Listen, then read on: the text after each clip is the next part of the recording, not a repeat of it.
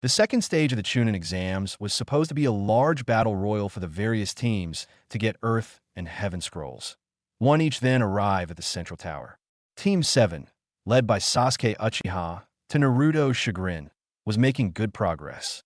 They managed to defeat 2 teams and secure extra Earth scrolls, having 3 in total. However, everything went to shit when Naruto, after returning from pee break, was blasted away by a powerful gust of wind, followed by appearance of a nightmare of a sound ninja who took sadistic pleasure in attacking Sasuke and Sakura. Naruto, thanks to his ingenuity and shadow clones, managed to kill the massive snake that was attempting to eat him and rejoin his teammates against the weird sound ninja. The battle became even more intense thanks to the inclusion of Naruto, who was subtly getting enhanced by the Nine-Tails chakra throughout the fight. He was darting all over the place, punching and slashing at the snake like ninja. Massive gusts exploded from the clashes between the 2 monsters. In the distance observing the fight, Sakura was finding it hard to breathe under the weight of the Sound Girl's chakra and the evil feeling coming from Naruto. Sasuke was silently observing, finding it impossible to force his body into action. Orochimaru glared at the blonde after their latest clash. He was starting to feel the Nine-Tails chakra burn his hands. His movements are becoming sharper. The boy has no real talent for ninjutsu, if Kabuto's recon is correct, which explains the lack of jutsu so far. He's a loudmouth and seems to be similar to how that fool Jiraiya was at that age. The attack first, ask questions later type. I could kill him in an instant. Though it's strange, the longer I fight him, the better he responds to my movements. I suppose his lineage simply wouldn't allow him to be completely talentless. He mused. The hidden snake Nin decided to cut the battle short and seal off the Biju to deal with the blonde. It was time to mark Sasuke and leave. He spent more time here than he planned. He was sure that the old bastard, or at the minimum the ANBU, were on the way thanks to the large quantities of chakra being thrown around. Naruto tried to dodge. He really did. He could clearly see the freak coming at him, but no matter how hard he tried, his body couldn't move in time. It was more frustrating than any fight he's had with Sasuke, who was frozen watching the battle. The snake was simply so much faster than him, it was impossible to move in time. A hand that shone with chakra, each finger holding an elemental symbol on it, was slammed into Naruto's stomach right over the Nine-Tails seal. Naruto's eyes widened in immense pain as he fell over, almost passing out instantly. He would have fallen hundreds of feet if it weren't for Sakura's quick thinking, who threw a kunai to snag his jacket on the tree to catch him. The last thing Naruto heard before the darkness took him was Sakura calling out to Sasuke, which was just typical. He was likely about to die, and she calls for Sasuke. The Nine-Tails, or rather its chakra, having been cut off from Naruto's chakra due to the additional seal, allowed something to happen that had been impossible ever since Naruto was 20 minutes old. All the chakra that was in his body was wholly his own. Nothing good came from imbalance. The entire purpose of the second stage was to teach this. If you're too focused on your physical strength, or earth, you'll lack the mental strength, or heaven, to succeed as a Chūnin. Naruto, due to having the yang half of the Nine-Tails sealed within him, was overflowing with physical chakra and had a major deficit of in, or spiritual chakra. This stunted his body in several ways. It was because of this that he was so hyper. It was because of this that he was unable to control his chakra like others were able to, considering he had to subconsciously overcome the imbalance that was his overabundance of yang chakra. It was no wonder simple jutsu escaped him.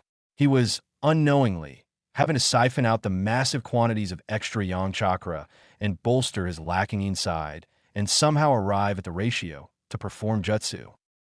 But now that the Nine-Tails chakra that had been slowly dripping into his network since he was born was cut off, it allowed Naruto's body to reach his natural equilibrium of mind and body, yin and yang. It allowed his soul, the core of his and of all shinobi's power, to fight back and bring forth all of its potential after being denied it since his birth. Naruto didn't know this. No one knew this, but he had been born with tremendous power. It was there just out of reach for his whole life due to the imbalance of his chakra. The leaves and trees swayed lightly, Clouds in the sky started to move away. Animals throughout the forest perked up on instinct. All of nature knew that a metamorphosis was taking place. It was as if the entire world was welcoming Naruto's rebirth. Naruto's body was correcting itself after so long. Like a free diver coming up after a long swim, it was taking a deep breath that was impossible for nearly 12 years, allowing his birthright to emerge and change the very balance of the world. It had been a rough couple of days for Team 7. Sakura Haruno was currently fighting 3 sound ninjas with all her might, or what was left of it. The ninja in question found it amusing to taunt her with their strength and torture her by not attacking all at once to just finish the fight. She ran a hand through her now much shorter hair. Sadly, it took so very long to get it to that length. Oh well, the ugly sound girl had to go for her hair, despite taunting her by saying caring about hair was for children. Seems she was just jealous because she was ugly and had terrible split ends and took it out on her. Honestly, how hard was it to use conditioner? Snapping her thoughts away from the dumb bitch, she looked to her 2 teammates as they laid next to each other completely unconscious. Last she checked, Sasuke was running a fever and Naruto's chakra wouldn't settle, making it hard for her to stay hidden. Yet another annoyance. Even in this state, he's causing problems. I'm gonna smack the hell out of him after this. She roared in her head as she threw another volley of shuriken at the 3 sound ninja in front of her. Is this the best you have, you stupid bitch? Shouted the one with strange arms and spiky black hair. Sakura hadn't bothered remembering their names. There was ugly bitch, weird arms, and mummy face. God, Naruto was rubbing off on her. She didn't let the taunt get to her, but she was at the end of her rope. She was awake for well over 2 days watching both of her teammates and had been fighting for a while against these 3. They weren't really coming at her due to all the traps in the area, but she's been hit by several air blasts that she didn't have a good way to block from weird arms. Desperation was starting to take hold as her already small reserves of chakra were nearing 0. Please, I need one of you to get up, she thought while gripping her last kunai. The sound ninja with his face covered in bandages stepped forward. I will ask this once again. Hand over Sasuke Uchiha, and we will leave you and your other teammate alive. Dosu, why are we bargaining? We should just kill Dash. The angry boy was interrupted by a wave of chakra, exploding into the air. All the ninja in the area. Team 10 in the bushes, Team Guy in the trees, the sound team, and Sakura all felt the chakra blast into existence over the immediate area. Each of them felt sweat fall down their foreheads as the weight of the chakra fell upon them. It was larger than any of them have ever felt by orders of magnitudes. Even the sound ninja that were subjected to the terrifying presence of Orochimaru could only shake in fear at the feeling of such power. They didn't know what to do. None of them spoke as it was becoming difficult to breathe due to the pressure. Unknown to the ninja, in the clearing, it wasn't just them feeling it. Everyone felt it. It only lasted an instant to those outside the forest of death. Everyone who was able to sense chakra beyond a basic level felt their nerves scream at them, telling them a predator had just emerged. The third Hokage in his office felt his battle instinct flare to the max, causing him to turn to the forest in worry of who at that level managed to infiltrate the village during the exams. He was already signaling his personal guard to move out. Jiraiya, the toad sage, who was sitting in a tree overlooking the hot springs in the southern part of the Leaf Village, snapped his pen and instinctively flared his chakra to prepare for battle. Unfortunately, the women in this particular spring were ninja and pounced on the pervert after noticing his chakra. Kakashi Hatake dropped his book. Might Guy fell from his handstand. Asuma Saratobi dropped his cigarette. Kurinai Yuhi nearly tripped over herself as she walked home. The A and BU were frantically moving into action. The barrier squad members nearly passed out. All over the village hidden in the leaves, shinobi were feeling the pulse of chakra that signaled the birth of the one who would change everything. They would likely pass out in shock if they knew it was coming from the knucklehead Naruto Uzumaki, of all people. In the clearing, it was Sakura to figure out first. She was the closest in proximity to Naruto and managed to turn her head towards him to see a minuscule amount of chakra glowing around his body. It was blue in color, and it was partially translucent, but she could see it covering him, and her mind made the only connection that made sense. Naruto, she managed to say as the chakra pulse was slowly dying out. Her voice caused everyone from the leaf to turn to the unconscious blonde in shock. The sound ninja looked to her blonde teammate nervously. In the next moment, the chakra was gone from the area. Everyone was able to breathe normally and wipe the sweat from their faces. Some, particularly those who knew Naruto, chalked it up to a weird fluke and tried to forget about it. Till Naruto stood up. The air around the blonde seemed different, almost as if it was waiting for his command, as if the world itself was waiting for him to demand something so it could happily oblige. The hairs on the back of everyone's neck stood up, as if a massive tiger was standing right behind them staring at their necks with drooling fangs. Again, it only lasted a moment before the feeling went away. Sakura looked to her now awake teammate nervously. "Naruto, are you okay?" she asked quietly, considering there were 3 enemies listening. Naruto took a deep breath and opened his eye to take in the scene around him. In a single second, he was able to figure out what was going on, which was strangely amused. His mind had never been this clear. He could tell everything that was going on. There were 2 teams just watching the fight. One in the trees above them, he recognized them as the Bushy Brow Squad. Then in the bushes were his former classmates, all staring at him, with sweat visible on their faces. Shikamaru in particular looked seriously spooked. Sakura, it seemed, was defending both himself and the bastard from the sound team, all standing in defensive positions, likely trying to figure out their next course of action now that he was awake. Based on how Sakura looked, exhausted, bruised, and she was nearly out of chakra, she wasn't winning the battle.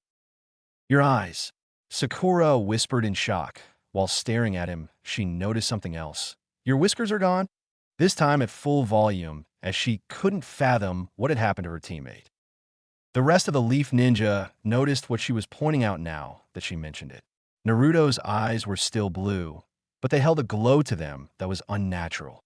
They held an image of power that unsettled any who looked into them. While his face was free of his whisker marks somehow, Ino and the bushes thought it was a shame as they were cute. Unknown to everyone, the whiskers were a sign of the imbalance of Nine-Tails chakra within his body, and now that he was at equilibrium, they faded from his face. Like how both the previous holders held no marks signifying their status as Jinchuriki, neither did Naruto now. Naruto turned to her and felt his mind go into a shock for a millisecond. Now that he was really focusing, he could see everything. The chakra in the air, the chakra flowing through the trees, the residual chakra of jutsu that were used. If he focused hard enough, he could tell what type of jutsu had been used earlier. It was too much information. He couldn't focus. Then in the next second, he somehow acclimated and he ignored the thousands of stimuli to look at his teammate once again. "What do they want?" Naruto questioned calmly, ignoring her comments as he pointed to the 3 sound ninja. Before Sakura could answer, the loud one with the strange arms yelled at him, "Hey, you stupid blonde bastard, we're Dash." No one saw it. No one could follow it more than a faint blur, but before anyone knew it, Naruto crossed the distance between himself and the sound ninja to slam his fist into the boy's chest ruthlessly. There was a faint, glowing trail of blue chakra from Naruto's fist as he flooded his body to enhance himself. The air was displaced around him from the force behind the impact. Leaves flew away. The ground where Naruto pushed off from was cratered. Rock Lee, observing the trees, was blown away as he was unable to follow the attack properly. "He's become very dangerous," were the collective thoughts of Niji and Shikamaru as their highly strategic minds reassessed the blonde's capabilities from that maneuver, and they didn't like their odds. The sound ninja who took the hit coughed up blood before flying back to a tree, slamming into the base completely out cold. If his chest wasn't moving slightly, everyone would have thought he was killed by the attack. Sakura couldn't believe it. Hell, none of the Leaf Ninja could. The boy who clumsily and awkwardly fought alongside too many clones to coordinate properly did that. Naruto stood up and shook his fist off. "Who the hell was that guy?" he asked Sakura with a confused tilt of his head. Well, he was attacking us to get to Sasuke. All 3 of them were." She answered with a glare to the 2 remaining sound ninja and a vindictive flare in her eyes. Hell yeah, Naruto. I don't know what's going on, but kick those jerks' asses. Ja. Naruto turned to them and then back to Sakura. For real, they seem pretty weak? He asked with a frown while pointing his thumb towards the ninja in question. He had looked at their chakra, the amount, density, nature, how, and where it was channeled, all of that, and he just couldn't consider them anything more than small fry. Then he turned to the other leaf ninja surrounding them. Also, why are all of you just watching this? Do you want to take our scrolls or something? He asked while rubbing the back of his head, trying to figure out who he was going to have to fight. Six-Leaf Jinin felt their eyes widen in shock as the blonde revealed that he knew they were there. Team 10 stood from the bushes, Shikamaru still visibly sweating. That chakra wasn't normal. It felt terrifyingly powerful, and I know it came from him. Those eyes, the change in his body, whatever happened, I want no part of it. We were going to jump in if Sakura couldn't handle it. Shikamaru gulped. Both Ino and Choji knew to let him take the lead here and stayed quiet. Naruto smiled. Oh, that's nice of you, Shikamaru. Wishy brow are you guys doing the same? He asked the team guy, standing in the trees, now visible to everyone else. Niji stepped forward before Lee could answer. No, we were merely observing. We are leaving. With that, he and his team left in a hurry, Lee doing so at the glares of his teammates as they knew he wanted to speak to the blonde, which they adamantly refused to allow at the moment, since they didn't know what Naruto would do next if they stuck around too long. Oh, why are they running off? Naruto wondered aloud. Well, not like their team isn't weird. I mean, anyone with a sensei that has eyebrows like that is surely crazy. Right, Sakura? He laughed while looking to his teammate with a grin. She could only nod dumbly, completely shocked at the change in tone of the situation. Before it was a life-or-death battle that she was slowly losing hope of winning, and now Naruto has made it almost like a social gathering with no real danger. Dosu, the leader of the three-sound ninja, felt his heart settle back down and knew when to cut his losses. We will retreat without fight if you allow us. As an offering here is our scroll, he said while setting down their heaven scroll. Naruto watched as they picked up their teammate before fleeing into the forest. Huh, guess they didn't want to fight anymore. He laughed lightly, then clapped. Well then, I guess they were terrified of my sheer awesomeness, huh? Sakura picked the sleeping princess up, and let's get moving, we have the scroll we needed now. He ordered with lazy smile on his face. Sakura twitched at being ordered by her idiotic teammate. You know what dash she met Naruto's eyes, causing her to flinch and went to pick up Sasuke without a fuss. He's so solid. She mentally squealed while rubbing Sasuke's muscles as she carried him. Naruto stared dumbly at her for a moment before letting his eyes roam over Sasuke's form. What the hell? Who put such corrosive chakra into him? When did that happen? Why is it attacking his body and chakra network? What the hell? Does that enhance him and cause withdrawals like a drug? Who could create that? Who would create that? Who would do such a terrible thing to Sasuke? That strange sound girl? The hell did I miss? Naruto didn't realize it yet, but he thought all of that in blink of an eye as his mind was able to process information hundreds of times faster now thanks to his now activated bloodline. Hey Shikamaru, are you guys coming with us?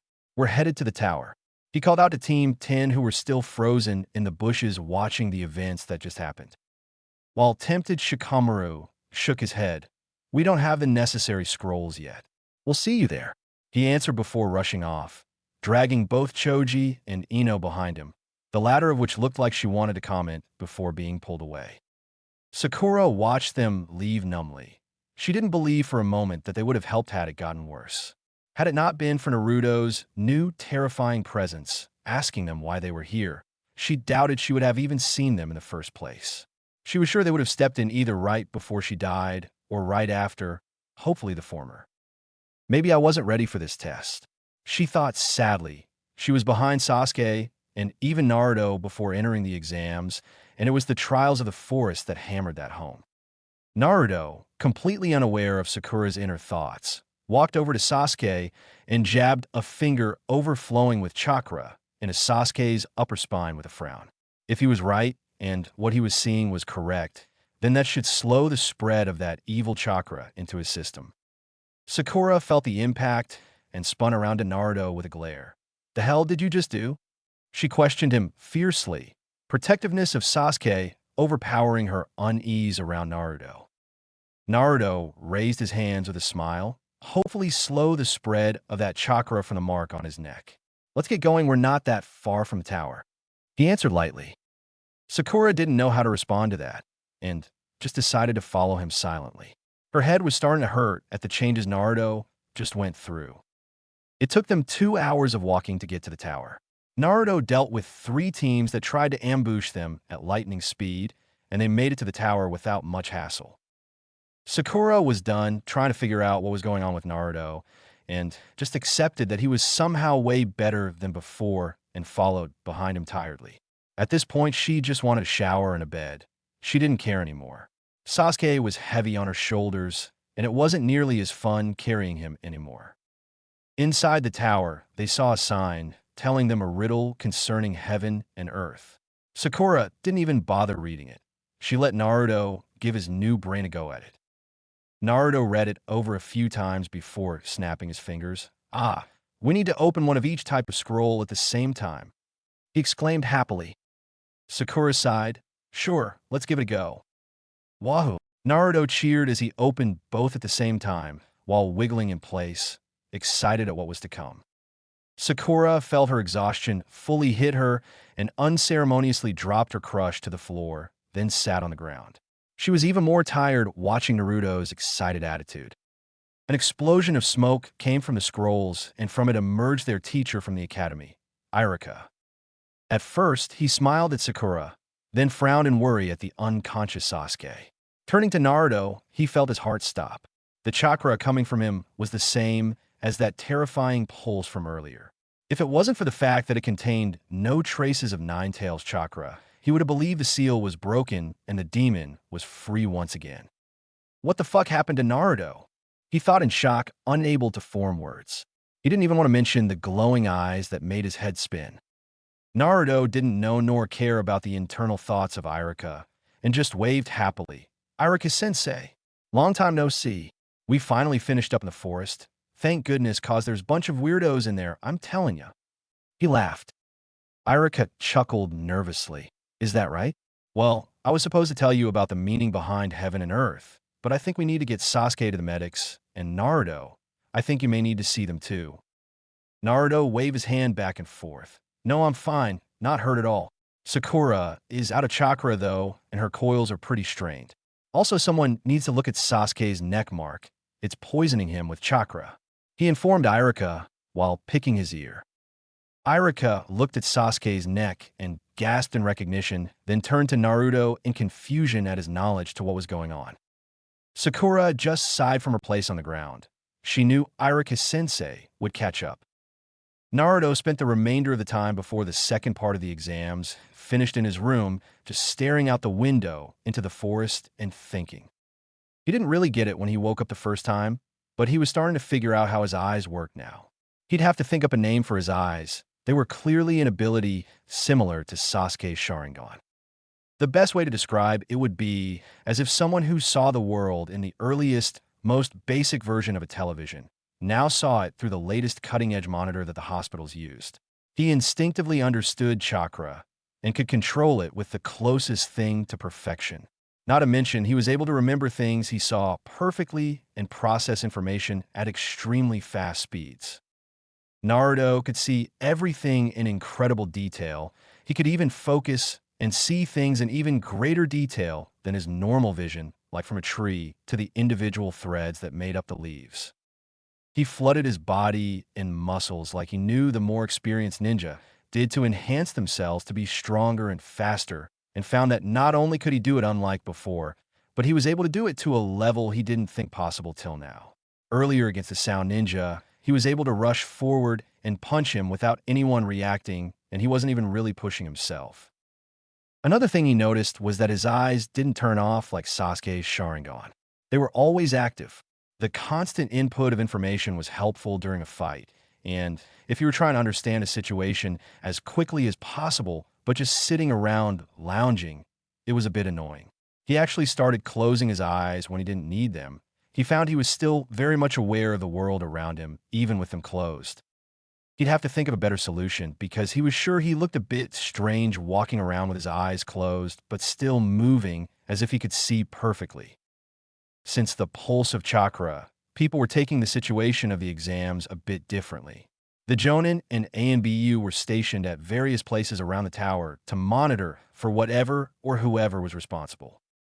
Jiraiya skipped all pretenses of waiting to run into Naruto organically and went to the tower to meet up with the third Hokage to investigate the situation.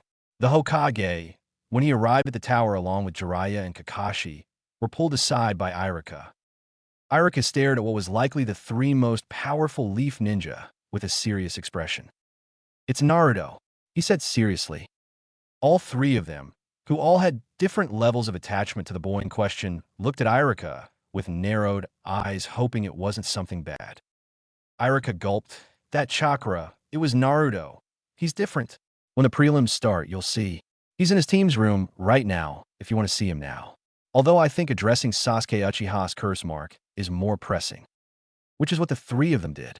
Thankfully, Sasuke was still out cold when they arrived, so they were able to bind the curse mark with a sealing jutsu called the evil sealing method quite easily. Sasuke woke up shortly after, groggy and confused. While more irritable than before, he wasn't too different after getting briefed on where he was and the situation with the seal. Although safe from the effects of the seal at the moment, Sasuke mentioned his chakra was a bit more wild than normal. The three moved on and decided to wait till the next day when the prelims would take place to see the changes in Naruto. Which is where they found themselves, all gaping at the blonde's glowing blue eyes and terrifying chakra that was barely held beneath the surface. The other Jonin, from the leaf or otherwise, were all doing the same. While the blonde in question was chuckling at Sasuke, who in turn glared at him hatefully, which caused him to laugh harder. Hiruzen turned to Jiraiya. "Have you?" "No," the sage answered seriously. "That is not something I've ever seen. If I couldn't feel his chakra and see that his whiskers are somehow gone, I would assume that he was just pushing a lot of chakra into his eyes for whatever reason, and nothing was all that different. But they're different, and the glow is unnatural. Neither Minato nor Kushina had anything remotely similar to that." Kakashi uncovered his Sharingan for a moment to look at the blonde. "I would ask a Hyuga to confirm, but his chakra is calmer than I've ever seen it, and his eyes have a tremendous amount of chakra flowing through them, similar to an activated ocular jutsu, like mine or Sasuke's Sharingan." Hiruzen hummed for a moment as his mind worked at light speed. We will see what changes have come in the coming moment during his battle. I suspect things are going to be a lot more interesting soon. Kakashi and Jiraiya both agreed. In the far corner, a concealed Orochimaru was staring at Naruto with a gaping mouth in complete shock. "What the fuck?" the snake thought uncharacteristically, a sentiment shared by everyone else in the room that has met the blonde before. Down with all the genin, Naruto was still enjoying himself by laughing at Sasuke, who was in his normal grumpy attitude. "You know that evil chakra is sealed off, right? So why are you acting all moody? Satsukura's not babying you anymore," he asked with mocking frown. Sasuke continued to glare at the blonde, while Sakura just stared ahead completely over it. Naruto had been poking fun at her and Sasuke ever since they got to the tower, and no matter what either of them did, they couldn't touch Naruto to shut him up. Yelling at him just made him laugh at them. It was a horrible day when the class clown/prankster suddenly became all-powerful. The third Hokage appeared before the crowd of Chūnin hopefuls with a smoking pipe in his mouth and his hands folded behind his back. "Congratulations for making it this far," he said gravely. Naruto smiled at the old man, then proceeded to tune out the rest of his speech.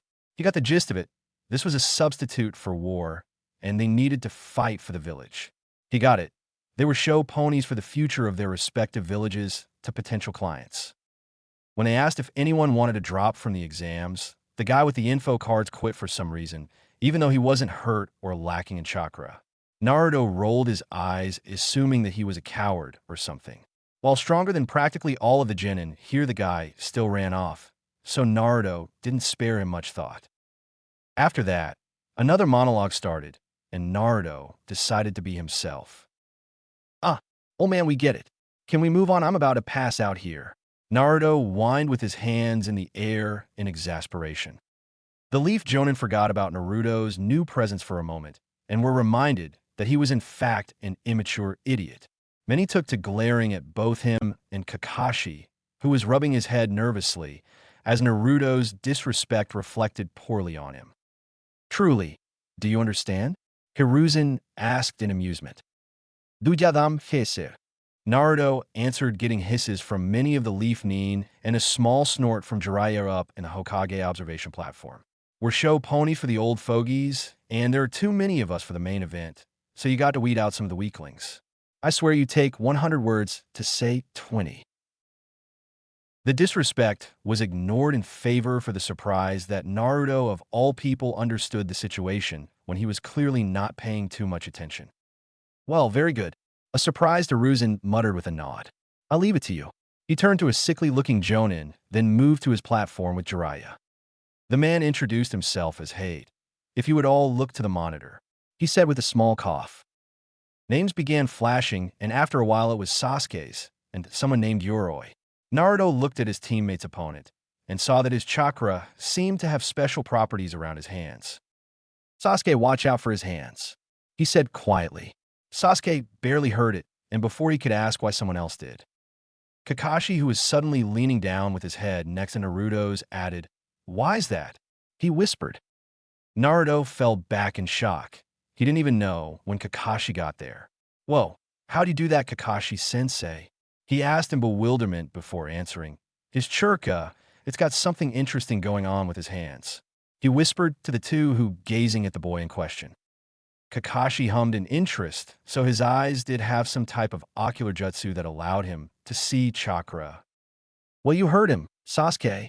Let's get up to the second level, Sakura, Naruto, Kakashi said with an eye smile before walking towards the stairs. Moments later, it was just the Uchiha and the strange Genin left, and their fight began. Sasuke made quick work of the guy with Naruto's warning and Sharingan enhanced hand-to-hand. Naruto cheered loudly and obnoxiously. Woo, you did it, you beat that guy, he shouted, getting glares from some of the others in the room. Kakashi clapped with an eye smile next to the blonde, while Sakura was on the other end of the stands next to Kurenai, pretending she was in teammate. Fights continued for a while. Naruto made a genuine nuisance of himself by calling out everyone's weaknesses as a joke while they fought, then made both helpful and unhelpful suggestions. Shino, your bugs are really gross. I mean, they're inside that guy's arms. Yeah, they should eat that chakra. It's like an air cannon. Whoa, Choji's extra fat. That sound guy will have an easier target now. Hey, Hinata, he's hitting those chakra point things inside you. You should block that. Fuck you, Hyuga guy. I'll kick your ass. Is he a puppet? Think Bun Bun will notice it's a wind jutsu? These sound ninja are all on brand. Huh? I mean Jin jutsu from a bell? Think they go out of their way to stick to their niche? Oh cool, Shikamaru won. The only ones that were enjoying Naruto's commentary were Kakashi, Hiruzen, and Jiraiya. All three who would have been bored out of their minds watching Genin fight. Also, Naruto's observations gave them insight into his eye's new abilities. Naruto Uzumaki versus Kiba Inuzuka. Oh hey, I get Kiba, Naruto said with a cheer. Akamaru, we get an easy one. Kiba cheered while petting his faithful companion, who was laying on the ground, refusing to move. Oh, what's wrong? Naruto jumped down to the arena before turning to Kiba. He's scared, he called out happily. Kiba glared at the blonde, as if he probably doesn't want to waste his time with a dead last. No worries, I got this myself, Kiba said arrogantly, not noticing Akamaru was shaking while looking away from Naruto. It was unfortunate that his enhanced senses were primarily in his nose, as he didn't quite notice how much Naruto has changed beyond his eyes, to which he thought Naruto was just trying to get more attention. Hey looked between the two nervously, while the blonde made him nervous, not Kiba, then started the fight on the Hokage signal. Everyone, from the Genin to the Hokage, leaned forward in anticipation. Naruto watched Kiba approach him as if he was in slow motion. He could see every muscle twitch and minuscule detail of the boy's approach and felt like he had hours to respond. A punch from the Inuzuka flew at Naruto at speeds that he would have likely been unable to dodge before his evolution. To everyone's shock and Kiba's horror, Naruto disappeared, then was suddenly behind Kiba, looking in the direction of his punch. Who was that aimed at? He taunted lightly. I would advise you start moving a bit quicker, or you'll never hit me. He added with a chuckle. Kiba shouted in anger before releasing a barrage of attacks. Each time Naruto would disappear, then blur behind Kiba with a laugh, not even once going on the offensive. In the stands, everyone was shocked at the blonde's new abilities. It was unbelievable how he went from one of the weaker idiots in their generation to this. What the hell? Kurenai muttered in shock. Kiba was a very talented genin. She was confident he was going to have a chance to beat nearly anyone here. Now he was being led around like a child by someone that should have been useless. Kakashi was observing with his Sharingan active. He's supplementing his body with chakra. I don't think a single drop is being wasted, he said, lightly hiding his surprise. Guy was looking down seriously. Lee, he's going to be a tough one to beat, he said lowly to his apprentice, who nodded seriously. Niji had his Byakugan active and was watching in shock. When did that blonde moron get a bloodline? His eyes have chakra running through them, similar to how mine or the Uchihas do when our eyes are active.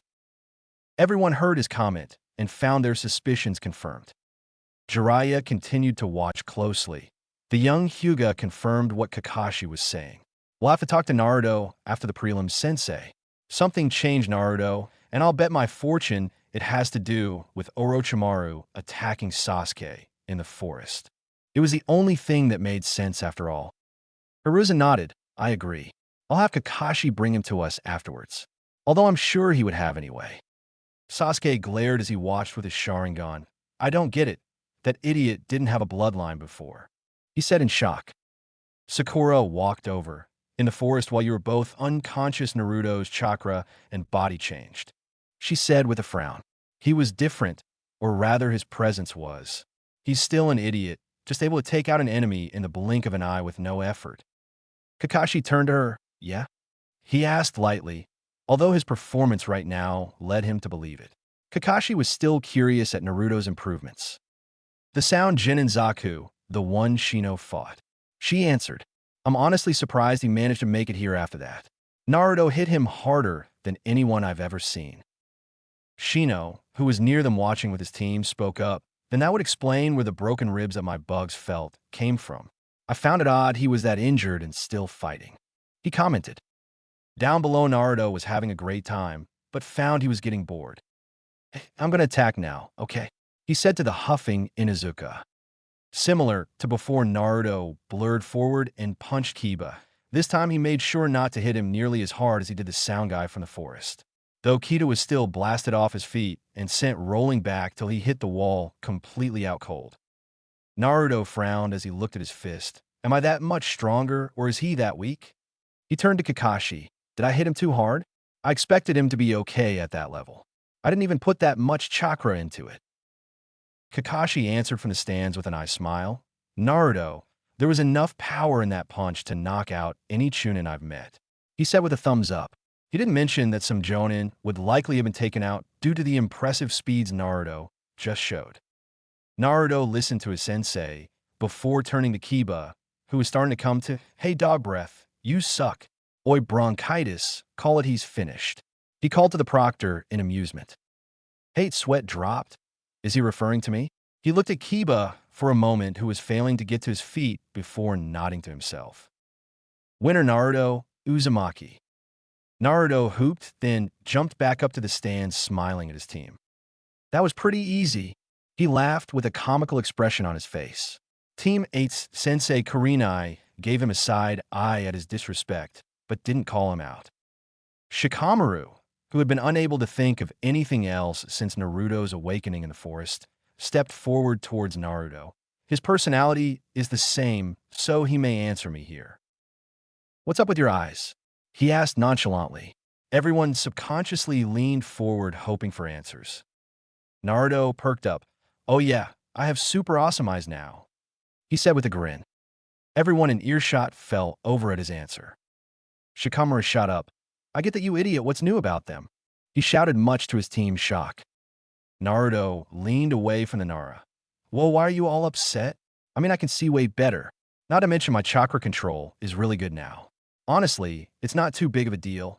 I'm as awesome as I've always been, he said with a devilish grin. Shikamaru rubbed his forehead tiredly. I don't know if he's messing with me or just the same old dumbass. Kakashi smiled at the interaction. Interesting. I guess we'll have to talk to him later. At least his ego isn't too much bigger, he thought with a chuckle. Sakura didn't care about her troublesome teammates' weirdness anymore. Meanwhile, Sasuke was staring at Naruto with his Sharingan active, trying to understand him. Stop gazing into my eyes, you bastard.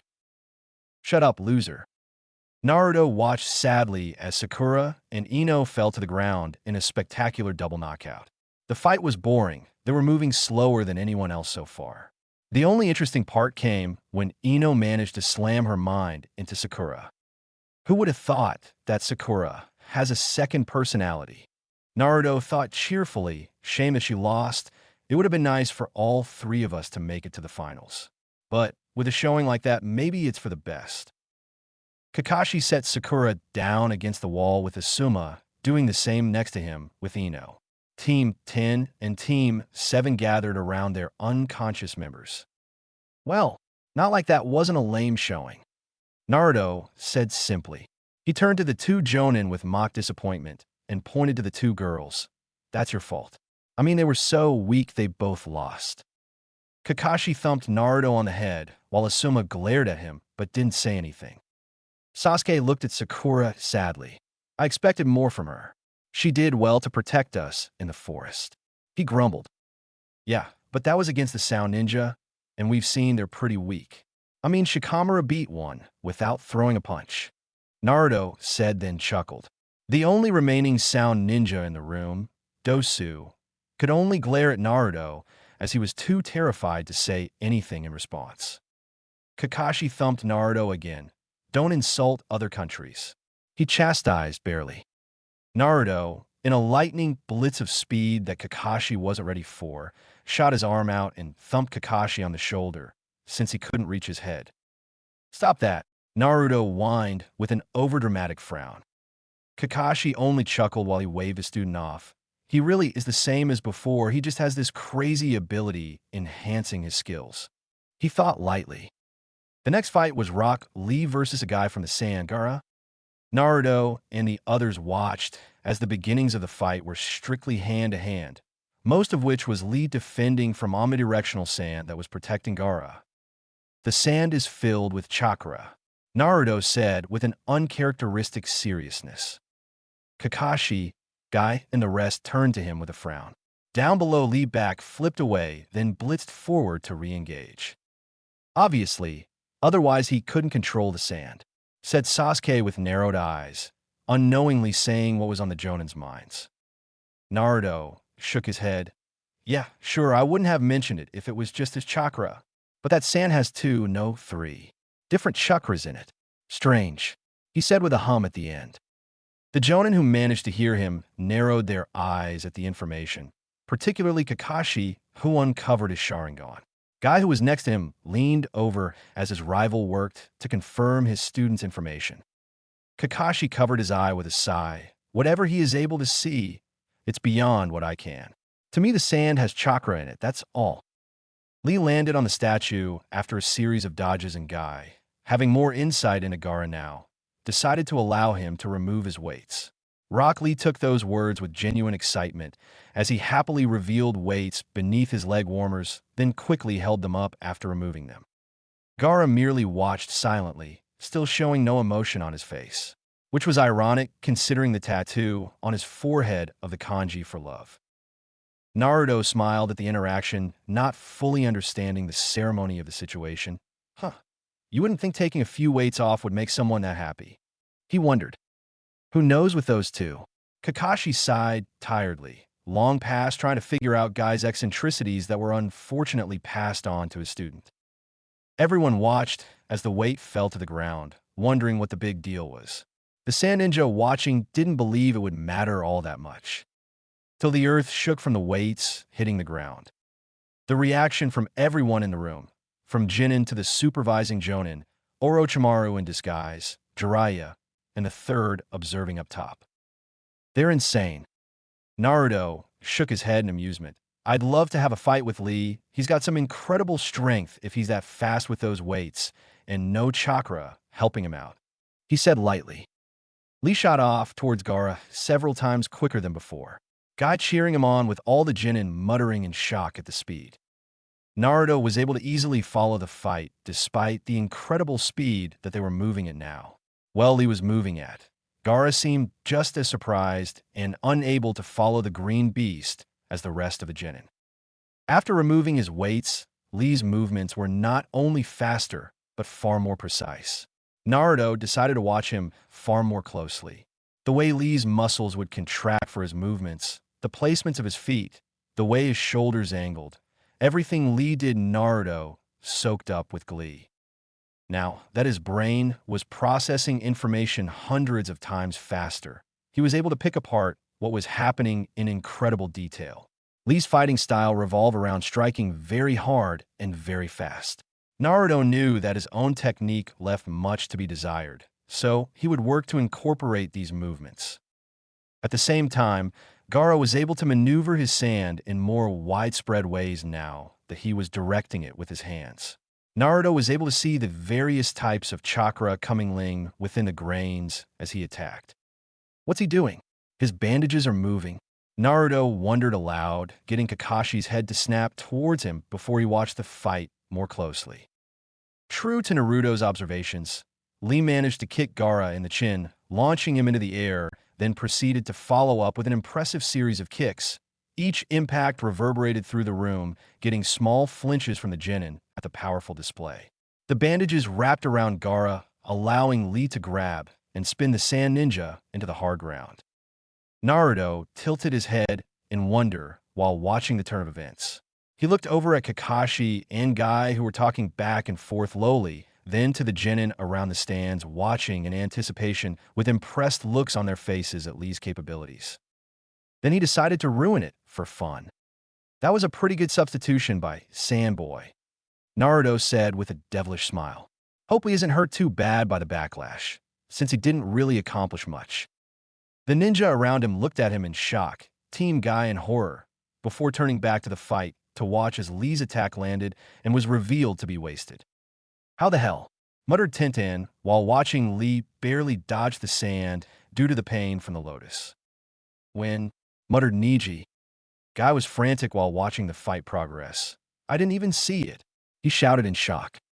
It was during the kicks, answered Kakashi with his Sharingan exposed. When you close your eyes to pray, he switch out in a flash. I would pull him from the fight, Guy. He's in no condition to continue. Guy glared at his rival, but before he could talk, Naruto spoke up lazily. Nah, he's gonna be fine. He's pushing chakra to those inner blockers. Give him a minute or so, and he'll have quite the boost. Blockers? Asked Sasuke, not seeing what Naruto was talking about with his Sharingan. They're called gates, the 8 inner gates to be exact, answered Kakashi while turning his Sharingan enhanced glare to Guy. And you taught how to open them to a Chūnin. You're going to cripple that boy. Guy gave his rival a side eye before focusing back on his struggling student while leaning forward over the railing. His fingers were pushing into the metal railing due to his nervous squeezing. You wouldn't get it, having everything come to you so easily, he said in a low baritone. For the rest of us, we have to claw and crawl for every bit of strength. It's even worse for Lee. Even the most basic ninjutsu and jinjutsu is beyond him. His expression turned fond as Lee was slowly getting faster as he was overcoming the backlash of the primary lotus. Lee just wants to prove he's a splendid ninja with his hard work. I only did everything in my power to help him with his dream, he proclaimed proudly. Naruto smiled down at Lee. He was truly impressed with the boy's drive to achieve his dream, not to mention the evidence of thousands of hours of hard work getting him to where he is now with his lack of ninjutsu or jinjutsu. I think he's gotten there already, bushy brow sensei. Naruto interjected lightly. Something I've learned is that ninja don't always improve on a slow curve. It could be a sharp and immediate increase as well. Lee's movements became even sharper than before as his body was acclimating to the 8 gates activation. his eyes flaring with incredible power, and his entire body shining brightly with green chakra. Every movement was perfectly executed and delivered with tremendous force, destroying the fighting arena.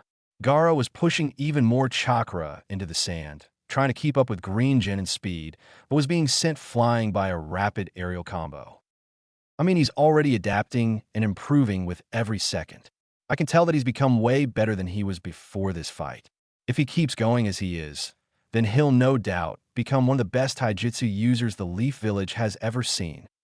Naruto finished with a small smile as his glowing eyes took in every detail. Guy looked down happily, a bit of water popping up in his eyes. Thank you for those words, young Naruto. I'll trust those eyes to see Lee's incredible potential. Naruto laughed in response. Leave it to me, he said with a thumbs up. The rest of the fight was both incredible and terrifying for those watching. Ino and Sakura had woken up just before Lee awakened the gates fully and were enraptured by the boy's skills. Both of them fully realizing that they were way out of their league if those two were potential opponents for them. Lee's explosive use of 5 of the 8 inner gates showed Naruto that there was so much out there that he didn't know. While observing the world with his new eyes that allowed him to begin understanding it better, he was only now realizing that he had a fundamental lack of knowledge to connect the dots. Otherwise, he would be able to put things into words beyond, limit thing, chakra wall thing, different chakras moving all strange. It was just hard to put into words what he instinctively knew. As the fight was reaching a climax, Lee was completely unable to fight and fell to the ground, his body giving out under the stress of the 5th gate. Gaara didn't hesitate and shot his sand at the boy with a bloodthirsty smile on his face. The Chūnin, Guy in particular, were about to rush to save Lee, but a blur shot forward first, stopping the sand from even touching Lee. The resulting impact blasted all the sand away, making most turn away from the shockwave. Naruto had shot forward and smacked the sand away with a hand packed with dense chakra. He turned to Lee with a frown. Based on the injuries, it would likely take weeks, if not months, of rehabilitation to get back in a fighting shape. Though it would have been nigh impossible if Gaara was able to crush Lee in his sand like he wanted. Hey, Sandboy, you won. No need to go that far, Naruto said with a frown while standing guard in front of Lee as he subconsciously released his chakra. Gaara began breathing heavily at Naruto's appearance. His chakra began moving erratically as his instincts flared beyond what he's ever felt. Naruto's presence driving Gaara to near hysteria as the beast within was screaming to flee to save their lives. In the next moment, Baki, the sand Chūnin who looked visibly nervous, appeared in front of Gaara with his arms spread. Guy and Kakashi also landed in front of Naruto, looking serious and bored respectfully. You guys didn't have to help me out. I would have taken these losers out. Naruto laughed while picking up Lee. His grin became fiendish. I mean, that sandy Chūnin over there seems pretty nervous just looking at me. Kakashi sighed tiredly. Please try and not cause an incident with the hidden sand village Naruto. Baki interjected. I think we can end this and move on. Gaara, go back to the stands to Temari and Kankuro. He ordered, somehow snapping the frantic boy out of it and getting him to leave in a swirl of sand. That seems to be a very uncomfortable way of travel, muttered Naruto lightly. Getting sand everywhere would be miserable, he thought. Guy moved to take leave from Naruto. Thank you for jumping in, Naruto. I was hesitant to interfere, but that was the right call, he said shamefully while holding his nearly crippled student. He knew that had the sand wrapped around Lee, it would have been the end of his journey. Kakashi patted his rival on the back before grabbing Naruto to body flicker back to the stands. Try not to interfere again. They may disqualify you, Kakashi chastised lightly. Naruto frowned in frustration at the thought of being disqualified for saving a comrade, which caused his chakra to flare and eyes to glow brighter subconsciously. He didn't even notice it was escaping him. Everyone in the room who wasn't in the clearing during the second test felt the weight of Naruto's chakra in person for the first time. It was very different than an instinctual fear from the flare. Now that they had a front row seat to it, the Genin were visibly terrified and unable to move, while the Chūnin and Hokage became extremely weary. Somehow, it was Sakura, of all people, who smacked Naruto on the back of the head. Stop it, you're scaring everyone, dumbass, she told him tiredly. Her hand was shaking, but she managed to hold firm, knowing in her heart that he was still the same Naruto, for the most part. Naruto's presence instantly went back to normal, and he looked around surprised. Huh? Everyone from Sasuke to the other Jonin sensei were looking at him warily. It was a different look than what he was used to getting as a kid, one of loathing and apprehension. This was just planned fear. He didn't really understand why. He wasn't trying to scare anyone. He turned to the high stands where the Hokage and some other old dude were standing and shot over. He needed to figure out what was going on with everyone's reaction to his chakra, and the old man knew more than most about stuff like this. He was really strong himself. Hiruzen and Jiraiya were able to follow Naruto's approach, but they were blown away by the boy's speed. He was easily on par with skilled Jonin.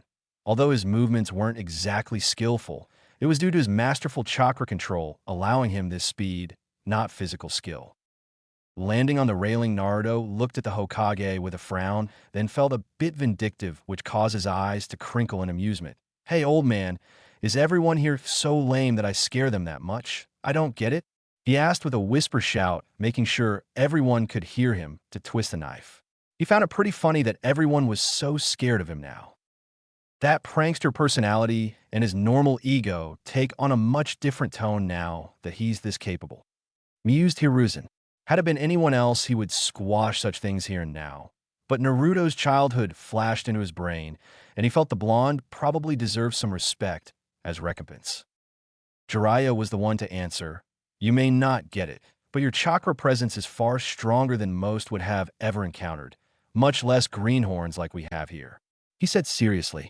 He didn't want to mention that the number of people he's felt that scared him more with just their chakra were in fact just two. The third Hokage and Hanzo of the Salamanders. Naruto nodded the information, then turned to Jiraiya. Who the hell are you, you old man? He questioned comically. Instead of being put off, Jiraiya grinned happily at the question. Who am I, you ask? He shouted while getting into a pose, and he readied his summoning jutsu. Hiruzen interjected. He's a former student of mine, Jiraiya. He answered, making Jiraiya fall over and sulk due to his intro being interrupted. Naruto stared at Jiraiya for several moments, causing both Hiruzen and Jiraiya to look at him curiously. Jiraiya felt like he was being broken down to the smallest details by those eyes and found that he didn't like it one bit. Right as he was about to say something, Naruto turned around. So, he's an old guy like you. Cool, I guess. Your chakra is very interesting, geezer. He said lightly before speeding back over to his team. Jiraiya turned to his sensei with his face serious. I don't know what happened to him, but he's unlike anyone I've ever come across. I didn't sense a speck of a nine-tails chakra either. It was like it was completely gone from his body. He said while watching Naruto get lightly reprimanded by Kakashi for bothering them. I would like to learn more about his eyes and what he's able to see, but for now, let's assume it's unique to him and be thankful he's been given such a gift with those men out there looking for him. Hiruzen said with a puff of his pipe. Not to mention Orochimaru lurking around, itching to cause trouble. We may have need of Naruto's newfound strength soon. He'll need some growing up to match his power-up before he's all that reliable. Jiraiya said with a snort, getting a laugh out of the Hokage. He's always been a brat. Now he's a brat with terrible power. You saw how fast and strong he was in that match. Hiruzen said lightly, if he were to hammer in the basics of taijutsu, he may become faster and stronger than any of us with just chakra enhancement. We also don't know what he's like when pushing it to the max. I would honestly put him on a level above most in the village shinobi. We need to see his abilities with ninjutsu and jinjutsu to really understand, but as of now, only the very best would be able to face him and win. It was a crazy thing to say, but Jiraiya believed it after getting a small up-close look at him. Naruto didn't know it, but he was giving off a vibe of supreme confidence that when mixed with his strength made him all the more fearsome. He supposed that this was why even experienced Jonin like Asuma and Guy were weary around him at the moment. Indeed, Hiruzen agreed. I would have normally allowed you to go about meeting and training him in your own way, but as of now, we will be dropping all pretenses. He has awakened a new bloodline that has granted him unknown abilities. After we speak with him, he is to be with you at all times. I do not want Danzo to have time to approach him. That is the last thing anyone needs, and I do not want to hear about it from the other elders that he needs to be trained properly. Jiraiya could only nod silently while he mourned his precious research time in the coming weeks. But even he could understand the gravity of the situation. It wouldn't take long for Naruto's awakened abilities to spread through the village, then the continent. Mixing his now uncanny resemblance to Minato now that his whiskers were gone, things are going to change.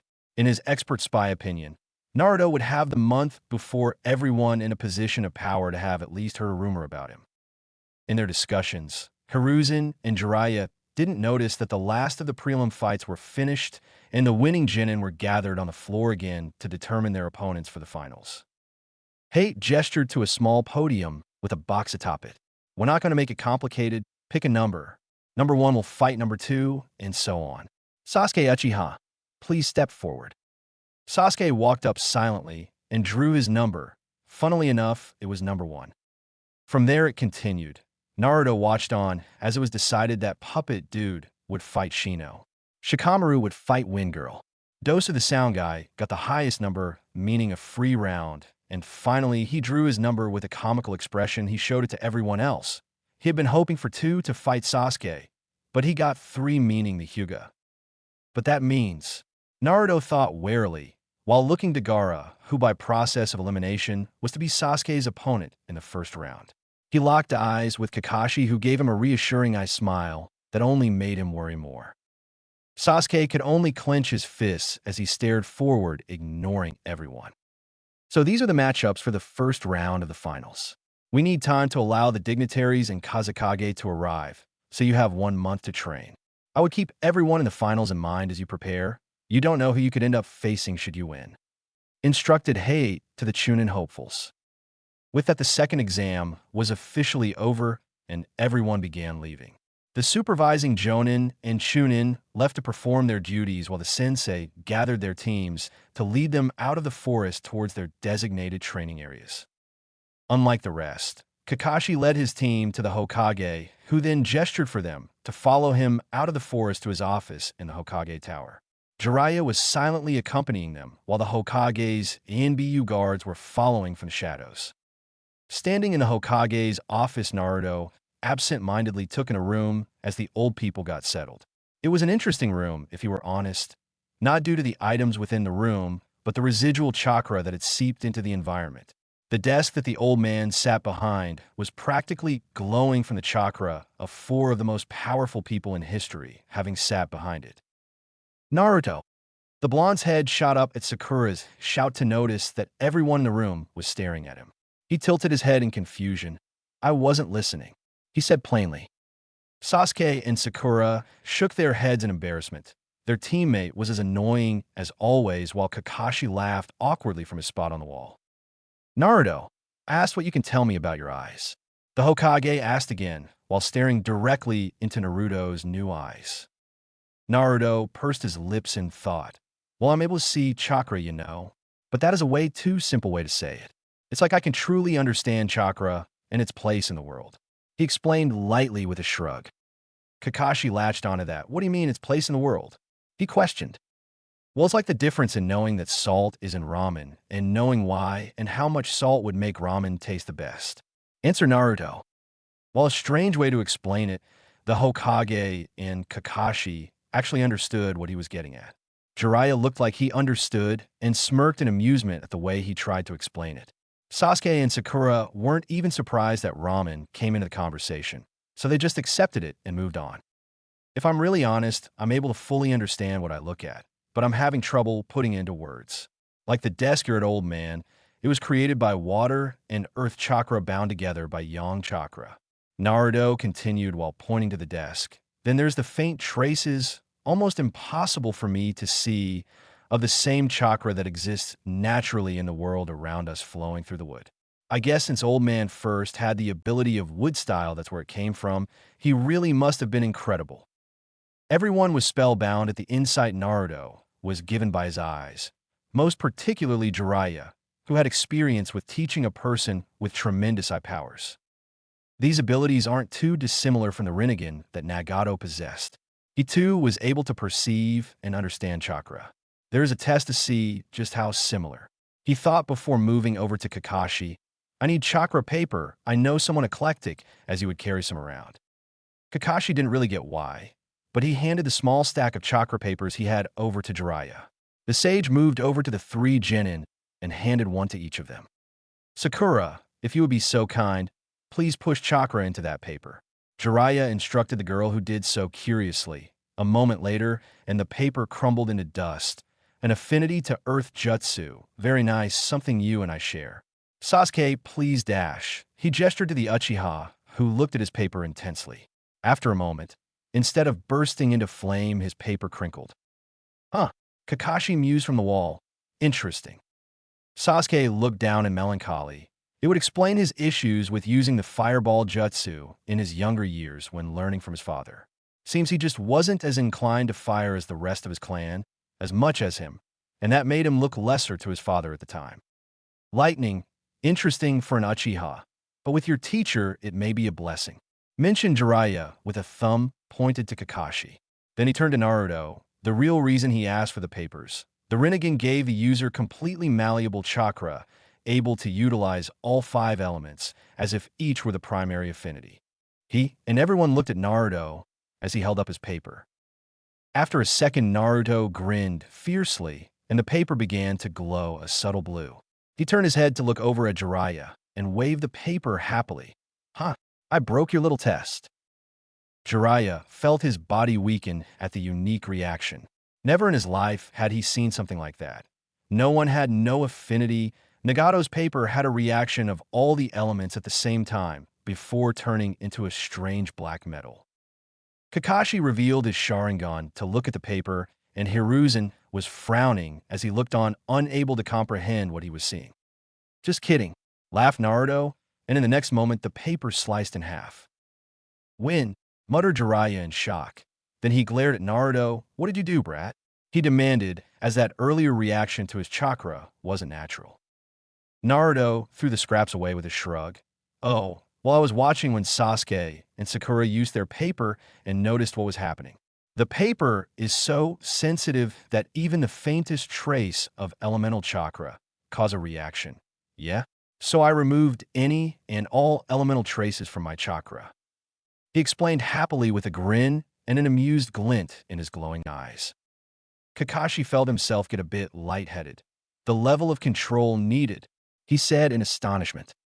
The Hokage was feeling similar to Kakashi. He grabbed a chakra paper and tried to do the same. After several moments when he felt he may have succeeded, the paper burst into flames, showing his fire affinity. Not even I could do it, he hummed. Jiraiya didn't bother trying himself. If Sensei couldn't do it, then no one alive could do it. Maybe Tsunade, as she is intimately familiar with her chakra, and she never spent much time learning elemental jutsu. But that's beside the point. Both she and Sensei have literal decades dedicated to learning and perfecting their chakra control.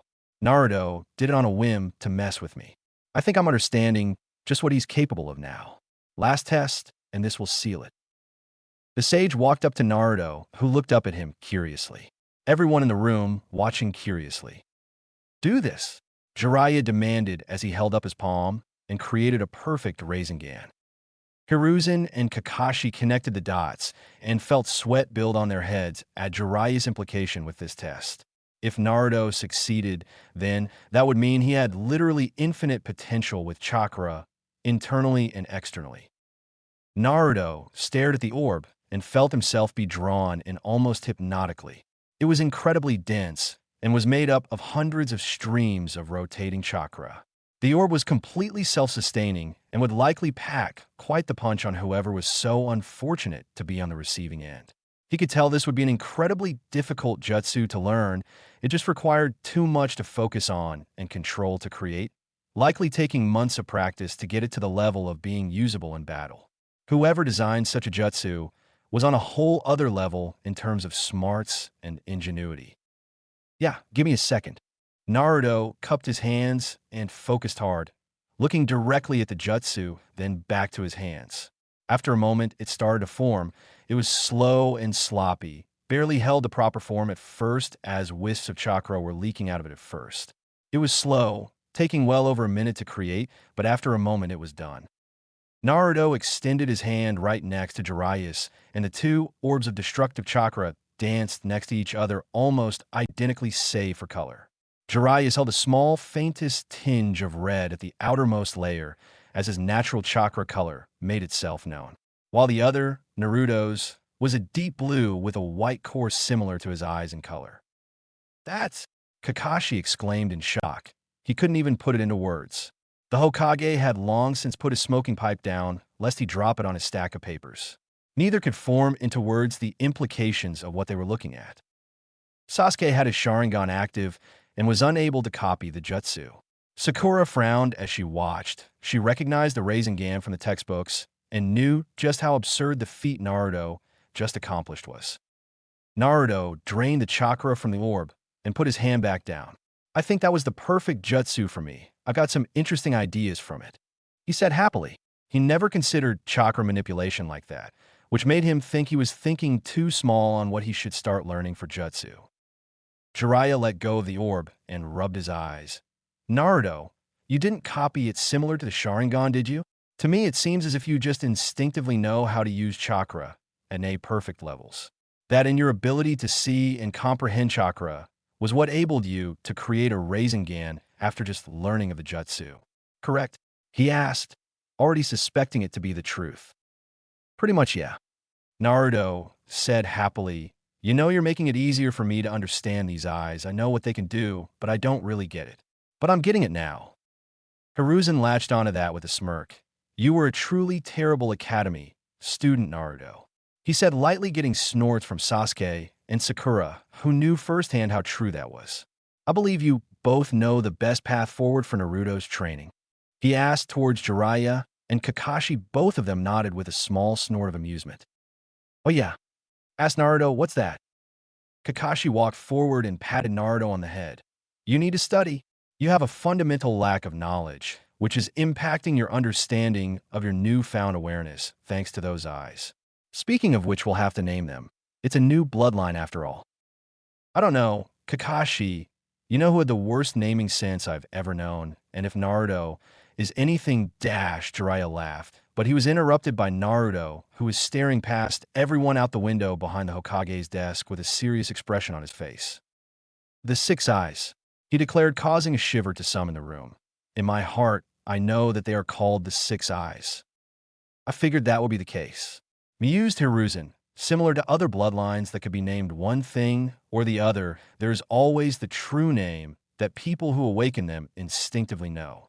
Lava style rather than magma is one, boil style and steam style both being their own branches. Everything has a true name, and it would seem that the six eyes are no different." "Very well. Then Naruto will heretofore be known as the first user of the six eyes bloodline," declared the Hokage, settling the issue.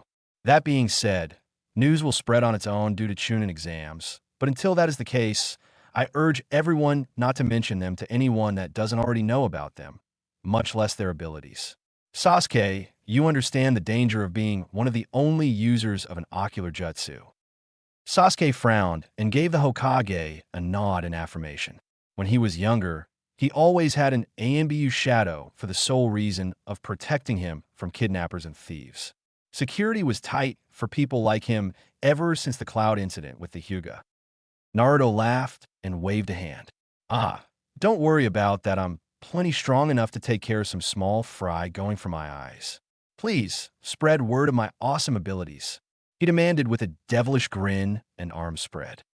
He got dead eyes from his teammates in response, making him sweat drop, while Jiraiya and Kakashi just ignored him.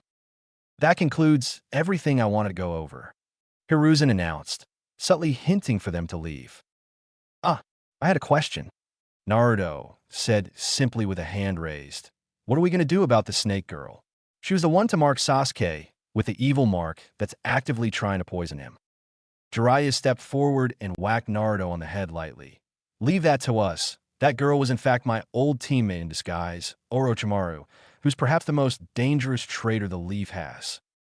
"I bet I could beat him now," Naruto responded without acknowledging the smack.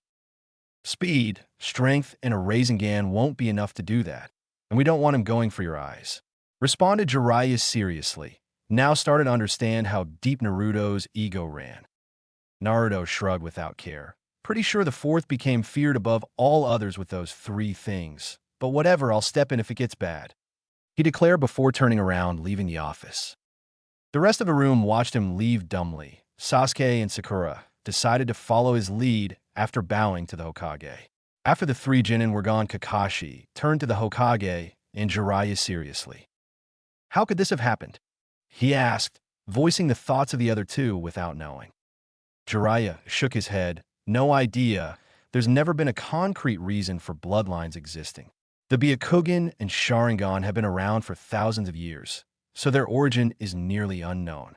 The first Hokage's wood style was said to be a mutation unique to him as a result of his titanic life force and the Senju family's affinity to earth and water.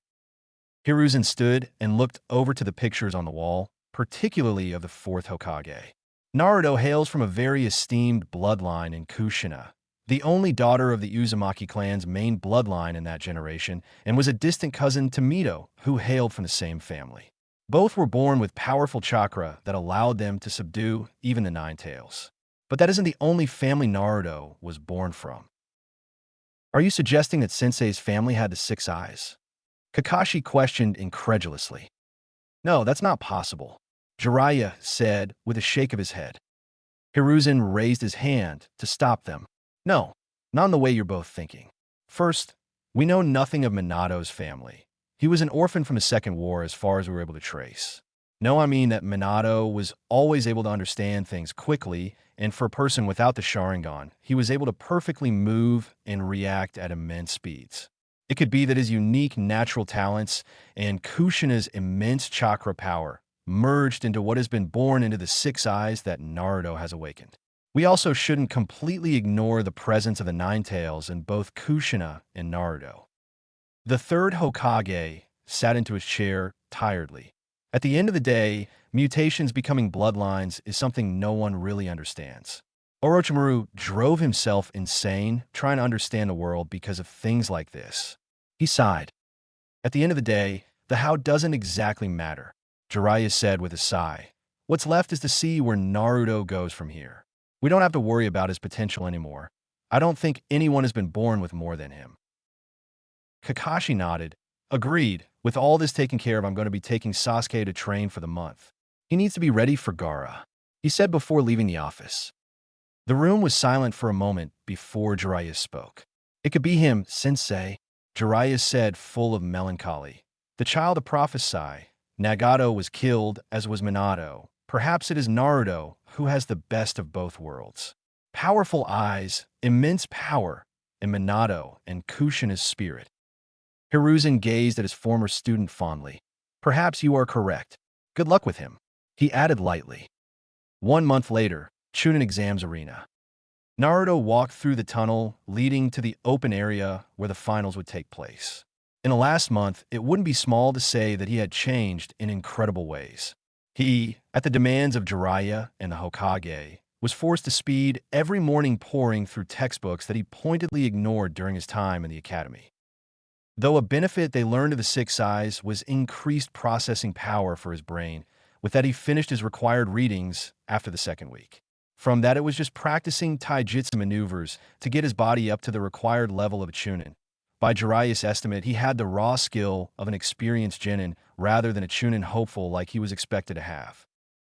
Again, with practice and training, he mastered the Leaf Village's basic forms, Jiraiya's personal advanced steps, and several grappling techniques that he found interesting. Without chakra enhancement and his eyes closed, he was at a solid Chūnin level in raw skill, which was a drastic increase. Naruto smiled as he looked around.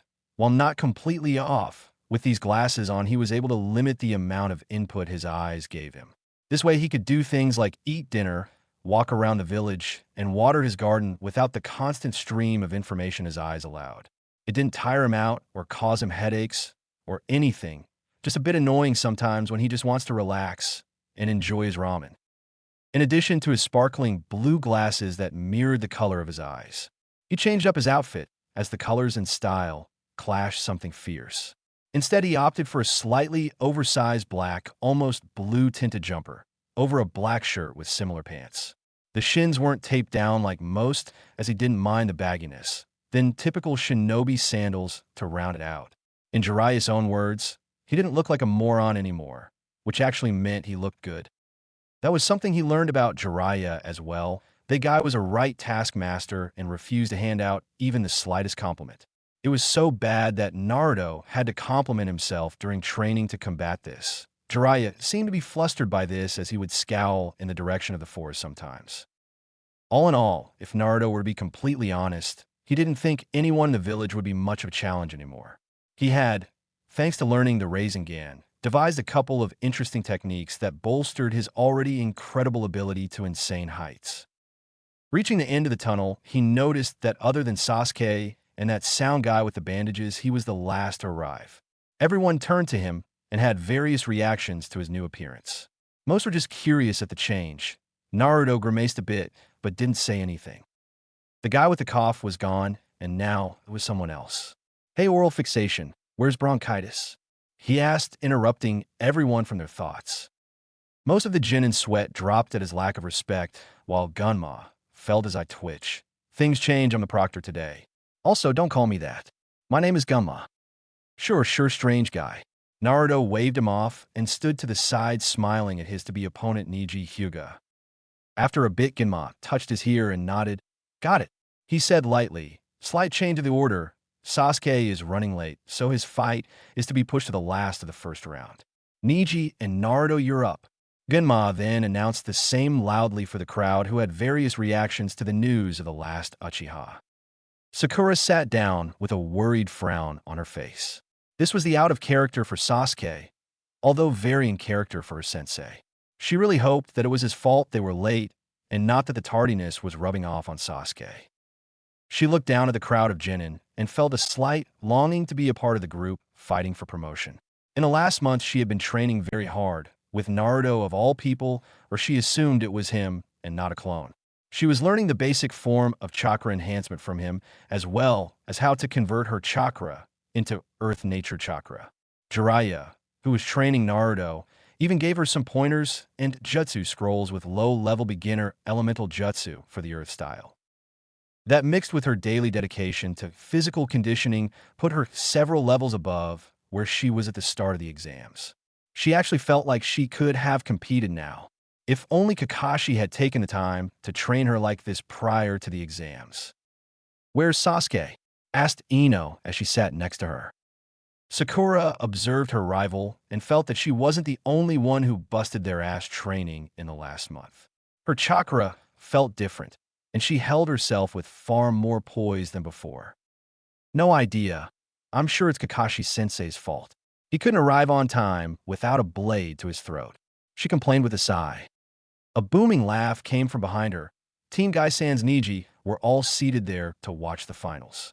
"My eternal rival is always so hip and cool. He never arrives on time," he gushed and complained at the same time somehow. Lee was fired up at his mentor's words, while Tintin just sighed with an amused smile at the usual antics of her team. "Yosh, with that announcement, it's going to be Neji's turn," proclaimed Lee with excitement. Tintin turned to Lee. "You think he has a chance against Naruto Uzumaki?" she asked. "If he continues to fight with the flames of youth that Gai-sensei taught us, then he will have a great showing," Lee said with a raised fist, his movements a bit sluggish as he was still feeling the effects of the gate. Guy looked down as the genin, not fighting, were sent to their own observation area, leaving only Naruto and Neji with Gunma on the field. He was confident that in raw fighting capability, there weren't any genin and few Chūnin that Neji wouldn't be able to beat after the month of training. He just put the team through.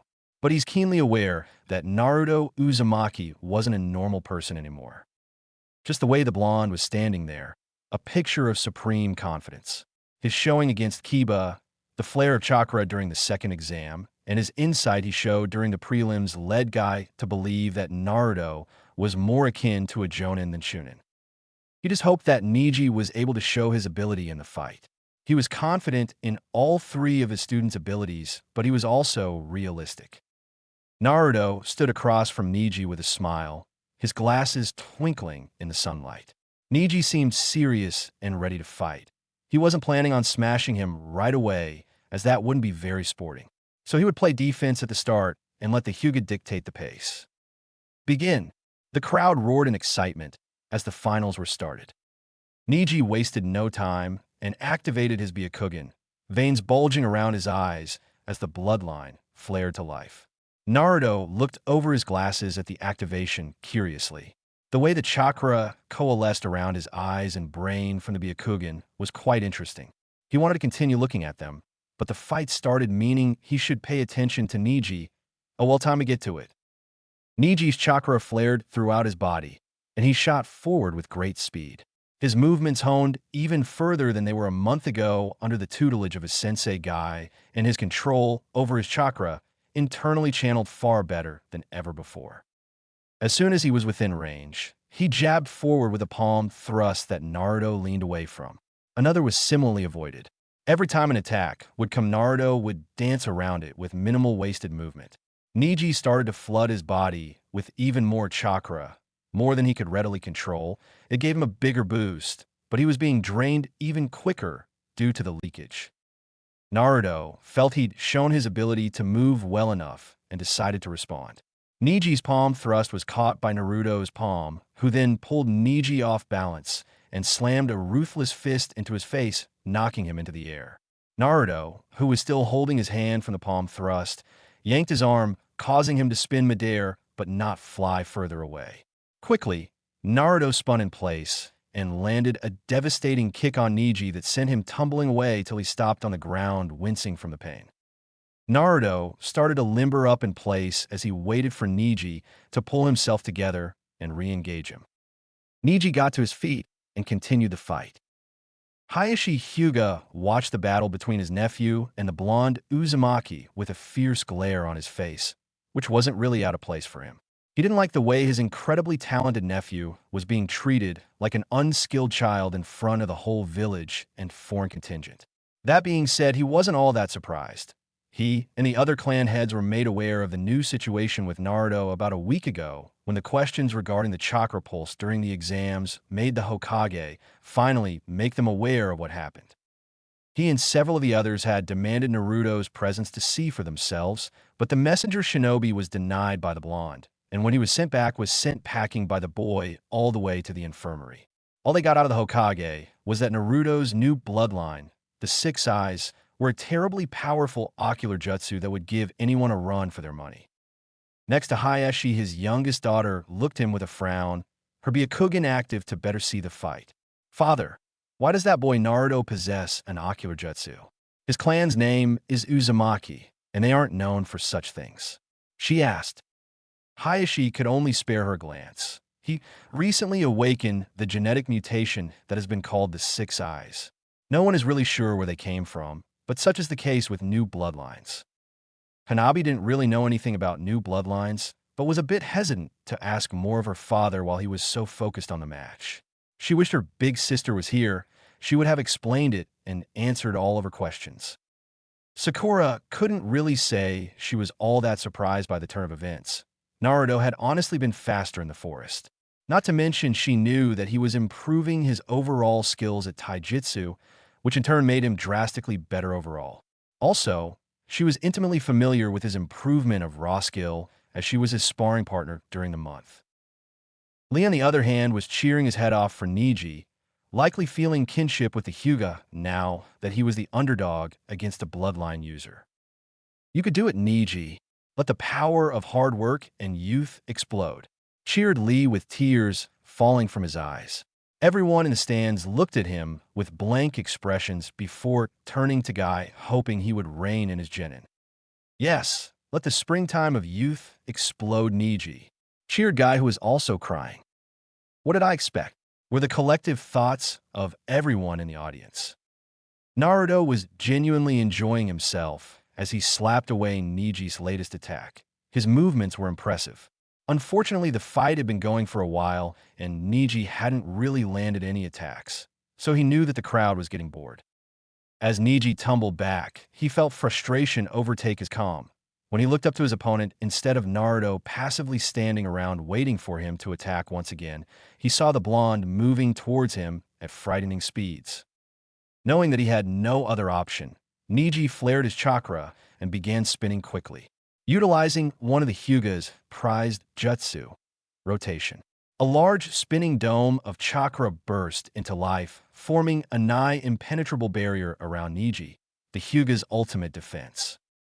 Naruto's eyes widened and his face lit up with a savage grin at the challenge. He burst forward at speeds that only a select few watching could see and appeared above the spinning dome with his right hand hovering over the dome. To those who knew anything about the jutsu rotation, they knew that the only way to overcome it was to back off till it was finished, which was usually a couple seconds.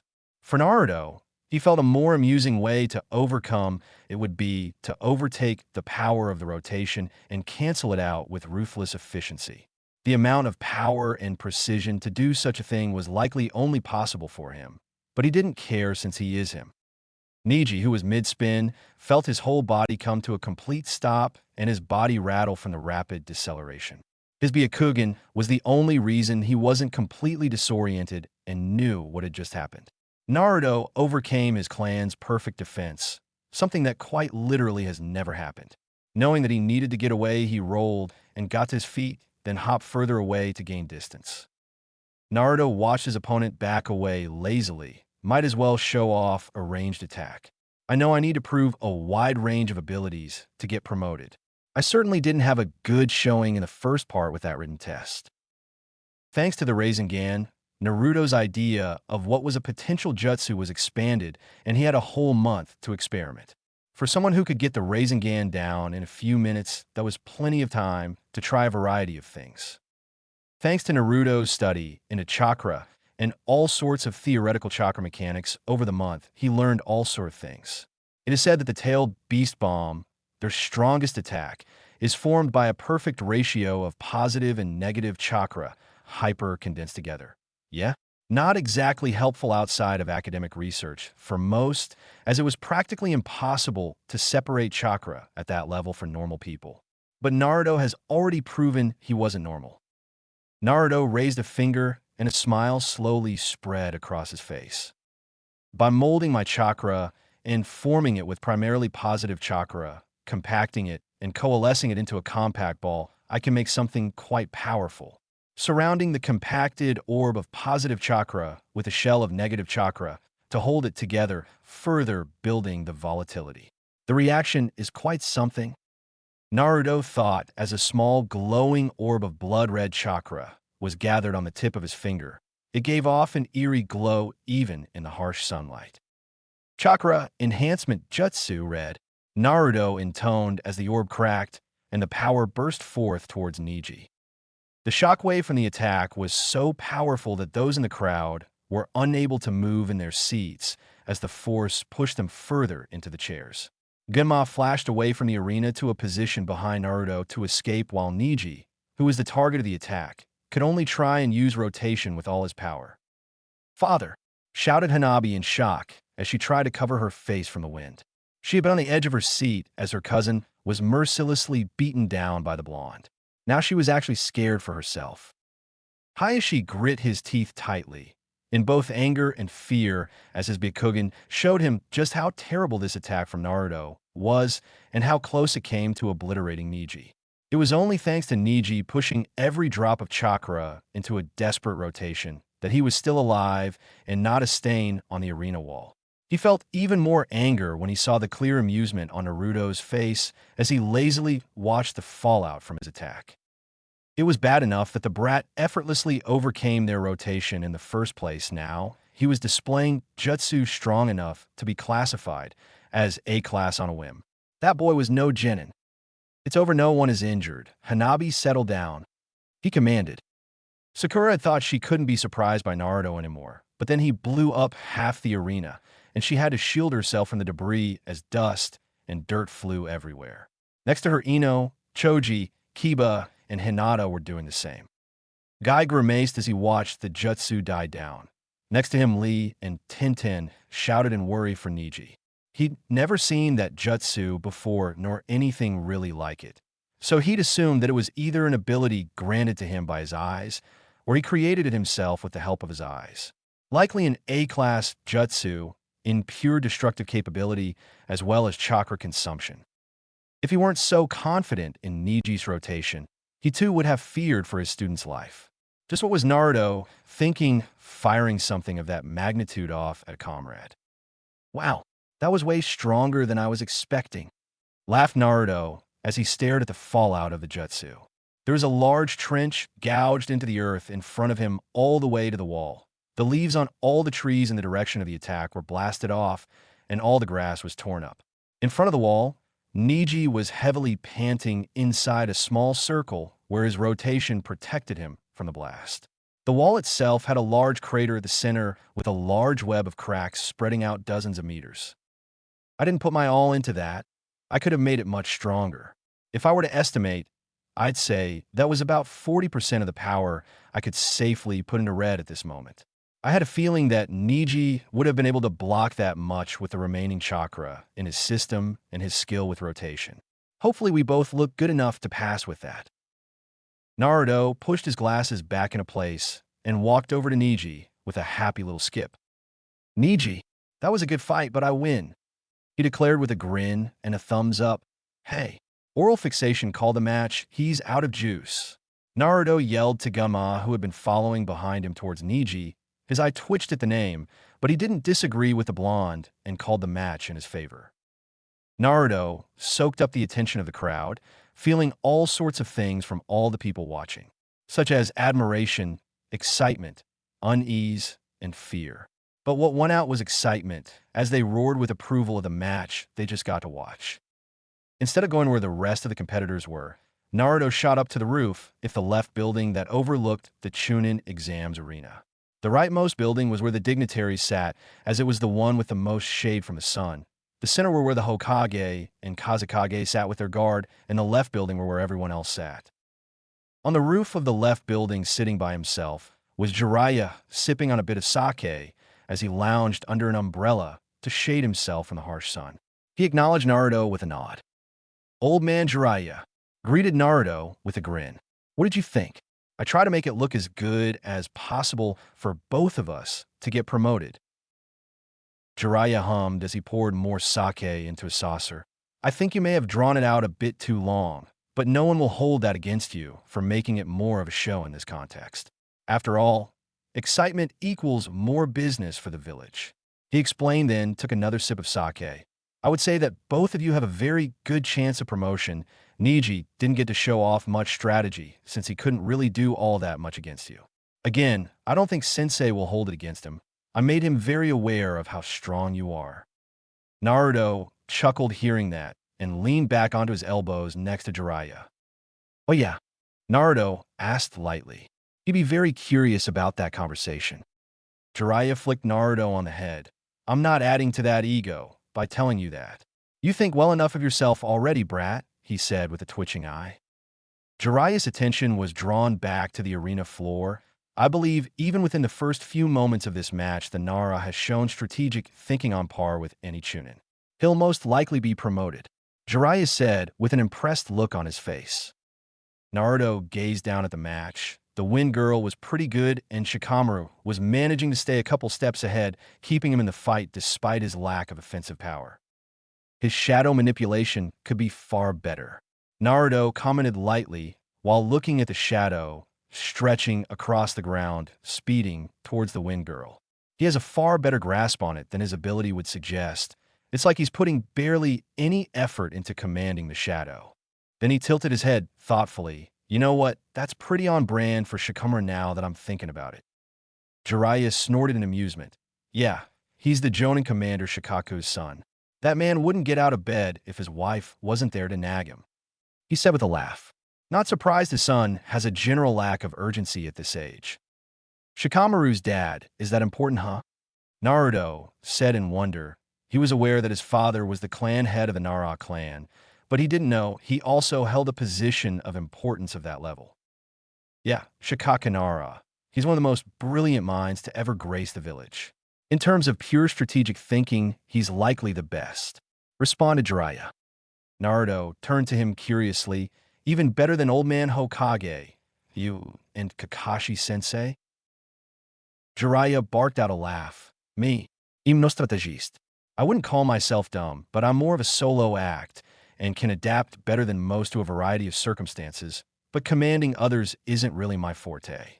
Kakashi is an excellent mission leader, but he's never had to effectively lead more than a handful of shinobi. I would say Sensei is a close second, with an elder by the name of Danzo in third. Both of them have experience leading large numbers effectively and winning battles without having to be there in person. That's what it means to be a true strategist, using what's available to you to achieve the best outcome without having to be there. Naruto hummed in thought. Then I'm not much of a strategist. He mused simply. Jiraiya shook his head. You and I are similar in that regard. We're solo acts, able to adapt to any situation and come out favorably, but not really suited to leading great numbers without being in the front. He replied. Down below, gasps were heard as Shikamaru had effectively ensnared the Wind Girl with his shadow, capturing her and securing the victory. Naruto fell over laughing when, instead of accepting the win, he decided to forfeit, saying he was out of chakra. He still got plenty, laughed Naruto. Jiraiya started laughing after hearing that. Then he just didn't want to compete anymore, just like his father. It would seem that the puppet guy had forfeited his match to Shino, which is why Shikamaru was the one to fight just now. That meant that next up was Sasuke and Gaara, to which the former still wasn't here yet. Naruto frowned at that, wondering why Kakashi and Sasuke would be so late to arrive to something this important. Jiraiya looked to the sky with a sigh. While we're waiting, I should tell you something. That Gaara, he's like you. He holds the one-tailed beast within him. I was able to confirm it during our month of training. Why tell me? Asked Naruto with a frown. Jiraiya sighed. Just in case things go south with this match, I want you to know what's really going on. I believe it was a bloodline similar to the fourth Kazekage that allowed him to manipulate sand, but it's a byproduct of having the demons sealed within him. And all I got from a Ninetales was the hatred and fear of my countrymen. Naruto commented, lightly hiding just how much it still stung thinking back to his childhood. Jiraiya just looked away, not wanting to respond to that. Down below, the crowd was growing restless at having to wait for Sasuke to show up for the exams to continue. Naruto frowned as a thought occurred to him, his brain processing information at speeds unrivaled by anyone thanks to the Six Eyes. Why do you think Puppet Guy surrendered without a fight? Naruto asked suddenly.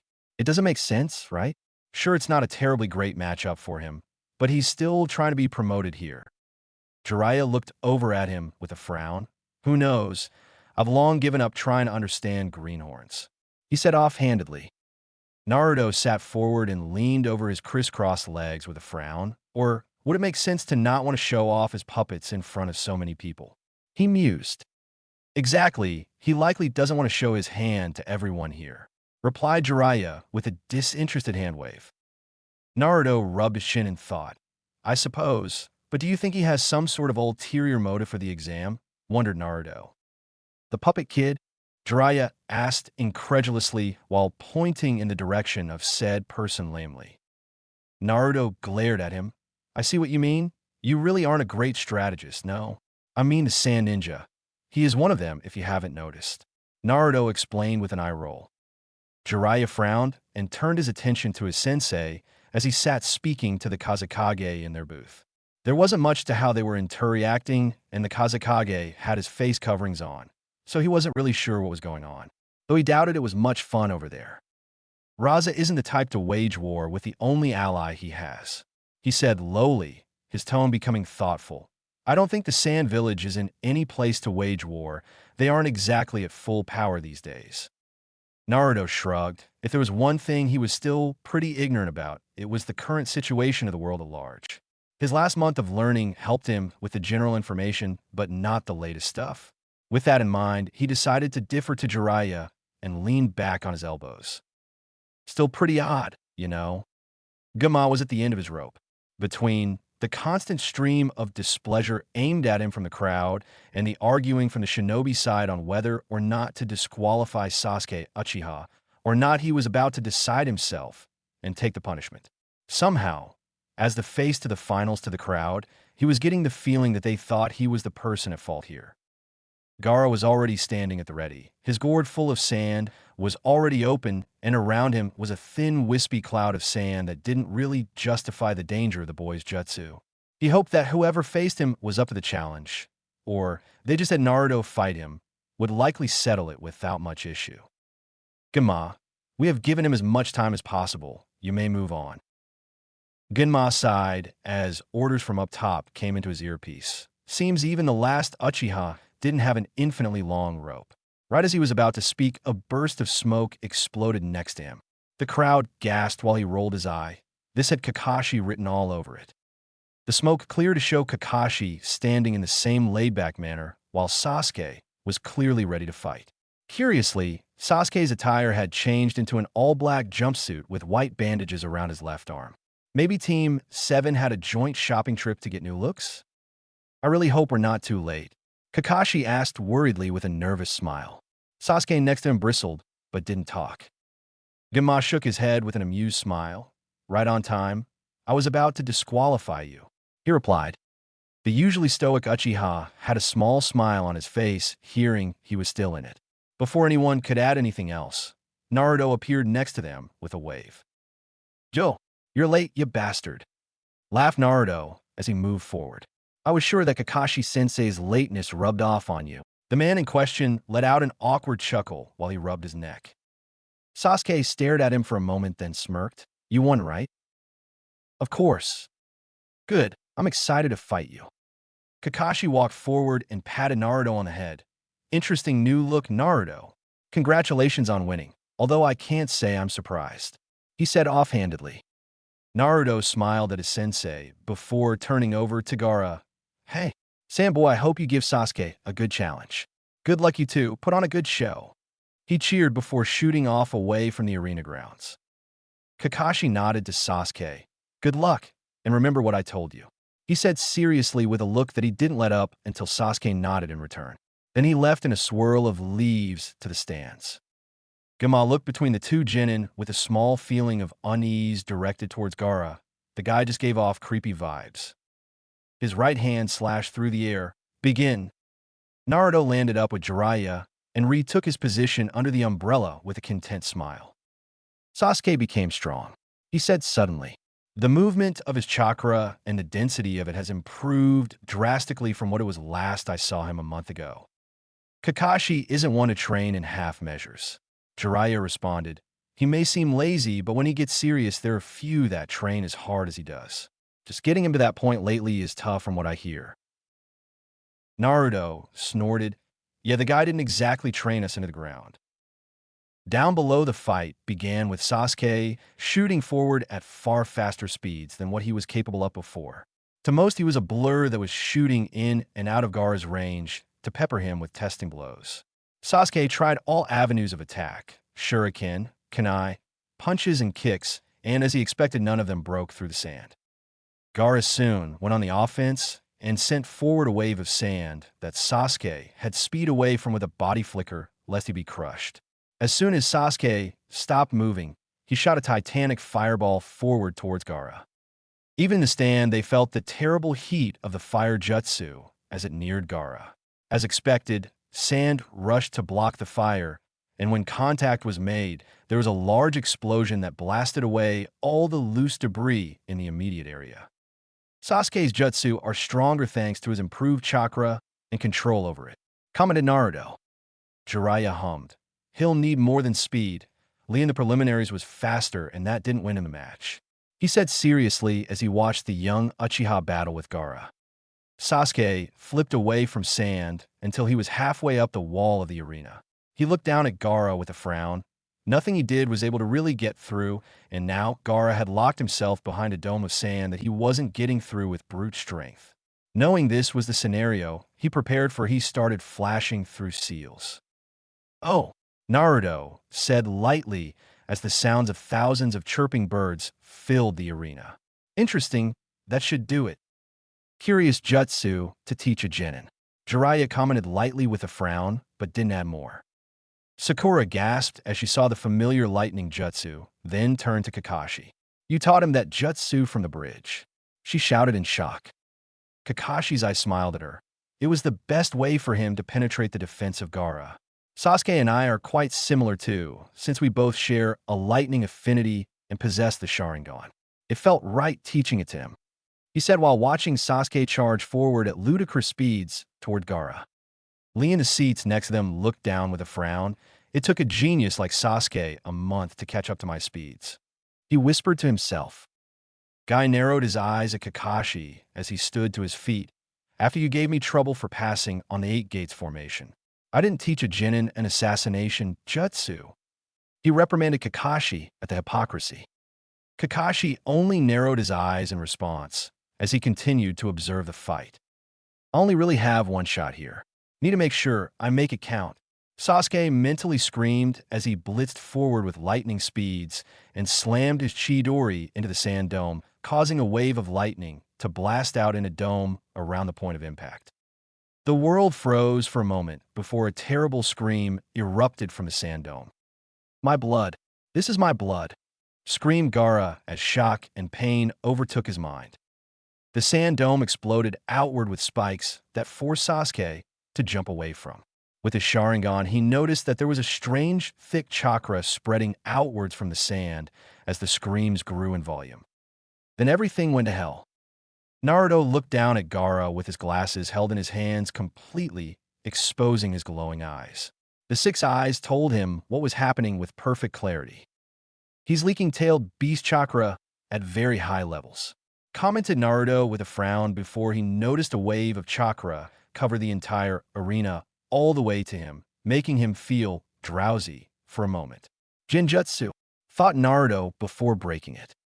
Jiraiya shot to his feet, and not a moment later, there was an explosion from the Kage booth on the roof of the center building. "Maybe you were right," shouted Jiraiya before jumping off, but not before calling out to Naruto. "Deal with Gaara." Naruto turned back down to the field where Sasuke was being accosted by several sand ninja. He burst forward at top speed, slamming into one of them, smashing the guy into the ground with enough force to shatter all the bones in his body, turning the ground into a blood-filled crater. Naruto slowly stood to his feet and glanced at the remaining sand ninja, making them wary. He turned to Sasuke. "I'll deal with Gaara and these fools." "Get out of here," commanded Naruto, and to his complete shock, Sasuke actually listened.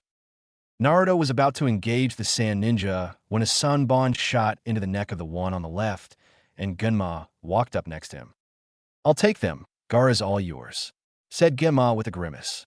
Naruto assumed he didn't like leaving a Jinin to face someone like Gaara. Though in the back of Naruto's head, he didn't like the thought of fighting Gaara, but he pushed that away for now. Naruto nodded to Genma, then turned and shot over to Gaara, a Rasengan forming in his hand that grew to the size of a melon in a flash. The sand dome was no match for the jutsu, and was blasted open, causing massive amounts of wind and sand to fly everywhere.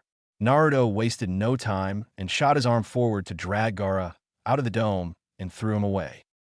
Gaara frantically got to his feet as sand was gathering all over his body, turning the right side of his body into a grotesque clawed sand arm. His face was taking on the appearance of the One Tail as a single sandy tail waved behind him. He's half possessed already.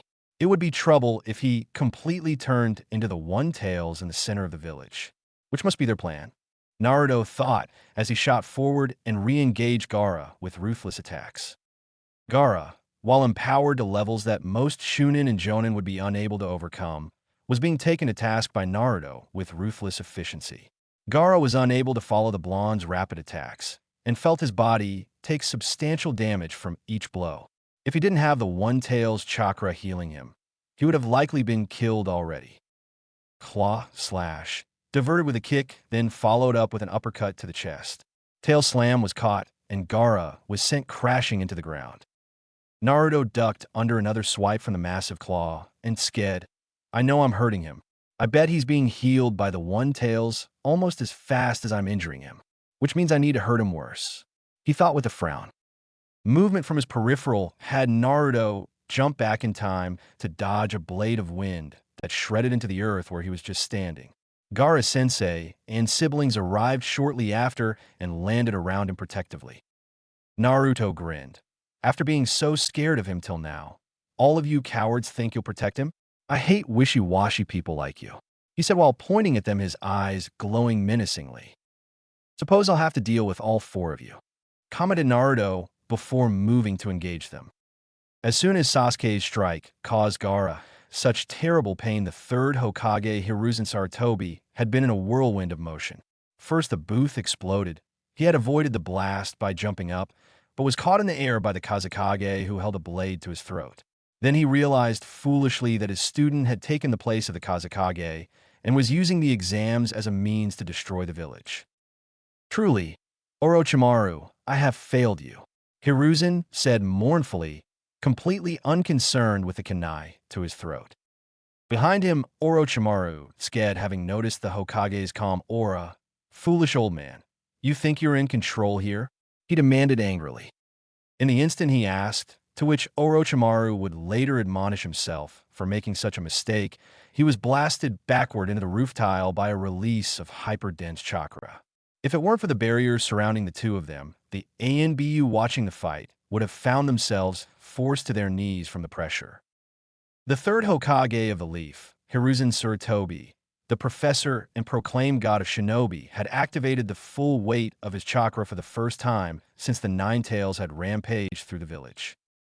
Orochimaru shot to his feet and grit his teeth. Surely you don't think a showing such as this would intimidate me? He demanded. I saw you in your prime, and this is a far cry from those days, sensei. Hiruzen sighed. Did I teach you nothing of looking underneath the underneath? I may be old and have lost a step in terms of chakra capacity, but did you think I would allow myself to grow weak? You're a fool if so. I bled for every bit of my strength, and I would sooner die than let it go easily. He proclaimed with a visible aura of chakra, shrouding his body with fiery red wisps flailing around him. Orochimaru stood and released the full weight of his chakra in response. The purple viscous aura surrounded his body, and the roof tiles were further destroyed around them. Different from the Hokage's hyper-dense chakra, Orochimaru's was a vast lake of power that was begging to be unleashed towards his opponent. A single seal from the Hokage had a terrible river of mud blast into life to remove the snake's footing, sending him tumbling away. With another seal, the air on the roof superheated, followed by a sharp tongue of flame blasted the mud river, hardening it. 3 seals, and the Hokage slammed his palm on the roof. Chakra glowered over the mound of hardened mud that turned into a brilliant explosion where Orochimaru had been buried. In the time it would take a Jonin to cast a single B-class jutsu, the third Hokage casted 2, followed by a combination jutsu with ruthless efficiency. Such was the level skill of the once touted god of shinobi. Hiruzen glared at the smoke billowing out from the jutsu's epicenter with disgust. Get up. If that was all it took to kill you, then I'm sure you would be long dead, demanded Hiruzen as he tore his Hokage robes off to reveal his battle attire. Further away from the epicenter of the blast, Orochimaru rose from the ground, looking burned but not altogether that injured. He was grinning at his sensei, as if he found that show of power amusing. Perhaps you've still got some power left in that rotting carcass, sensei, mused Orochimaru before slamming his hand onto the roof for his jutsu. I had meticulously prepared this reunion for you. Please enjoy it, sensei, he said as 2 coffins rose from the ground, followed by a third that failed halfway up. Hiruzen stared at them in horror. You've defiled them. They were at peace, he whispered to himself, as the dead faces of his predecessors were revealed to the world. Kakashi had known something was off today. Duck under a kick, stab a kunai into the femoral. It was odd that the Sand Village would send a Jinchuriki to a foreign country's exam when they were as unstable as Gaara. Parry a slash, then slice the throat. Now he was back in the familiar dance he mastered during the Third Great Ninja War. Next to him, Guy was smashing Sound and Sand Ninja with every punch and kick. Both of them were doing their utmost to protect the civilians that were incapacitated from the Jinjutsu, as well as the Jin and Huddle that were down in the stands. Naruto is fighting Gaara, Sasuke shouted as he got back to the stands, slightly out of breath. I did as you asked, and didn't fight Gaara if he went ballistic, he said with a frown while not meeting Kakashi's eyes. It was a stipulation that Kakashi imposed before their training began. In return for learning the Chidori, Sasuke would swear that should Gaara lose control of himself, he would back off and surrender. Sasuke didn't really care about being promoted and just wanted to learn the jutsu, so he reluctantly agreed. Kakashi, I smiled to his pupil. Good, he should wrap it up quick. New mission for you and the others. It's A rank. I need you all to move to the academy and make sure that the students are evacuated. Sasuke, you're in charge. Shikamaru, you're second. Sakura, Kiba, and Shino will accompany you. Order Kakashi while killing yet another enemy. The academy is far enough into the village that it should be further from the main battle. They will be away from the worst of it and still doing a vital service protecting the young ones. That being said, there's no guarantee they all survive this. Thought Kakashi grimly. He hated that his students were being put into a situation such as this, but it was the life of a ninja. He was doing the best he could to put them into a favorable situation. Sasuke stared at his sensei for a moment before giving him a nod, then he turned to the others. Let's go, he ordered before jumping off. Shikamaru following him with incredible reluctance, while the others hurried to keep up. Guy looked to Lee and Tenten. Keep close. Lee, form a perimeter around the civilians and stop any who get past me and Kakashi. Tenten, long-range support. He ordered seriously, a far cry from his usual joyful personality. The two in question shot into action, showing their experience as genin. Kakashi put his back to Guy as Sound Ninja moved to surround them. This could get a bit difficult with all the civilians around. Be sure not to send them into the stands when you send them flying, Guy. It will be tough, but we can do it, Kakashi, Guy said firmly as he lowered his stance while staring at the ninja in front of him. An instant later, and both shot into action, cutting and smashing their way through all the enemies. Naruto chuckled as he diverted a massive claw of sand into the ground, then kicked off it directly into a puppet. He flooded his body and arms with chakra as he crashed into it, causing the puppet to be crushed under him in multiple pieces.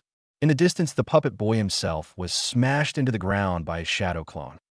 Naruto didn't have time to take in the victory as Gaara shot a blast of wind and sand pellets that he was forced to avoid.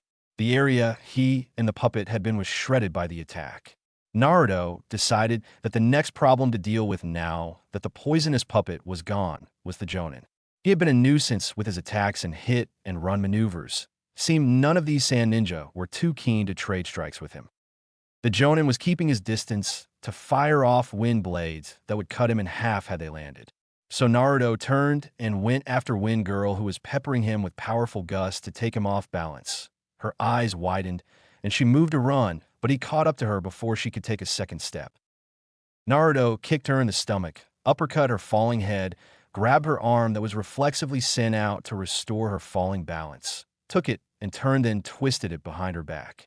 Ruthless excitement filled him for the first time as he went to snap her arm. The girl let out a silent scream as he applied more and more pressure to the arm.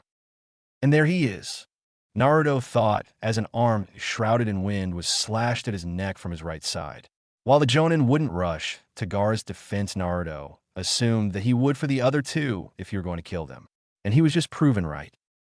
Naruto's arm lashed out at blinding speeds, and with chakra coated and hardened around his hand to protect him from the wind blade, he grabbed the Chūnin's wrist. The shock on the Chūnin's visible eye showed that he realized his mistake by rushing in. Naruto's face split into a grin, and his 6 eyes glowed brighter. Baki, the Sand Chūnin, was pulled forward by Naruto, and as he went to protect his face from the incoming punch, his stomach was kicked with force enough to cause him to vomit blood. Naruto didn't stop and release the wrist he was holding on to, then did a roundhouse kick into Baki's face as he was leaned over from the first kick. This isn't a very strong jutsu, but it should be enough in his current condition, thought Naruto as he pointed at Baki's body that was sent flying. Naruto formed a small spinning orb that was barely bigger than his finger. It was a mini Rasengan, while lower in power it allowed Naruto to do something a bit different. He formed a protective coating of chakra, then blasted it forward similar to his red jutsu. Chakra technique, sinister spiraling shot. The flying Rasengan shot formed on Naruto's finger and shot towards Baki before he even landed from Naruto's roundhouse kick. Naruto watched as the projectile covered the distance and slammed into Baki's side, digging into his flesh like a superheated drill. An instant after hitting Baki, the jutsu, destabilized, then exploded. Naruto's 6 eyes observed the fallout of his jutsu was perfect detail. The jutsu didn't have the raw power of a Rasengan even by half, but it was incredibly fast to make and fire, so it was more than worth it. Baki was completely taken out of the fight, quickly losing consciousness from the pain and injuries. Barely 2 minutes after joining the battle, Baki, Temari, and Kankuro were taken out. Naruto turned to Gaara, who was forming hand seals, seemingly unaffected by the defeat of his sensei and siblings. "You're pretty cold-blooded, Gaara," mused Naruto lightly. He gestured to the 3 sand ninja. "Don't mind that your family and sensei were taken down? Even a little bit?" he asked. "I care for nothing but giving mother your blood."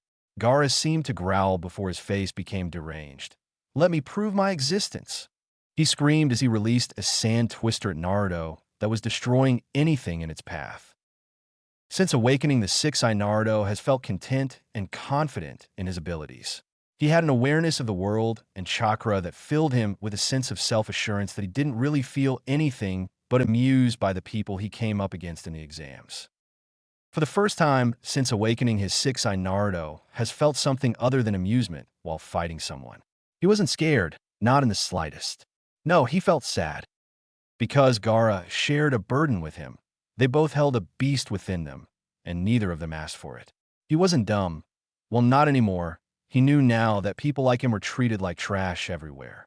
They were feared and loathed for the burden they carried. Gaara was like him, similar ages and likely similar upbringings, but both arrived at different conclusions. Naruto had the Ichiraku family reach their hand out that night.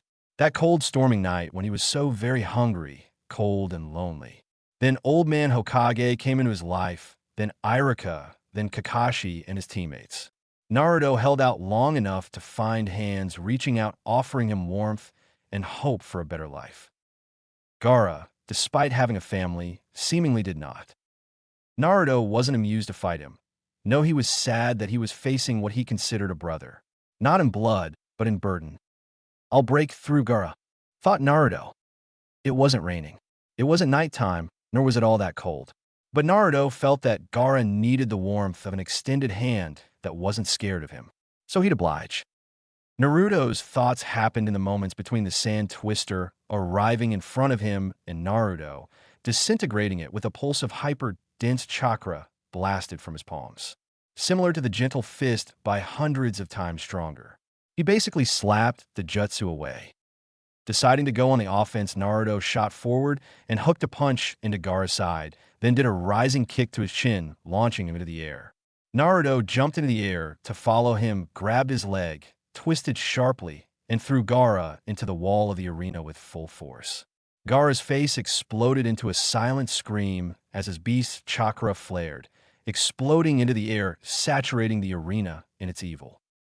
Naruto moved to stop him, but a mountain of sand surrounded Gaara as he was approaching, protecting him and slowly forming into the one-tailed beast, with Gaara perched out of its forehead.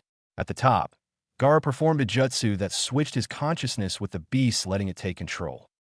"Oh, well, I may have taken a bit too long here," Naruto said with a nervous laugh. "I should probably pick it up now." He knew that the mere appearance of the beast was going to terrify the ninja as they fought. No one older than him had forgotten what a tailed beast could do to the village. Naruto had no desire to allow the beast to remain very long. Naruto flared all of his chakra and strengthened himself to his current limit. His eyes allowed him to see the forming of the beast's consciousness from the jutsu. It would take control in roughly 1 second. He needed to move. He knew it wouldn't be in time of its awakening, but he would beat its subsequent actions at his top speed. "Yeah, I'm free, baby," shouted the beast, its voice so loud everyone in the village heard it. "I dash." It was interrupted by a commotion on his head. Naruto landed in front of Gaara in a flash. The sand from his path running up the beast exploded from the force of his steps.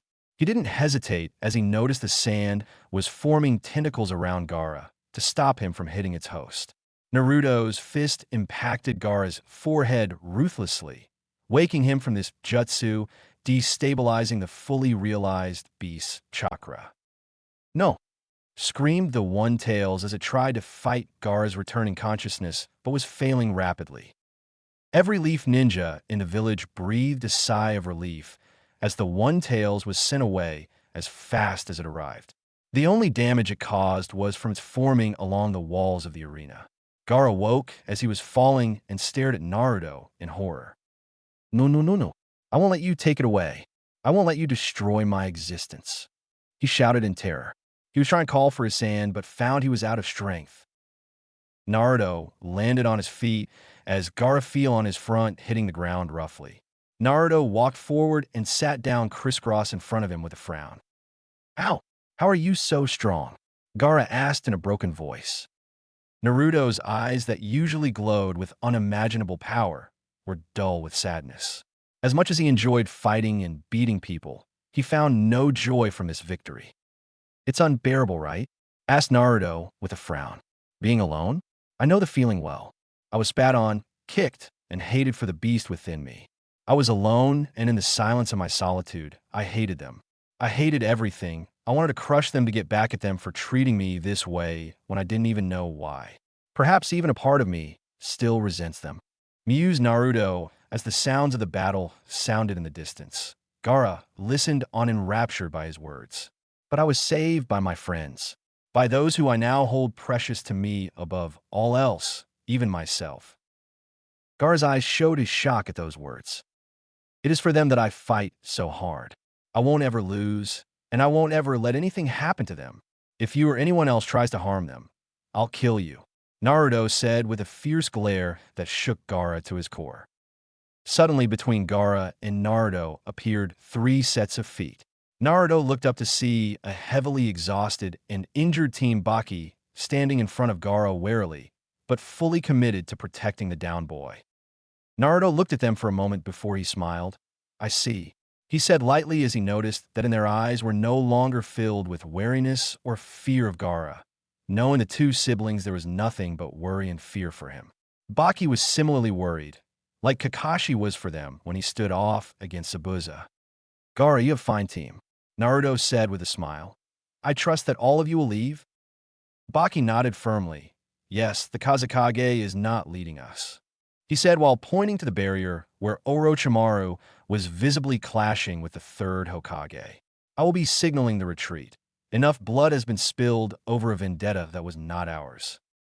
Then go, Naruto said, but in the next moment the full weight of his chakra bared down on them, and his eyes glowed ominously. But know this, I will not hesitate should we face off like this again, he warned. Baki and the 2 standing siblings nodded silently, while Kankuro reached down to pick up Gaara. Gaara couldn't meet his gaze as he muttered something lowly to his team. It must have been out of character as all 3 of them turned to him in shock before speeding off, leaving the battle. Naruto only smiled as he watched them leave. It was likely the wrong move in terms of politics, but he didn't much care about that stuff, nor would he really care what the higher-ups in the village thought. They treated him like trash for all of his life due to his status and lack of talent. He wasn't going to bend over backwards to please people like them now that they were interested in his newfound power. After all, he hated wishy-washy people like that. Oh well, time to go see if the old man needed any help. The ANBU Captain Tiger watched the battle between 3 Hokage and Orochimaru impassively, already resigned to the fact that between them was a barrier that they had no way to overcome. The battle was epic in proportions. The first Hokage's taijutsu, and later with style jutsu, were incredible to see in person, and he felt awe at the level he must have been at when he was alive if this was only a small portion of his actual strength. Then the second Hokage with water jutsu, so superior to anything he's ever seen. They were monsters wearing human skin. But none of them more so than the 3rd Hokage Hiruzen Sarutobi, who fought both of them, and Orochimaru, with only his faithful summoned Monkey King Enma by his side. While the Hokage's power was holding up well enough, he was noticeably holding back from using too much ninjutsu, favoring chakra enhancement and bojutsu for the fight. Though he was clearly at the end of his rope. Tiger was only thankful that the appearance of the One-Tails paused the fighting between them long enough for the Hokage to catch his breath. Though the break wasn't much, it clearly helped. How's he holding up? Tiger spun around at the sudden voice and was face to face with the now infamous six eyes that had been whispered about at AMBU headquarters. Naruto Uzumaki gazed at him dispassionately as he waited for an answer. The battle is tough. He's favoring a direct approach to not exhaust his reserves, said Tiger as he turned back to the battle. I don't know how long he can hold out against two undead Hokage on top of Orochimaru. Naruto grimaced and turned to the barrier, as the four ninja sustaining the barrier created one on either side of them. The barrier held properties of fire chakra in it, as well as hyper-firm chakra walls. Likely anyone who physically touched the barrier would burn to death. Well, anyone that wasn't him. Naruto's six eyes allow him to perceive and understand chakra at a level that he could do things others only imagined. He was able to completely remove his elemental affinity from his chakra and master the highest form of shape manipulation in minutes.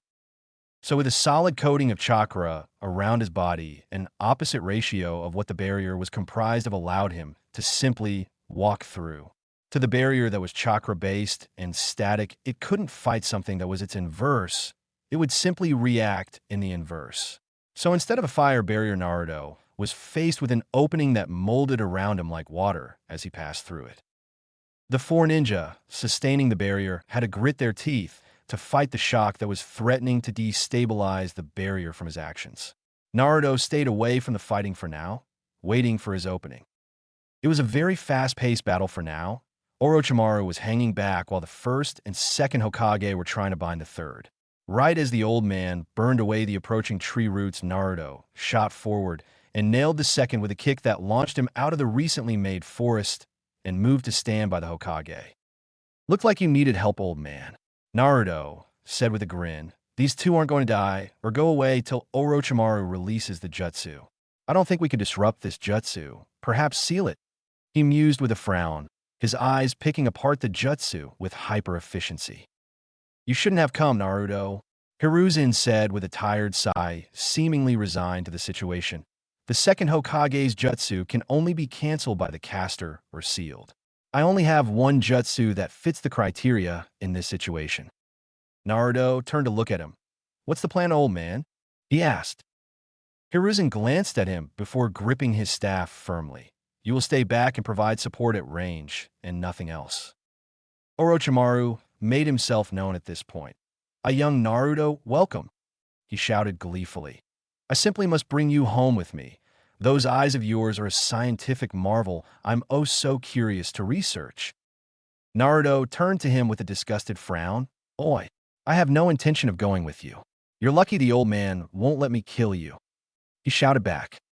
Enough, the third shouted before he rushed at the first Hokage, who mirrored his movements. Naruto watched impassively as the old man made easy work of the first with his staff, the range and power of it allowing him to easily dispatch the revived Hokage. It was like the old man was capable of shredding the wood with no effort with the speed in which he dispatched every jutsu the first sent at him. The second wasn't going to sit out of the fight as he weaved a single seal to produce a massive water dragon that raised the humidity in the barrier tenfold. Naruto watched as the chakra in the air folded in on itself hundreds of times, overutilizing the water in the air to form massive amounts of water for the jutsu. He didn't think he'd have been capable of ever doing something like that if he didn't have the six eyes. Seeing the wood style in person also showed him the depth of power the first Hokage had at his disposal. Witnessing these feats of strength from the three Hokage in front of him led Naruto to understand something. He wasn't the strongest, not yet. As he was now, Naruto was supremely confident in his ability to fight anyone. He was sure that he wouldn't lose to Orochimaru even, but seeing the Hokage fight at weakened levels as well showed him that the summit of power he would need to reach to be called the strongest was still above him. That wasn't to say as they are now too strong to jump in. No, the old man was likely capable of beating him with his sheer jutsu knowledge and adaptability. But Naruto had things that no one else had. Complete unpredictability. Mix that with his six eyes, and he wasn't going to be ignored. Naruto flared chakra within his body to the max that his body could withstand. He'd said to himself as the power flowing through him was a bit heavy on his muscles, and he could tell he was pushing them to the max. Hiruzen spun his staff at immense speeds around himself as he severed all the incoming roots. The instant the wood was taken care of, Hiruzen jumped straight up, flashed two one-handed hand seals, and released a compacted stream of lightning towards the second Hokage, who was building up water for a jutsu. Hiruzen didn't bother to watch the jutsu as he extended the staff towards the first Hokage as the dead ninja was rushing to attack. Before Hiruzen could do anything more than slam the first Hokage into the roof with his staff, a blur came into the fight. The first Hokage, after getting smashed into the ground, was attacked by Naruto. The first Hokage quick responded to the blonde, some of his body reforming under the effects of the reanimation jutsu. Naruto ducked under a kick, lashed out with a jab that was caught by the first. Naruto's eyes narrowed in response. As his fist was caught by the first, the dead Hokage lashed out with his own punch that Naruto caught. He noticed with his eyes that the first was using chakra enhancement different than normal. As he caught the dead Hokage's punch, he felt the effects as he was nearly blasted away from the Hokage from the sheer force of the punch. He's never experienced that level of power. He doubted Lee with the fifth gate open hit that hard. "You're quite strong.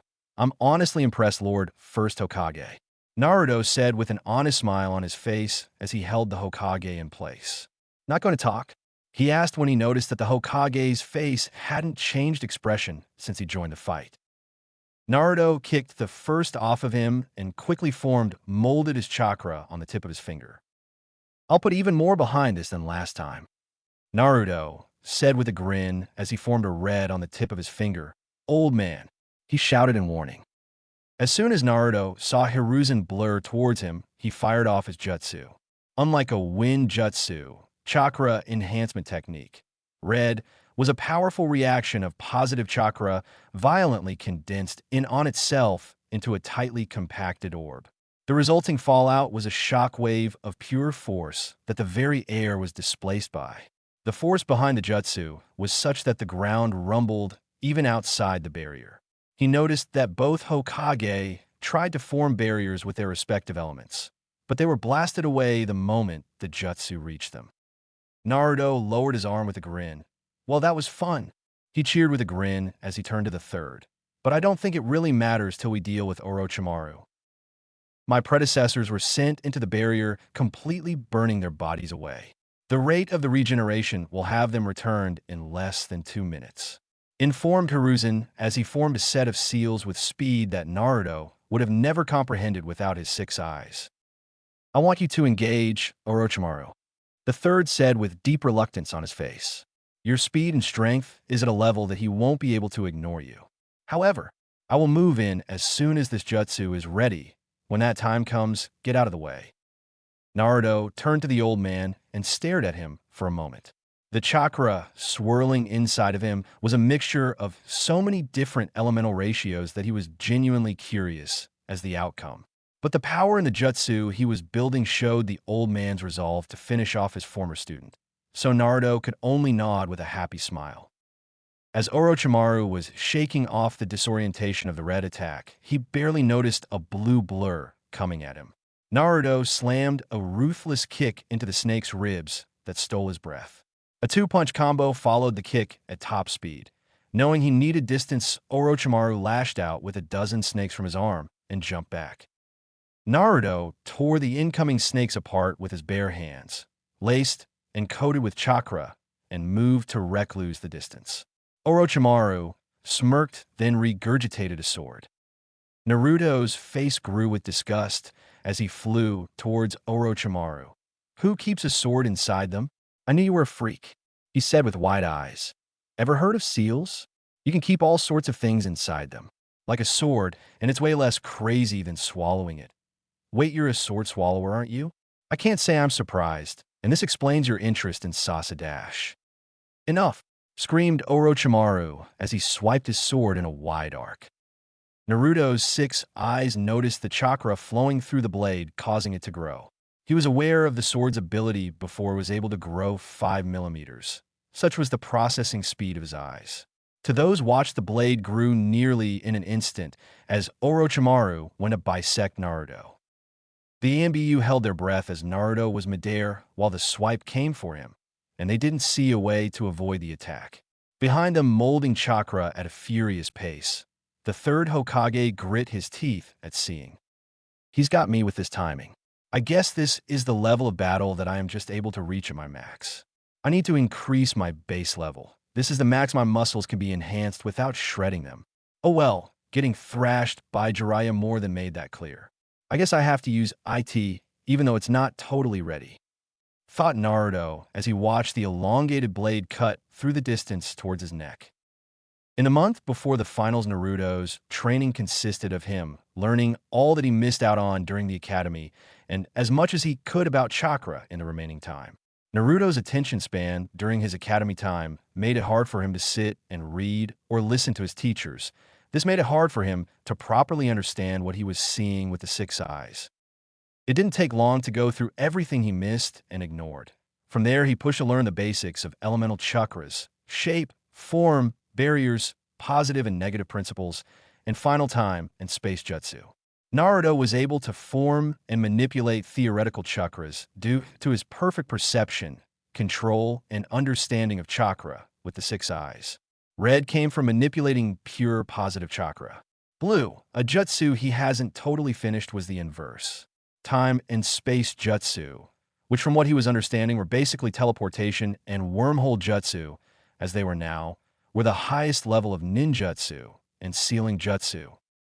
However, Naruto thought of separating time and space jutsu for a technique, manipulating space by itself or time by itself. At large scales, the level of energy would be impossible with the levels of chakra he possessed, but at small scales, he could influence them. So he created a defensive jutsu, more of a barrier in than anything else, but the chakra that formed it was in fact time and nature. It wouldn't have been possible without witnessing Jiraiya use the summoning jutsu, a time-space jutsu, if at a lower level than the second and fourth Hokage's flying Raijin jutsu. Seeing the chakra in action allowed Naruto to try and form it. Thus, infinity was born. In Jiraiya of the Sannin's own words, it was the most incredible jutsu he's ever seen or heard of. The blade of Orochimaru sliced towards Naruto, who lifted his left hand into its path and formed three one-handed hand seals. The blade made a sound as it made contact, and Naruto's eyes shone brightly as his jutsu held firm. The point of contact between Naruto's hand and the blade was separated by inches. Orochimaru, on the ground holding the blade, grit his teeth as he tried to close the last bit of distance, but found it impossible. At this moment, this is the third time I've been able to activate infinity. It's only the size of my torso, and I need 3 seals to properly mold the chakra, but with time and practice, it will cover me. Naruto grinned at the thought of his perfect defense. Those watching the battle, the Sound Ninja, the ANBU, Orochimaru, and finally the third Hokage were racking their brains trying to figure out the jutsu. However, the only one who knew, Naruto, wasn't about to share. Infinity is a barrier jutsu that is formed entirely by time-based chakra manipulation. It is 0.5 millimeter thick and lies 50 millimeters from my body. It's not stopping the blade. It's actually continuously slowing the blade down. A space-based barrier would be nearly impossible to use like this. The fact that the blade is still moving, but losing its speed by half every time it grows, even the most infinitesimally amount closer possible, means that I can sustain this barrier energy-wise without too much hassle.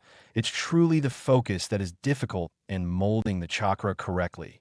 With infinity up, I will never be touched, like the distance between numbers 1 and 2 and the infinite number of fractions between them. The blade will never reach me. Naruto's grin became savagely wide as he locked gazes with Orochimaru. The slashing blade, then contact with Naruto's defense, till now barely lasting 2 seconds.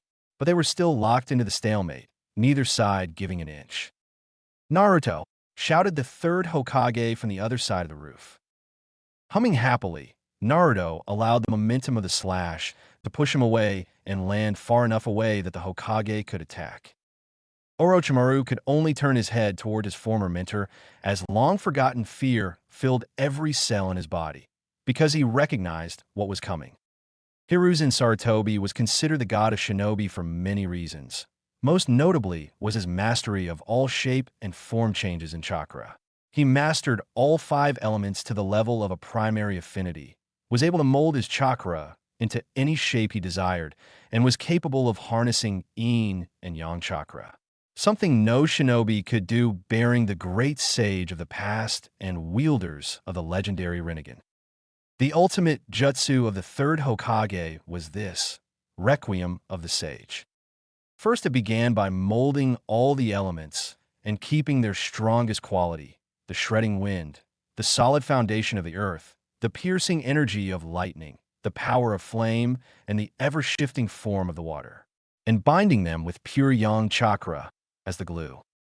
Both of Hiruzen's hands were put together in the form of a prayer, and black lightning surround them, sparking erratically with a white halo of chakra glowing around his hands that sparked with blue lightning. His face was covered with shadow, hiding his expression from both Naruto and Orochimaru, but they knew it likely held a look of immense concentration. The instant Orochimaru looked from Naruto to the Hokage, a flash of blinding light overtook the rooftop, followed by a sonic boom that had everyone in the village reeling. Naruto was able to witness the beam of violent energy swirling with arcs of chaotic energy that destroyed everything it came into contact with. Orochimaru could do nothing but harden his body with chakra and hope the nature chakra in his body would let him survive this. The twin barriers keeping the 3 of them inside the rooftop was torn through as if it was paper, and the beam continued until it impacted a building across the street, blowing it sky high. The ninja standing atop the building were torn to shreds, leaving only dust in their wake, and the building itself was only rubble. Naruto could only say that he had never been as impressed as he was right now. He turned back to the Hokage and audibly gasped. The old man's coils were all burned, his body was quivering, and he had a look of utter exhaustion on his face. Naruto rushed over, barely beating the ANBU who were now able to join them, and caught the Hokage before he could fall to the ground. He needs emergency medical attention. All of his chakra coils are severely burned, shouted Naruto to the ANBU. One with green hair moved forward and began trying to heal the Hokage. Naruto turned to where Orochimaru was before the attack and frowned. There was nothing left of the area, and if Orochimaru lived or died, they wouldn't be able to confirm it. However, there were 2 things that were there that Naruto could confirm. The first and second Hokage moved forward, this time with facial expressions shifting as they gazed at the third. Naruto didn't feel any danger from them like before, but stood at the ready. The first noticed this and smiled at him gently. "Please, young ninja, do not worry, we are not long for this world. The jutsu controlling us is breaking and we will soon be free," he reassured. "Oh, Sarutobi, you have more than surpassed me," he said with a fond smile on his face. The second Hokage kneeled to get a closer look. "I believe he will survive. However, his future ability to wield chakra is unknown. Find a replacement monkey. You've more than earned your rest," he commanded firmly, but his eyes held a softness that only a proud teacher could have. "The old man will be fine. I'll make sure of it," declared Naruto with a fist held up in determination. "If we can't heal him here, then I'll find someone who can, I swear it." The brother smiled fondly at the boy, the second looking at him closer. "You have an interesting ocular ability. What is your name?" he asked. "My name is Naruto Uzumaki, wielder of the 6 eyes, and I'm going to be the strongest Hokage of them all," Naruto said, while wearing a smile of supreme confidence. Both Hokage's figures began to crumble apart, and their soul broke away and started flying up into the air. They looked out at the remaining skirmishes throughout the village, the sand having left under Baki's command, and most of the sound defeated and retreating. Both of them knew today was hard and filled with loss, but felt pride in the village they built and died for remaining strong so long after their passing. Then they looked down at the young Uzumaki who was watching them leave with his otherworldly eyes, and they knew that the future of the village would rest with him. Crazy as it may seem, they didn't feel all that hesitant leaving the future of their village to a young boy like Naruto. Naruto sat on top of his father's head on the Hokage monument with a bored expression. Lots have happened since the end of the Chūnin exams and subsequent invasion led by Orochimaru of the Sannin. There was the sounds of repairs all over the village. Not so much damage was done that the village was unable to operate normally, but many businesses and homes were destroyed in the fighting. Overall death tolls were still being counted, but thankfully the civilian numbers were mitigated quite well thanks to the actions of the rapid response Chūnin force. Chūnin, and Jonin deaths were less than expected. For Jonin, 94 Chūnin and 11 Genin. For assault force from the sand and sound number, well over 2,000 altogether, only suffering 108 deaths. Defending the village was very impressive. Naruto surmised that the actions of himself, Jiraiya, Kakashi, Guy, and Sasuke did the most as they took out the biggest players or defended important points in the village. Unfortunately, all wasn't amazing. Orochimaru isn't dead. The fact that his curse seal is still active on Sasuke, and Anko Mitarashi shows that. So the old man's insane jutsu was only really useful for ending the fight and disrupting the snake's control over the first and second. Naruto's eyes narrowed at the thought. The third Hokage was comatose since his use of Requiem of the Sage. One of if not the only S-class plus jutsu in existence. Something that even a young Hiruzen struggled to use, much less the old man he is today. Based on the reports of the head doctor, the old man would be lucky to retain use of his chakra, but his days as an active S-class combatant were over. Naruto didn't want to think about the odds of his survival if there wasn't something done about his coma soon. No one in the village has the ability to heal him.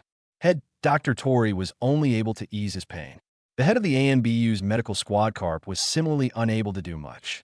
I can only think of one person on the planet that would have a chance, and wouldn't you know, it's the last of the Sannin, Tsunade Senju. Therein lay the problem, Naruto thought with an angry glare. With the third in the current situation, the decisions were being made by the Advisory Council, made up of the major clan heads, ANBU commander, Jonin commander, and the third's old teammates. Seems with the god of shinobi out of the game, hidden agendas were coming out. All of them can go die in a hole. I'm giving Jiraiya till the sun sets before I go after his stupid teammate. It was earlier during a troubling conversation with the council Naruto confirmed his earlier thoughts of them. Earlier in the council chamber, Naruto stood in a large room which was occupied by the current council who has been deciding the fate of the village. It was lacking any real personality. Torches lined the walls, no windows, and not much to sit on really. Random chairs in a room with some occupied, others not. Clan heads for the Akimichi, Yamanaka, Hyuga, Inuzuka, Aburame, and Nara were sat in various positions around the room. ANBU Commander Lion was sitting crisscross on the ceiling behind Naruto, while Jonin Commander and Nara clan head Shikaka Nara was standing in front of Naruto with his arms crossed. Oh, and the three idiots were here. At a high-rise table were the three former teammates of the third, Koharu, Hamura, and finally Danzo. Despite not coming from any real reputable clans, or having any remaining power beyond a typical Jonin, from his six eyes observation though Danzo was interesting, they certainly held themselves above everyone here. Naruto didn't hold back. He walked right in and said it. I'm not here to waste time with old fogies like all of you, Dash. Insolence, Dash shouted Hayashi. Naruto glared at him with glowing eyes that silenced him right away. I'm here to tell you that with the old man in his current state, he needs the medical attention of Dash. Tsunade Senju interrupted Danzo with a passive expression gathering the room's attention. Do not think your new bloodline makes you the only one capable of thought. She is the only one alive with the expertise to potentially heal Lord Hokage. Lord? This guy hates the old man's guts. I've known that since I was 7.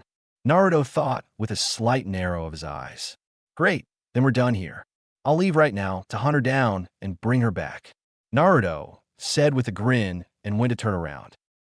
Yamanaka Inoichi spoke up before he could fully turn around. You believe that the best course of action is to bring back a traitor? He asked with a glare.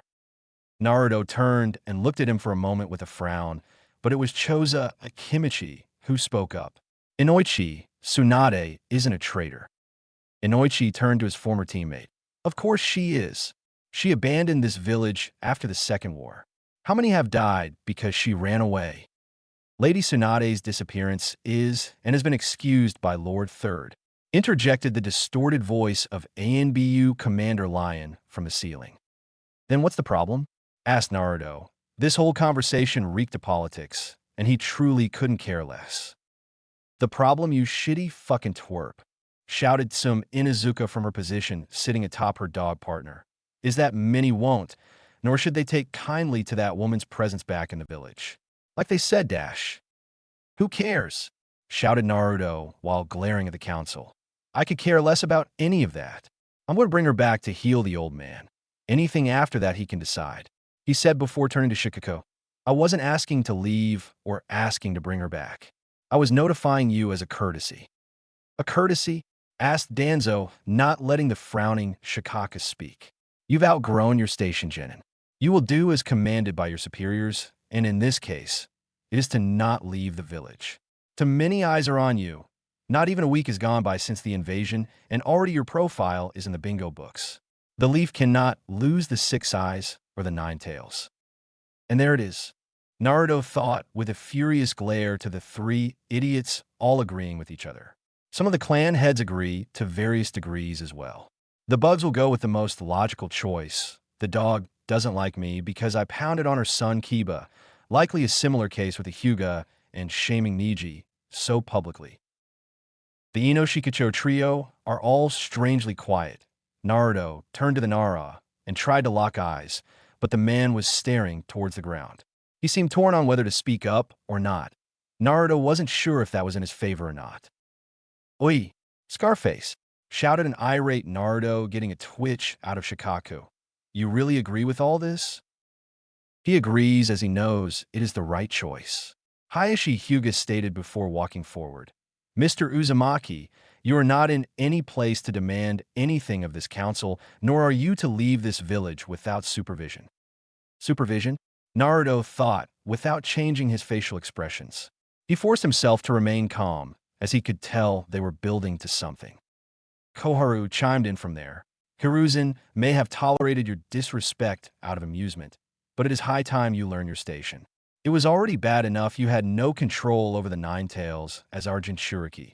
Now you have no regard for your new bloodline's importance, she stated with a frown on her wrinkled face. Naruto was suspiciously quiet as they spoke. Shikaku started to look around the room with a frown. I did not allow Hyugas to leave without a seal to keep the Byakugan safe. I would consider the same for Naruto. The 6 eyes have turned a pathetic genin into a powerful shinobi, not something we should let leave the leaf due to carelessness. Hayashi stated, getting approving looks from the 3 and considering ones from the rest of them. Hamura stood from his chair. This council has already been working to place you in a new cell, better training conditions which will allow you to perform your duties as the 4th Hokage intended. Naruto opened his eyes at that point and glared at the advisor. Oh, is that what my old man wanted? To be your little attack dog?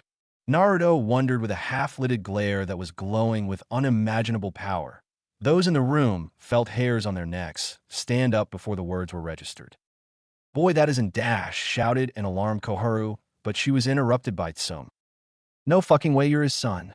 She shouted in disbelief, her hackles up at the thought. You're that woman's son, the Uzumaki outsider. Outsider?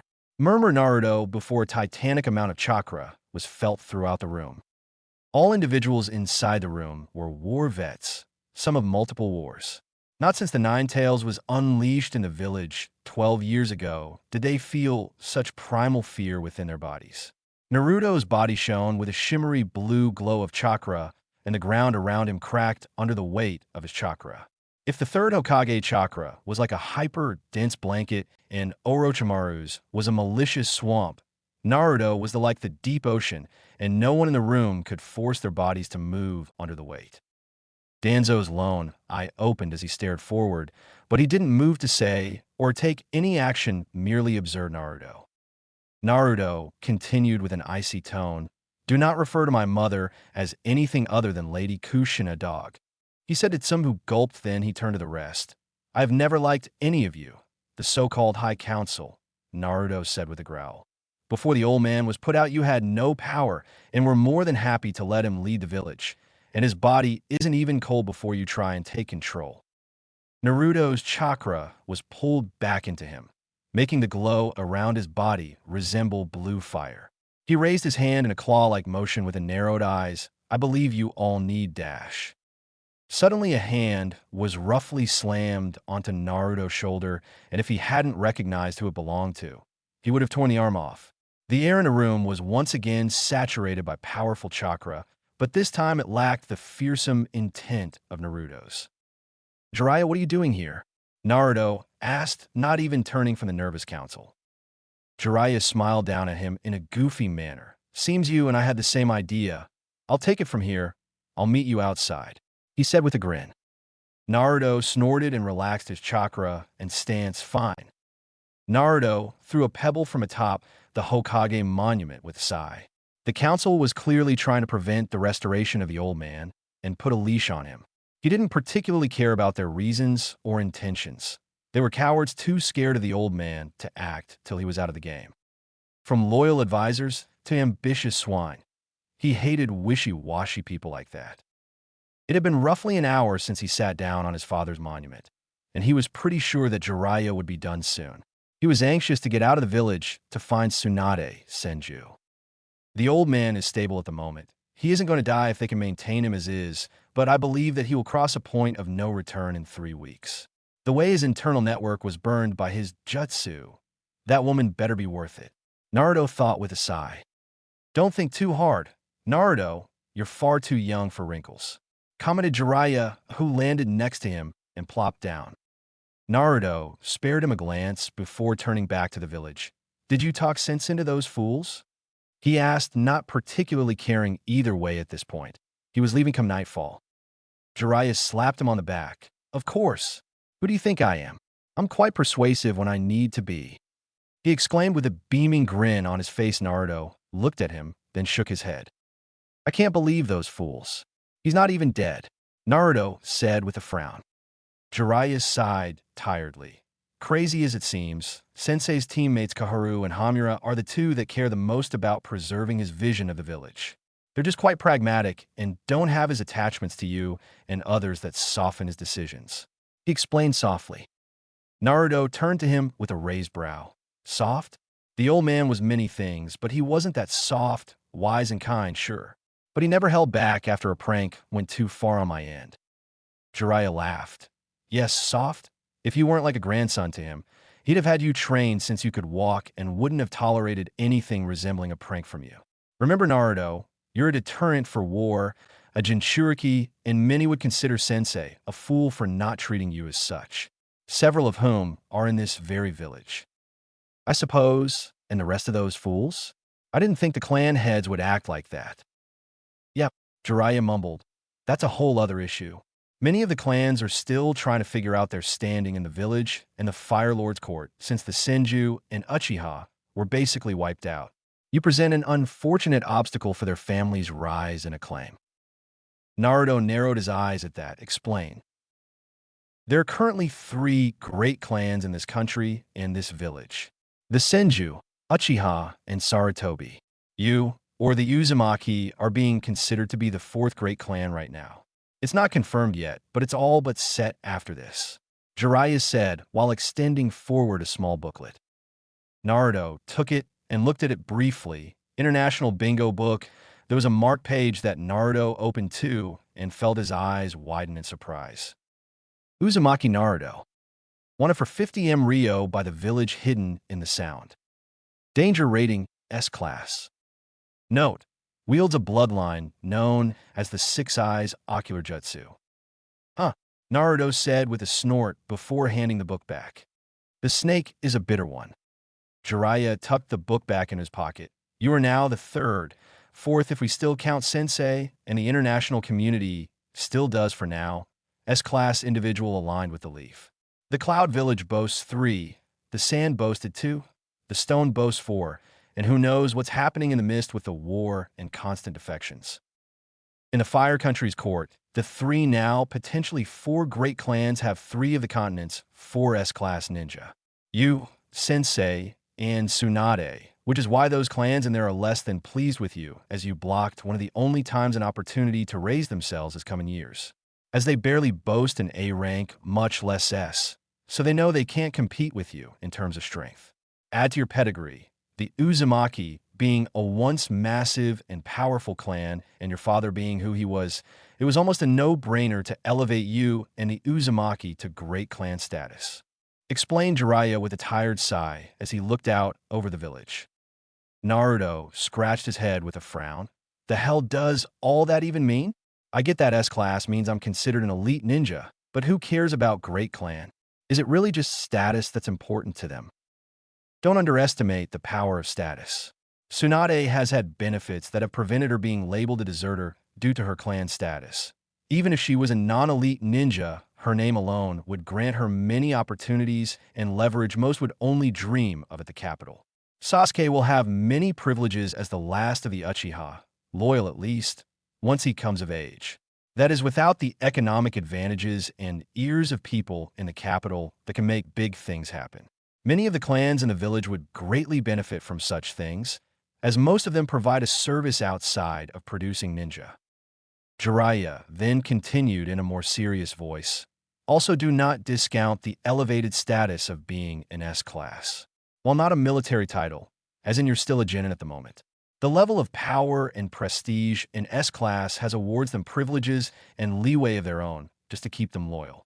You are a face of the continent and the leaf now and will be treated as such. Even an orphan like me has lived very comfortably after attaining S-class. Though if I'm being honest, while likely deserving of S-class, you're probably the weakest of the three of us at the moment. Naruto shrugged. Give me a bit more time to get Infinity down and we can revisit that comment, he said lightly, to which Jiraiya thumped him on the head. Naruto then jumped to his feet. So now what? Are we leaving to get the old broad? Jiraiya shot to his feet hastily. Don't say that. Something you have to know about her is she's vain with a capital V. Don't insult her like that, or it'll make our job 100 times harder, he warned with a bead of sweat on his forehead. Naruto raised his hands silently in surrender. Jiraiya took a breath and calmed himself. Next, as we leave at first light for about a 2-week journey. I have a few leads, so hopefully we're done before that. Sound good? I haven't been able to meet up with my team in the aftermath of the invasion. Have you heard anything about them? Naruto asked. He wouldn't lie and say he wasn't a bit guilty at not looking for them in the past week, but he had spent much of it at the hospital with the old man or training. Sasuke and Sakura are fine. They had light injuries that were treated after the fighting.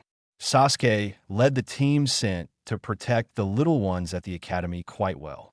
I get the story from him, but rumor has it he proved himself quite well for promotion. Kakashi was low on chakra, but he's been in and out of the village on emergency duties. Jiraiya explained before turning thoughtful. That's another reason the council didn't want you leaving. They didn't want the village without an S-class to protect it, and they knew I'd be leaving to get Tsunade. Naruto rolled his eyes. Yeah, I'm sure it was for a reason like that. They need their strongest here. Really making me feel like I have some type of privilege right now, he said sarcastically. He knew that was barely a consideration during that meeting. They were chomping at the bit to get him under their thumb. I didn't say it was the only reason, just a reason, Jiraiya countered with a smile. In their own way, they think they're doing what's best for the village. Unfortunately, the AMBU commander, Shikaku, and some are really the only active ninja on the council anymore. The rest have duties inside the village they attend to, so their pragmatism may be a bit skewed these days. Jiraiya suddenly stopped. By the way, when did you learn about your old man? I heard you mention it in the council chamber, and just went along with it. Naruto snorted with a grin while pointing to his eyes. Ever since I've gotten these bad boys, I've been able to think far clearer and figure things out way faster. I saw a picture of him and knew instantly. Then I broke into the record room at the Hokage Tower and found out about my mother. I didn't really bring it up because it wasn't super important at the time, I guess. I was just happy to know who they were, he said softly. Jiraiya wrapped an arm around his shoulder. They would both be incredibly proud of you. Never doubt that. Thanks, Naruto said with a smile. That being said, I am pretty annoyed, but I want to talk to the old man before I let it out. After departing from Jiraiya, Naruto decided to stroll through the village in search for his team. He was taking in the sights and surveying the damage done by the invasion. Shops and signs were busted up, but surprisingly very few were totally out of commission. There were civilians chatting in the street, going over their stories from the invasion with relieved smiles on their faces. Some who looked over at him had surprised looks on their faces. A few even looked slightly awed by him. Word spreads fast.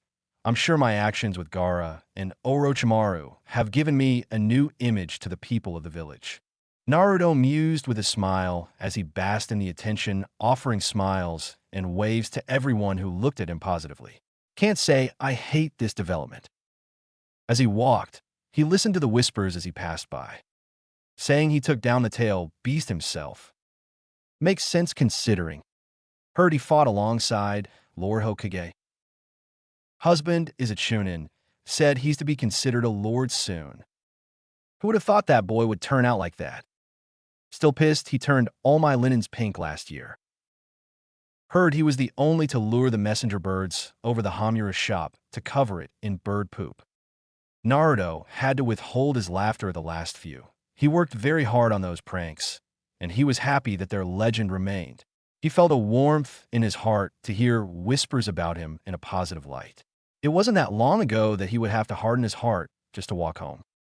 Instead of Ichirakurama, Naruto went towards the training grounds that his team frequented. A bit more walking, and he was made privy to a sight that if his 6 eyes hadn't told him was real, he would have thought was it Jinjutsu. Sasuke and Sakura were locked into a spar.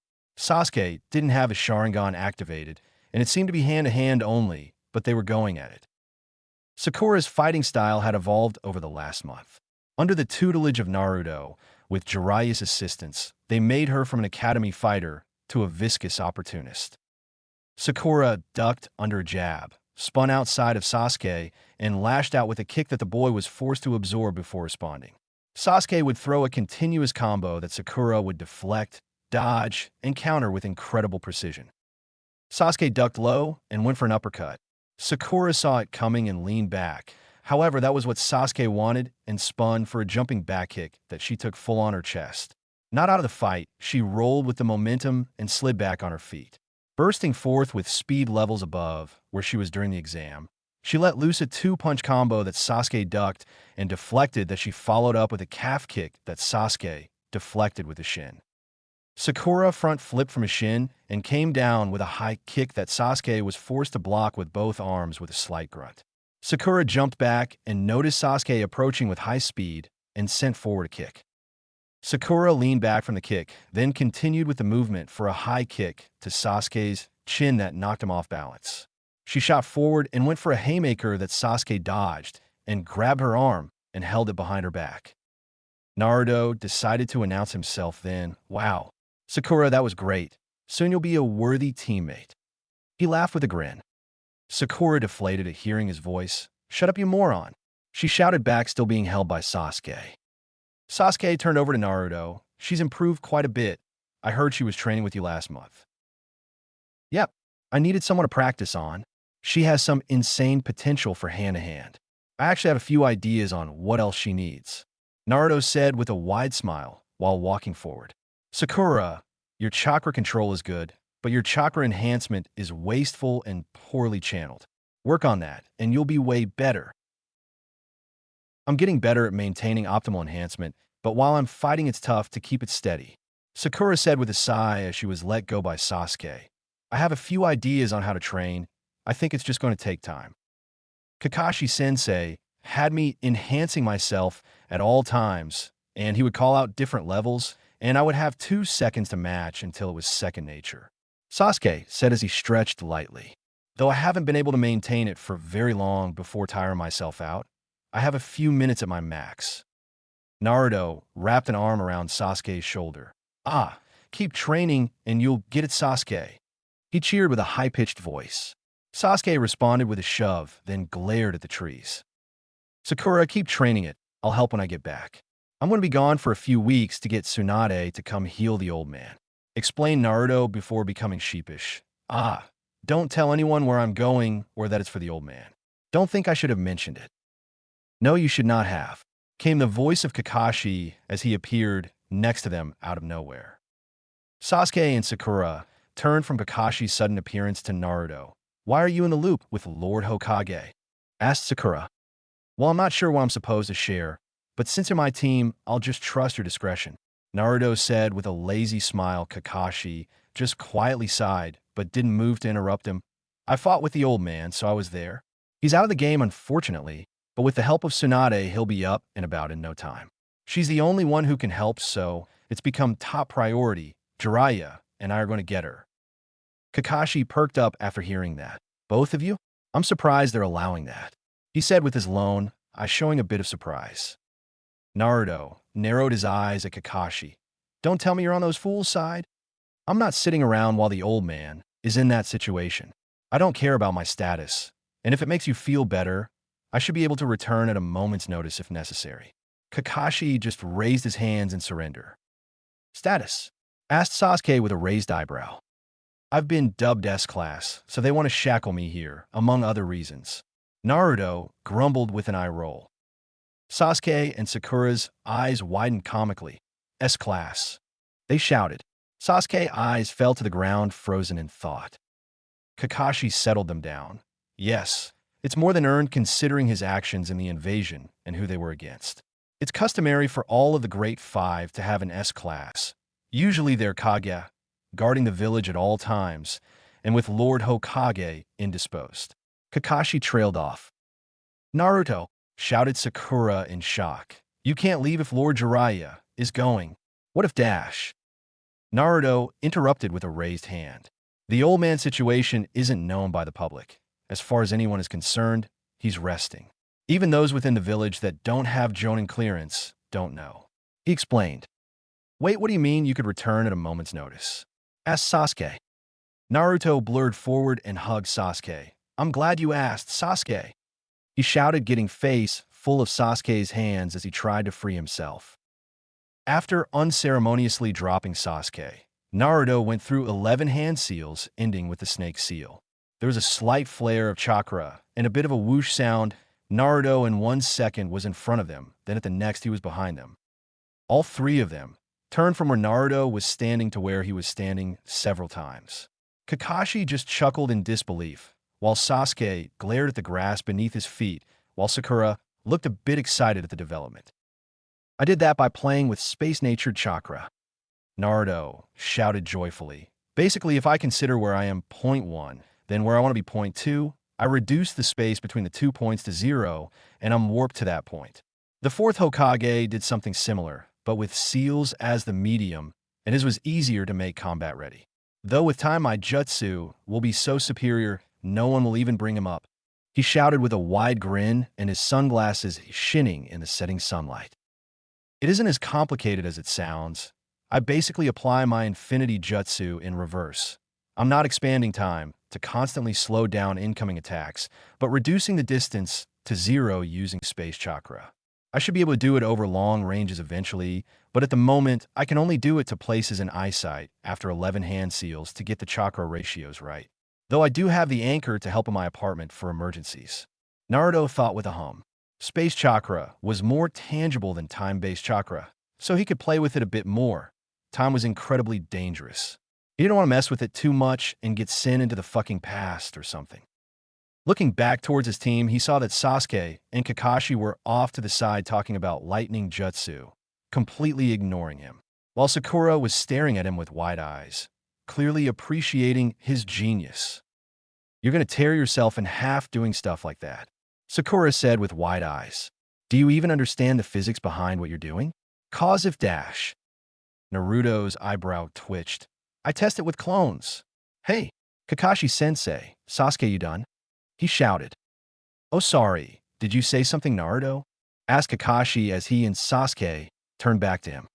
Nope, he's not getting me with that, thought Naruto before weaving seals to reactivate his jutsu.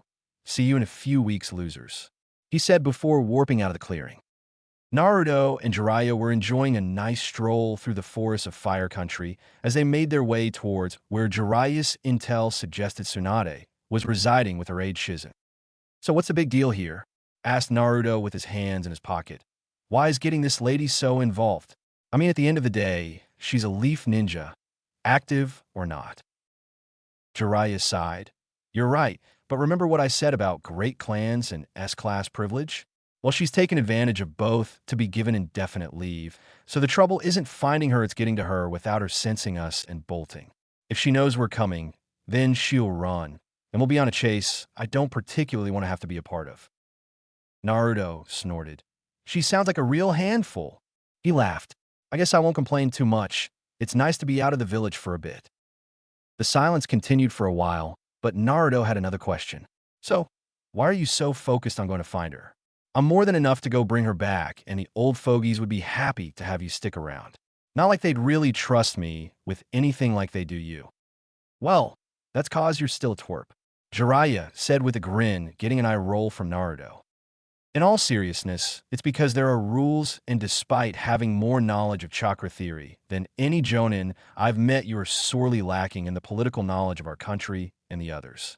Especially as a new S-class, there are rules even in this country we have to follow, more unspoken, but rules all the same. Naruto turned to him with a raised eyebrow. Maybe I can force the snake to resend the rating, 'cause this is becoming annoying, old man. He grumbled. Jiraiya laughed. With strength comes responsibility. Naruto, you have tremendous strength, so. I got it, sighed Naruto. So what am I missing?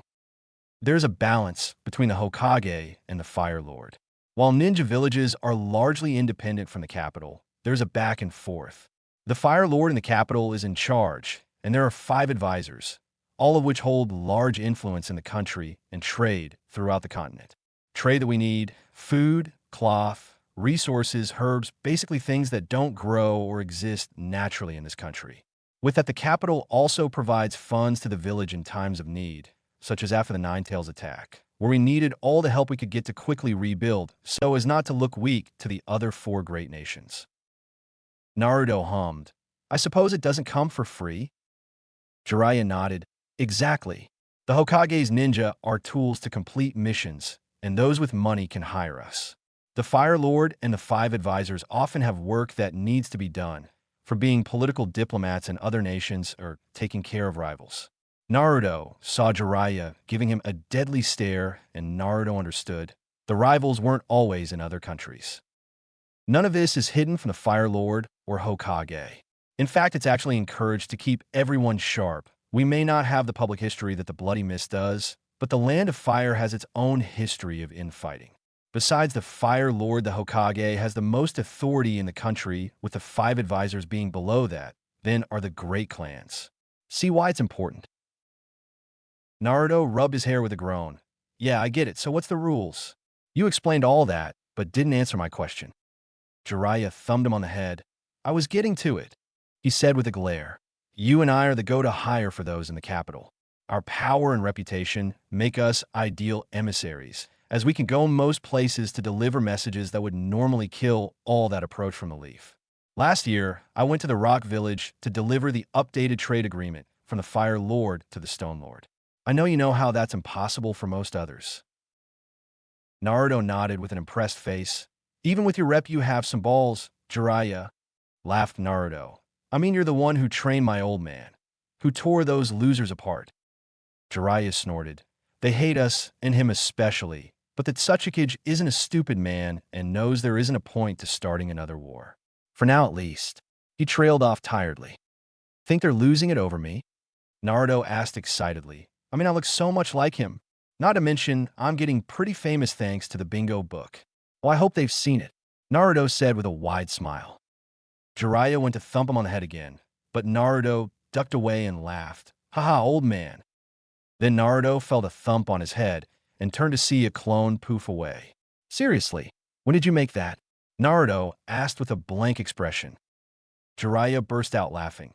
Like an hour ago, he shouted. Naruto blew a raspberry at him. Whatever. Jiraiya sobered back up after a bit. Back to the rules, because we're the go-to, we have to always be ready to drop what we're doing to answer a summon to the capital. Knowing you, if you were summoned while out here alone, you'd ignore it, and that would just cause all sorts of issues. Naruto nodded. Makes sense. Anyone besides you do these things? Jiraiya nodded. Yes. I do a majority of the political things. Sometimes Kakashi, as well as his rep, is incredible, and his strength isn't anything to scoff at. But for the work, sometimes an ANBU Capitan will take the job. The issue is the Hokage decides who gets the assignment, otherwise they would demand me for everything. My mission rate is very high, but they have practically unlimited money. Naruto perked up. Oh, what will my mission rate be? He asked. He wasn't exactly well off financially. He's only been on 10 missions and 9 of which were D rank. I'm sure it's going to be higher than Kakashi's, so likely 2 million minimum. Jiraiya said with a wave. Mine is 10, he said with a grin, to which Naruto laughed back. Naruto suddenly stops and turns to Jiraiya with a curious expression. By the way, are we just let those guys follow us the whole time, or should we do something about it? He asked while pointing a thumb to the forest behind them where he knew they were being followed. Jiraiya shrugged. They're here for you. You take care of them. I was hoping they'd have the guts to start the fight. In the next moment, 6 ninja, with no headband, arrived in front of them with a body flicker. Naruto looked at all of them closely. There wasn't a common elemental affinity among them that would give away a village affiliation, nor were there really any visual cues. All of them had very little defining standout features. Okay, where are all of you from? Called Naruto with a tilted head. Jiraiya took a few steps back. They're unaffiliated scouts. They want to get a feel for you.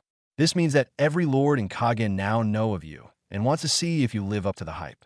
After all, S-class win wars. Naruto stepped forward while cracking his knuckles. Got it. Now I want all of you to give it your all. Don't make this boring. He shouted before blitzing forward and kicking the one in his center.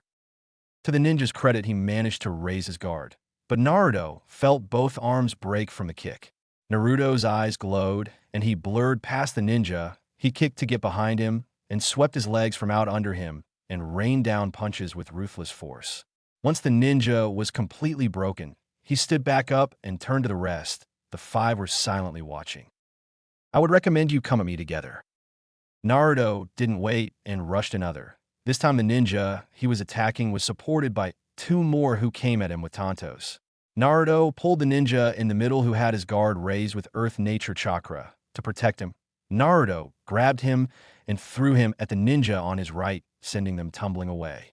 Then he leaned away from the slash and ducked under the follow-up attack. Naruto sent a knife hand to the ninja's open side, breaking the ribs. Naruto was forced to block an incoming kick from the 5th remaining ninja and with lightning speed grabbed the foot and tossed him into the ground. Naruto was about to finish him off when the 2 he sent tumbling away shot forward to attack one with a tanto, the other with a fist glowing with lighting nature chakra. The one with the tanto was channeling wind chakra, so Naruto knew not to touch it, otherwise he'd lose a finger or hand. With that in mind, he avoided the tanto with swaying movements and waited for his opportunity. The second ninja with a lightning fist attacked after he swayed back, and Naruto grinned savagely at the mistake. He grabbed the incoming attack by the wrist and pushed it in the way of the wind blade, causing an explosion from the elements clashing. Naruto saw lightning fist lose his hand and moved to finish him. Naruto jumped and kicked him in the chest, sending him back, then warped behind the ninja and slammed a full-force punch to his back, cracking and breaking all in bones of his torso. The ninja with a tanto had his blade ruined, and he moved to attack in hand-to-hand. Naruto parried a punch and hit him with 6 punches to various places around his body, then finished with a spinning kick to his neck, sending him tumbling away out of the fight. The remaining 2, one with the broken ribs and the other who he threw into the ground, were on guard next to each other. Naruto noticed that the one with the tanto pulled another out to dual-wield the blades. Naruto shot forward and made it look as if he was going after the unarmed one, but attacked both, the one with the tanto with a kick and the unarmed one with an elbow. The bladed ninja tried to slash him while the other tried to punch him, but Naruto parried the punch and grabbed the wrist holding the blade. He pulled the wrist forward and kneed him in the face, rattling his skull and shattering his nose. The last one knew he was outmatched and took out a roll of explosive notes and rushed him. Naruto grinned and coated his hand with chakra as he grabbed the roll of notes and flooded the paper with so much chakra it destabilized the seals, causing them to catch fire rather than explode. Naruto then leg swept the ninja and followed up with a hammer arm to smash him into the ground, creating a crater in the earth from the force. Naruto wiped his hands off as he looked at the 6 down ninja. That was fun, now go. Tell everyone of my amazing power. I'll happily beat any of you into the ground again. Laughed Naruto. He watched as they managed to pull themselves up and drag each other away into the forest. Jiraiya stepped up with a thoughtful expression. That was different than your usual boasting. More calculated. Naruto nodded. After the invasion and the old man, we need a new boogeyman to deter foolishness from our rivals. I took them down without ninjutsu as a statement of strength. I do still plan to be Hokage after all. Jiraiya nodded. Smart. Though you should settle for 6th Hokage, as you're too valuable to be relegated to the job now. That's actually the reason we're rushing to get Tsunade as well. She is perfect for the job, strength and reputation in spades, and we won't lose any manpower as she hasn't been active in decades. Naruto's face gave nothing away as he acknowledged what Jiraiya was saying. He didn't want to voice that he wasn't exactly a fan of someone who ran from her duties becoming Hokage. He'd have to test her when they met. Gotcha, said Naruto as they continued their walk. Tanzuka-gai, one of the 4 major cities in the Land of Fire. There were many attractions, and centermost was the entertainment district, which held more gambling houses than anywhere else in the country. Naruto and Jiraiya walked through the bustling nightlife of Tanzuka-gai with curious eyes as they looked around. Well, Naruto was curious. Jiraiya looked like he was back in his old stomping ground. Soft, warm lights from lanterns lit the footpaths. Shops and stands were spread out throughout the district streets. Bars and restaurants were filled with laughing and cheering as the customers were celebrating together for whatever reason. The atmosphere of the city was drastically different than anywhere else in the country. While positive in energy, the Leaf was a hidden village. Even the civilians knew it was primarily a military city with a ninja dictating all the rules. While fun could be had, if the ninja didn't approve or sanction it on some level, it was stopped. The capital was extremely positive, even to civilians with no power and influence at finding a nice place to live. If only because the rules were a bit laxer than the Leaf, as there are no seemingly all-knowing ninja enforcing the laws. The capital was run on pleasure and money, for better or worse. Tanzuka-gai was a happy medium, enforced by a regiment of warriors from the capital, as well as patrolling Chūnin squads, that allowed the streets to be relatively safe from crime, but still have the freedom for entertainment that wouldn't have been strictly permitted in the Leaf. These people are all so happy, thought Naruto with a grin. Jiraiya mentioned that they were approaching Tsunade and had them wait on the outskirts of village until nightfall, as she would be drunk enough to not notice them enter the village. Naruto suspected that even with chakra suppression, he wasn't capable of fully hiding his presence, as his chakra was just too vast. Not exactly awesome for a ninja, he'd work on it. In here, said Jiraiya as he pointed to a bar located on the end of a lane. The lights from a bar were a bit duller, and the sound were lower than the rest of the bars back in the center of the village. Naruto followed Jiraiya into the bar with a curious look. There were only 2 customers in the bar located at a booth in the corner, one of which stood up as they entered. Jiraiya, shouted Tsunade after they walked in. Jiraiya smiled. Long time no see, Tsunade. Sheesh, I'm exhausted from all the walking, he said as he moved to join her and Shizune at the booth. Naruto followed behind with his hands in his pockets. I don't know anything about this woman except for what's in the books. I'll let Jiraiya do the talking. They're looking at each other as more than former teammates, he thought with a raised eyebrow. After sitting at the booth, Jiraiya gestured to him. This is Naruto. He came with me to meet you. Joe, Naruto said with a salute as he accepted food from the waiter, then ordered more. Tsunade barely spared him a glance, but Shizune's eyes widened for a moment before she turned away. Naruto didn't bother looking at her more than a glance. He was too busy being blown away by Tsunade. Her chakra is unlike anything I've ever seen. Every muscle fiber has traces of being enhanced. That's control on a level I didn't think someone could achieve without a bloodline, thought Naruto as he let his 6 eyes take in everything about the woman.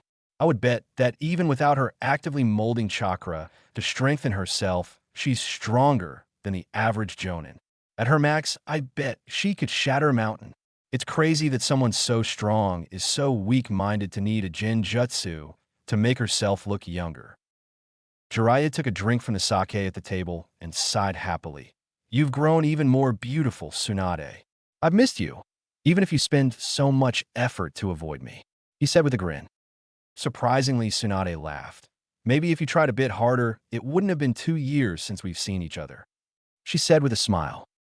Naruto's eyes widened. I wouldn't have called that. Jiraiya has the hots for this woman. I thought his true love were the ladies of the entertainment district back home. He laughed himself at the thought. Jiraiya's eyes narrowed. It has been a while, he said with a frown. We'll have to pick up where we left off in the moon resort, she replied with a hiccup. I haven't had a good dash. Her eyes narrowed, and she shook her head. Oh God, I am drunk, she said morosely. Jiraiya burst into laughter, confusing Naruto and getting a tired sigh from Shizen. I'll say, we were at that resort nearly 10 years ago, though those were the best times, he said with a melancholic smile on his face.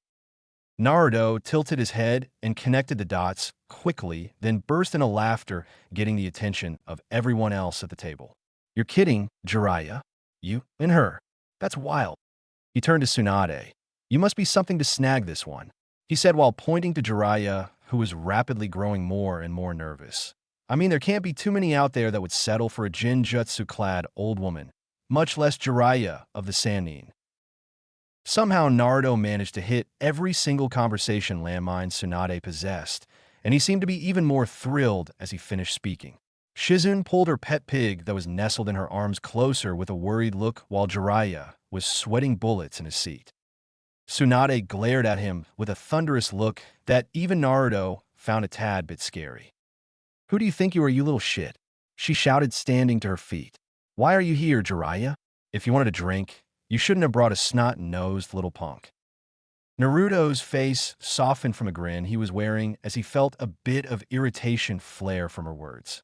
He would normally shut down someone talking like this, but he wasn't in front of a normal ninja, so he'd offer leeway. Honestly, she was still pretty drunk, and he found it pretty funny. Jiraiya sighed. Honestly, I wish I were here for fun times.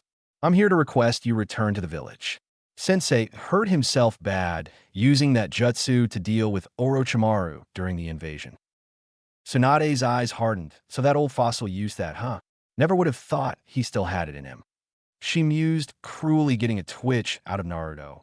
Well, you can stuff it, I dash. You've been named 5th Hokage, Jiraiya interrupted. It's not so simple as blowing me off. Shizen gasped, and Tsunade's eyes widened for a moment before glaring at him fiercely. You dare!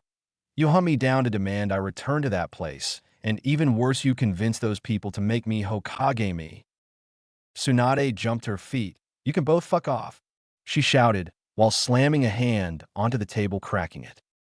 Naruto stared at the table blankly while Jiraiya finished his saucer of sake. Neither of them all that intimidated. Too much, she said lowly as she sat back down. That hellhole took too much from me, and now you want me to die like those fools, like Sensei? That's all the Hokage position is. A chair for a fool to kill themselves at the appropriate time. Naruto clenched his fist. Fools? Big word from a weak woman like you, wallowing in self-pity. He said venomously. There are many who have lost everything for the leaf and still happily protect it. I had my ticket torn less than an hour after I was born, and you don't see me drowning in alcohol. Tsunade snapped her head to him. That's enough, she shouted while jumping back to her feet. Naruto mirrored her actions with a slight glare from behind his glasses. Think you know everything, twerp? Then let's take this outside, she said with a growl before stomping out of the bar. Jiraiya sighed and tossed the bar, keep a roll of money before following her out, Shizen and Naruto right behind him. The two ninja stood across from each other in the empty road. The bar was far enough from a main street that there were no civilians around to get in the way. You think your hero worship of the Hokage makes them less of fools? I'll show you just how shallow your thoughts are on the real world, Tsunade said while stretching her arms. Naruto scared. I'm going to say it right now. Apologize and take back what you said about the Hokage, and I won't smash you into the ground and drag your old ass back to the leaf, he said with a frown, as he said that he observed as her chakra purged the alcohol from her system at light speed. Yeah, sure, you little shit. Tell you what, land a hit on me, and I'll acknowledge you as a ninja. Till then you can settle for being the twerp Chūnin with too loud a bark. She taunted with a smirk. Naruto tilted his head. Twerp Chūnin. Huh. I'm the future Hokage of the Leaf. I'm too young right now for it. So they're giving it to a useless ninja like you who won't cost us battle power to put in the chair. He responded while limbering up. Tsunade's eyes widened for a moment at his words, then she went back to angry. Also, started Naruto before shooting forward at his absolute top speed, shocking everyone and slamming a devastating punch into Tsunade's gut, launching her off the street and through a building. One hit isn't going to be all that tough, he said while dispassionately gazing in the direction she flew. Shizen off to the side, leaned over to Jiraiya. So he's the one I heard about? Probably. Tsunade clearly doesn't pay attention to the new developments in the ninja world. Jiraiya said with an amused laugh. She was paying for it now, he thought. A pulse of chakra was felt from the rubble of the building. Then green wisps of chakra began rising into the air. Naruto popped his neck as his 6 eyes told him that the rust on Tsunade's abilities were quickly being removed. Guess we'll see if the legendary fighter is all she's cracked up to be. Rubble was blasted into the air as Tsunade shot to her feet. Chakra was consolidated around her gut, healing the damage inflicted by Naruto. Healing of that level without physically directing the chakra, you're pretty good, complimented Naruto as he watched it happen with his eyes. He knew that such a thing was beyond him at the moment. Tsunade cracked her neck and limbered up. Who are you? You're not much older than a fresh graduate, she asked, then turned to Jiraiya. Who is he? Naruto Uzumaki. I introduced him earlier, he answered helpfully with a smile. Naruto didn't wait any longer and shot forward. This time Tsunade caught the punch and sent one of her own. The punch was deflected to the right. However, the sheer force of the punch was such that the building in the path had a massive crack in the wall. Naruto went for an uppercut that was caught. He ducked under a hook, threw a jab to her gut that was redirected, and he was caught in the side by her follow-up strike, making him wince. Naruto backed off, then raised a knee to her face, and she slammed a palm to stop him, then followed up with a jab at lightning speed. Naruto only barely dodged in time. He launched 3 punches as fast as he could. She only dodged the first and blocked the second before taking a hit to the kidney. She grunted at the force, then went on the offensive with her own combo that Naruto was struggling to deflect and dodge. He swayed around the first punch, caught the second, and winced from the power behind the hit. The last was barely ducked under, and he felt his hairs sway from the force. Tsunade didn't let up the pressure. She stomped the ground, which caused a crater to be formed, taking away Naruto's footing that she took advantage of by landing a devastating punch to his stomach, launching him away. Naruto caught himself midair and landed in a crouching stream of blood flowing from his mouth. Her raw skill with taijutsu is in a whole other planet than my own. I'm a solid Chūnin. She could go toe-to-toe with the rakeage and skill. What a pain. Not to mention her chakra enhancement. Body is better than mine. In hand-to-hand, I'll lose.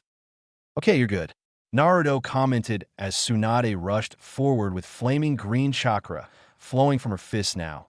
Chakra enhancement jutsu. Red, said Naruto while powering up a glowing red orb at the tip of his finger. Before he could fire the jutsu, Jiraiya jumped between them with both hands raised. Let's stop it here. You two will destroy the town if you keep at it. Tsunade immediately stopped while Naruto sighed as he stopped red before it went off. It was about to get good, Jiraiya. Naruto whined. I think she may be a worse matchup for me than Jiraiya. How interesting. I need to get Infinity usable. I'm scraping the surface of S, but I'm not there fully yet if this is what type of monsters await me. Tsunade stared at the ground in shock. I didn't think to go that far, she muttered to herself, completely shocked at the boy's ability and her own lack of thought in getting so serious. She knew he was likely Kushina's son, but to think he was so strong. Jiraiya, let's go, we need to talk, she demanded before stomping off. Shizen sighed as she took in the destroyed environment, then rushed to catch up to her master. Jiraiya watched her leave with a wistful smile. Her breasts are the wonder, but that ass isn't bad either, he said with a smile. Naruto turned to him with a deadpan expression. Yeah, I'm going to bed. Don't pull something, old man. He trailed off, feeling gross for even thinking like that. I'll get a room at an inn. With that, master and student separated for the night. confident that their mission would be over in the coming days, not knowing what was coming. It was nearing noon when Jiraiya and Tsunade decided to sit down to eat together. Both of them caught up after the impromptu fight the night before and were enjoying each other's company. Both of them found solace in one of the only people in the world that has been there for them throughout their whole lives. Jiraiya smiled to himself as he watched his old teammate and lifelong flame eat. There was a time when this was the dream I would die for. He mused wistfully, then got a bit more serious. Tsunade, I hope you know that you're the best person for the job, otherwise I would have never suggested you. Tsunade smiled at first, then glared to the side. We can't just have a meal, huh? Always focused on work. First it was your network that didn't let you settle down. Now you won't even let me settle on my own, she said with a downcast expression. I told the kid, and I'll tell you, I don't think I have any more to give the village. That's not true. I saw it last night when you fought with Naruto, Jiraiya said, making effort to lock eyes with her. You're lost in the past, but if you look to the present, you'd see there are people who love you and believe in you. I failed all the people I love and who loved me, Tsunade said with a glare. I couldn't save Dan. Nawaki died before I got there, and She trailed off quietly and shook her head. We couldn't have a family 10 years ago. Both of us failed at that. Jiraiya snorted. Too late for you and I and too much baggage, but I did have a family, he declared with a grin and slightly misty eyes. In every way that matters, Minato was my son.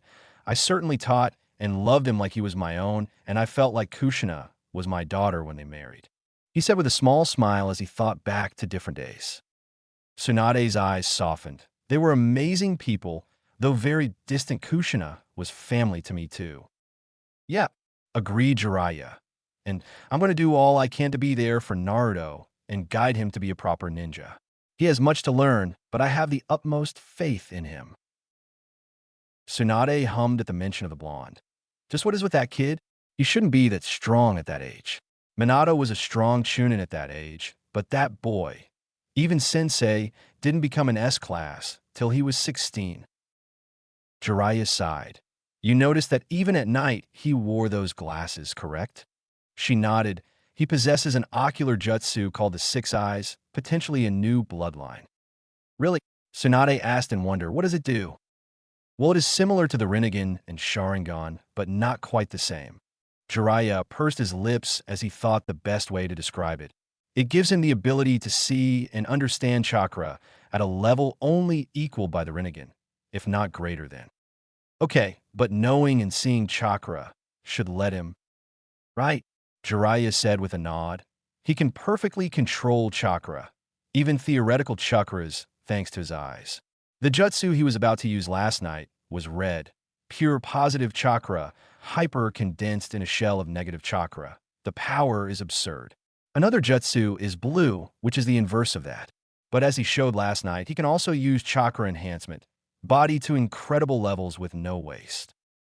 Jiraiya didn't go into the insanity that was infinity. It wasn't done, and it made his head spin at the thought of it. Tsunade frowned as she took in that information. Strange, I haven't heard about it till now. Naruto was confronted by Orochimaru in the Chūnin exams. Our teammate interfered with the seal on Naruto, explained Jiraiya, getting a surprised look from Tsunade. Prior to that, Naruto didn't have the six eyes and was merely a promising genin. We suspect, Naruto, Sensei and I, that the Nine-Tails chakra was affecting his body and he was unable to awaken it until it was separated from him. Tsunade snorted. So Orochimaru inadvertently empowered an enemy, she said with a nasty smirk. What was Naruto like before? Jiraiya smirked. He was pretty much the same, but without the power to back it up. So, a knucklehead twerp genin with too loud a bark. Laughed Jiraiya, repeating Tsunade's words back to her, getting a snort from the woman. By the way, I think I may have pulled something last night, commented Jiraiya while stretching, which got an eye roll from Tsunade. I didn't really give you a great impression of me, huh? Asked Naruto uneasily as he and Shizen strolled through the surrounding forests while their respective masters talked. Shizen gave him a side eye before sighing. No, you did not. But I'm not ignorant to Lady Tsunade's abrasiveness, she reluctantly admitted. Naruto smiled. Not like I was a bully or anything. She was about to smash me into the ground. He laughed. Granted, he could have used some jutsu, but that would have been his loss since they were supposed to go at it via hand-to-hand. Very true, there are few in the world that can take my lady on with their bare fists. Shizun proclaimed proudly. The little pig in her arms gave an oink in agreement. I'm sure. Both of them continued to walk silently a little longer, taking in the scenery for a while. The bushes and large trees filling the environment in lush greenery, with the sun peeking through the canopy of leaves above them. Naruto turned to Shizun. I'm sure Jiraiya will convince her to come back, he said suddenly. Shizun nodded absent-mindedly. I'm sure that he of all people could. Would you be happy to return home after so long? I'm quite content, she said while glancing at him. I have maintained my position as Chūnin by communicating with Lord Hokage through my summons. Katsuyu has a summon nest in the village that makes it easy to send and receive mission scrolls. Naruto nodded. Not a bad idea. I guess that's how Jiraiya was able to keep in touch too. He mused. But I meant seeing your friends. Aren't you happy to return home? Yes, she said softly. I have loved learning from my lady all this time, but I do miss the leaf. Should Lady Tsunade decide not to return, however, I will not fight her decision. Naruto could only listen. He didn't want to argue with her, as much as her words were likely genuine. She must have been unaware of how lonely her eyes were at this moment. It would seem all this time away had taken a toll on her, and only the love and respect she felt for Tsunade was keeping her silent on the matter. A growl and a blur of motion appeared in Shizun's blind spot. Naruto only barely caught in time to move in front of her and catch the incoming kunai slash. As he took in the appearance of the ninja, adorned with a sound village headband, and he sensed the chakra of nearly 3 dozen more surrounding them. Shizun, please stay back. There are a lot of them, Naruto said while gripping the wrist of the ninja in front of him. I'll deal with this trash. In a blur of motion, no one could see Naruto's free arm lashed out with a palm strike to the chest of the ninja in front of him. It was a slight delay before the ninja coughed up a large glob of blood and fell to the ground, dying if not dead. It was then that the rest of the ninja became visible to the two-leaf ninja. Naruto whistled as he took off his glasses. Who would have thought Orochimaru still had this many followers after that failed invasion? He laughed. Shizun glanced at him in shock. He was far too calm when they were outnumbered this badly. Naruto moved through 3 hand signs that no one recognized. It wasn't that they were completely new, it was that one hand was going through different seals from the other. The molding of negative chakra, so alien to normal that he needed to completely rework hand signs to manage it. A single hand ram seal with his left, then an open palm, facing toward the group of ninja, followed by a savage grin for Naruto, was the only signal of his attack. There was a pulse of chakra, nearly invisible between the 6 ninjas. Then they were all pulled together with such force their bodies were crushed into paste. The aftermath of the jutsu left a 5-diameter circle of empty space. No leaves, tree limbs, or even blood and body parts. From a moment the dozens of ninjas appeared to the moment Naruto killed 6 with his jutsu blue, barely 4 seconds passed. Shizun watched everything with shock on her face. I knew that he was declared S, and his bounty from Orochimaru was 50 million. The reports came out in the bounty hunter circles. But seeing his ability in person last night and now, all my doubts from his age are gone. He's one of those monsters, she thought as Naruto began literally tearing apart the sound ninja with his bare hands and a few applications of blue. Jiraiya growled to himself as he and Tsunade were rushing to get out of the town while smashing random sound ninja into the ground every so often. He didn't think they were all that tough, and fighting them wasn't even much of a hassle. It's an unnecessary loss of life, sure, but not much of a threat to him. What is Orochimaru thinking? He can't think he can take the 3 of us on with just his foot soldiers. Jiraiya wondered with a frown. Tsunade kicked a ninja away and frowned. Whatever it is, it must make him quite confident that he's launched an offensive of this level. He must have some kind of leverage. Whatever it is, it's given him confidence, and fighting him is never as simple as punching each other, Jiraiya said as the both of them cleared the town and were now jumping through the forests. The two of them landed in a clearing with each other, covering the back of the other. Jiraiya glanced around and hummed. About 4 dozen, maybe more out of my range or lumped together, and I can't tell. He said quietly. Tsunade kept her eyes of the ninja surrounding them. None of them are a real threat, but there are so many that this could be a problem. All it takes is a lucky kunai, she said with a grimace. The ground beneath them rumbles, and both of them steady themselves as in the forest there were explosions. Trees were blown into the air while dust and debris blew everywhere. Once it cleared, the veteran ninja were greeted to the sight of half a dozen massive snakes closing in on them. Dozens of sound ninja readying themselves to attack, and half a dozen massive snake summons looking hungry. Jiraiya started molding chakra internally and grinned. Now it's a party, he said as he slammed a hand to the ground, creating a massive plume of smoke. Naruto, slightly covered in blood, and Shizun, slightly terrified from the situation but still calm, made their way through the forest with haste. I don't know Orochimaru's plan, but keeping us separated from Jiraiya and Tsunade was part of it. We have to get back to them, shouted Naruto as he rushed through the trees. Yes, agreed Shizun. A sound ninja wielding a katana cut through the air towards Naruto, who pointed a finger in his direction, creating a small Rasengan on the tip of his finger. Chakra Jutsu, sinister spiraling shot. Naruto watched as his jutsu was dodged with a slightly impressed expression on his face. The ninja likely had quite a bit of experience under his belt. Not that it mattered as Naruto throat punched him, followed by a devastating knee to the head. This continued for the whole journey through the forest, and ninja was ambush them, and Naruto would dispatch them quickly.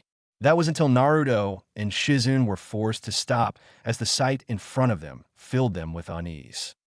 There were about a dozen ninja in front of them. The numbers weren't what was shocking. No, it was the fact that their chakra was corrupted and changing their bodies.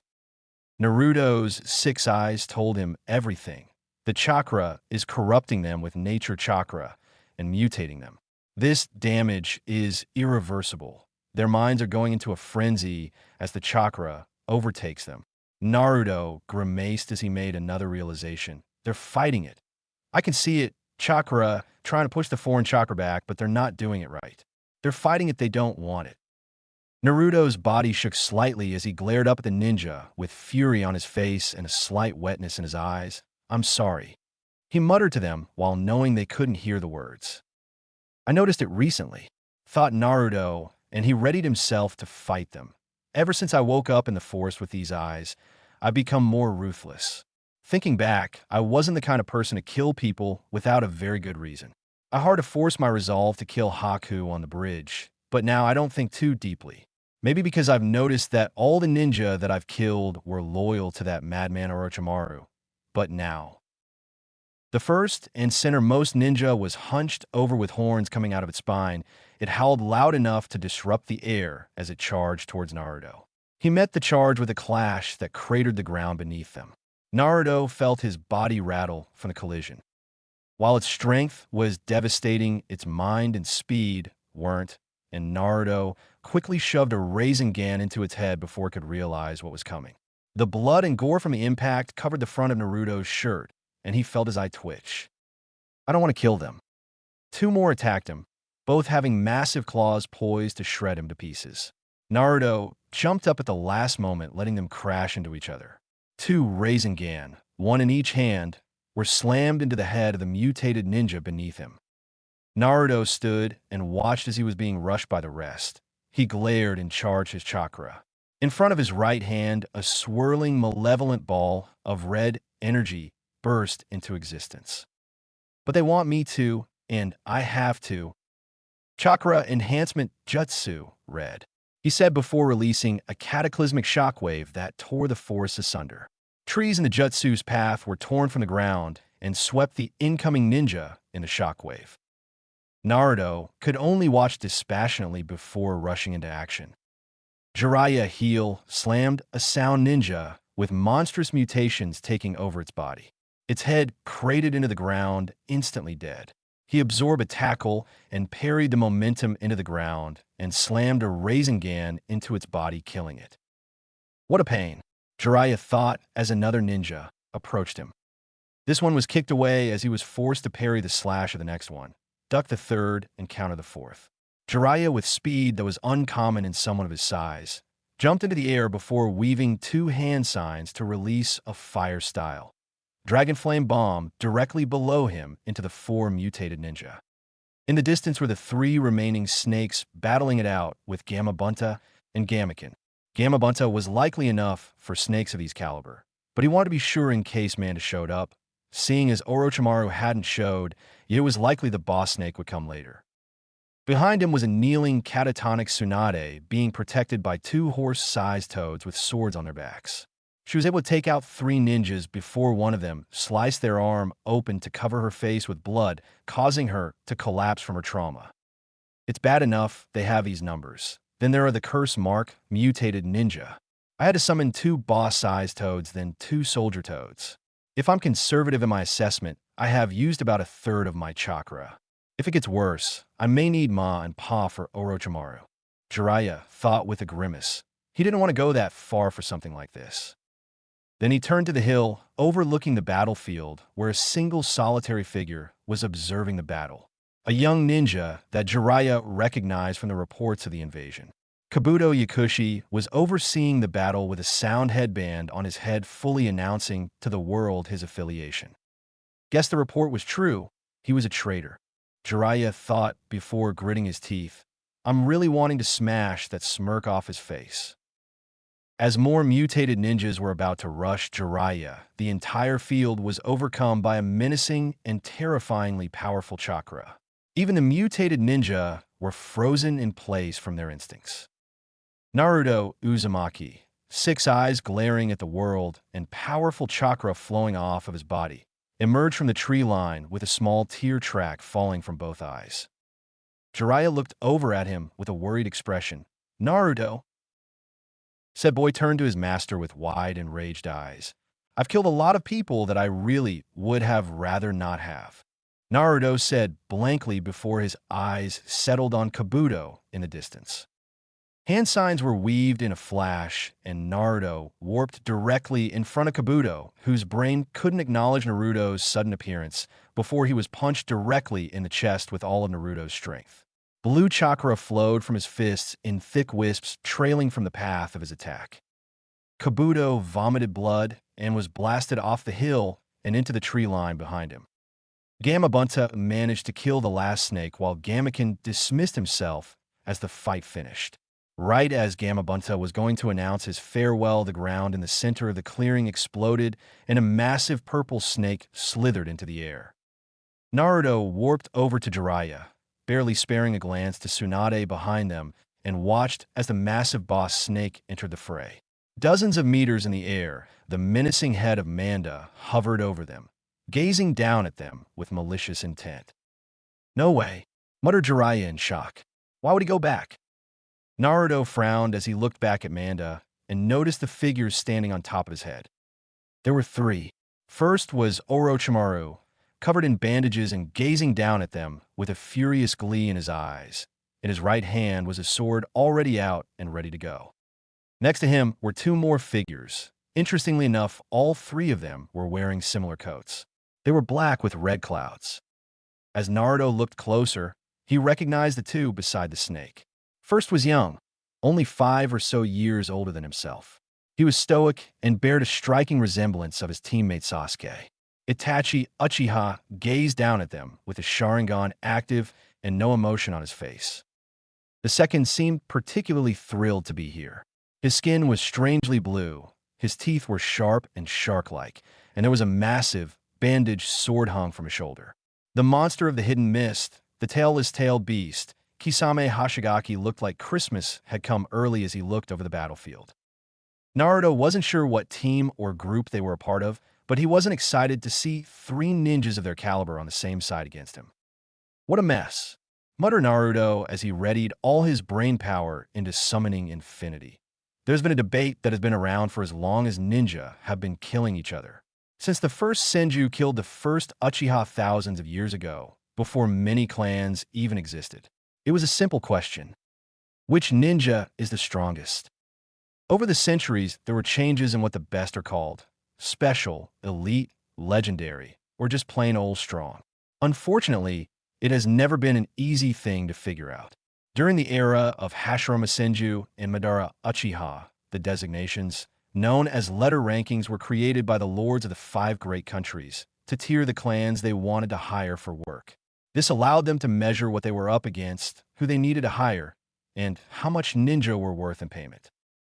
Originally, it ranged from D all the way to A, D being considered common and useful for non-ninja related jobs. These were ninja families with no real clan techniques or renown, usually first or second generation ninja, trying to make in the world.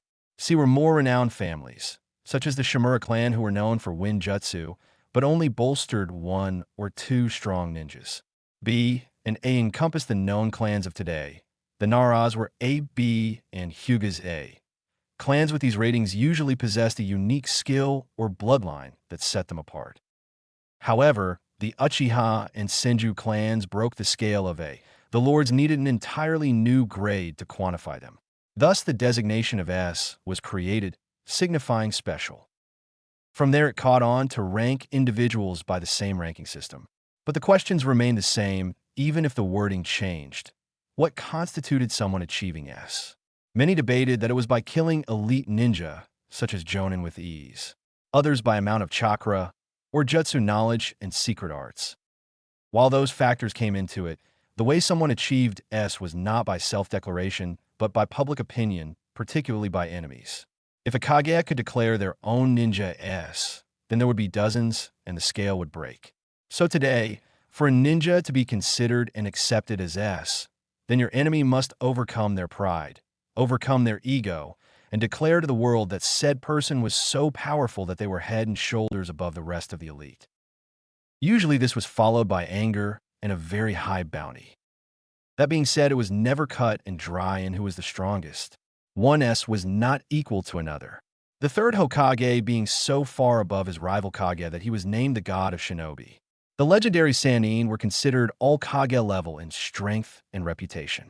Hanzo of the Salamanders was so feared and powerful, merely surviving a battle with him could make you a legend.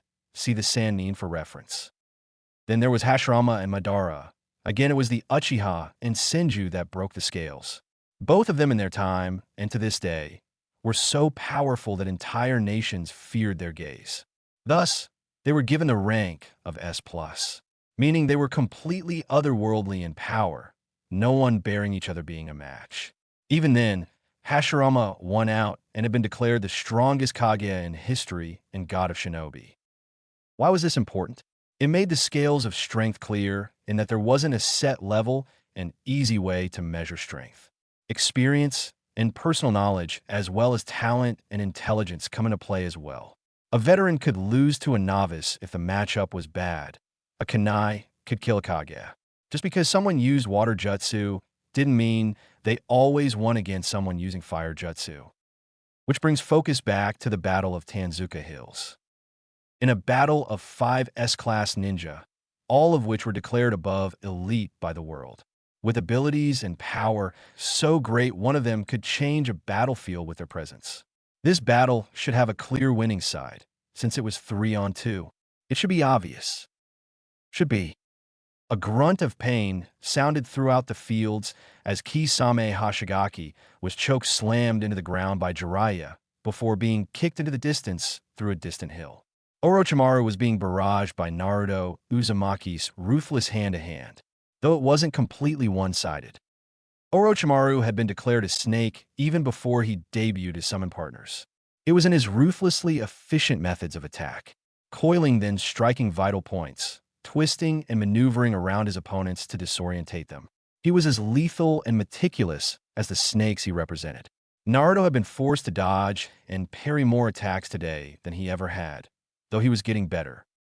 Orochimaru slashed towards Naruto's neck, but a single-handed hand seal raised by Naruto's right hand stopped the blade in its tracks. Then with his left he punched Orochimaru's gut, followed up with 2 rapid palm strikes to his stomach, causing the snake to vomit blood and his bandages to start to slip from his head. Though the blonde wasn't finished, his 6 eyes flashed dangerously, and he fired a chakra enhancement jutsu, read right into Orochimaru's chest, crushing parts of his chest and causing his body to fly away in a blur. Naruto Uzumaki and Jiraiya of the Sannin were currently winning the 3v2. Strangely, however, it wasn't a 3v2 as Itachi Uchiha, arguably the strongest of the three, was merely observing the fight and providing range support at odd intervals. Neither Naruto nor Jiraiya could figure out as to why Itachi hadn't jumped in yet, as Tsunade was still out of commission and an easy target to finish off. The decisive factor in this battle would be thus: would Itachi enter the battle before Tsunade? Naruto jumped back from where he just engaged Orochimaru and landed next to a furious Jiraiya. "What's the plan?" he asked while keeping his gaze fixed where their opponents were. "I need to kill one of them. I don't think Tsunade will be much help," Jiraiya said lowly. "Kisame is going to be the biggest problem with his sword. It has shaved quite a lot of chakra from me. Anymore, and I won't be able to call for help. We're fortunate that they're just feeling us out right now. When that shark starts flooding the earth with rapid A-rank jutsu, we're going to be in for it." Naruto looked to where their enemies were regrouping and grimaced. Jiraiya was right. The Shark Man was going to be a difficult opponent to deal with. He was just too large of a problem to fight against alongside the other two, since his specialty was endurance and large-scale jutsu. In combination with slippery and sneaky fighters like Orochimaru and Itachi, this could quickly become bleak. "Leave Kisame to me. Get whatever you're planning in action," Naruto declared with a frown. Jiraiya glanced at him. "He's not an opponent that you just fight.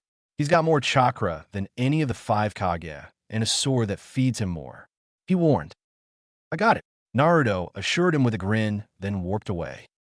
Naruto landed in between the 3 ninjas, his chakra so dense and wild that the 3 ninja stared at him seriously, each expecting some kind of massive attack that they would need to shield or avoid. However, his intention wasn't to take on all of them.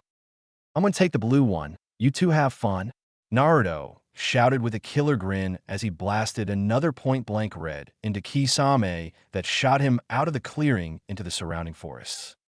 "Interesting jutsu, Naruto Uzumaki," commented Itachi as he emotionlessly watched his partner get blasted away. Naruto glanced at the Uchiha as he prepped his warp. Itachi Uchiha was an enigma, hailed as a once-in-a-generation genius in a clan of geniuses, capable of insane feats, such as layering illusions over ninjutsu, 3 elemental masteries, and proficient in arrest, and lethal in hand-to-hand to the point no one could figure out a weakness. His motivations and goals were just as mysterious. All Naruto knew about the man was that he was a psychopath that murdered his entire clan for power, was meticulous in his actions, and most importantly, the largest threat on this field thanks to his eyes. Speaking of, Naruto noticed that as soon as he looked at him, the Uchiha instantly tried to wrap him in half a dozen illusions. It was as if a swirling mass of chakra was shot from Itachi's eyes towards his own at light speed, each tendril of chakra having a different frequency, signifying a different illusion, all intertwined together. It was reminiscent of a rope, with each thread a different jutsu. The premier Jinjutsu user of a leaf, Kurenai Yuhi, was capable of double-layering illusions of B-rank together, something no one without a bloodline could do, and was hailed as an elite for such. But to Itachi Uchiha, a genius of a clan full of geniuses, masterfully wielding a legendary bloodline, tripled defeat with a mere glance. Naruto was completely impressed. No one should be able to instantly weave 6 Jinjutsu into one another and cast them at once. A single Jinjutsu of B-rank were as complex as an advanced calculus equation. Doing 2 at once was worthy of renown and praise. No one was praising Itachi anymore. Now, he was just feared by all. "But I'm not exactly normal either," Naruto thought with a grin. The 6 eyes broke down the incoming swirling mass of chakra, told him everything about it, and he completely negated the effects before they even took hold of him. Defeating a Jinjutsu was simple in theory. The toughest part was knowing you were in one and how deep. For Naruto, who could process advanced chakra mechanics at rapid levels, he merely needed to harden his chakra into a barrier around his body and not allow external chakra to penetrate it. Such was the advantage of his eyes, the ability to push away 3 C-rank and 3 B-rank Jinjutsu before they could even take root. Itachi's eyes widened as his attack was completely squashed by a smirking boy his little brother's age, before said boy teleported away after his partner. Interesting indeed, muttered Itachi before turning towards Jiraiya, who summoned 2 small toads to his shoulders. He narrowed his gaze with a minuscule frown. Orochimaru walked up with a glare, after having just vomited himself up 2 times over to heal the damage from Naruto's attacks. That boy! He then noticed Jiraiya in the distance with a grimace. That's a problem, Itachi. We need to coordinate to take on a sage of his caliber. Indeed, Naruto's mind was in a whirlwind as he warped into the clearing. He sent Kisame to. Instead of a groaning and smoldering shark man, he was met with a grinning Kisame sans cloak sitting on a fallen tree with his massive, now unbandaged, sword Samahata next to him. When Orochimaru came to us after his laughable invasion, we doubted his words about you, Kisame said as he stood and cracked his neck.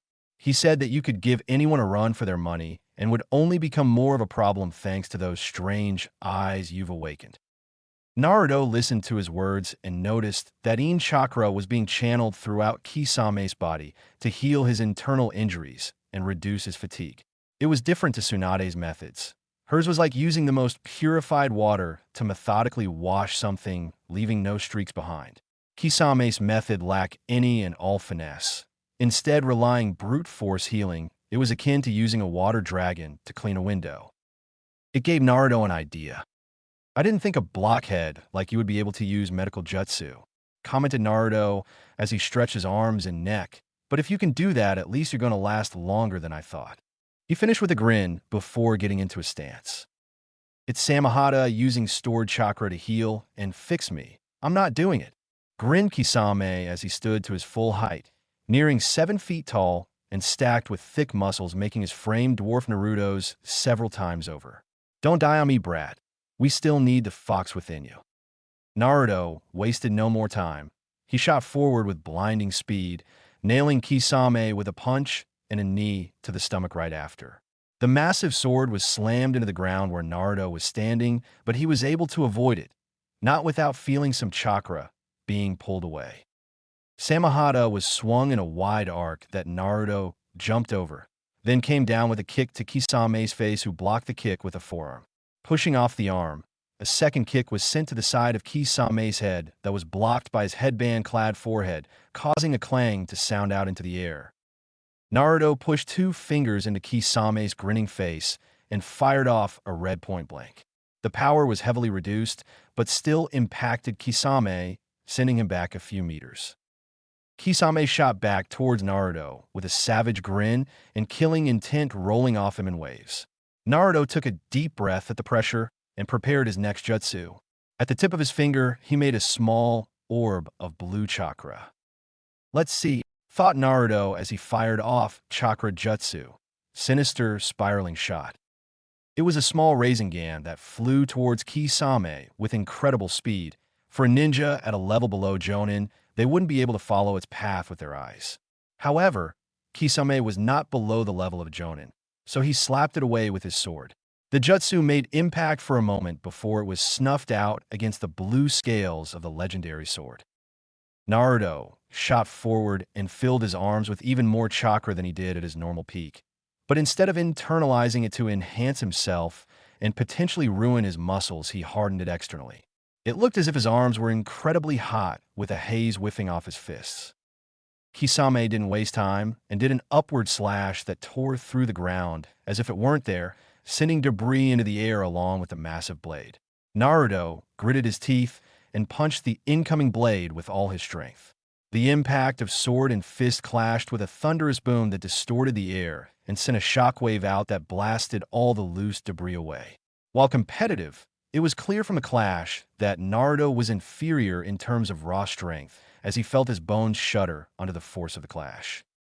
Naruto, being the quicker of the two, recovered from the clash, jumped up and kicked Kisame in the face, giving himself more space.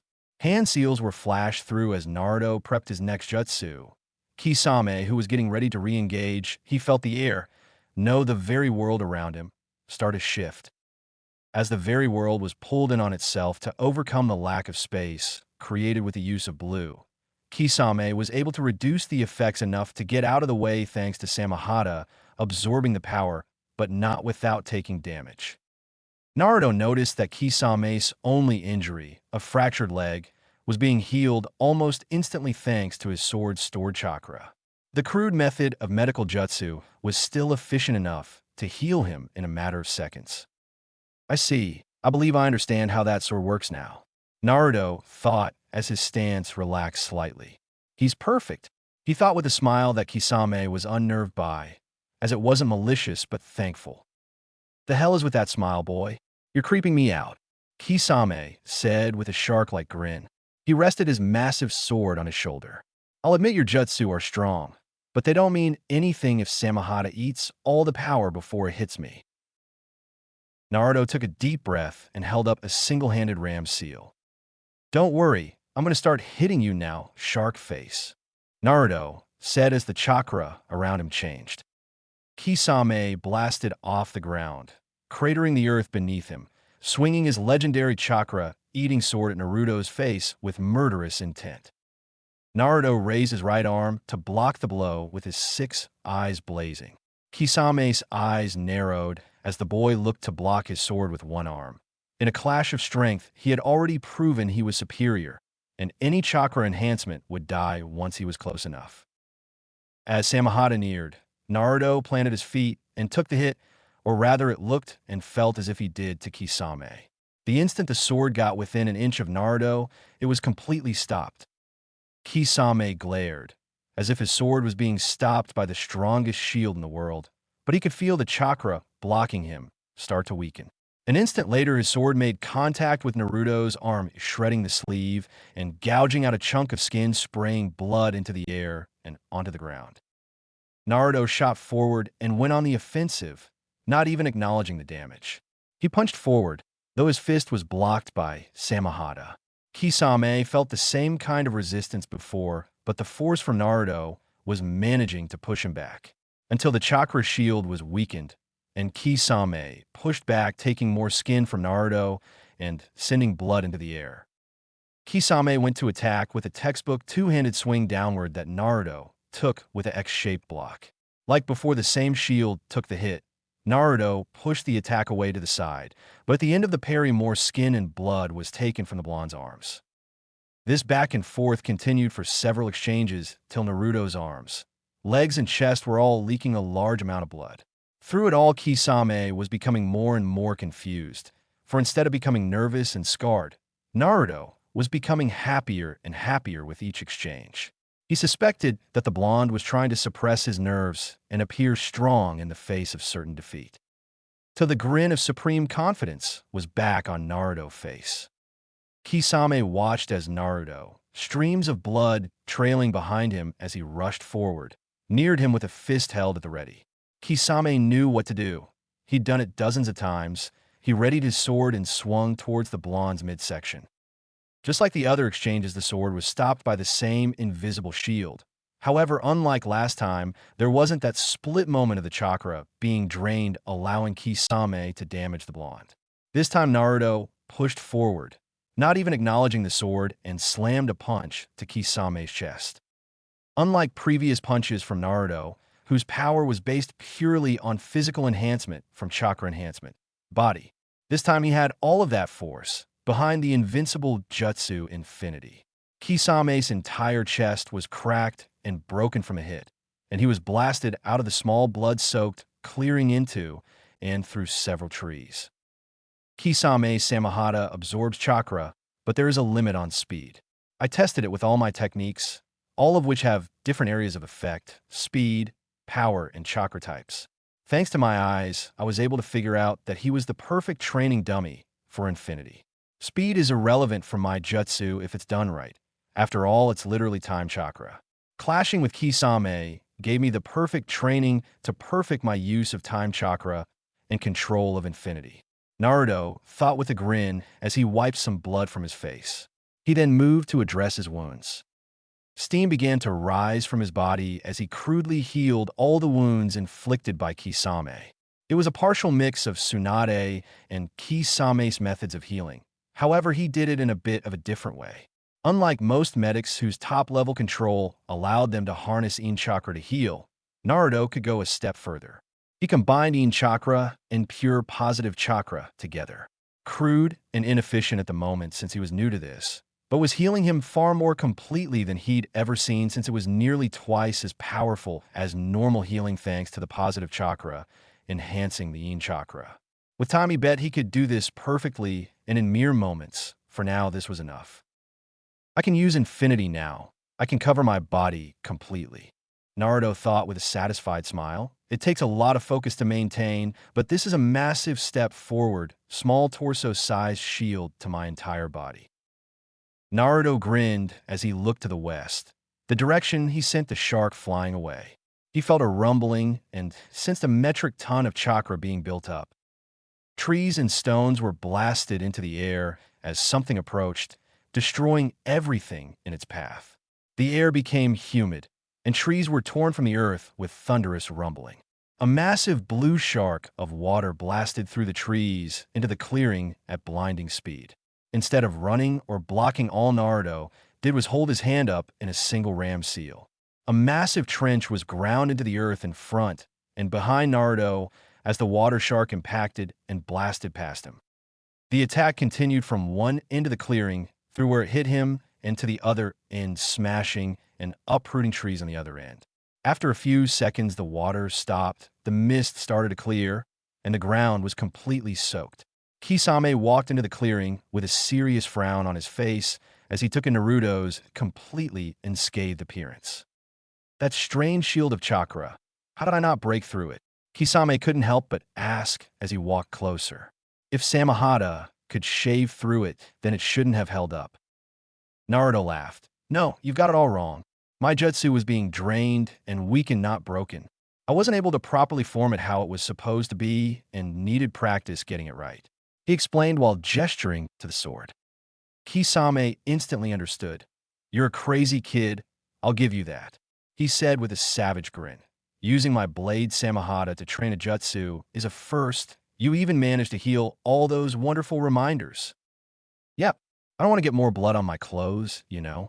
Naruto replied, while looking down at the remains of his hoodie and shirt, covered in holes and blood. He didn't look too great despite all the wounds having been healed. I'll say this now, I can't lose to you. I've figured out how to perfectly hold my jutsu under your blade's assault, and with that I've become capable of fully utilizing it. Kisame flashed through seals. We'll see about that. He shouted and manipulated all the water in the air and on the ground into a massive, swirling vortex dozens of meters tall. Naruto stood in the epicenter of the incoming attack and watched it form with a bored expression. The vortex of water then tightened and collapsed in on top of Naruto. The sheer weight of the water would pulverize stone, much less the highly pressurized nature of the attack. The earth shuddered under the weight of the jutsu, but instead of dispersing the water that was covering Naruto in a swirling, violent bubble, Kisame spawned dozens of sharks that rushed to eat the submerged blonde. Like before, all of the attacks that came within a few inches of Naruto were halted in place, never reaching him. While the jutsu weren't affecting him, Naruto was actually getting a bit worried about the lack of air. With a ram seal, Naruto pushed the effective range of infinity from a few inches off him to its current maximum diameter of 1 meter, giving him a bubble of breathing room. Maintaining infinity width at this range is very tough, something to work on if I have to protect someone else, mused Naruto as he held firm under Kisame's never-ending assault of water sharks and now water drills. After a few moments, the attacks were slowing down, and Naruto felt it was time to get back to it. A single seal, and he warped out of the death bubble and was right behind a huffing Kisame. The shark man had no chance to dodge a spinning kick to his head that sent him tumbling away. Unlike before where Naruto let him recover and return to the fight, he continued his assault, shooting forward and landing atop Kisame with a double leg drop, cratering the ground, getting a silent scream of agony from him. Kisame didn't let it stop him for long. throwing himself to the side and rapidly getting to his feet with his sword out in front to protect him. He looked to where Naruto was a moment ago and frowned. The blonde was gone. "You're not super fast." Kisame flinched at Naruto's words coming from directly behind him. The boy was standing back to back with him without a care in the world. "In fact, I would say that is your biggest weakness." "Here, let me elaborate." Kisame couldn't move in time, as felt his kidneys get blasted by a viscous punch. While he was sent flying, it was a kick to the chest, a kick to the back, 5 punches to his face and upper chest, a spinning kick to his chin, a double hammer arm to the top of his head. Blood flew into the air as Naruto mercilessly beat Kisame at his absolute top speed. Samahata was long since thrown away by Naruto, who continued his barrage, while Kisame could only block and defend. "He's faster than before," Kisame thought as his skull rattled under a kick. "I can say he may even be stronger, but it's more than that. It's like the difference in a metal gauntlet and a large fist. Even if thrown by someone weaker, the metal would hurt more. Whatever his jutsu protecting him is, it's making his attacks far more dangerous and solid." Naruto punched Kisame, causing him to spin, but reached out to grab his arm to hold him in place, then followed up with a ruthless barrage of palms to the shark's stomach, each getting blood to vomit from Kisame's mouth. Not done there, Naruto let the last hit propel Kisame into the air while he pointed his pointer and middle finger at him, forming a swirling ball of bright red chakra.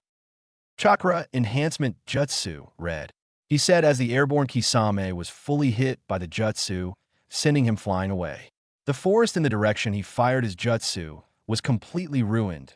No trees, stones, boulders, or loose earth were left in its wake as the shockwave tore the very world asunder. Naruto watched the outcome of his attack with a smile before blinking. "Wait, did I send him back to the field with Jiraiya and the others?" he said to himself with a blink. "Oh," he said before warping in that direction. Naruto arrived back in the clearing to see Jiraiya and 2 shoulder-riding toads deadlocked against Orochimaru and Itachi. Orochimaru was blocking ranged water jutsu from the toads while Itachi was defending and attacking Jiraiya with a massive chakra avatar surrounding him. Naruto's eyes told him it was some innate jutsu related to the Sharingan that he wouldn't be able to mimic.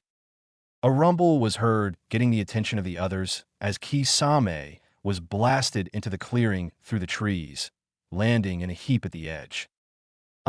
I beat him here, that's hilarious," thought Naruto with a snicker. It was then that everyone noticed his return as well. "Hey," Naruto greeted with a smile. "Boy, get out of here, it's too dangerous for a youngin' like you," shouted the female toad on Jiraiya's shoulder. Now, Ma, he's clearly Jiraiya boy's student. He must know what's going on," the male toad responded. "Right, Jiraiya boy?" Naruto jumped in. "Yeah, I'm fine. These weaklings aren't a problem for me." Jiraiya sighed and jumped closer to the blonde. As he landed, his enhanced sensory abilities from his Sage Jutsu allowed him to feel the chakra around Naruto at a heightened level. "You've mastered it," Jiraiya muttered in awe. Naruto waved him off. "I wouldn't say that, but I'm loads better than I was before. Kisame was actually perfect for training." "Only you," Jiraiya said with a shake of his head. "Well, in that case, let's finish up here," he declared with a grin that was mirrored on Naruto's face. "Gladly." Chapter in the battlefield quieted down. The return of the monster of the hidden mist, Kisame Hashigaki, and the rising star and wildcard. Naruto, Uzumaki shook things up, so all parties involved decided to regroup and figure out how to proceed. On the side of the Akatsuki, Itachi Uchiha exhaled as he released his chakra avatar and turned to his slowly rising partner. Even without his Sharingan, he would have been able to see the wounds covering his body. Itachi was certain that the factor that would decide this battle wasn't Jiraiya and his devastating Sage Jutsu, or the 2 sages atop his shoulders assisting him. No, it would in fact lay with Naruto's capabilities and whatever happened between himself and Kisame. Whatever occurred in their battle resulted in one of the most dangerous men in the world being laid out and Naruto looking fine. It would take a couple of minutes for Kisame's sword to get him back to his feet. Orochimaru wasn't in top shape. The injuries from his battle with the 3rd Hokage has strained his coils to the point that most of his jutsu arsenal was out of reach. He would remain a chaotic factor for the Leaf Ninja, sliding in and out with devastating poisons in his blade, but he wasn't going to be a large factor in the head-to-head fighting. As of now, his own chakra reserves were holding up. He would need to be careful on how much he used the Manjikyu Sharingan. He didn't need to go blind to early, less long-laid plans go up in flames. Orochimaru. Itachi turned to his consternated comrade who was glaring at the young blonde. Listen closely. Across the battlefield, Naruto and Jiraiya were catching their breath. Naruto spoke lowly. Right now I have it, but it takes enough focus that I need to constantly maintain it. Which means... Jiraiya nodded. You can't use other jutsu. He said with a hum. Still, they shouldn't have a way to get through it, so I'll support you as you blitz them. Have what down? Asked the male toad calmly. The female was more irate. Why is a youngin in a battle like this, Jiraiya? These are the boogeymen of the ninja world, not something a child should be involved in. Naruto would be offended if he couldn't tell that much of her anger was based on worry. Jiraiya groaned. I don't have time to explain, Ma, but Naruto is more than capable of holding his own. He fought Kisame himself earlier. He explained, trying to placate her. Ma's tongue shot out and whacked him on the head. He did what? She shouted. Now no need to be angry at Jiraiya boy. We should trust his judgment. Thanks, Pa, Jiraiya said with a smile. Naruto turned to them. Done? He asked with a raised eyebrow. Because I don't think they plan on letting you three work this out. He said while gesturing to a now refreshed Kisame with Samahata attached to his back and a furious expression on his face as he built up a truly titanic amount of chakra. We can't let him go unchecked, shouted Naruto as he blasted forward, Jiraiya moving to follow. Where's the old lady? He asked, suddenly realizing that she wasn't even in the clearing. Shizen got her away. She has two toads guarding her if there are any more sound ninja in the area.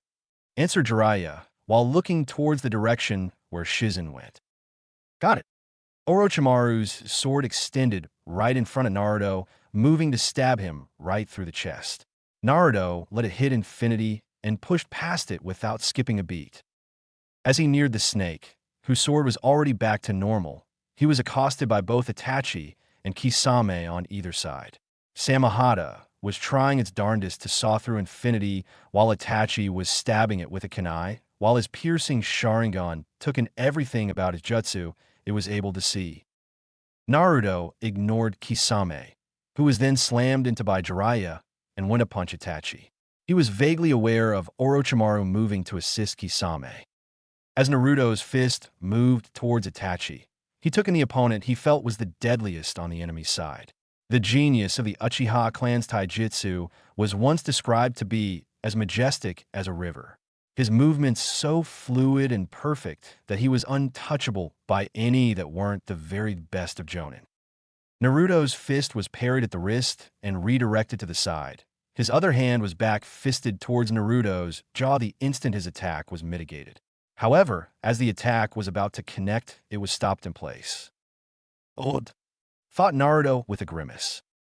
Not even stopping to acknowledge it, Itachi pulled back, made a single hand sign, then went to attack again, his fist covered in swirling chakra. Naruto's eyes noticed that the chakra swirling over his fist was fire in nature. Like before, Itachi's attack was halted by infinity while Naruto moved to attack. Itachi weaved around Naruto's punch and the follow-up kick, eyes glowing an eerie red. His arms blurred, and from them a dozen shuriken flew through the air towards Naruto, who sighed and let the shuriken impact his barrier. The instant the shuriken touched his infinity, he was blasted in the back by a double drop kick from Itachi. The force of it not getting through infinity, but Naruto's eyes widened at losing sight of Itachi and feeling the hit through his barrier. I think, Naruto wondered as Itachi sped back away from him as he moved to re-engage. Itachi may in fact be faster than me. He is certainly slippery. I'll have to be smart. My eyes won't lose him again. Itachi flashed through hand signs and in an instant released a roaring fire dragon that superheated the air around them so much that steam rose into the air from the small droplets left over from Kisame's jutsus. The massive fire dragon crossed the half-dozen meters between them, lighting and turning the grass beneath it to ash instantly. Naruto could tell that even a glancing blow from this jutsu would kill a normal ninja. He raised a single hand sign and let the fire dragon impact his infinity with a frown. As expected, the jutsu was halted in place, and the parts of the jutsu that were too large and didn't come into contact with his infinity blew right past him, igniting the rest of the area on fire. Naruto closed his eyes and with a grimace weaved the three hand signs to warp to the other side of the clearing to get away from the epicenter of the jutsu. As soon as he landed from the warp, he was stabbed through the chest from behind by Orochimaru. Naruto coughed a glob of blood and turned to glare at the now smirking snake. So it was a clone chasing Jiraiya. It did look odd to me. That nature chakra is strange, commented Naruto while glaring down at the sword emerging from his chest. Luckily, he wasn't hit anywhere vital. Likely the goal was to be hit by the sword for the paralytic poison rather than to kill him. Itachi moved towards them slowly, eyes still glowing as he dissected Naruto. Now, Naruto, I believe I'll be taking those eyes, Orochimaru hissed with a gleeful look on his face. Tell me, how does it feel to lose so spectacularly after feeling so confident? Naruto grinned with a trail of blood falling from his mouth. I'll be all right. I think I understand what Itachi was going for. This will be the last battle it works. Naruto explained with a grin that didn't hide the fury in his eyes as he stared directly at Itachi. So, you've realized your weakness? Itachi asked rhetorically. I will admit I was wary of this strange barrier around you, but I believe I have two ways to overcome it. No jutsu is perfect. Everything has a weakness, Naruto. The blonde merely rolled his eyes at Itachi, then looked over his shoulder to Orochimaru. Thanks for the breather. I'm ready to get going again, he said with an easygoing smile. The snake layer, what are you? Itachi's mind and eyes worked in a flash and moved to rush forward with a frown. However, Naruto was too fast, with his neck muscles straining and his teeth clenched. Naruto closed both his fists and then quickly swiped them outward with his hands open. To the naked eye, no visible chakra was seen to explain what was happening. To Itachi, who, with the Sharingan, was able to see chakra, he was able to glimpse at the jutsu Naruto used and felt the hairs on his neck stand up. In the next instant, both Orochimaru and Itachi were sent flying in opposite directions as if they were being yanked by the strongest magnet in the world. Both were sent tumbling towards the edges of the clearing.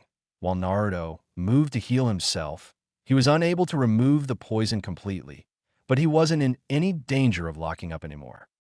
Naruto looked down at his hands with a relieved smile. That was a gamble made on assumptions and theories in the heat of the moment. His math was done too quickly to be perfect, and he had never really done that before, but it was technically easier than his normal application of that jutsu. Blue is a strange jutsu. The deadliest application is through hyper-condensing negative chakra in a single point of space to create a negative space zone that reality will immediately rush to fill, thereby causing a condensing collapse of space like a miniaturized black hole. However, at its base level, it is influencing space through vectors. With my warp jutsu, I can remove the space between two things, myself and another point in space. Something so difficult, it takes me hand signs to do. At an easier level of this jutsu, I can move things through space by using the initial target as point 1 and removing the distance between another point or myself as point 2. Naruto grinned at the slowly rising Uchiha and Snake. I can essentially move them through space, not really offensive unless I smash them into something. But it is really disorientating. The six eyes flared menacingly. Naruto pointed his open hand towards Itachi, then pulled it back and clenched his fist, pulling Itachi off his feet back to him at high speeds. Itachi pulled up his guard and absorbed Naruto's downward fist that distorted the air around them. The Uchiha grimaced, and Naruto grinned, fairly feeling the cracking of bones. Orochimaru made himself known once again, and his sword was stopped by a now reactivated infinity, and was then punched into the ground, causing Orochimaru to immediately vomit a new body that was coughing blood. Naruto went to stomp his skull in, but noticed Itachi returning with bright, flaming orange chakra swirling around him, and jumped away. Something is off about that chakra. It's the same as that avatar from before. Naruto thought warily. Naruto moved his arm to stop the incoming attack from Itachi with a frown.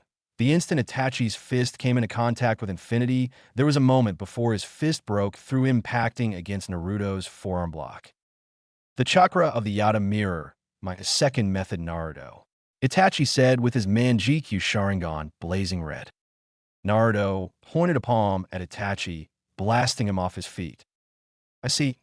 Earlier he managed to take advantage of my inexperience with infinity and attack right after I blocked something and was focusing on that while the opposite side was subconsciously weakened. Now, this Yata mirror chakra, something from that avatar, he can coat his hands in. It seems to somehow possess the amazing ability to nullify any type of chakra that it comes into contact with. Naruto felt a bead of sweat fall down his forehead before he smirked. But like me with infinity, he can use that chakra or his regular jutsu, not both, and unlike infinity, his is much more obvious when he's using it. Naruto got into a stance and dissected Itachi with his 6 eyes. Itachi on the other end of the clearing was taking slow breaths while reigniting the orange chakra of the Yata mirror. Neither of them acknowledging Orochimaru slithering away. Jiraiya stomped on the ground and made a snake hand sign, causing a large wall of solid stone to rise from the earth to block the tidal wave of water.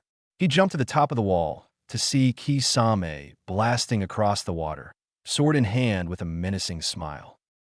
"He's relentless," shouted Ma in disbelief. Jiraiya just got done pounding him into the ground. Jiraiya weaved 2 hand signs, and the ground beneath the water exploded with so much force all the water was blasted into the air and over the forest, creating a mock downpour for a few moments. Not breaking a sweat, Jiraiya weaved 4 more and extended both palms towards a falling Kisame. From his hands, 2 bright blue bolts of lightning cut through the air towards the shark. Kisame managed to slap one with Samahata, but took the other, causing him scream in pain. Samahata was working overtime to convert the chakra into healing energy, but the chakra being used by Jiraiya was slowing the sword down. Right as he reoriented himself from the shock, Kisame looked up to see a massive Rasengan coming down on him. It took every ounce of willpower and strength to jump and speed out of range. Even then, the explosion of force from the jutsu hitting the ground took him off his feet, sending him flying into a tree, uprooting it. Jiraiya noticed Kisame was sent into the forest and sighed. His blade is very slow to convert sage chakra into usable energy to heal him. Pa rubbed his goatee. I'm shocked he can do that much. Suppose whoever made that sword really knew their way around sealing jutsu and chakra mechanics. We need to go back up Naruto. He's fighting those 2 on his own. Can't you sense it? Shaited Maworidli. Orochimaru isn't in top condition, so he's more of an annoyance right now. Itachi and Kisame are the problems. Jiraiya said seriously, Ma, Pa, can you sense Tsunade? She must be out of range for me. Pa hummed. You need to come finish your training, Jiraiya boy. She's 400 meters east, with Shizen Girl and those troublesome twins. Good. I was worried about leaving them on their own. 3 massive water drills blasted into the air, cutting through the distance towards Jiraiya. He didn't recognize the exact jutsu being used, but the pressure and density would rend metal effortlessly. Needless to say, he should probably do something about those. Jiraiya of the Sannin, the sage from the mountains, the wandering toad, the super pervert from the leaf. Many names, many legends. Strangely, it was rarely his power jutsu that got him his accolades. The Battle of the Sannin versus Hanzo of the Salamanders was where he and his teammates attained their titles, and shortly after was dubbed S-Class by the world. But it was on his battles won, never on some unwinnable jutsu. He was a Minato with 2 perfect jutsu, making him fearless across the world, or the third who knew practically everything. No, Jiraiya of the Sannin's power came from his experience in battle and his lack of care in being flashy. Despite his personality, when it was time to work, he was focused and got the job done. As the 3 water drills descended onto Jiraiya, he waited to the last moment before rocketing off the rock wall he was standing on and closing distance to Kisame, who was already focusing chakra for the next jutsu. The two toads shot bullets of water and wind at the drills to dissipate them, while Jiraiya focused on the shark. Kisame slapped the water he and Jiraiya were standing on, and hundreds of sharks were created from the depths and rushed to shred the three-toed sages. Three hand signs, a flare of chakra. Kisame noticed it was the strange, thick chakra that Samahata was having trouble filtering. Beneath nearly 10 meters of dense water, the earth erupted in a massive explosion. Sage art. Land devastation, thought Jiraiya. Not a jutsu he typically used, but Kisame wasn't an opponent that was going to be taken down subtly. The water was blasted into east and west, creating a thick mist in the air in the entire clearing. The earth-rattling explosion was muted beneath the large pool of water, but everyone in attendance felt their bones shake from the force.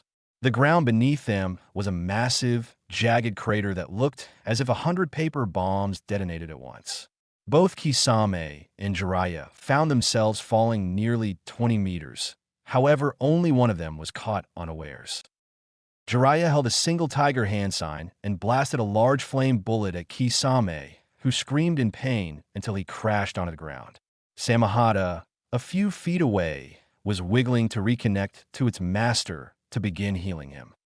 Another 4 hand signs and a ring of light shone from the ground around Kisame before exploding in a small bubble of fire. He won't be out from that, but he won't get up too soon. The after effects of the earth and water will hit Naruto's battlefield for sure. Hopefully Shizen and Tsunade were far away enough. Right as Jiraiya was about to move to finish off Kisame, he felt at the very edge of his sage senses a malevolent presence rapidly approaching Tsunade and Shizen. It only took him a moment to deduce that it was Orochimaru. His chakra was twisted and warped, but he could still recognize him. "We have to go," muttered Jiraiya, getting strange looks from the toads before they stretched their senses and nodded. Before rushing away, Jiraiya slapped the ground during the ruined earth into a hyper-dense bog that was slowly working to swallow Kisame. If anything, it would slow him down even more. Jiraiya sped through the forests, each step destroying the branches beneath his feet as he moved to gain more and more speed. "Hurry, Jiraiya boy. He's been on them for over 2 minutes," shouted Pa with a worried expression. Jiraiya's face soured, and he felt he was about to be on them as he smashed through a tree with a powerful punch and landed upon the 3 ninjas, his eyes widening in horror. Orochimaru was standing over a grimacing Tsunade who had his blade through her gut. Shizen, clearly in distress, was working to heal Orochimaru with a weasel Kabuto, assisting with his smug grin. He felt a twisted satisfaction at seeing the dried blood on Kabuto's face and shirt from where Naruto smashed him. "Jiraiya right on time," Orochimaru said with his nasty smirk. "Young Shizen has learned so very much from Tsunade. I was under the impression only Tsunade would be able to heal me, but alas, the student was enough. Marvelous, isn't it?" He wiggled his sword, getting a groan from Tsunade. "Don't get too close. They're doing a delicate procedure, and I wouldn't want to hurt our dear teammate anymore." Jiraiya glared. "Let me guess, this was the plan from the start? Kisame and Itachi to stretch Naruto, and I thin, your lackey, and his soldiers to spread us out? All to get to Tsunade when we were busy with the other 2. So there's a brain in there, very good," Orochimaru said with a chuckle. "Yes, that was my plan. Itachi and Kisame are here to confirm my intel on Naruto. My colleagues are going to need a lot of intel to retrieve the 9 tails from him after all." "You really went crawling back to the Akatsuki?" Jiraiya asked with no small amount of surprise. Orochimaru nodded. "Indeed. I am unfortunately not enough to deal with all my enemies on my own. Something I learned in my invasion. I was set to deal with Sensei, as strong as he turned out to still be, till Naruto decided to ruin things. Not to mention the goals of the Akatsuki and their leader are truly fascinating." "Any chance you tell your former teammate what those are?" Jiraiya asked with a flat expression. Orochimaru chuckled. "Why would I do that?" Jiraiya shrugged with a smile. "Worth a shot." Right as he said that, a spear of earth shot from the ground, separating Orochimaru from Tsunade and Shizen, and blitzed across the distance and stand between them. Kabuto stood at the side of Orochimaru and scanned his body. While not a full recovery, you are far better off. We can certainly treat you from here without them. Good. Then let us deal with Jiraiya, Orochimaru said with killing intent rolling off him. Jiraiya took a deep breath. I'm going to need you here, Tsunade. You're more than capable of healing from that wound and helping me out here. It won't be long before Kisame joins us, and I can't deal with both of them and protect you, he said lowly. Right on cue, Kisame blasts into the clearing, shredding through a tree with Samahata. You're going to die, you old wart, he shouted. His chakra was visible as it covered his body in a blue aura and weighed down on everyone in the clearing with its sheer size. Jiraiya was able to finally confirm that Kisame truly was a tailless tail beast. Jiraiya boy, we should retreat if Tsunade girl can't fight, said Pa seriously.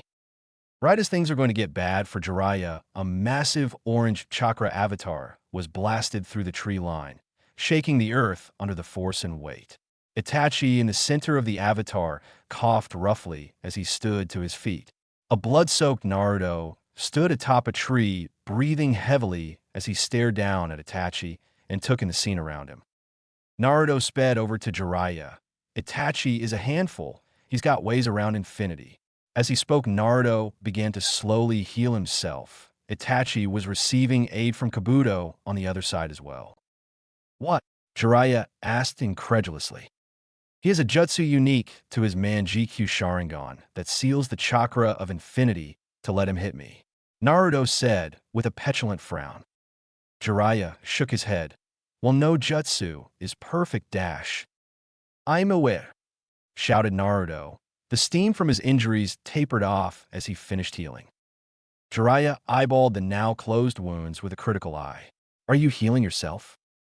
Shizen gaped at Naruto, having been silently gathering herself after Orochimaru's sudden appearance, then Jiraiya, then the rest of them. Naruto showing up covered in wounds, then healing himself somehow wasn't that surprising anymore. Unseen was the twitch of Tsunade's fingers. Naruto nodded, yeah. See, I was watching Tsunade heal herself that night, then Kisame and Samahata's healing method. I decided to copy them and add my own flair. Tsunade's twitch became stronger. I heal within chakra, which has been enhanced by positive nature chakra. It's like super healing, Naruto shouted with a massive grin on his face. Idiot, a small voice muttered, getting the three ninjas' attention. Naruto turned to a now awake and deadpan Tsunade, who was looking at him like he was an enormous moron. His face turned comically disgusted. Huh, I can't hear you down there, Naruto shouted. Tsunade's eyebrow twitched as she sat up, right to glare at Naruto's face. You're an idiot for using that combination of chakra to heal yourself, Tsunade explained haughtily. If you think you're the only one to look into positive natured chakra, you're a fool. If you keep doing it, then you're going to fry your chakra coils and possibly your brain. Why should I trust the word of a weak, defenseless old woman that needs us to protect her? Naruto asked with a laugh as he smirked down at her. Jiraiya next to them was watching with a hopeful and amused expression while both Toads and Shizen gaped at the exchange. Tsunade's temper, something that in her 50s she usually had a good lid on, except it would seem, when concerning Naruto. In her anger at the young blonde's lack of respect, she shot to her feet and headbutted him, causing him to sway back. So shocked at what happened, he didn't even raise infinity. Naruto blinked a few times as Tsunade glared down at him. I know more about healing and the human body than anyone alive, especially not some up-jump twerp who won the genetic lottery. Laughing to himself, he got to his feet and smiled at her. I like the energy, but let's focus on them, huh? Naruto said as he pointed to the three Akatsuki members that were moving to attack. Kisame roared and blasted a massive tidal wave in their direction. Shizune's small gasp was ignored as Naruto and Jiraiya tilted their heads to figure out the best course to deal with the incoming attack. The massive wave of water loomed over them, easily 15 meters tall. The force and size of the jutsu would easily be considered A rank. Naruto smiled in amusement. It would seem that while being fellow 7 ninja swordsmen of the mist, Kisame was leagues beyond Zabuza. Oh, give me a break, shouted Tsunade as she shot forward, Her arms were glowing with flaming green chakra. As a massive tidal wave started to crest over them, casting an ominous shadow over the ground of Leaf Ninja. Tsunade arrived at the base of the tidal wave, reared back, and sent forth a devastating punch. Naruto's 6 eyes glowed as his face split into a massive grin before laughing wildly. Jiraiya rubbed his head with a chuckle. Shizune's eyes were awed by the display of her master. The two-toed sages gaped at her monstrous strength. The massive tidal wave that would wipe out a village under the force of its size and volume was obliterated by a single punch. First a massive hole through the point of contact, then the shockwave from the punch blasted the rest of the water away. Orochimaru's form emerged from the mist, his sword missing as he weaved through hand signs. From around him, a hurricane force-gale windstorm erupted into life, shredding through ground and closing distance in a blink. Naruto snorted at the attack. He quickly grabbed Shizune and Jiraiya and landed next to Tsunade before flexing Infinity's shell into a dome around the 4 of them, plus 2 toads. "What in the dash?" muttered Shizune as they were completely safe from Orochimaru's jutsu, while the entire clearing was torn to shreds. It was barely a blur of motion that the 6 eyes caught of Itachi appearing in front of the barrier of infinity. Right as the orange chakra was to impact his perfect shield, he released the jutsu and met Itachi's attack with a glowing fist of his own. Their mutual impact sent a small shockwave through the immediate area. Jiraiya slapped the ground, causing dozens of stone spikes to rise from the ground, targeting Orochimaru, Itachi, Kisame, and Kabuto. All 4 of them were forced to jump away rapidly to avoid being impaled repeatedly. "I'll take Itachi," Naruto said with a smile. Tsunade and Shizune whipped their head towards him in alarm. "Oh, don't give me that. None of you can deal with the Jinjutsu he can cast. Take care of the old bat and Shizune." Naruto shouted to Jiraiya, getting an uneasy laugh from him as the 2 women glared at him. 3 hand signs, and he warped away to where Itachi was recentering himself from the onslaught of earth spears. Itachi lowered himself and reactivated his Manjikyu Sharingan. Naruto smiled and mimicked his stance. 2 ninja hailing from the same village, coming from prestigious great clans, wielding ocular jutsu of immense power, hailed as geniuses with untold potential. Neither, since coming into their own, had truly been pushed. Now as Sharingan and 6 eyes stared at each other for a moment, then both let out a grin. Naruto shot forward and Itachi matched. They met in a flurry of punches and kicks. They had found a rival. Itachi jumped up a shadow clone, emerging from behind him, both weaving hand signs at dizzying speeds. Naruto's eyes deciphered that it was a combo of wind and fire coming. 2 streams of the respective element shot from Itachi and his clone's mouth. The streams swirled and combined into a white-hot beam of fire that superheated the environment. Naruto activated Infinity and let the attack dissipate with a sigh. Itachi blurred behind him at the exact opposite end of where the jutsu impacted and went to stab it with a kunai. Naruto knew, unfortunately from experience, that the kunai would be able to break through. Right as the kunai touched the barrier, he released it and spun around with a Rasengan in hand. Itachi couldn't avoid the spiraling sphere and the swirling blue chakra attack smashed into his chest. Naruto smirked and jumped straight into the air as the Rasengan destroyed the clone and the real Itachi smashed into the ground where he was standing. Itachi was forced to block a punch and parry a kick, then counter-punch Naruto, who swayed around the hit. Naruto jumped back while flicking his hand towards Itachi, who encased himself in his chakra avatar to take the hit from Blue. As soon as the avatar appeared, Naruto smirked and concentrated on forming a dense red. Itachi had his Susanoo raised his second sacred treasure Totsuka blade and swiped it down towards Naruto. Naruto's forehead dripped with sweat as he charged a fist-sized red and shot it towards the avatar, hoping that like last time, it would be enough. The shockwave from the jutsu impacted against the ethereal blade, dissipating it and smashing into the chest of the avatar. Itachi roared and increased the armor of his guardian and held his ground. As the shockwave hit the Susanoo, Naruto moved to get to its flank and create a truly massive Rasengan, easily double the size of Naruto himself, and smash into the unprotected and unfocused side of the massive orange chakra avatar. Unlike Red, that was like a straight line of pure force, the impact of a Rasengan was like a bomb and a drill combined together. One of this size detonating was enough for the entire side of the Susanoo to crack and shatter open, while everything in over 100 meters was blasted away and the ground tremored under them. Itachi's eyes bled from the effort as he spun to Naruto, who managed to break into his perfect invincible defense. Something that should be impossible. Naruto didn't stop by breaking in him, pulled Itachi toward him with a gesture, then smashed him in the fast with a devastating left. Itachi's brain rattled as he suffered from the attack. Then, rivals don't just push someone to get stronger. Rivals can also be inspiration. Itachi's mind cleared, and the concussion left him in a second as he grabbed Naruto, spun him, and threw him away. Steam rose from his body, and his glassy eyes resharpened. Having seen it several times, is it any question that the genius Itachi? Naruto wiped blood from his mouth and grinned. "You bastard, you copied my healing," he said with a laugh.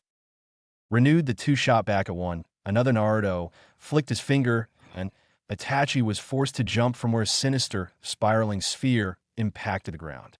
Naruto jumped to meet him and punched him right in the kidney.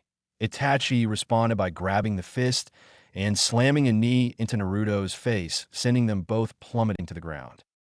Unlike Naruto, who preferred fighting alone, Tsunade, Jiraiya, and Shizen stayed in the clearing together. "Sharky is mine," Jiraiya said before stomping on the ground, causing dozens of stone fists to fly at Kisame, who gleefully smashed them one by one with his sword. Orochimaru regurgitated his sword and moved to kill Tsunade. Said woman just looked at him blankly. The swipe of the poison blade was ducked under, then grabbed by her. She didn't even flinch at the poison or the blood as she pulled Orochimaru closer. With immense reluctance, Orochimaru let go of his prized sword. Tsunade chucked then with all her power through the sword towards the horizon. She then kicked off the ground to close distance with the snake. Orochimaru hissed as he moved to meet her in hand-to-hand. While Orochimaru has been an active combatant, while Tsunade was retired. Orochimaru slithered around Tsunade's opening combo and moved to counter with a knife hand to her throat. Tsunade grabbed his wrist, then fisted him into the earth, causing the ground to shake from the force. Tsunade was regarded as a goddess of the fist, and time had not dulled her edge. Orochimaru coughed blood as he was smashed by 3 punches. She kneed him in the gut, then kicked him away. The snake instantly regurgitated himself to heal some of his shattered bones. He was running low on snake shells to heal himself, so he would need to let the others know it was a mission accomplished. Turning to the side, he noticed that Kisame was Sandsword and just took a Rasengan to the stomach. Right as he was about to get moving, Tsunade came falling from the sky with a raised leg for one of her signature attacks. Orochimaru knew what was coming and moved as fast as he possibly could. He shot a snake out that he used like a rope to pull himself out of the way of the epicenter, but he was still sent tumbling away. He didn't give himself a second to recover and shot up to attack his former teammate. For going hand-to-hand, he shot a dozen snakes towards her. Not even pausing to watch the fallout, he weaved through a half-dozen hand signs and chopped the air in a downward motion. Tsunade just finished killing the last snake when her senses screamed to move. She managed to avoid her head being hit, but a blade of wing shredded through her shoulder, severing her right arm. Without a scream of pain, she held a hand sign and released the seal on her forehead, causing a swirling line of black chakra to cover her forehead and body. She reattached her arm, and all her injuries were healed in an instant. "Time for you to die, Orochimaru. We've borne your disgrace long enough," she declared as her body glowed with chakra, and she shot forward to finish the traitorous snake once and for all. As her fist blasted through his chest, his body turned into mud. She looked around the clearing and noticed that Orochimaru was harassing Jiraiya enough that Kisame was able to heal enough to run away. In her expert opinion, Kisame was going to need weeks of rehabilitation, even with a skilled medic helping him. Jiraiya groaned as he smashed yet another mud clone, revealing that the real Orochimaru was gone. How'd they get away? He asked with a shake of his head. Both the Toad sages dismissed themselves when the fighting was finished. Tsunade walked up to him with a tired sigh. Orochimaru has always been a slippery one. I'll be sure to send the Alpha Squad after him when I'm in office. Jiraiya turned to her with a curious expression. So you're coming back? He asked as they walked over to where Shizune was taking shelter. I feel like I have no other choice, she said with a snort. You're hopeless without me, and the brat is going to kill himself using complex chakra mechanics on his body, on top of being a little disrespectful brat. Jiraiya let out a full belly laugh. That's Naruto, all right. Tsunade glared at him. Don't laugh. There's a strong possibility that he causes a war with that attitude. We need to have a firm hand with him, she argued, while Jiraiya raised his arms in surrender. Shizune moved to Tsunade's side with a relieved smile. She looked at the two of them for a moment before frowning. Where is Naruto? Naruto's face rippled from the force of Itachi's orange chakra-cladded fist. He responded with a kick to Itachi's knee that destabilized his stance, allowing for Naruto to grab Itachi's arm, then throw him away. Itachi sent a massive fireball at him without a single hand sign. Naruto pointed a palm at the incoming jutsu, then a spark of blue chakra sparked across his hand. The force of jutsu destroyed the center of the fireball that caused the rest of it to dissipate. He weaved 3 hand signs in a blink to warp behind Itachi. With a pulling motion, Itachi was yanked off his feet into a kick for Naruto. Itachi coughed from the kick, then threw a handful of shuriken from his sleeve that Naruto was forced to block with infinity. Orange chakra swirling to life, Itachi moved to engage the blonde through infinity. Itachi punched through the chakra shield, smashing into Naruto's solar plexus. Both of them engaged in a flurry of punches and kicks, while Itachi was the far better combatant. Naruto was able to bridge some of the distance between them with applications of blue and Rasengan variations. Itachi sighed before throwing dozens of smoke bombs on the ground. Naruto blinked a few times and rapidly looked around, his 6 eyes working overtime to decipher what Itachi's next move was. He readied himself to summon a red if the Avatar was about to return in full glory. After a fully 2 minutes, Naruto stood up with a frown. What the did he fucking run? Naruto shouted in disbelief. No, they accomplished their mission. Came the shout of Jiraiya in the distance as he and the 2 women walked into the ruined clearing. Naruto popped up in front of them from a warp. Well, I guess all that's left is to knock the old bat out and drag her home. Shizune, you can walk if you behave. Behave? Shizune muttered as she glared at him, while Tsunade rolled her eyes. I'm going home, brat, she said after a deep breath. It's time I move on and make sure a fool like you doesn't kill themselves or cause another war. Naruto looked at her with a disgusted expression. I'm not going to start a war. You will if you keep with your fundamental irreverence to everyone around you. I respect plenty of people. If you say Jiraiya, I'm going to throw up. Hey, as the curtain closed on what will be known as the Battle of Tanzuka Hills, several people, hidden under seals and hidden jutsu, made their way home to report to their superiors. As the excitement from the battle died down, the 4-leaf ninja made their way back to town. Jiraiya was completely uninjured. He was worried at the beginning that his low reserves would cost him, but summoning the elders allowed them to feed him chakra. He subtly glanced at Tsunade. He kept his full sage mode back as he didn't want to look like an ugly toad for her. Not that he needed it. Kisame was a danger to most, but he wasn't one of them. Large water jutsu weren't all that threatening to a master of the earth, not when he had nature chakra filling him up. My lady, are you okay? Asked Shizune as she took in her master's disheveled state and dried blood. Tsunade nodded and rubbed her shoulder. That snake ripped my arm off, but my jutsu healed me right up. Still hurt though, she responded before turning to Jiraiya. You okay, you old fool? Jiraiya offered her a small grin. Not a scrape, princess. She turned to the blonde whose back was to them. And you, brat? Are you hurt? Is your head feeling all right? Blurry vision? Naruto glanced at her for a second. I'm fine. I need to go. I'll meet the 3 of you in town. Without waiting for a response, he warped out of the clearing. Tsunade frowned. What was that all about? She asked. Shizun looked worried. I think he's going back to the area where those mutated ninja were, she said sadly. He mentioned that he could tell it wasn't voluntary, and killed them quickly. Jiraiya looked down sadly. He arrived at the battle quite upset. Tsunade looked at him with a frown. I need to have a talk with him, and we need to check his brain. Both Shizun and Jiraiya turned to her in surprise. The battle was hard fought. He had to go to the very deep end to get his infinity to work against Kisame. Then there was Itachi's ability with the chakra avatar. The ability to negate chakra and the ability to seal anything away was an absurd combination. All these tough confrontations had done the amazing job of forcing him to not think about what he went through beforehand. Naruto a hole in the ground with a sigh. Since that day, in the forest his mind has been clearer, like looking through a freshly cleaned window after months of neglect. Not to mention his natural excitement for battle and showing off his strength. He had never killed before his 6 eyes awakened either. Not since his mind cleared up and he started to mature a bit. Even before he knew it would be an eventuality, it wasn't supposed to happen for Chūnin. Yet, after his awakening, he was put in fights where death was inevitable. And if he was right, he was going to only be put in fights where death was the conclusion going forward. Such was the nature of his position now. Another hole was blasted into the ground, then hollowed out. These ninja, taken or willingly following Orochimaru, did not want to turn into experiments.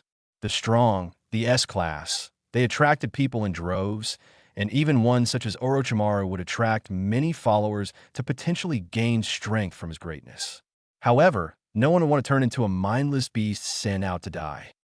Naruto knew that he was strong, stronger than most, but he wasn't strong enough. He didn't have a way to stop these men without killing them and was forced to put them out of their misery. If he were faster and more knowledgeable on chakra and the human body, perhaps something could be done. The last hole was finished, and Naruto sighed. He then began to place all the dead mutated ninja into their holes. Alas, he was not able to help, so he did all he could, give them a grave. As he finished covering the last filled hole, he stared out at the dozens of newly dug, unmarked graves. I'm sorry this was your fate. This is not a fate fit for anyone. I will kill that snake, I promise. Naruto said seriously, his 6 eyes glowing powerfully. As Naruto walked back to Tanzukagai, he cleared his mind and thought back to the battle. He made a frightful discovery about his current jutsu arsenal. Red, while having the most devastating output of force and destruction, was remarkably limited in use.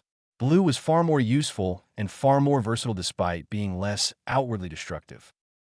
The space-natured color jutsu duo were empowered by positive and negative chakra, respectively. Red was easier to figure out as it was essentially an explosion of force in a set direction.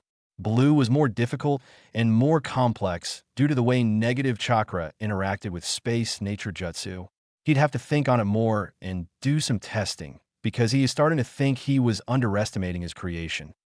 Not to mention infinity, it was unwieldy, and his instincts were fighting it. He was unwittingly weakening it in places as he instinctively reinforced the point of impact of a jutsu. Itachi somehow deduced that and started exploiting it to get through. Not to mention, he can't use jutsu while keeping it up right now. More tests, more training. He wasn't there yet, he wasn't the strongest. It will take time, but he will get there. Not only are many visitors running from our village, but you've destroyed so much of the surroundings and buildings it could take months to get back to where we were literally yesterday, shouted the mayor of Tanzukagai. Shizun looked appropriately apologetic. Jiraiya was stoically listening while Tsunade and Naruto were barely paying attention. Naruto took a breath as the man went on yet another tirade about damages and costs. Okay, shouted Naruto with a whine. What do you want? Want us to go find them and ask them to pay for damages? He said with a raised eyebrow. We fought them outside the village, and there were no casualties for civilians. That's a remarkable outcome for a battle of 5 S-class ninja and Tsunade. He said with a cocky smirk. Jiraiya subtly rolled his eyes. Tsunade glared at him before turning to the mayor. I promise that the funds to rebuild the village will be allocated as soon as we return to the Leaf Village. As the incumbent Hokage, it will be among my first actions. She promised. Jiraiya nodded. We will make sure this village does not suffer any more financial harm due to the damages. Naruto stayed silent, while Shizen tried to smile to reassure the mayor, who could only look angry for a few more moments. The old man sighed. "That will have to do. I apologize," he said wearily. "It's not like my position has any right to treat you all like that. Even if you were just Jonin, your station would be above me much less as you actually are. Thank you for protecting this village and offering support."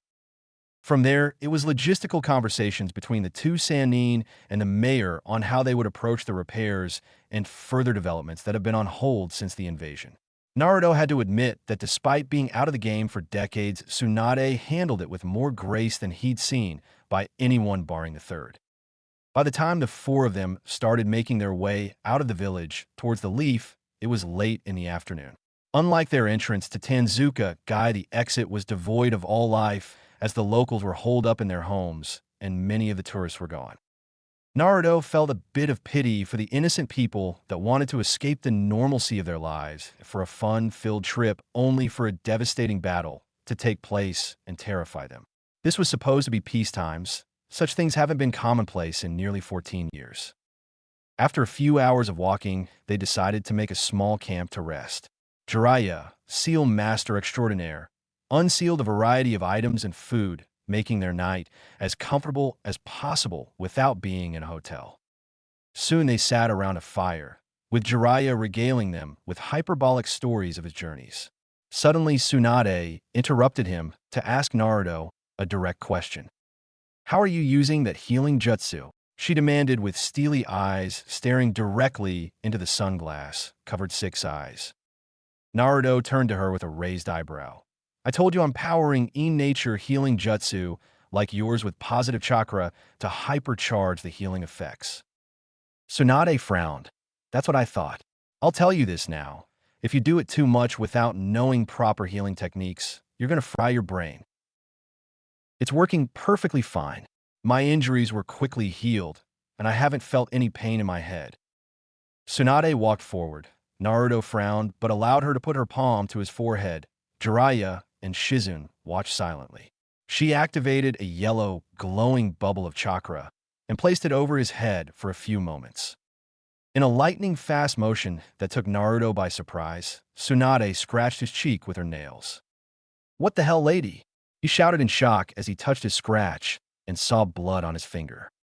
Tsunade kept the yellow jutsu active and stared at him. "Heal." Naruto sighed, figured that was what she was getting at. He thought before activating his healing technique. Since they were very light and small injuries, it took less than a second to fix. All the while, Tsunade nodded with a frown. "As I thought, you are failing to properly heal yourself. Your brain, the parts that are used to control your chakra, is far more developed than any human I've scanned barring some Uchiha, likely due to your six eyes. However, it is being strained. Try to use the ratios of chakra that you're using to heal yourself. If a normal person like me or Jiraiya were to try what you were doing, our brains would meld out our nose after a few minutes." Naruto stared at the ground in surprise. He was sure that he had gotten the math right. Positive chakra was very tricky to harness and even more so to manipulate, but he was getting the result he wanted, so why? As I said during the battle, you are not the first to look into pure positive chakra being used in a healing capacity. It is just too strong to heal something as delicate as the body. It is too volatile to keep within the body like that, elaborated Tsunade. Jiraiya decided now was time to ask the question on his mind for a while. "Naruto, you mentioned using positive and negative chakra for jutsu, but what exactly does that mean? I have a very rudimentary understanding of what those chakras are." Shizen looked like she agreed. Naruto leaned back. "It's not like fire or earth nature jutsu. It is far deeper. So think of the chakra you use every day like water. Positive and negative chakra are more akin to the hydrogen and oxygen molecules that make up that water." Shizen frowned in thought. "So a deeper form of yin and yang chakra?" she asked. "No," Naruto said with a shake of his head. "Yin and yang are spiritual and physical aspects of chakra.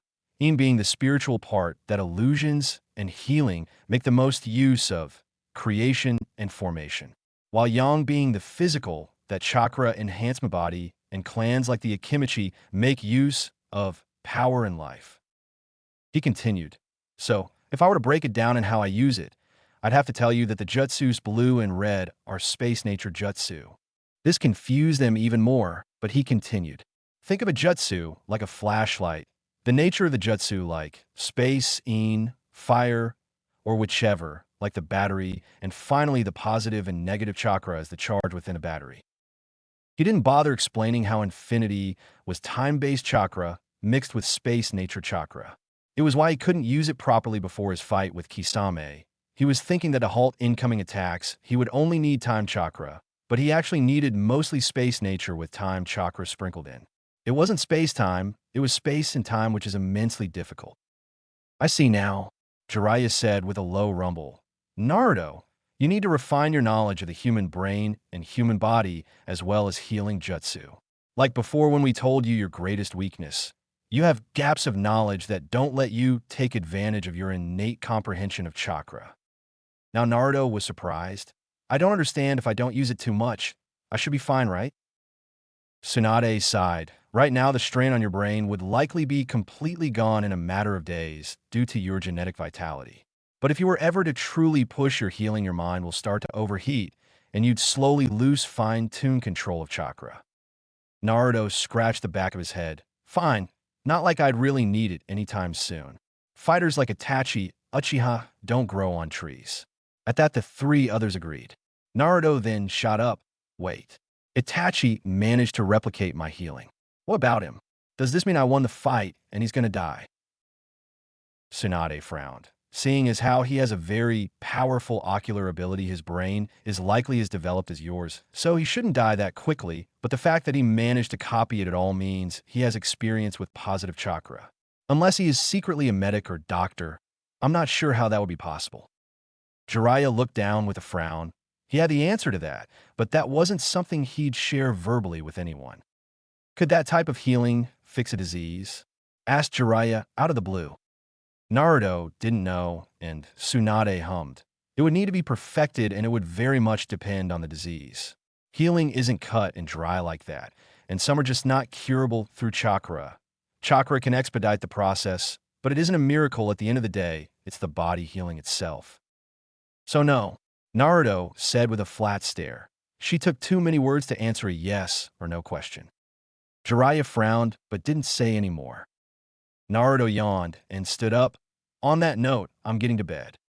With that, he moved to his tent while the three older ninja stayed by the fire to continue talking. He got the point for him, Tsunade. He was careless and tried something risky in the heat of the moment. Regardless, it was one more thing to master, and he will master it. As Naruto and the rest made their way home, the rest of the world were reeling from the news of the Leaf's newest monster. The Tsuchikage, Inoki the fence-sitter, one of the very few of the first-generation ninja left in the world, and one of the three legendary pillars of the Old Guard.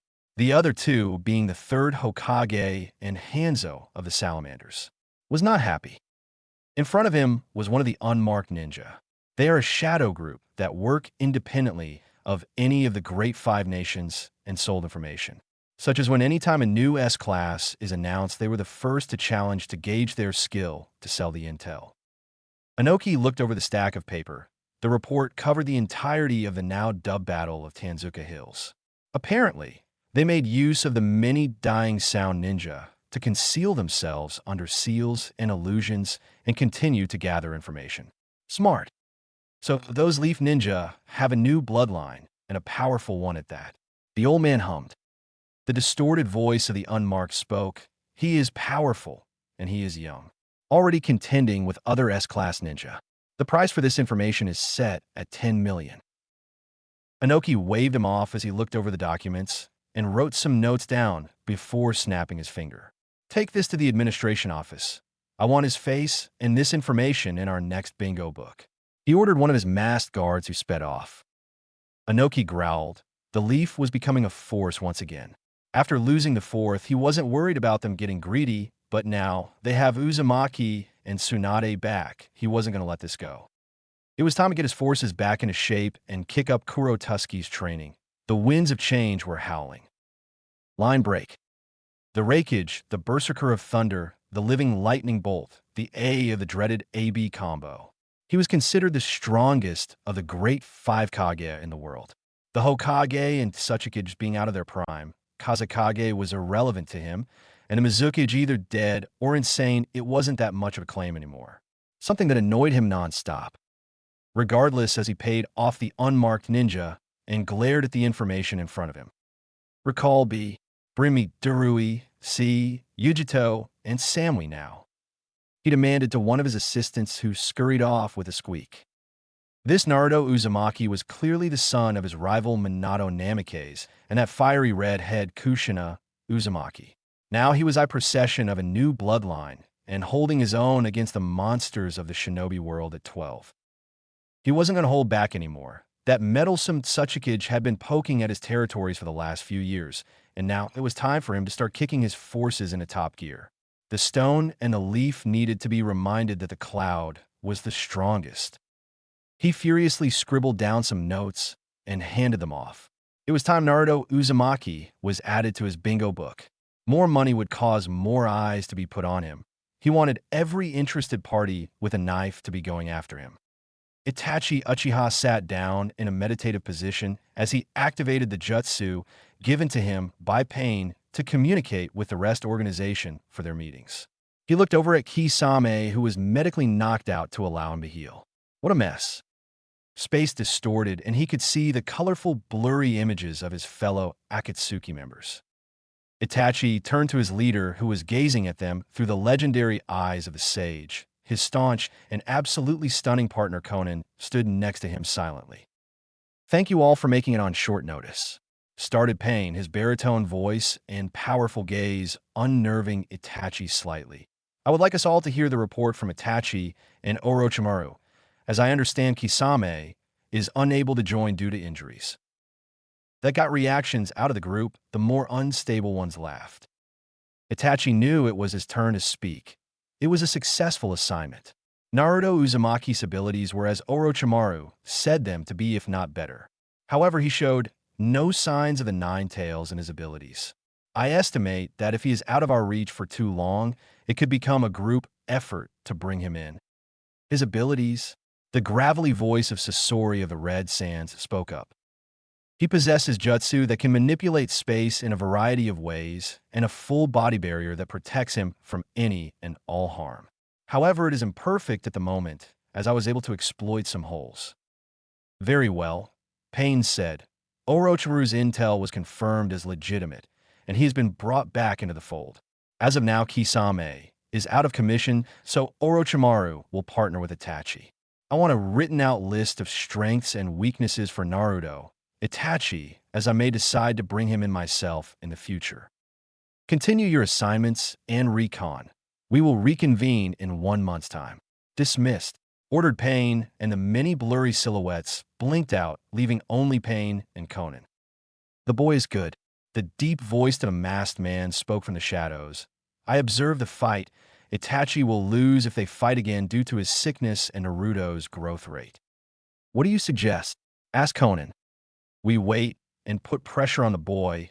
He is in a position that will not allow him much rest. The S-class are always in demand. We must constantly apply pressure. Then when it is time, he will be brittle.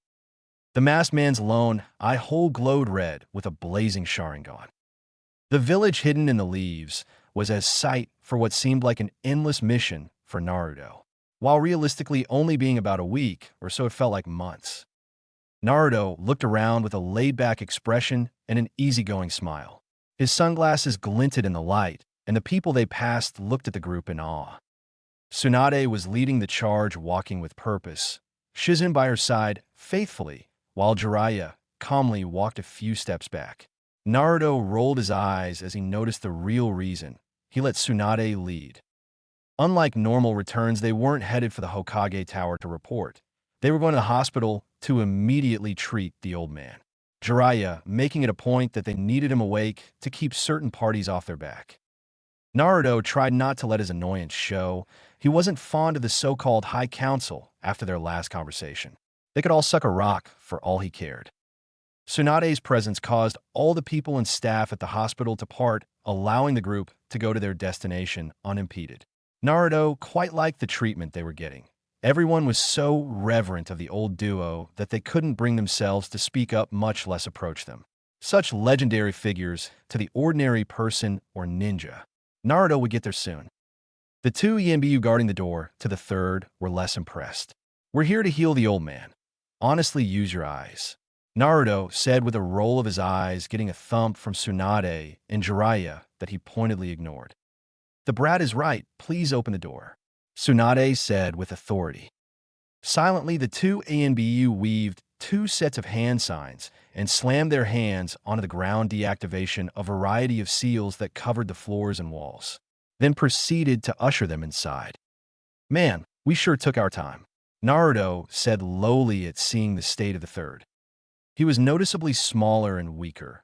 His breathing was short and shallow, and the wrinkles on his face had never looked so deep.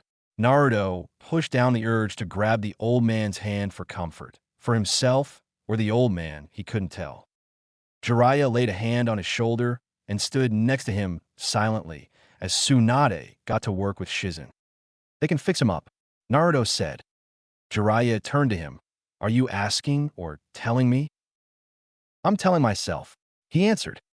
It was faster than Naruto thought. Tsunade placed glowing green hands over the old man's chest, then worked down all of his limbs before finishing on his head. As she went, color and life returned to the old man. He wasn't what he was before, but he didn't look half dead anymore. After only 20 minutes, Tsunade sat back in one of the chairs next to the bed. Shizen continuing her tasks of jump-starting his body back into full order. Naruto held his breath as he watched the old man's breathing turn to normal and his face twitch a few times. After a while, his eyes opened, and he let out the most undignified yawn. "That was quite the rest," the third said tiredly. "Tsunade, it's wonderful to see you, my girl. I must have gone more overboard than I thought that you'd come back." Naruto shot forward before anyone could interrupt. "You nearly killed yourself, old man," he shouted indignantly. "What were you thinking? You're too old for jutsu like that. You ask your assistants to cool your suit." The third glared at him. "What did I say about bringing that up in front of people?" He gritted out pointedly, ignoring the disbelieving look from Shizen and the snickers from his two students. Naruto looked at him in wonder. "That's what you're worried about? Those two knowing you're old? They still see their magnificent sensei. Don't take that from them." Jiraiya and Tsunade interrupted flatly. "Who are you fooling, sensei?" Hiruzen's head dropped, and he went back to business. "How bad?" Tsunade sighed sadly. "Your days of large-scale jutsu are gone. I was able to undo a lot of the damage, but you aren't going to have half the power you did before. Your coils are just too strained to put that much chakra through them without risking permanent damage." "How tiresome," muttered Hiruzen. "I suppose I really must find a successor." Jiraiya stepped forward. "We got that covered. It will be Tsunade. It's the other reason she returned," he said while gesturing to the woman. Hiruzen turned to her in surprise. Tsunade nodded. "These two idiots tracked me down and convinced me to come home. Although I wouldn't have been able to do that if Naruto wasn't so reckless it snapped me out of my issues.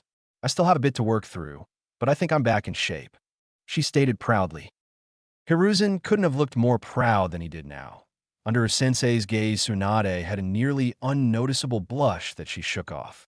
Jiraiya smiled softly and pulled Naruto out of the room, with Shizen following. Hiruzen and Tsunade, who were busy catching up after decades of separation, didn't notice their departure. Naruto frowned. He had wanted to talk with the old man, but even he could acknowledge that it could wait. When they were back out in the hallway, Jiraiya turned to them. "Shizen, you don't have to do anything, so you can wait here or go look around the village and reunite with your friends. Naruto, we should let the council know of our success." Naruto looked at Jiraiya for several seconds. "No." Then he warped away. He'd much rather catch back up with his team than be anywhere around those old fogies. In chapter, as soon as Naruto warped away from Jiraiya and out of the hospital, he made his way towards the training grounds. He had desperately wanted to reunite with his team and tell them what happened, more Sasuke, but he wouldn't begrudge Sakura and potentially Kakashi from hearing the juicy news. There wasn't much out of the ordinary in the village as he sped towards the designated training areas. There were more Chūnin patrols than normal. Even squads of Genin, led by older, more experienced Chūnin, were seen in the innermost patrols of the village. Naruto noticed that even though their numbers were supposed to be the lowest of the Great Five Nations, there were more ninja in the village than he thought they had available. Hundreds were actively patrolling, either hidden or on the ground with the civilians. Seems the lockdown would continue till the old woman takes the hat and settles tensions. Shaking his head, Naruto pushed on towards the training grounds. He arrived and was happy to see that his whole team was here. Even more surprisingly, Kakashi was home and on the training grounds that Team 7 used to frequent during their D-class mission days. In front of Kakashi was Sakura, who held a face of anger and determination as she held both hands on the ground. Sasuke was heavily breathing from his place on the ground. His hair was sticking up wildly in the air, and he seemed to be shaking slightly. He easily deduced that Sakura was working on mastering Earth Nature Chakra, while Sasuke was suffering from overuse of Lightning Nature Chakra. It would seem that Kakashi was finally taking himself seriously as a teacher. Naruto nodded. Sakura was showing remarkable progress in utilizing Earth Nature Chakra after only a few weeks of practice. He decided now was a good time to announce his presence. With a flare, Sakura felt a bead of sweat fall from her forehead in exertion as she molded layers upon layers of chakra to harden and solidify into a strong rock foundation. Right as she felt progress, Naruto, of all people, popped into existence right in front of her face. "Hey!" shouted Naruto, getting a shriek out of his female teammate, and looks of surprise from the two males. "I missed you guys." Sakura shot to her feet and immediately went for a punch. Much to her shock, her fist was stopped right in front of Naruto's face, and he only chuckled at her fury. "What the hell is this?" she asked in shock. No matter what she did, her fist wouldn't close the last bit of distance. "Oh, it's infinity," Naruto answered nonchalantly, not bothering to elaborate despite her follow-up. "What?" and turned to Kakashi and Sasuke. The mission was a success, but it went a little crazy towards the end. We ran into Kisame Hashigaki and Itachi Uchiha, who were backing up Orochimaru. Naruto's delivery of those words, lacking any and all seriousness, threw Kakashi through such a loop he felt slightly lightheaded. On top of Naruto's lack of injuries, it just didn't make sense. That lineup was cause for some sort of injuries. Sasuke had a more visceral response. "Itachi, what happened?" he shouted. "I kicked his ass," exclaimed Naruto with a grin, though he kept up for the most part. Naruto said offhandedly. Sasuke twitched from the ground, trying to comprehend what he was hearing. "For once in your damn life, be straight with me. What happened with Itachi?"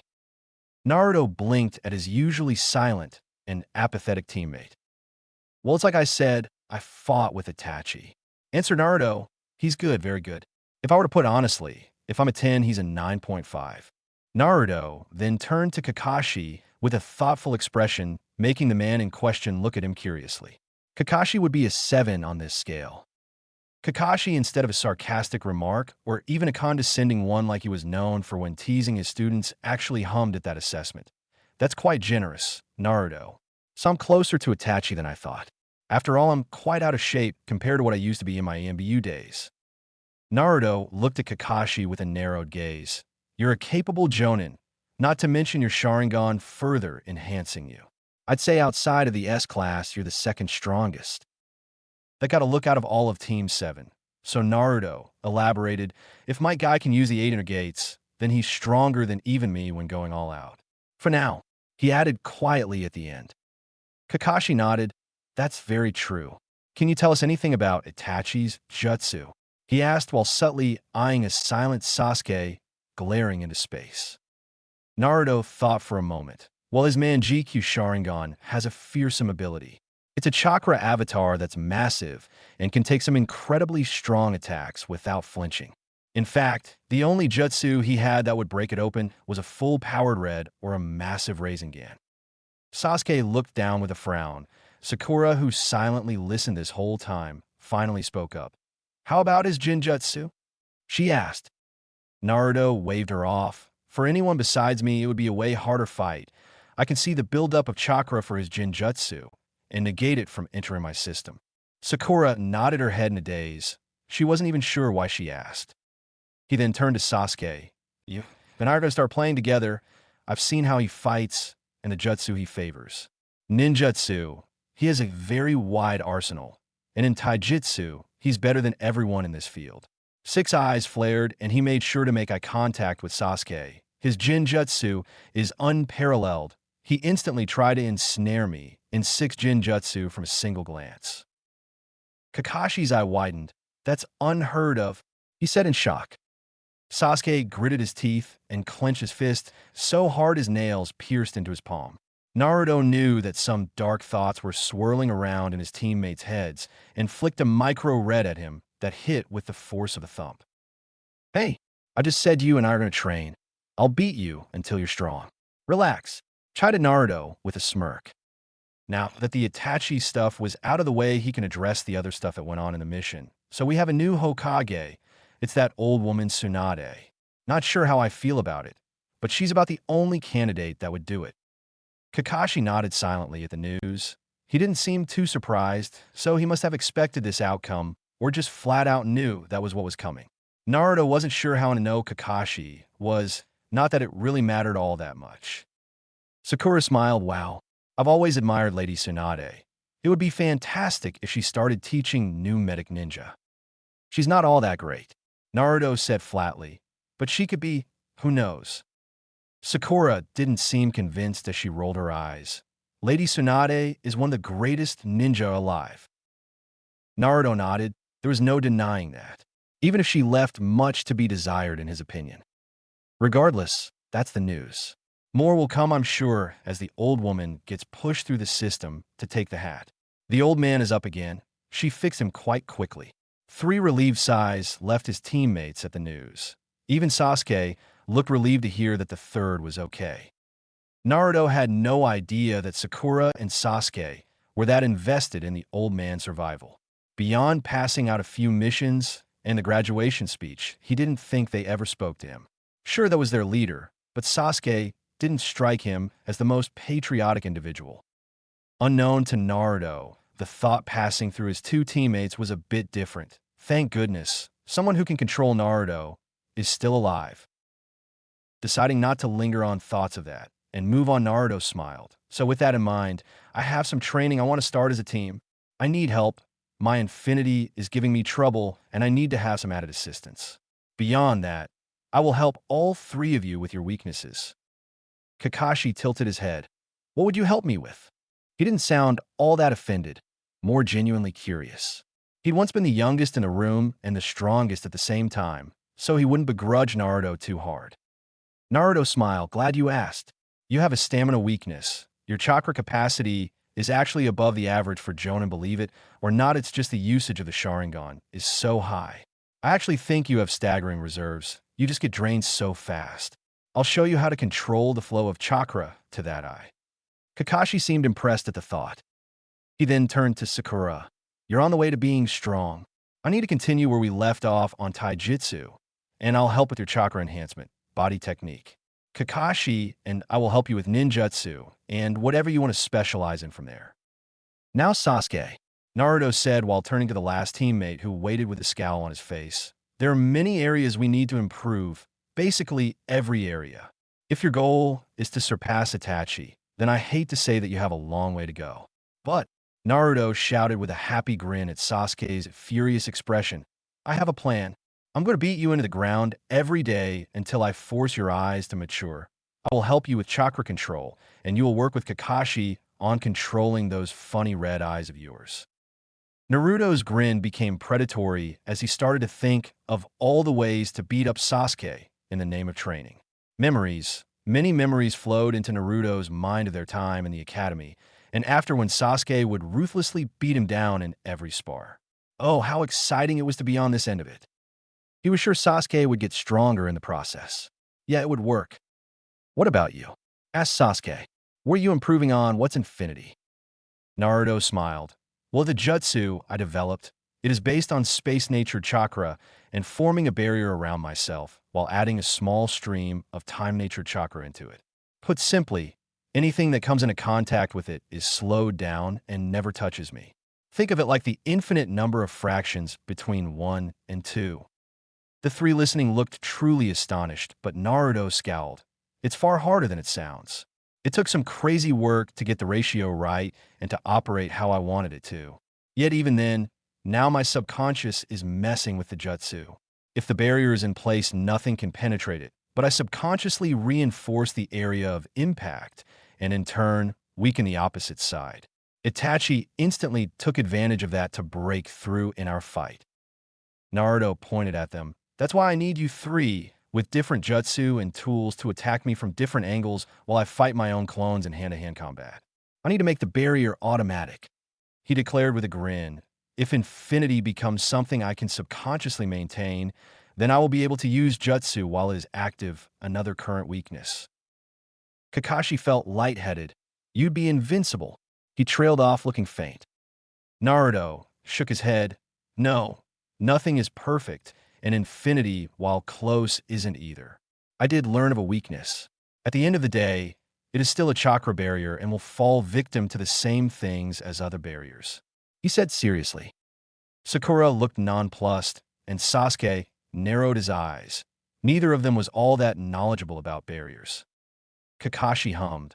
I suppose a stronger barrier could override it. He mused and thought. Naruto nodded. Probably, and sealing jutsu. There are ways to cancel out any jutsu, seals, and barriers. Forcibly turning off jutsu, and one more, but I don't think anyone outside of masters of sealing jutsu could do it. Creating an empty barrier of chakra that infinity would fill on contact while attacking, thereby negating the jutsu. Naruto rattled off. He wanted to tell his team of the weaknesses for one reason. If they could see the chinks in his armor, then maybe they could find more that he wasn't seeing. Doubtful, but he was going to see what came of it. Beyond that, I just need to refine my current arsenal and explore areas I'm lacking in. Naruto finished with a nod. So I think tomorrow we can get started. From there, Kakashi went over what he would like to begin working on with the three of them. Sasuke added in places that he could help with. Thanks to the scrolls from his family he still had access to, and Sakura chimed in when needed. Naruto felt that this was the start to a completely new and terrifying Team 7. Sarutobi Hiruzen sat quietly in his hospital bed. It was about 3 days since he woke from his coma, and he was already regaining his strength. He'd never reached the height of his power again, or even half, but he was sure he could run some Chūnin into the ground if he had to. There was a small part of fury that flashed through him, a tiny part that wished to die on the battlefield like his predecessors and successor, not living to become a weak shell of what he once was. The god of shinobi, bedridden. What a joke. Some good did come from his continued existence. He'd been able to see the return of Tsunade, the student he was most fond of. She had been by his side till she fled from the ninja life all those years ago. She helped him run the village since she was a young teenager. Having been practically bred for the position, he was sure of the 3 options for Hokage. She was currently the best for sure. Jiraiya wouldn't take the hat. Too many responsibilities and hang-ups in the way. Not to mention some questionable orders would come from that one to the woman of the village if he was given autonomy. Danzo was his age and just didn't have the charisma of a Hokage. He was too militant and couldn't inspire loyalty, something that the seconds saw as well in their youth. It was the main reason Hiruzen gave command of ANBU to Danzo during the Second and Third War. He was truly good at commanding forces, just not leading people. There was a fourth that wasn't even considered by the High Council, but Hiruzen knew that it was an option. After all those fools in the desert were pushing for Gaara to take the mantle of Kazekage from what little intel they managed to receive. Naruto, while young and inexperienced and hot-headed and foolish, and Hiruzen had to acknowledge that maybe Naruto wasn't an option. The boy was simply too strong and too young. That brashness had to be beaten out of him. He was thinking from experience. He too was a young man with too much talent and power. It took the first Hokage smacking him around for Hiruzen to learn humility. There were many things Naruto still needed.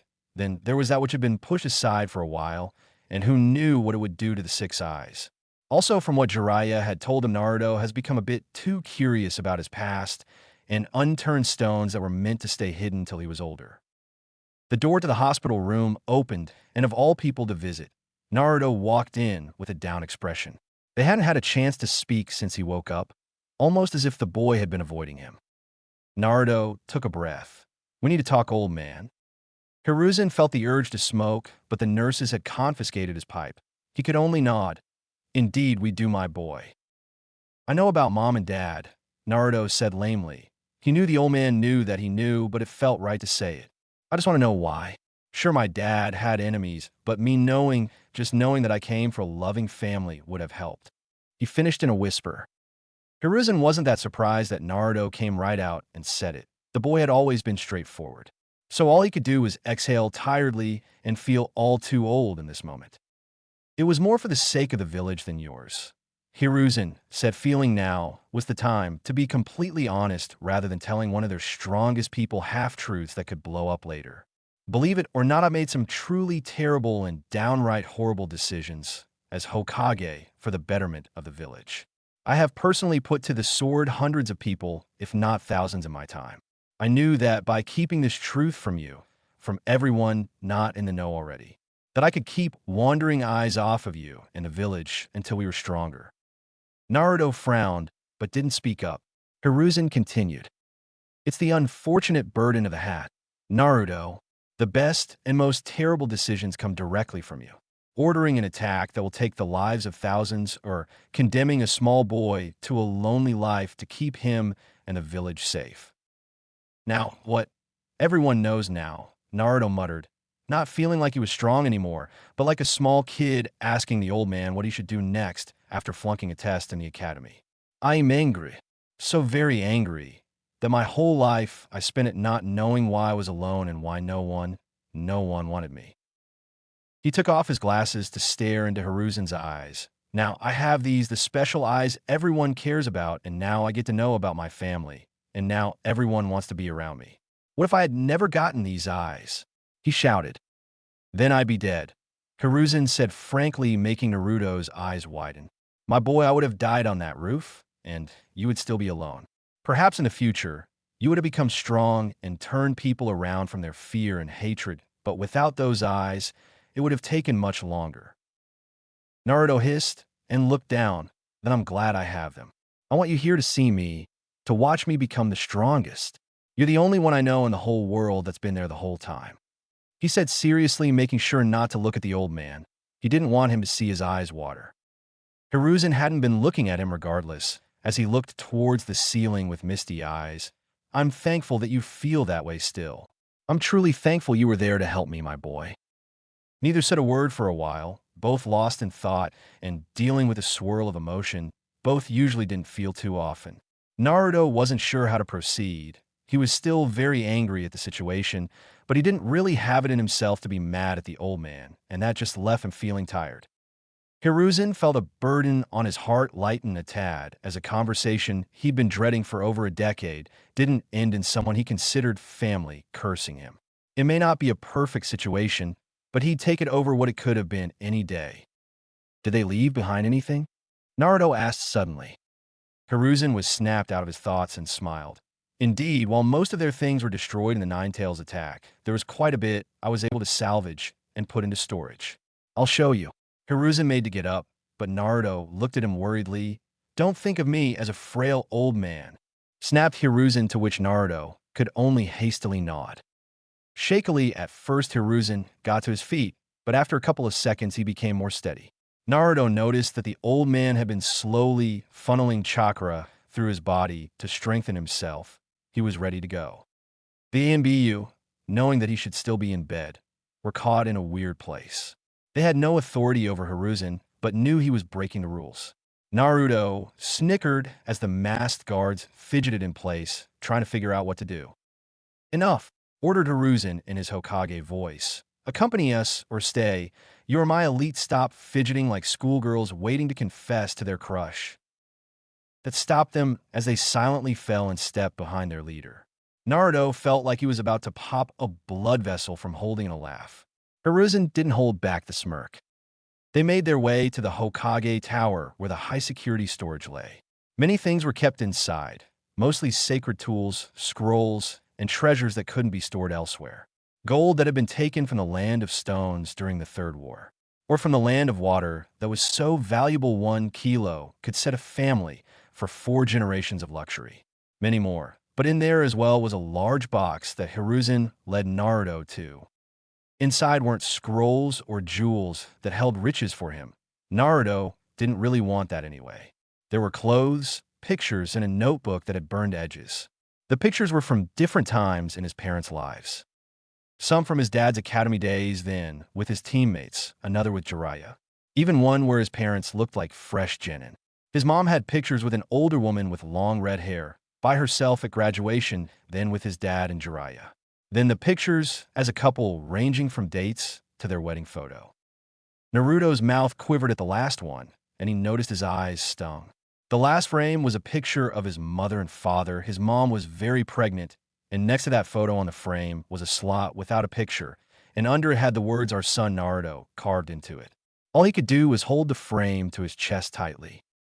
Hiruzen had long dismissed the guards from the room and was sadly walking away. He didn't want to encroach on the Uzumaki Namikaze's family any more than he already had. He let the boy cry over his lost family in peace. He hoped Naruto would get some kind of closure from this. Hiruzen felt that he was in for an interesting meeting. About a week after taking Naruto to the archives, he and everyone in the High Council were called to meet. All the clan heads and department head were to meet to go over the transition of power from himself to Tsunade. As he sauntered into the large meeting room, he noticed most were already there. The Inoshikacho heads were here, in seats, quietly talking. Not far was Shibi Aburame, not engaging in conversation as he waited. Similarly, Hayashi Hyuga stoically sat in his chair, idly listening to the others. Asuma was here as the Sarutobi clan head, and he was next to the Inoshikacho not talking but listening to their conversation. Sum Inazuka was talking with the ANBU commander, who Hiruzen couldn't tell if he was engaging or just near her and forced to listen. Jiraiya lounged in a chair by himself, scribbling in a notebook, the chair next to him occupied by his large scroll. Tsunade wasn't far from him, listening to his teammates and Danzo prattle on. She turned to Hiruzen with a small, relieved look on her face when she noticed he entered. The heads of the hospital, barrier corps, and intel were seated on the sides of the room. Shizune having taken over the hospital as the most senior doctor besides Tsunade. An elderly man by the name of Shinso was over the barrier corps and was hunched over in his chair, while Ibiki sat silently in his own while a frown married his face. "I believe it's time we begin," said Tsunade as she took a seat at one head of the table, with the elders surrounding her on both sides of that end. Hiruzen took the other end with Jiraiya and his empty chair on one side and his son on the other. The rest of the table was occupied by everyone else. Kohara nodded. "Yes, first we dash." She was interrupted by the door opening. Everyone instantly knew who it was. It was impossible to mistake the chakra presence. Naruto walked in with a serious look on his face and a new look to him. Glasses were gone so that everyone could see his face. He left off his baggy blue jumper and kept the black shirt under it and dark blue baggy pants. Over his shirt was a new addition. A large white haori with red edges. On both shoulders and the back were the red spirals of the Uzumaki clan. That's his mother's clan haori she used to wear. Hiruzen thought fondly. Even though his mother wasn't the tallest of women, her coat was still a bit big on Naruto. The arms that were supposed to be at the elbow went halfway down his forearm, and the bottom was near to his knees. Then there was the genuinely serious look on his face as he silently moved forward and took the seat next to Jiraiya after the man moved his scroll. Hiruzen nodded. It would seem that Jiraiya had expected this. "What are you doing here?" asked Sum with a raised eyebrow. Naruto turned to her. "I'm a clan head. The Uzumaki clan was recognized by this village as a clan over 40 years ago." He answered. "Not till you're either a Jonin or 17 can you take the mantle of clan head," Hayashi interjected. "Otherwise Sasuke Uchiha would be here as well." "I'm S-class as well," Naruto responded flatly. No one could dispute that or have an argument, as Jiraiya was put on this council for the same reason. Many didn't like it, but that was how it worked, so they moved on. "Very well. Then, as of now," Hiruzen Sarutobi has agreed with the selection of Tsunade Senju to take the mantle of 5th Hokage. Is there anyone on this council with a nominee they believe is better suited for the position? Asked Koharu. It was more of a formality at this point. This would only be a debate if Hiruzen had died, and even then, the Fire Lord would have the final say. Hiruzen had full autonomy to declare his successor. I believe that Tsunade Senju is not a good fit for the position, declared Inoichi. Do we ignore that she abandoned this village after the Second War? Authorized or not? He added at the end with a glare towards Shibi, who was about to speak up. Hayashi seemed to agree. No one would seek to minimize her losses, family and fiancé, but despite many of us losing family and spouses, only she was allowed to abandon this village and not return when the Third War began. Are we certain that this is what we want from a Hokage? He asked with an open hand, gesturing towards a stoic Tsunade. Hiruzen could only sigh as they continued to make, unfortunately, good points. The ANBU commander's distorted voice spoke up next. She was pardoned by the Hokage, and we won the war.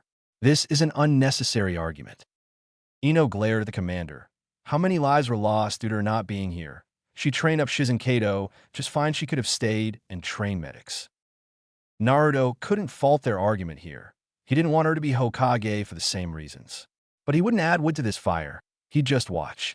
Jiraiya next to him was silently listening. It seemed he wasn't going to interfere either. If you're to be Hokage, you must earn their loyalty, Tsunade. Hiruzen thought as he listened on.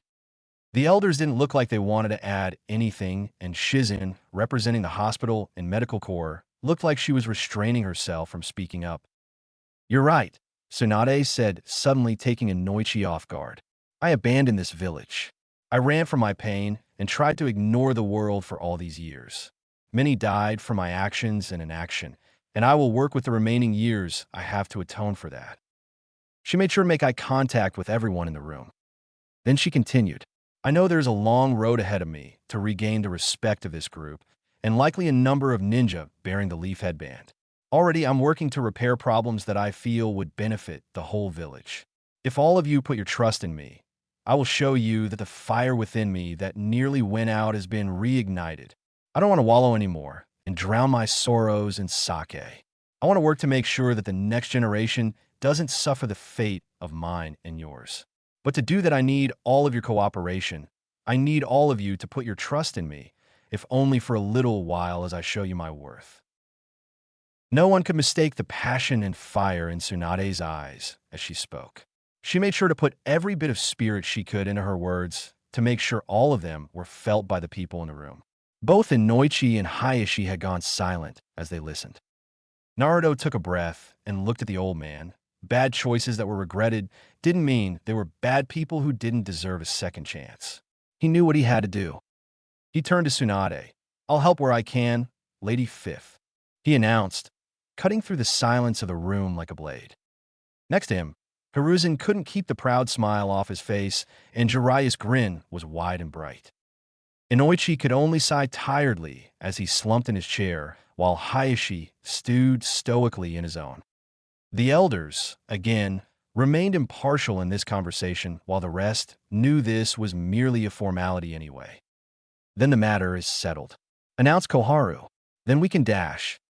I have something I would like to bring up to the council and to the now 5th Hokage, Danzo announced, getting a twitch from Koharu at being interrupted again. What are we to do about the sand and sound? Action must be taken against those who invade our village. Hiruzen spoke. The sand weren't totally at fault. Orochimaru posed as their leader and ordered the attack. They retreated as soon as they learned the truth. The sound needs to be dealt with, Tsunade declared firmly. I agree that the sand can receive leniency in this case, but Orochimaru must not have control over forces. Commander, I'm ordering you and Alpha Squad into action with Jiraiya. I want to know what numbers the sound has and what kind of infrastructure. Effective immediately. I've already sent a missive to the Sand that I want to meet with their leadership for discussions. I will be traveling once we get a location. Naruto and Kakashi will be my guard while Sensei overlooks the village, announced Tsunade. Not excited about that, Naruto thought lamely. He just got back after all. Danzo was as stoic as ever, so no one knew what he was thinking, but Hiruzen could tell that he wasn't thrilled with these decisions, more so involving the sand. Only time would tell what would happen from here. Naruto looked at the massive expanse of land tiredly. The route to the meeting point for the Leaf contingent and the Sand contingent resided in the Land of Rivers, a barrier country between the lands of fire and wind. Nothing too interesting lay within the Land of Rivers besides several fishing villages and port towns for trade. It was also a country that had been ravaged by the Great Five Nations during the many battles of the Great Ninja Wars. The group was small, like Tsunade mentioned during the council meeting, where the transition of power was formalized. Tsunade, the now 5th Hokage, was being accompanied by 2 guards, Naruto Uzumaki and Kakashi Hitaki. Rare as it was for a sitting Kage to leave their lands and people, it was usually only for the most important of occasions, such as a ceasefire for war. In this case, it was to avoid an all-out war and for reparations for the attack on the village hidden in the leaves and the loss of civilian life. What can we expect from this? Naruto asked out of the blue. Are they really going to give us anything for their actions? I can see them trying to say that Orochimaru was the real perpetrator of the attack.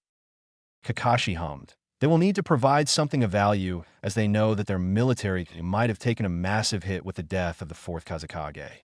While Pakura is a renowned S-class ninja, she is the only one left that is still in her prime. Naruto had never heard of Pakura and only hummed. They have metals unique to their lands, Tsunade said from in front of them. Metal? Naruto asked in a bored tone. Kakashi blinked in surprise, then nodded. Oh, that's right, he said gravely as he looked into the distance. Tsunade turned back to Naruto. Don't underestimate the rarity of the metals harvested in the northern corners of the Land of Wind. Unique from anywhere else in the world. The metal known as shining iron that is then refined into ivory steel is the most coveted ore in the world. Naruto frowned. Don't tell me it's for some noble in the capital who wanted some fancy jewelry, he said with a snort. No, Tsunade answered firmly. They only want moon gems from the south. Ivory steel is something I want for the village. Oh, what? Well, they can be made into blades that are known for incredible sharpness and chakra affinity. Their rarity makes it nearly impossible to get one unless you are granted elite Jonin status as a sand ninja. Even then, they're more ceremonial due to an event in the First Great Ninja War, explained Tsunade. Naruto raised an eyebrow. Which was? Well, started Kakashi hesitantly. My father stole one from a defeated enemy. Naruto tilted his head in thought for only a moment before his eyes shot open. He knew of the legendary white fang of the leaf, Tsukumo Hatake, known for his white chakra saber and its unique capabilities. Wait, you mean to tell me that the Sand Village has had access to white chakra sabers this whole time? I've only ever heard of the one used by us. Well, Kakashi hummed. Tsunade snorted. They use them, but there aren't many ninjas as prolific as Tsukumo Hatake. I've requested enough metal for 5 blades. Hopefully, in time we will produce ninjas capable of bringing out their potential once again. Naruto blinked. That was a great move. It would give the Leaf highly coveted weapons and endear the Hokage to her forces, who would chomp at the chance to wield a legendary weapon made famous by one of the most deadly ninjas ever produced by their country. I've also requested a look at Gaara of the Desert. Naruto snapped his eyes towards Tsunade. I want to look at his seal as a show of good faith. I have experience with sealing jutsu and notes from Jiraiya. I'd also like for you to speak with him for obvious reasons. Tsunade shot a look towards Naruto, then his stomach where a seal he was trying to forget about lay, then back forward. Got it. Naruto grunted out with a frown. Flashback. Just after the transfer of power council meeting, Naruto stood in front of the recently appointed 5th Hokage, Tsunade, Senju, who was staring at him quite intently. Kakashi, who was summoned shortly after the meeting, was leaning against the wall behind him while Jiraiya was sitting against the window behind Sunda. Hiruzen was in a chair off to the side of the Hokage desk picking at his pipe. What do you need, old lady? Naruto asked with a frown. Didn't we just get out of a meeting? Why do we need another one? Jiraiya shook his head at his lack of respect and smirked while the third chuckled from his place. It was quite a change from his public backing of her in the meeting. Swanda ignored it and moved on, because there is something that you and these three have been ignoring or have yet to inform me of the current plan. For sets of eyes landed on her, with varying degrees of confusion. She sighed, "What are we currently planning to do with the Nine Tails?" Naruto grunted and turned away, while the third sighed tiredly. Having already had this conversation during the Chūnin exams, Naruto isn't really interested in removing the seal placed on him by Orochimaru. He explained. Naruto snorted. "Why would I? I'm hundreds of times stronger without that damn fox. Like it or not, keeping it separate from me is actually quite helpful." "It's an asset," Jiraiya piped in with a frown. Naruto glared in his direction. "One I couldn't hope to control. I don't know if I made it clear, but the six eyes let me understand chakra better than all of you, and that thing is beyond human control. It's pure chaotic in human chakra. Killer Bee of the Eight Tails did it," Kakashi added lightly. Tsunade's eyes glinted. "He has been in control of his tailed beast for well over 20 years, if not more. If he can do it, I'm confident you can as well." Naruto frowned. "What would I even gain? I'm confident that I'm more than strong now and continue to grow stronger every day. Why should I rely on some beast to enhance me? Who could be so terrible that I, of all people, need that kind of help?" He locked eyes with the third. "Do you think that with a being of pure malice and chaos? Let's ignore that it's incomplete with only its young half right now. Would it be an actual asset? That I would be able to operate as anything more than a mindless beast on a battlefield? Tell me of one high-level ninja that wouldn't know how to handle such an adversary." Naruto took a deep breath as he started pacing. "Let's just talk about the ones I've faced already. Orochimaru is so slippery that I think he'd poke and prod a mindless beast before running away. Kisame would enjoy the fight as he stole all of its chakra for himself, turning it into a battle of attrition that he would eventually win. Itachi has the Manjikyu Sharingan." Naruto pointed at himself. "I beat Orochimaru at every confrontation so far. After a few back and forths, I tore Kisame apart. Itachi was a genuine threat, but that was only for our first fight. If we were to meet tomorrow, I'd kill him." Feeling as if he made his point, Naruto sat into the chair in front of Tsunade with a sigh. The three elder ninja had a silent conversation with a few glances before Kakashi walked forward. "The Nine Tails is a part of you, Naruto," he said while placing a hand on Naruto's shoulder. While he tried to, if it weren't for infinity, he pulled away with a sigh. "As much as you may not like it, Sensei placed the Nine Tails with you to not only protect you and the village from its rampage, but to give you the power to protect yourself." Tsunade looked at Kakashi with a tilted head. "Protective?" Kakashi nodded. "Well, yes. That's what I worked out at least." "You think Minato didn't lose control that night? That it was the intervention of an outside party that caused the Nine Tails rampage?" Jiraiya asked with a frown. "He must have, or he would have tried to return it to Kushina." Jiraiya rubbed his chin. "It makes sense. While beyond the point of saving for most, Kushina was a Uzumaki with a tremendous life force, even for that clan. There likely wasn't a 0% chance of saving her if he returned the Nine Tails to her quickly. So you're saying that he couldn't or decided an infant was the better choice?" Tsunade asked the two in an unsure tone. Kakashi shrugged. "I don't know. All I can say is that Senii wouldn't make Naruto a Jinchuriki unless he truly believed he had to." "I have to agree." Hiruzen added, "I never believed that Minato would lose control of the Nine Tails while Kushina was giving birth. He was absent at the start of the Nine Tails rampage, protected the Hokage monument, then disappeared again. It's most curious." Jiraiya stood up suddenly. "So there's someone out there that was capable of breaking through top-secret barriers, overpowering Minato, escaping with Kushina, ripping the beast from her, setting on the leaf, then fighting Minato once again. Now bear in mind this is most likely the most motivated Minato I could possibly imagine due to the situation. Yet still managed to fight him long enough that Minato felt compelled to seal the Nine Tails within Naruto instead of Kushina. Who the hell could do that?" "I couldn't say," Kakashi said slowly. "I don't know many that could fight Sensei in the first place." Naruto started to tune out the back-and-forth speculation as he turned inward. If his father was as deadly as his reputation suggested, Naruto would assume that there was some embellishment due to time and idolization. Then the enemy in the dark was someone beyond Itachi and Orochimaru for sure. He needed to think about it more. But controlling a tailed beast isn't something that can be learned by just anyone. There are only seal masters and bloodlines capable of it. If he was going to be prepared for the future enemy, not to mention whoever was bossing around powerhouses like Itachi and Kisame in the Akatsuki, then he'd need more intel.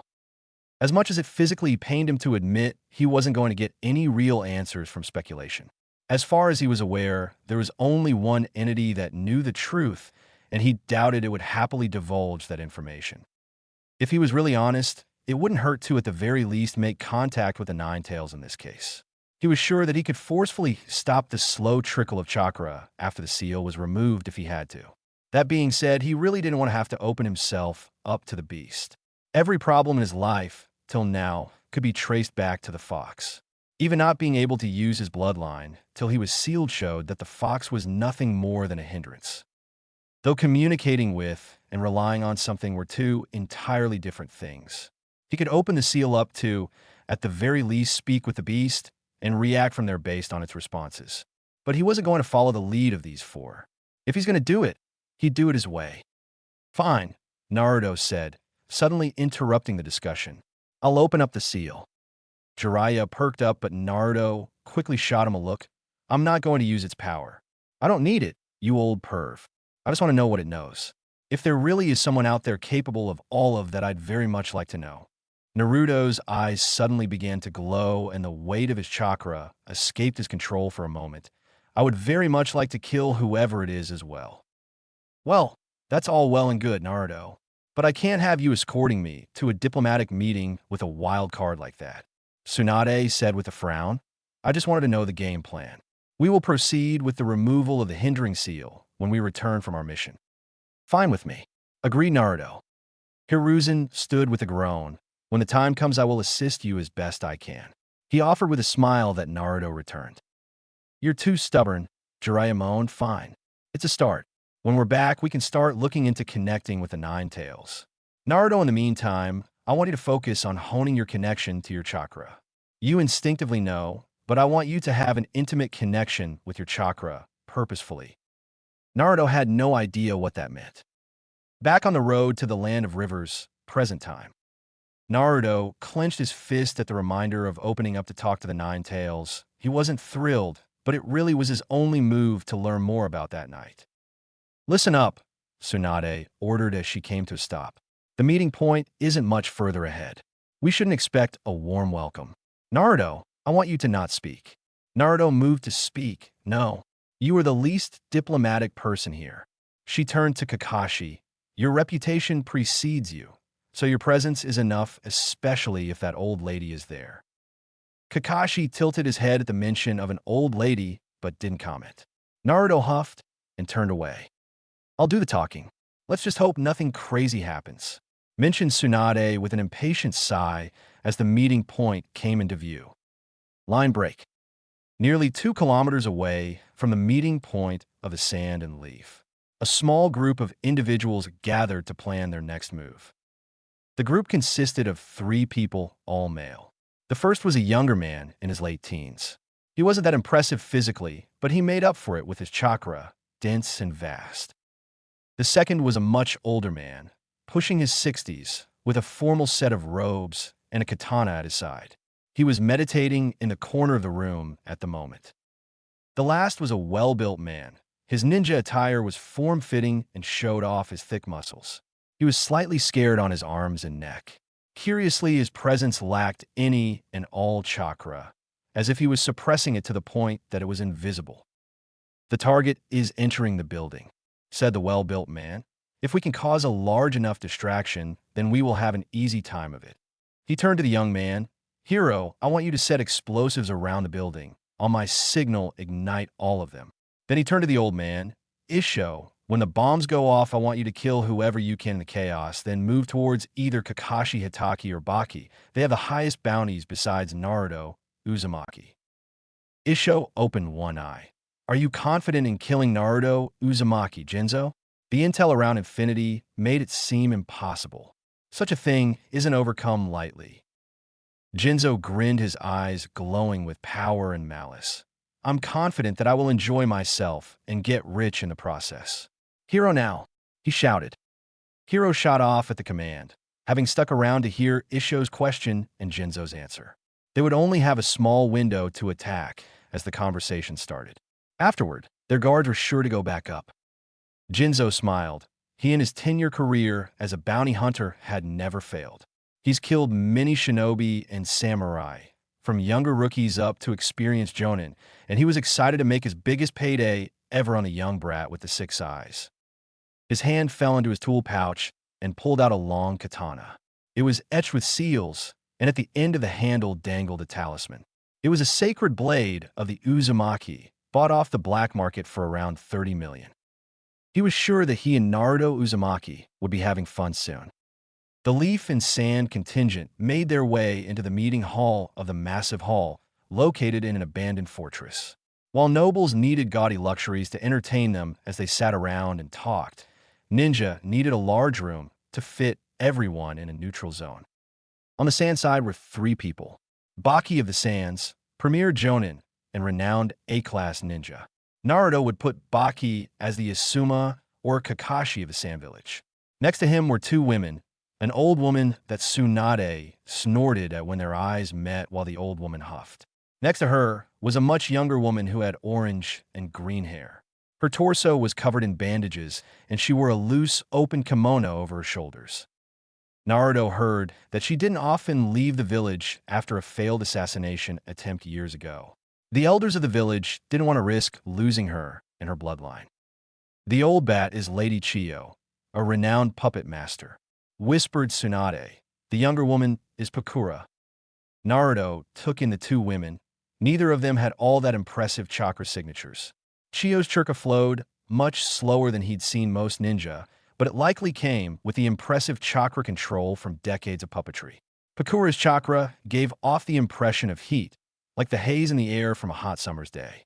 Overall, he would say that while impressive by the average, he didn't think either of them were all that threatening, to him at least. Gaara sauntered in from the rear, looking blankly around the room before offering a small, nearly imperceptible nod to Naruto, who smirked back. The 7 ninjas gathered around a large table and took their seats. Naruto sat to Tsunade's right while Kakashi took the left. Neither of the males looked all that interested or seemed to really be paying attention, while Tsunade was staring intently at the 4 sand ninjas in front of them. Thank you all for making the trip. Let's begin, started Tsunade. I and the Leaf are fully ready to commit to a ceasefire and re-engage in our mutually beneficial inter-country friendship should the Sand provide the materials requested as recompense for the attack. Naruto had to give it to the old woman. She certainly didn't waste time on pleasantries. Not that it would be genuine. Leave it to the nobles who liked their honeyed words and lies and politics. Ninjas weren't the type to engage in negotiations that held slippery words and half-truths for matters like this. They would just kill each other if they felt they needed to. Or at least that was Naruto's thought. He did not need to lie. He was strong. Instead of the elder of the Sands, Chiyo, it was Pakura who spoke up. The Sand extends our sincerest apologies for the events of the invasion. Her words were smooth, and she gave a slight bow to Tsunade. She pulled out a scroll. The requested materials are sealed within. I would like to propose a recalibration of the mission distribution between our lands. Naruto sighed and tuned the rest of the conversation out. It sounded like a lot of honeyed words to explain that the Leaf was taking nearly 60% of the Sand's missions due to the nobles' faith in their village plummeting. Old Man Third briefed him that he was expecting the Sand to come to them in the coming years due to their economic issues as a result. Naruto didn't really care that much. It seemed that the 4th Kazekage ruled with an iron fist and didn't deliver results that promoted faith in his lord. Essentially, it was their own damn fault. I suppose the exchange is acceptable. Pakura agreed with a bow. Tsunade raised an eyebrow. Suppose? I'm doing this in the interest of peace. Not because I believe we owe it to your village. The fallen faith from your capital was due to your Kage's actions, not ours. And he is rotting in the desert.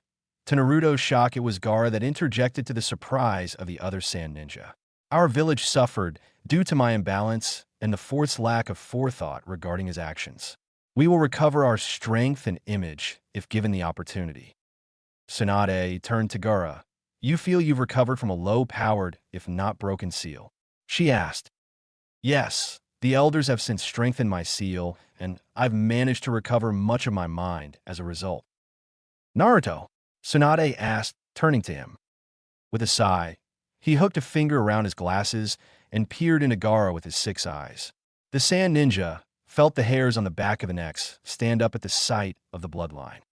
Yeah, would you look at that, Gaara? You managed to calm that chakra of yours. I'd say you could be a competent ninja now. Naruto said with a grin. Honestly, if you're fully in control of yourself, I'd say you're stronger than the old woman over there and your sensei. Tsunade's head snapped to him with a glare. Naruto. She snapped. Kakashi just looked upwards to hide his exasperation, knowing that he was going to get an earful for Naruto's actions. He was technically still his sensei, and Naruto's actions reflected on him, despite Naruto being uncontrollable now. Chio snorted in a rather undignified manner. Oh, the young Spitfire of the Leaf I've heard so much about. Son of the fourth and wielder of a new ocular jutsu. I'm sure your arrogance will lead you to an early grave like all the cock bloodline wielders. She snarked back. Lady Chio snapped a shocked Pakura. Baki, who was going ignored by the room, looked at the ceiling in exhaustion. He was hoping that the completely expected breakdown of peaceful talks wouldn't get him killed. Naruto was about to retort, but Gaara interrupted. Naruto Uzumaki, I have to thank you, he said, getting the room to turn to him in surprise. None more so than Naruto, who didn't recall doing anything for the redhead. Thanks to the fourth, I was stuck being an attack dog for my village, unable to live. I would have destroyed myself in the attack if you hadn't stopped me. I've since been able to reconnect with my siblings and become the ninja I should have been. Continued Gaara with a monotone voice, though his eyes had a slight warmth to them. I will endeavor to make sure that the Sand Village is a capable part of our mutual friendship. Should the Leaf need assistance, I will offer my help. No one knew what to say to that. Pakura could only rub her face tiredly. She had lost any and all control over her side of this and wanted just to go home. Chio looked like she wanted to throttle the boy, and Baki had checked out already. Tsunade smiled at the boy. The Leaf will do the same. I'm not ignorant of Orochimaru's manipulations. As you held up your end of the ceasefire, the Leaf will continue this allyship.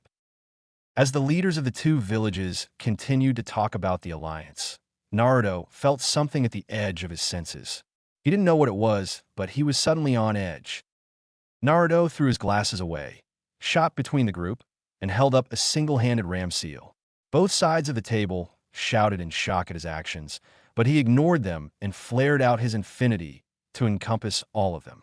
It wasn't a moment too soon when the entire room erupted in a ball of flames. He was sure that it was something other than pure explosive notes.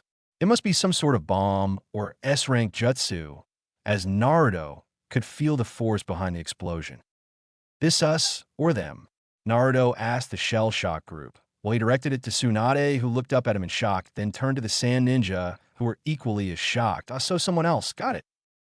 As the flames died out, Naruto pulled infinity back into himself and relaxed. He was a bit annoyed that he had to push his jutsu to that extent to protect everyone. Infinity covering that much gave him a bit of a headache, so he needed to tone it back for a few seconds. It was a serious pain in the neck. Though he was glad he did it, he didn't think it would be good for the village if the group from the sand died, while meeting them in a secluded place under the guise of peace talks. The war would certainly continue. Naruto turned around to Tsunade. I guess someone. He stopped talking to cough up a glob of blood and looked down at an ornate-looking katana. Naruto, shouted Tsunade, and Kakashi as a person emerged from behind Naruto, holding the long katana sticking through his chest. Naruto turned to look into the man's eye. Smart getting me right after that. I didn't even see you, he said while his eyes flared with power. The man grinned. Yeah, lots of juicy intel about those eyes hit the black market. Lots of interest parties want you dead, and I want that payday. Before Kakashi or Tsunade could move to help, two more people blurred into the room. a young man, and an older one. From the opposite side of the room, dozens of ninjas rushed into the room and went to overwhelm the sand and leaf ninjas. The man behind Naruto yanked out the sword and grabbed him by the back of the head before throwing him through the wall out of the room. Kakashi wanted to help, but the older man, dressed in formal robes, stood in his way wielding an aged katana. Kakashi Hatake, you will be facing me. Isho of the False Moon. Tsunade smashed her fist into one of the many ninjas only for it to burst into flame, burning her hand. Another jumped onto her and exploded. However, from the smoke, a smoldering chair remained, showing a substitution. The young man flashed through several seals in a blur before a dozen more clones sprung into existence and rushed after the sand and leaf ninja. Tsunade grabbed the real one by the throat. Ah, I recognize you. Hero of the Hidden Flame. You're worth quite a lot. She clenched her fist to snap his neck, but Hero suddenly erupted into a ball of white-hot flames, causing Tsunade to scream out in pain. Another hero emerged from the back of the room. As a master of clones and deception, did you think I didn't know how to make a clone look like the real one? Do you think I'm the real one? Do you think I'm even in this part of the castle? All this was asked with a malicious grin on his face as Tsunade silently healed her arm and side of the burns.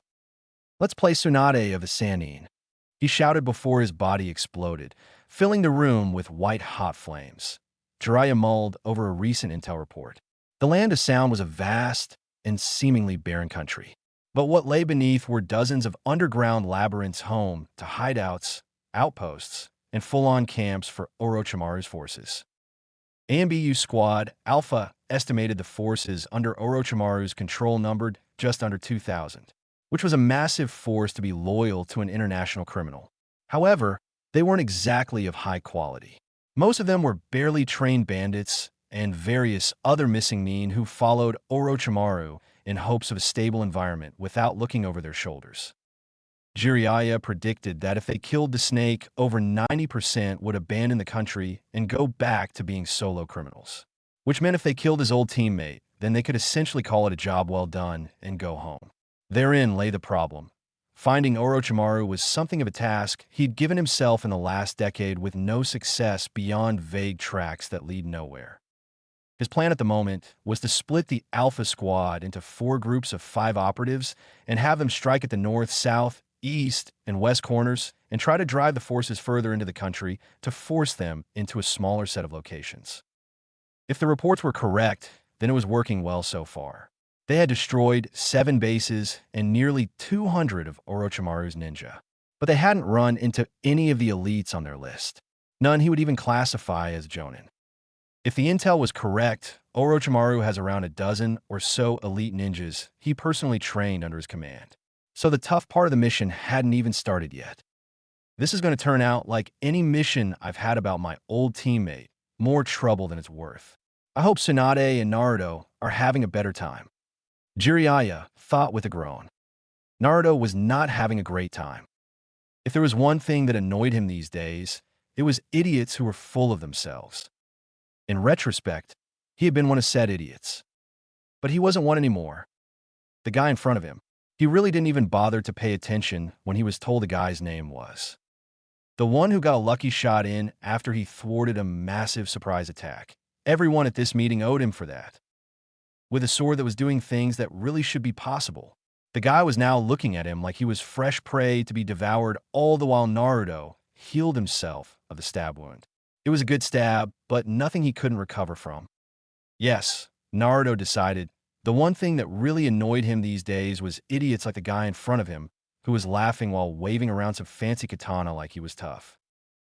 The man blitzed forward, speeds going well above a normal Chūnin, and unleashed a series of slashes that Naruto was just able to weave around.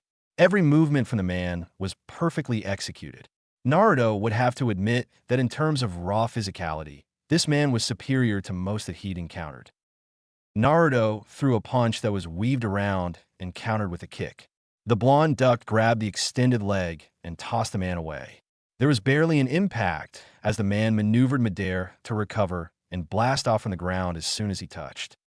It was thanks to the 6 eyes that Naruto was able to follow up the series of movements as the man tried to disorient him by jumping around at super speeds. If he hadn't fought against Itachi Uchiha a few weeks ago, Naruto would have likely been unprepared for such an opponent. But as it were, an incoming slash to the neck was ducked under, and in response, a fist was ruthlessly smashed into the man's ribs, sending him tumbling away. Naruto had fought better. The man, despite taking such a blow, was on his feet and twirling his sword around like he'd accomplished something. Naruto wasn't dumb enough to let something that had such a strange lack of presence touch him. The guy likely thought he was over-reliant on infinity. It's poetic, really. The man mused, which grabbed Naruto's attention. This is a sacred sword of the Uzumaki clan, after all, and it'll kill the last known survivor. Naruto looked at the sword lamely. Makes sense, my family produced that thing, not this moron. Thanks for returning it for me, Naruto said with a smile before warping out of sight. The man's eyes widened in shock before instinctually swinging the blade towards his blind spot. Naruto rolled his eyes as he ducked under the wild swing and pushed a Rasengan into the man's rib cage, blasting him into a wall and killing him. Whoever you were not worth the headache, Naruto said as he picked up the katana. As soon as his hands touched it, he felt like the sword gave off a positive hum as his chakra settled into the steel of the blade. Nice to meet ya, he said to the blade with a grin. If Kakashi were being honest, he was happy that the fighting kicked off. He was able to do what he did best, kill some fool that attacked his fellow ninja, and more importantly not sit around listening to political back and forths. The older man in front of him was a capable combatant, easily wielded a katana with frightening ability, and his chakra control was calmer than most he'd seen. That being said, the old man was very rigid in his attacks, and the Sharingan allowed him to mostly avoid anything dangerous. But his attacks were similarly avoided, so it was something of a stalemate. You are a capable killer, Hatake. However, your stolen eye sees all but what matters, the old man said as he sheathed his blade once more. Kakashi breathed in slowly. Is that so? He asked lightly while molding chakra internally. Yes. As soon as the words left the old man's mouth, he blurred forward. Kakashi moved to deflect the incoming attack, but at the very last moment, the man shot off to the side and swung his blade in a wide arc, sending a chakra slash towards him. Kakashi managed to jump out of the way and was forced to use a lightning-enhanced kunai to stop the follow-up. Kakashi noticed that he was bleeding from his arm and frowned. He didn't see that. When did he get cut? His arm slowly started to numb from the blood loss, but nothing that would hinder him immediately. That being said, he needed to finish sooner rather than later. The back and forth continued for a while. The more that Kakashi tried to take in the old man's fighting style with his Sharingan, the more he was cut at random times. There had to be some sort of trick. Kakashi weaved through a dozen hand seals before breathing out a massive fireball that flew towards the old man at blistering speeds. Calmly and without fuss, the old man sheathed his sword before using a quick draw technique laced with dense chakra to sever the incoming fireball. The slash of chakra continued forward towards Kakashi, who was already moving. Looking down, Kakashi was once again bleeding from his chest from the incoming attack. He didn't see it, but he was getting the feeling he knew what was happening. Weaving more hand seals, Kakashi condensed lightning-natured chakra around his right hand in his signature jutsu, the lightning blade. The crackling and zapping noises filled the immediate area. The old man smirked at the sight and resheathed his blade. Kakashi shot forward at blinding speed, his movement further enhanced by his jutsu. The old man used another quick draw technique towards the incoming Kakashi, who at the last moment blurred even faster while swiping his lightning blade at the incoming attack. An explosion of chakra sent a shockwave of force outward from the epicenter of the clash. Kakashi gritted his teeth, pushed even more chakra into his jutsu, and after even more of a struggle, he cut through the attack while his arm was sporting another slash. Kakashi released his jutsu. Interesting, I've yet to encounter someone capable of such a feat beyond the third Hokage. The old man tilted his head. Oh yeah? What have you learned? He asked while resheathing his blade. I don't know how you do it, but you're molding two types of chakra at the same time. An invisible blade of wind, and behind it a very large and flashy chakra blade. My eyes drawn to the large flashy jutsu, while the small wind blade cuts into me before the chakra slash even reaches me. Very good, but does knowing help you overcome it? Kakashi cracked his neck. Oh, very much so. Without a moment's hesitation, Kakashi shot forward. The old man repeated his quick draw, but this time as soon as the blade was about to leave the sheath, Kakashi dove out of the way and bounced off the wall at an angle.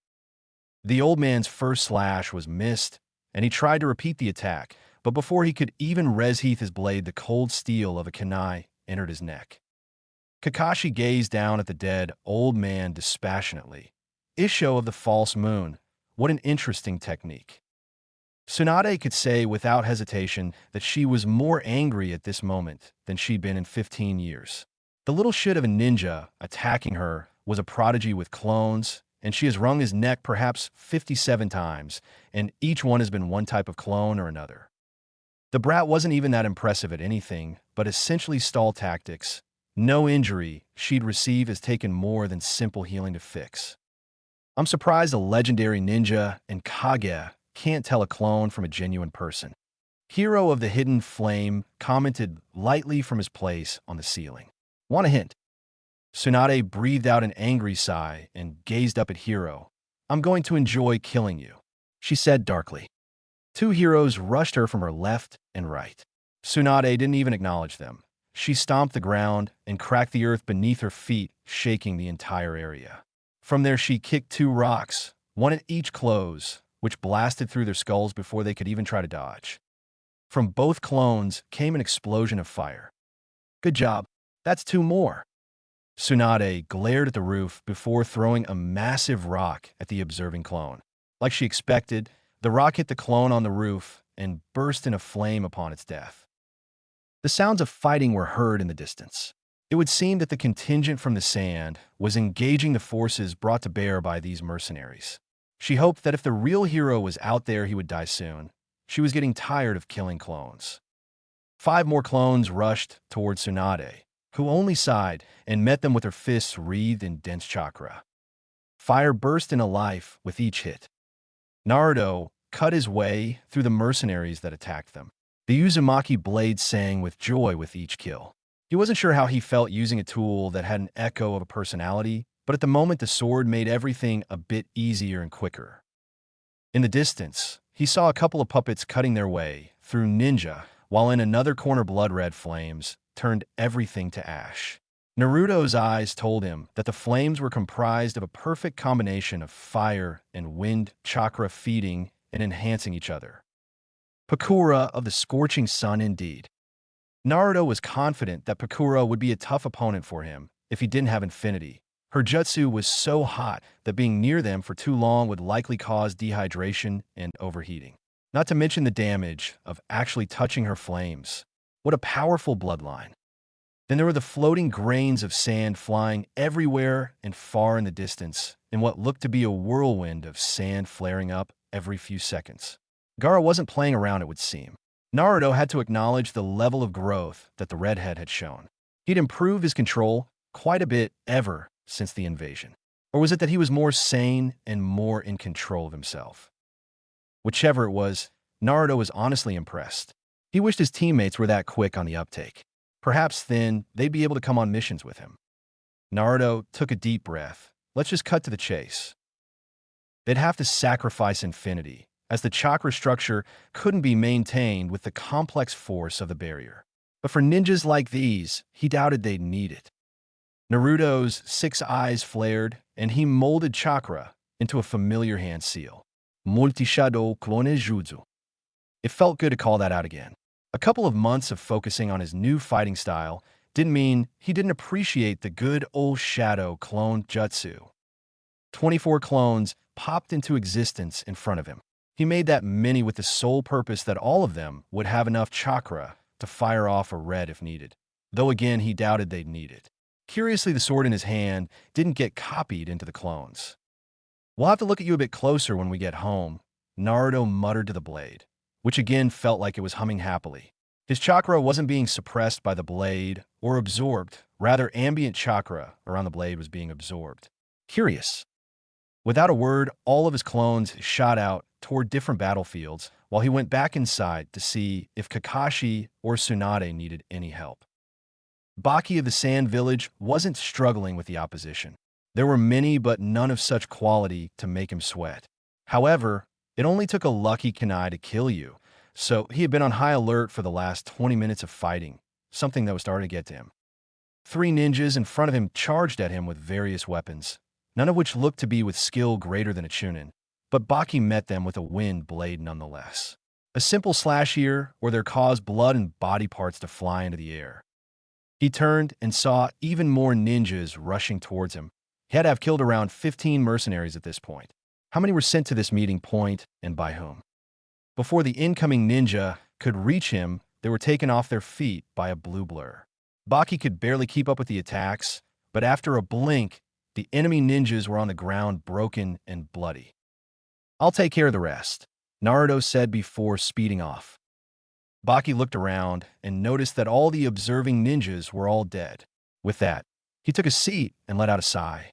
Uzumaki must have cut them down while he was focused on the 3 from earlier. Chio, puppet master of the sand, and Pakura of the Scorching Suns weren't getting tired physically, but they were beginning to be fed up with all the mercenaries they were constantly having to fight. Seeing as how most, if not all of them, were below Chūnin, that meant that the enemy's target was the Leaf, or more specifically Naruto, Uzumaki of the Leaf. "You're not that bad for an old lady," commented a clone of Naruto with a grin on his face. 2 Naruto clones were a hurricane, literally tearing through the surrounding attackers with ruthless hand-to-hand. A Rasengan would periodically flash into existence for a moment, before dying out as the clones worked together perfectly and silently. Chio could say, without a shadow of a doubt, that the boy in front of her was truly terrifying. A couple of clones, all with chakra beyond the average Jonin in them, with the taijutsu of an elite ninja and jutsu, like the Rasengan at their disposal. The instinct of wariness welled up within her as she saw something that reminded her of what she'd come across years ago when Hiruzen Sarutobi shook the battlefields after releasing his horrifyingly dense chakra during the First and Second Wars. Someone that stood atop the peak of the ninja world. Naruto Uzumaki was deemed S-class, but she was starting to see the makings of something more, something not seen for a long time. The balance of the world may in fact be shifting because of the boy in front of her. She could feel in her bones, if the sand didn't ally itself with Naruto, they would be annihilated if their paths crossed on the battlefield. After all, at 13 he was this powerful. Where would he be in a few years of mastering those eyes and jutsu? She didn't think anyone was excited to find out. "You should have seen me 20 years ago. I gave that Hokage of yours quite the trouble on the battlefield," she responded to the cheeky twerp. "I don't doubt it. I can tell you have some highly experienced jutsu behind you. Take a load off. I'm practically done here. Most of the enemies are dead." "Where's the real you?" Inside dealing with a clone, he responded with a laugh. "He's kind of pain in the ass, isn't he?" mused Naruto as he and Tsunade looked at all the clones in the room, grinning down at them. "I truly want to crush his skull," gritted out Tsunade. "He's looking at us like he has any sort of chance of winning," laughed Naruto. The group of fools that attacked them seemed to have vastly overestimated themselves. 20 more clones attacked the duo. Naruto held a hand up and molded his chakra into a hyperdense ball that he then changed nature into his chakra enhancement jutsu blue. But unlike before, he didn't try to refine it to a point in space far away like with the mutant monsters Orochimaru sent after him. Or did he attract space to himself like with Itachi? No, this time he made a hyperdense orb of blue that he then fully activated a meter from his hand. Immediately after activation, the entire room was devastated as it tore itself apart, and everything was attracted to the orb like a black hole. Naruto grinned ferally as he moved the orb further towards a clone in the back. The one on the roof that Tsunade suspected was the real one burst in a flame that was then pulled into the orb. The dozens of others followed suit as flames were dragged into the fiery blue orb of destruction. The one in the back that Naruto's 6 eyes told him was the real one was pulled off his feet towards the orb. Hero of the Hidden Flame screamed as he was crushed into nothingness as soon as he touched the orb. The orb then immediately died out. Yay, that's it all finished up. Hey, old lady, can we finish up here so I can go home? He asked while pulling his sunglasses back on. All his clones dispelled, giving him memories of all the battles he assisted with. A moment later, Kakashi and a clone warped into the room. Kakashi looked around surprised for a moment, then almost stumbled over to them. That felt weird. I thought you could only warp to places you can see, Kakashi mentioned as he walked up, seemingly ignoring the devastated area. Naruto smiled. Yeah, I can, but a clone can warp back to me, though it seems it killed itself doing so, he said as he looked off. Well, now that the nonsense is over, we can finally finish up here, Tsunade mentioned. After a while, the Sand group made their way into the devastated building. Tsunade and Pakura were insistent on finishing up the conversation and negotiations. Naruto had exactly zero interest in the two women arguing, negotiating about reparation for the stupid invasion. No, he wanted to chat with Gaara while everyone was distracted. The redhead was gazing off into the distance. Any sign that he was just attacked by dozens of bounty hunters wasn't apparent. Naruto grinned as he sauntered up. Gaara almost immediately noticed his approach and met his gaze emotionlessly. So, it seems that things have been good for you since the invasion, he mentioned as he noticed Gaara's seemingly lack of insanity. I hope the idiots in charge of the Sand weren't clamoring to start using you as a weapon or seeking to connect with you. Gaara blinked slowly. The elders of my village have expressed their version of regrets for the circumstances of my birth and upbringing.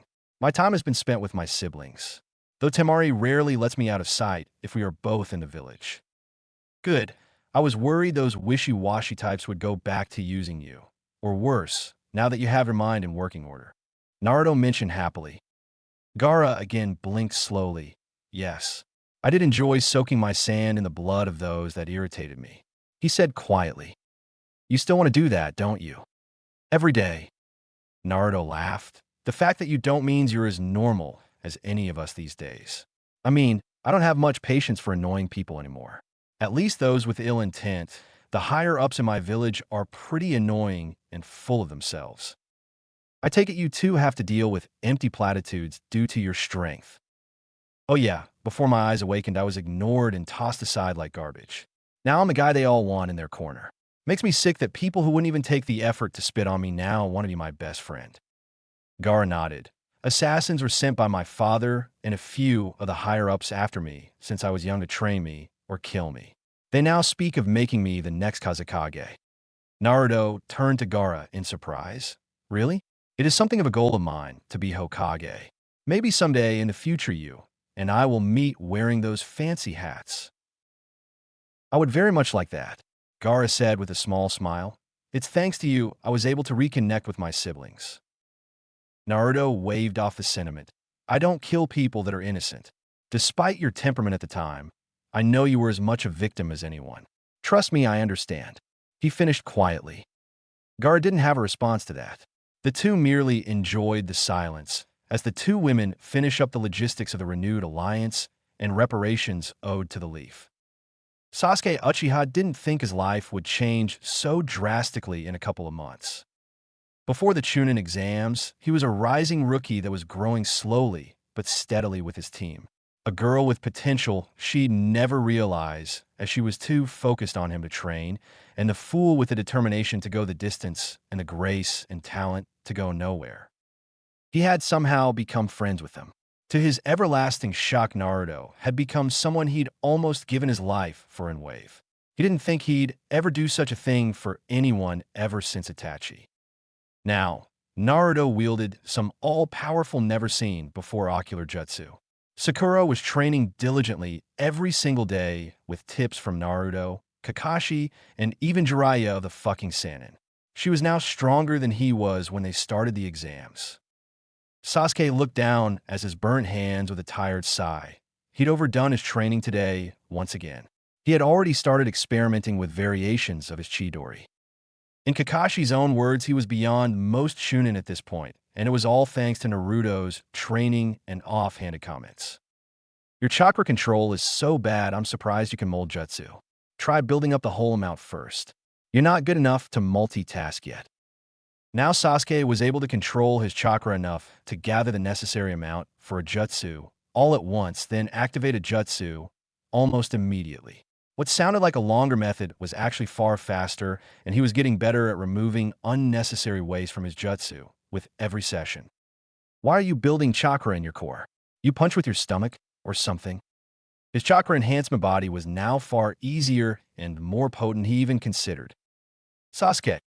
He was broken from his thoughts by a rapidly approaching Sakura. Before, he would be a bit annoyed by her calling out to him like this, but now he knew he wasn't about to be asked out to dinner. The Jonin commander wants the two of us to be at the mission desk tomorrow. Apparently, Team 7 has an assignment, she said happily. He was pleased to see some normalcy return and a team mission coming up, but Kakashi and Naruto aren't here. She nodded. Right, they're due back today. Sasuke hummed. Then I wonder what this mission will entail. Naruto and Kakashi aren't exactly someone the village would waste on a C rank anymore. Most of the elites were on back-to-back missions as a show of strength after the invasion.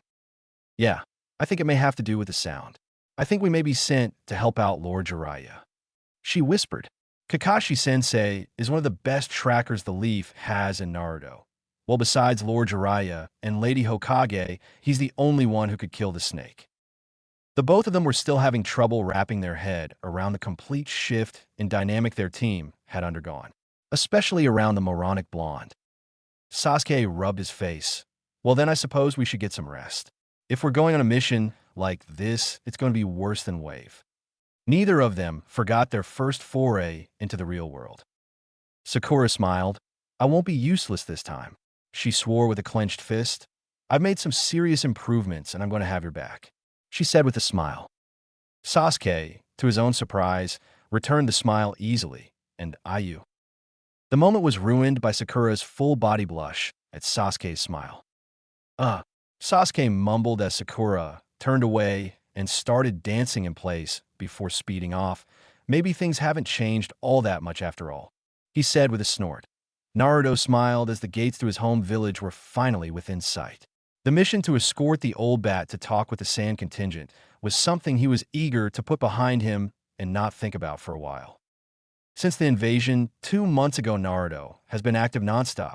He'd been training nonstop in his free time, worrying about the old man, training with his team. Then there was the Tanzuka Hills fiasco. Then this mission. After all that, Naruto was ready for some rest and relaxation. He could already taste the ramen calling his name. Naruto, shouted Tsunade with a ticking eyebrow. Naruto blinked and turned to her.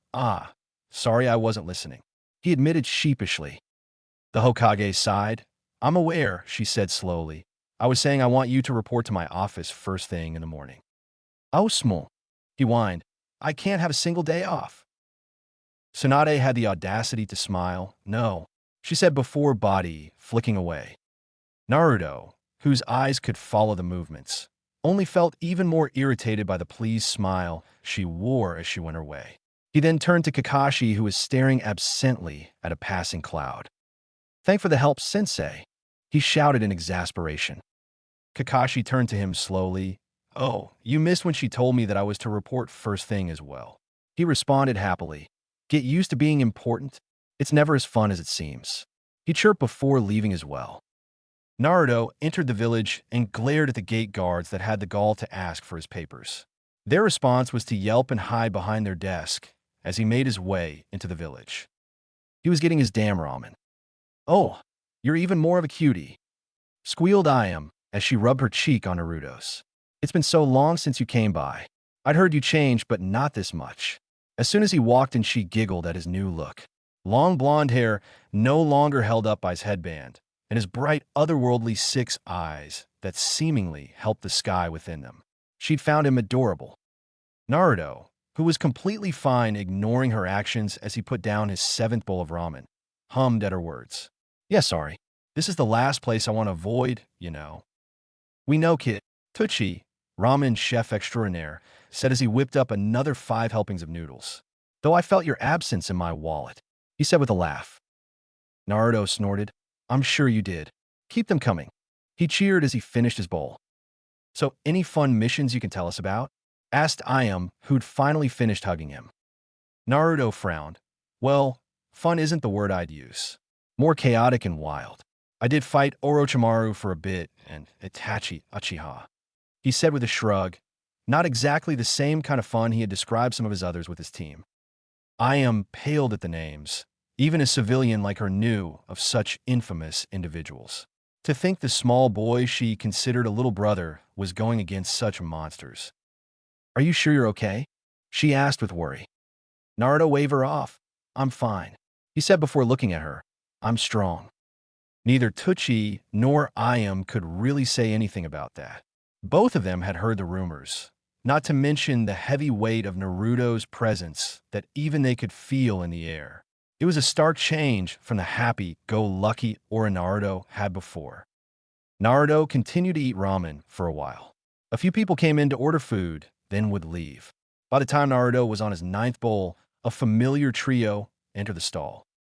You called Ino as she entered the stall with the rest of Team 10. Look who it is.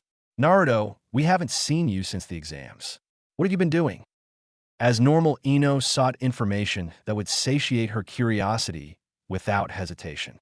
Beside her, Choji hurriedly ordered food, while Shikamaru sighed at Ino's pushy nature. Naruto didn't seem to mind. I've been on missions. I'll likely have another one tomorrow, he said between slurps of noodles. You? He asked absent-mindedly. Ino perked up at the chance to talk. Oh, we've been working on border missions, or just escort missions around the Land of Fire. Team 10 has been in high demand lately. I bet Shikamaru had a good showing. Naruto said around a mouthful of pork. Shikamaru groaned.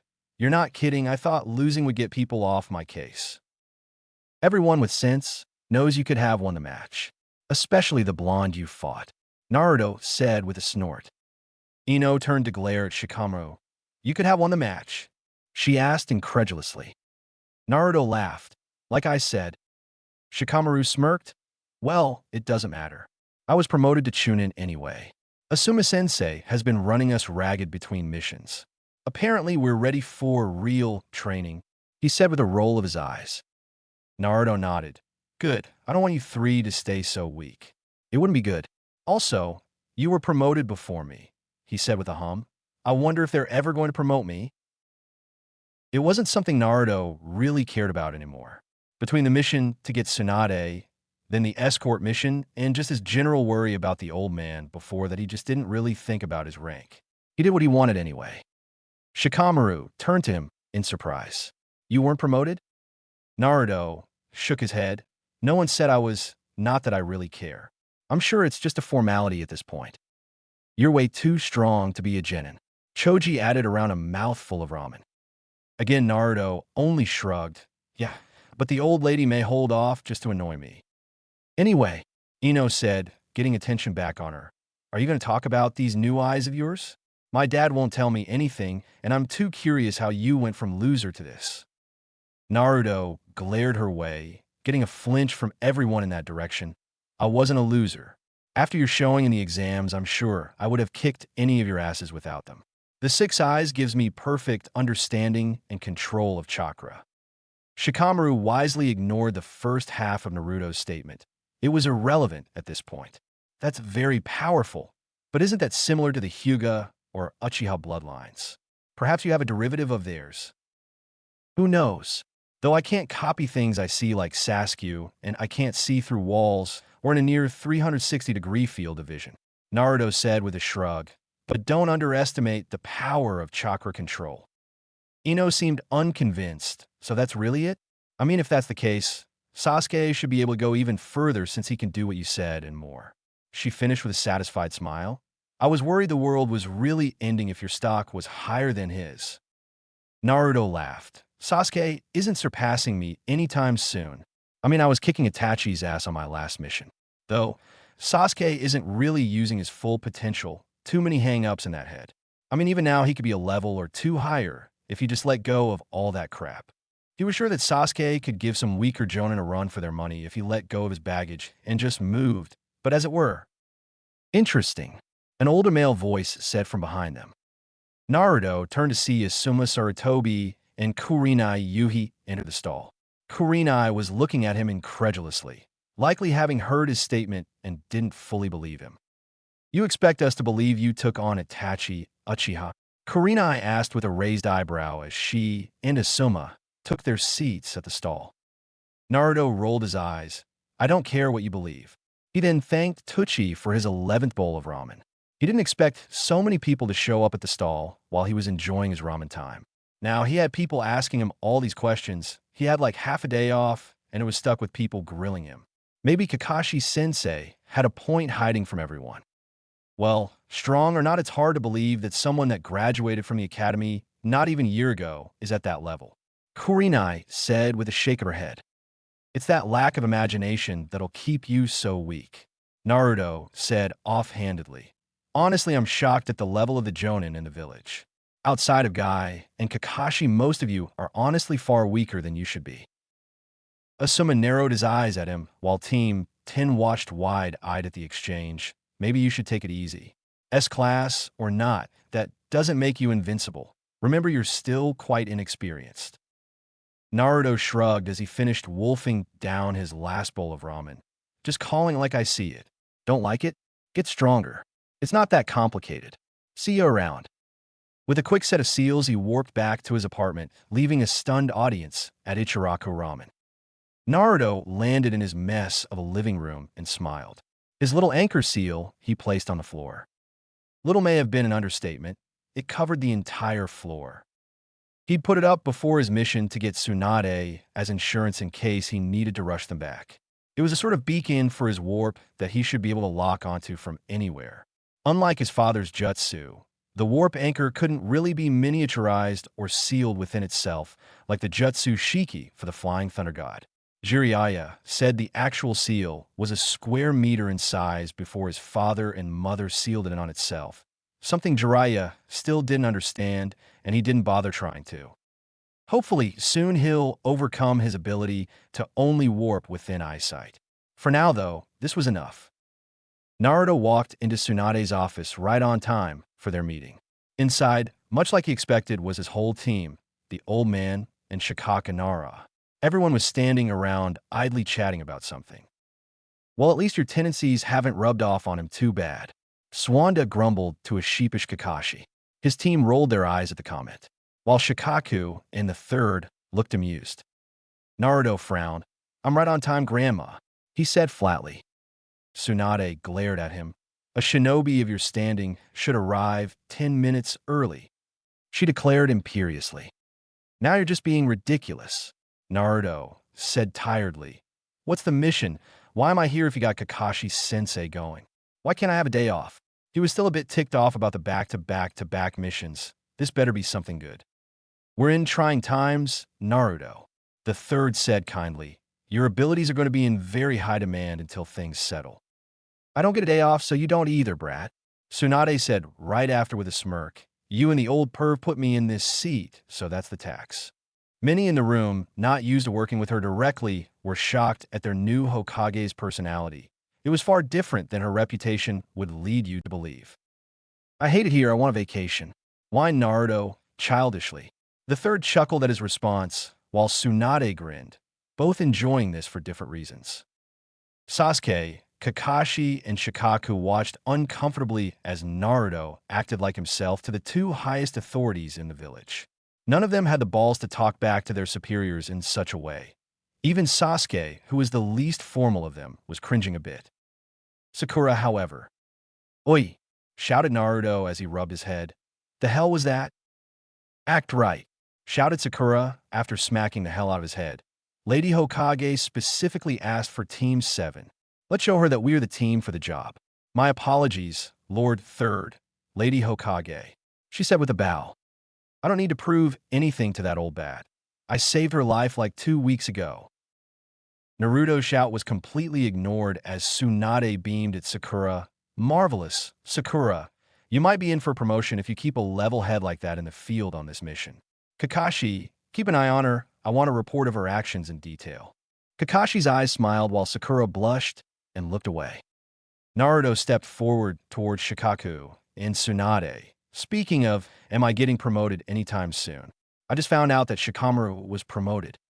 You were promoted, answered Shikaku flatly. Naruto blinked. Was anyone planning to tell me that? The rest of his team was equally as stumped by that. Of all the, muttered Tsunade, Jiraiya was supposed to inform you of your promotion. It was when you were sent to bring me back. I have the records to show for it somewhere, she said while gesturing to 3 massive piles of paper off to the side of the room. Oh, hummed Naruto. He told me a lot of stuff about what's expected of someone that's an S-class, so it must have slipped his mind. Then I will inform you. You've been made Jonin. Effective like a month ago, Tsunade said lamely. Naruto sighed comically.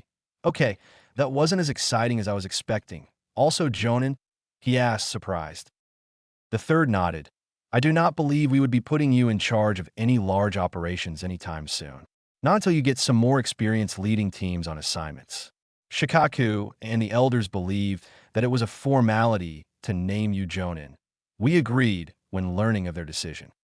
Let's move on to why we're here, Tsunade said while gesturing to Shikaku.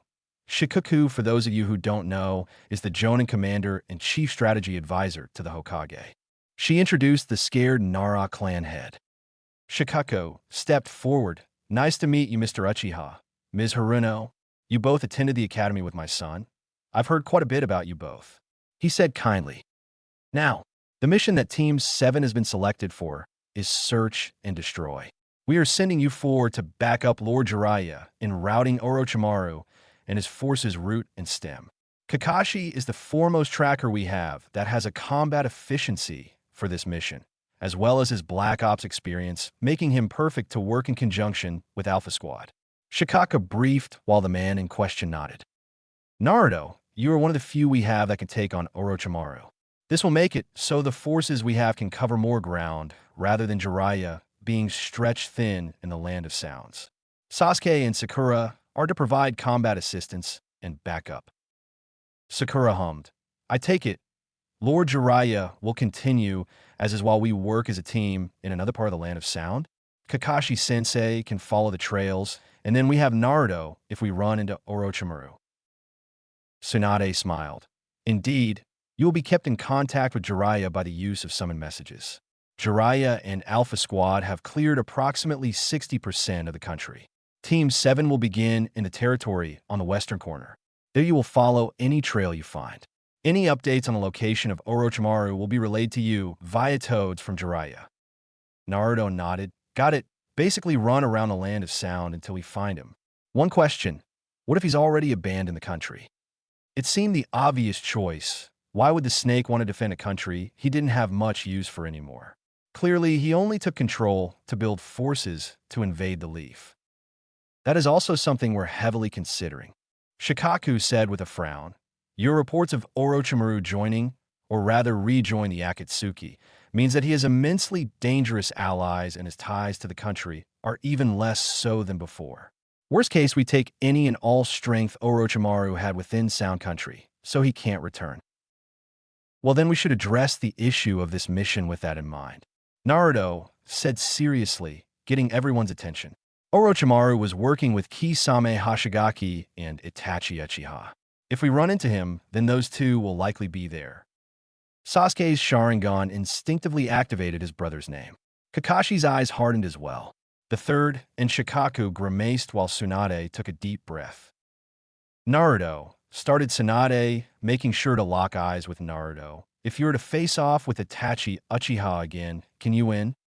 Naruto hummed as he seriously thought about it. If Itachi remained the same as before, yes. However, I'll have to admit that he's not dumb.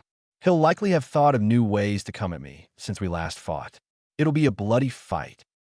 Sakura turned to him worriedly. You think you'd lose? Naruto's 6 eyes flared and he grinned at everyone in the room. I'd win. Far off in Sound Country, a small group of individuals were meeting.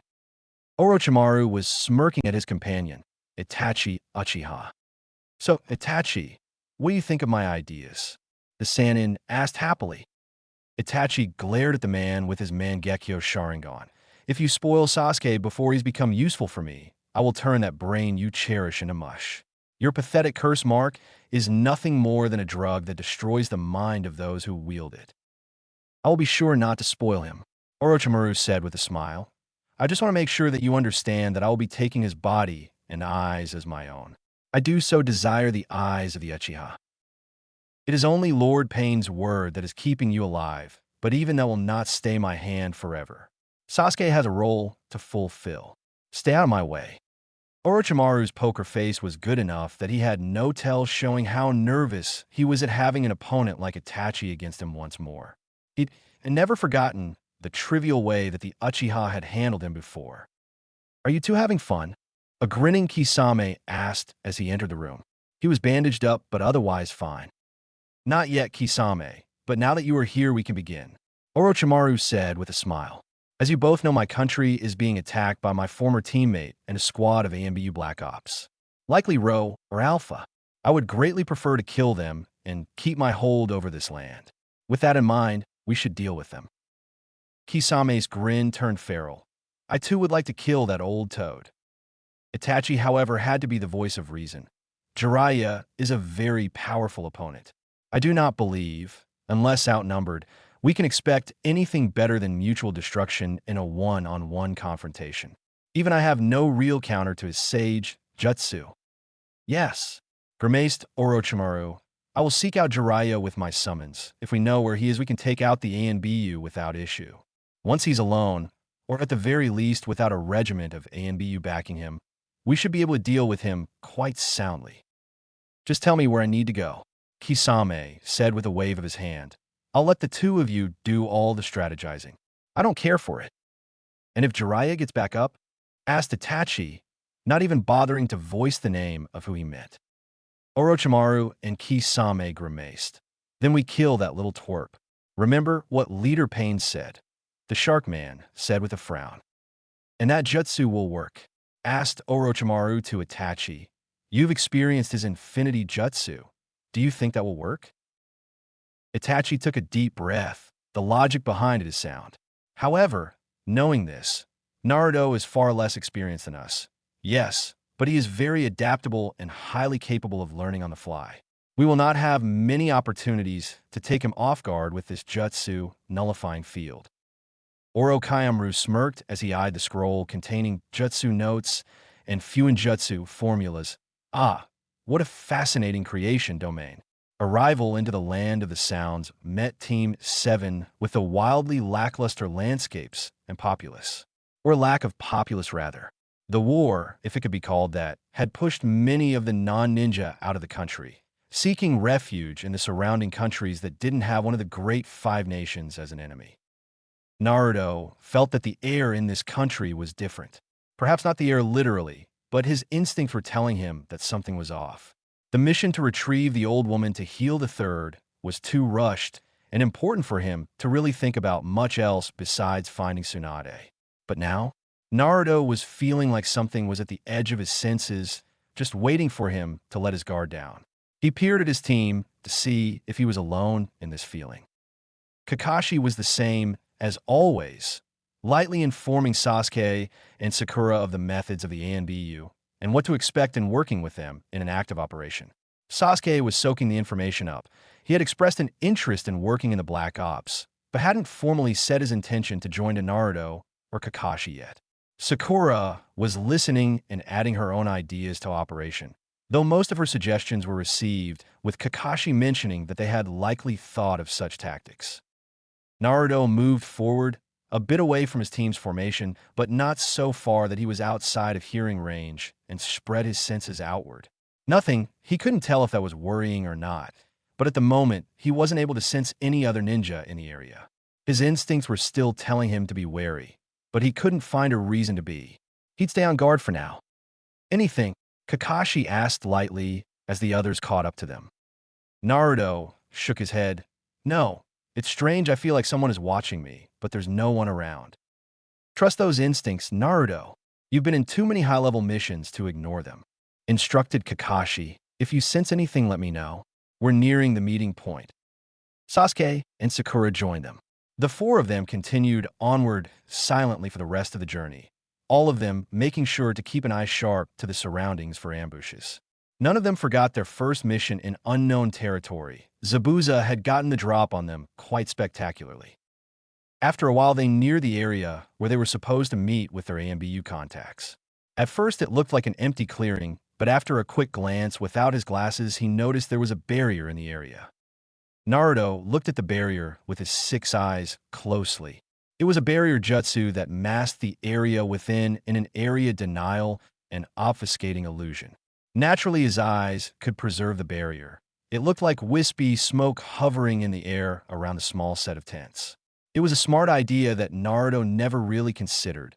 Of course, ANBU wouldn't just rest in the open. "We're here," announced Kakashi. Sasuke activated his Sharingan and glared towards the barrier. "I see. Standard ANBU protocol for active warzone operations," Kakashi mentioned as he weaved through hand seals. "They likely know we are here, but I'll follow protocol." He finished the jutsu and placed his hand onto the ground. Naruto observed the jutsu. It was a small pulse of chakra through the earth in a series of bursts, likely some sort of Morse code. After a moment, the barrier was dropped, and 3 masked ninjas greeted them. They were tall and well-built, but none of the features were that remarkable. Without the masks of the ANBU, Naruto thought they'd look like any other ninja from the Leaf. Their chakra was highly controlled and humming with anticipation, like they were on guard even while looking at them. "Captain," greeted the center one, "it will be nice to work with you once more. The operation has proceeded much as expected. No sight of the traitors Orochimaru or Kabuto Yakushi. Sound Ninja are put to the sword and bases destroyed. 60% of the country has been routed." Sakura reeled back in surprise, but didn't speak. Like always, Sasuke didn't have much to add. Kakashi rubbed the back of his neck bashfully. "I'm no longer your captain. What is our course of action? Lord Jiraiya is leading the operation. We are here to support to cover more ground. If you have any sort of idea on the location of Orochimaru, I'd like to know, so I can go take a look. I'm not really interested in being in this country for very long," Naruto added bluntly.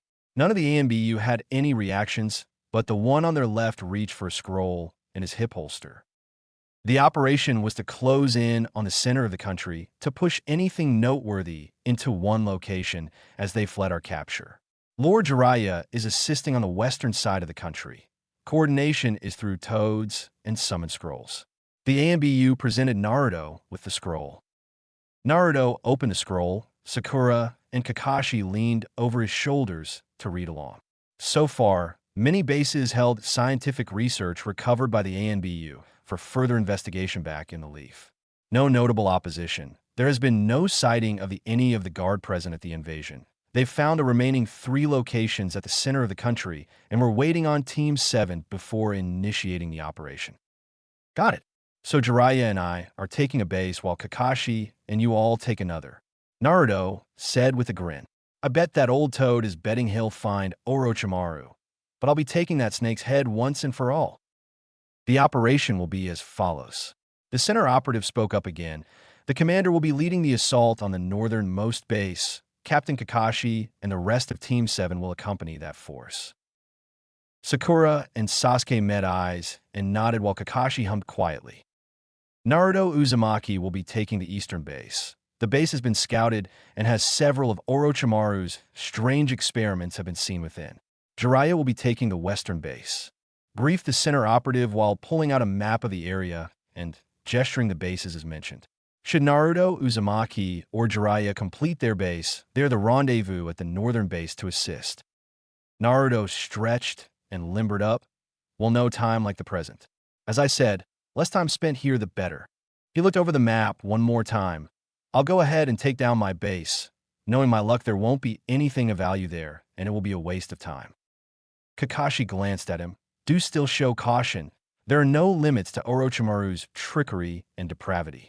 I was there when we raided the bunker in the Leaf 10 years ago. Sasuke frowned and looked over at Naruto. If you find him, dash. Naruto waved him off. He and I will just have a meet and greet. As the blonde made to leave, he stopped inside. Sasuke, he said, getting the Uchiha's attention. If you let go of all that rage and emotion and just act, you'll be much stronger. Otherwise, you'll always be weak. No one said anything else as Naruto sped off into the surround forests towards his target.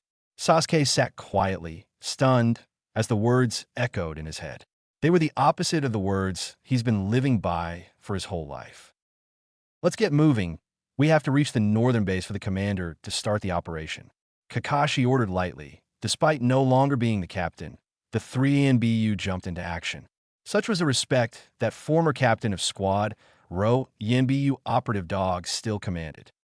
Sasuke quickly shook off the lingering thoughts of Naruto's words and moved behind Kakashi towards their objective, all the while wondering if his teammate and aggravating friend was right. Naruto, in Sasuke's opinion, wasn't and has never been a liar. When they were younger, he frequently boasted, but that was more for his own self-belief rather than anything else. Nowadays, Naruto was more honest than anyone, especially if the truth amused him. Sasuke knew that he wasn't as strong as he needed to be to exact vengeance on Itachi, but he never really thought about letting the undying hatred in his heart leave him. "Are you okay, Sasuke?" whispered Sakura as they traveled through the trees. Sasuke gathered his thoughts and nodded. Yes. There wasn't much to add beyond that. He knew he had his own issues, but now was certainly not the time to address them. They were on a very dangerous mission, and he needed to be focused here. He and Sakura were being used as a backup unit to Kakashi for the clearing. The commander and 3 other operatives would be the second unit. Their sensei was apparently more than enough on his own, and they were the competent enough that Chūnin Commander Shikaka Nara and Kakashi agreed that they were ready. Sasuke would be honest and say that Sakura was nearly double her ability from the Chūnin exams several weeks ago. She'd been pushed beyond her limits by Naruto and Kakashi. The 6 Eyes gave them unparalleled insight into their deficiencies as ninja. His was that he was wasting chakra and time with how he molded his chakra for jutsu and enhancements. Sakura's was that she was just far behind and needed extra help to catch up. Now she was a capable combatant with a variety of coverage as a ninja. Nearly an hour of travel, the 6 of them made it to the rendezvous point. The ANBU commander was standing with his back to them as he read a scroll. A small toad at his feet stood waiting. Jiraiya is concerned with the losers. Seems the enemy is actively avoiding him. He will clear the base and meet here quickly. The toad said with a gruff voice. Please proceed with caution. Would you like me to deliver a message back? The commander rolled the scroll up before throwing it over his shoulder to Kakashi, who caught it silently and began reading. No, stated the commander. We will continue as planned. 5 of our brothers are dead to the enemy. Are you confident they will be enough? He said towards Kakashi while gesturing to Sakura and Sasuke. Kakashi closed his eyes sadly, ashamed to lose so many on an operation like this, but unfortunately not unexpected with who we're dealing with. He turned to the commander. My team will be enough. He assured him with a nod. Very well, we will begin immediately, stated the commander while gesturing to the 3 ANBU that traveled with them. Sasuke took a breath and steadied himself. Even though he'd been on an A-rank mission, Wave was more him keeping close to Kakashi and hoping to survive. Now he was expected to hold his weight and take the fight to Orochimaru's forces. Next to him, he noticed Sakura was gathering her wits as well. Listen closely, whispered Kakashi to them, both as the ANBU in the distance gathered around their commander. This is going to be different than anything you both have experienced. We will be moving quick and killing everything in our path. The weight of his words hit the both of them immediately. Sakura was unsteady for a second before hardening herself and nodding. Sasuke didn't find it hard to wrap his head around ending the enemy. He dedicated his life to vengeance, after all. What we encounter will not be human, unless we come across the elite guard, codenamed Sound 4 or Orochimaru himself. They are twisted amalgamations of science and sickness. Killing them is putting them out of their misery. Naruto confirmed that they aren't able to be saved. Sasuke reached behind him and laid his hand on his sword, the newest addition to his arsenal. He was ready. Let's go. Kakashi nodded and turned towards the north, towards the edge of the forest. In the distance was a large field that had rolling hills, and through the center, a rapid river that sliced through the valley and hills. If one didn't know what lay hidden under the ground, it would look like a picturesque landscape that was worthy of painting. But towards the southern portion of the river, in the valley, lay a large boulder that was their entrance. Team 7 watched as the commander and his unit opened the seals hiding the entrance. After a moment, part of the boulder faded away, revealing a dark tunnel and staircase leading down. Sasuke and Team 7 hung back, then followed after the AMBU. Inside was a dimly lit hallway with small torchlight guiding the way. "This is where we separate," announced the AMBU commander. Sasuke watched as the 4 AMBU melted into the ground and moved via Earth Jutsu deeper into the base. He chided himself for not watching with the Sharingan, as Earth Jutsu was an area he was sorely lacking in, knowing only a few jutsu he'd seen used by Kakashi in training. "We will proceed. I'll lead. Sasuke, you have the rear, Sakura the center," commanded Kakashi as they moved deeper into the base. Minutes of travel into the base, through what seemed like an endless series of hallways, eventually gave way to a wide-open room littered with torches on the walls. "Wait," whispered Kakashi before, in a heartbeat, he pulled a kunai and swiped it into the air next to him. Sasuke, Sharingan triggered, noticed a small needle parried from the kunai and looked towards where it was launched. His eyes, a pair of two Tomo Sharingan, were able to track the trajectory of the needle to see a strange beast whose left hand had dozens of holes that were soon spitting out needles towards them. Kakashi was already moving, blitzing towards the enemy and slashing through its throat, an arc of blood shooting into the air. Sasuke wasn't able to really observe any longer as his eyes caught another beast. It was large, with thick muscles and rock-like fists. Pulling his blade and speeding forward towards his opponent, he weaved around the first attack and lashed out with his blade. The beast roared in agony and slammed both fists into the ground, forcing Sasuke to jump back as the ground cracked.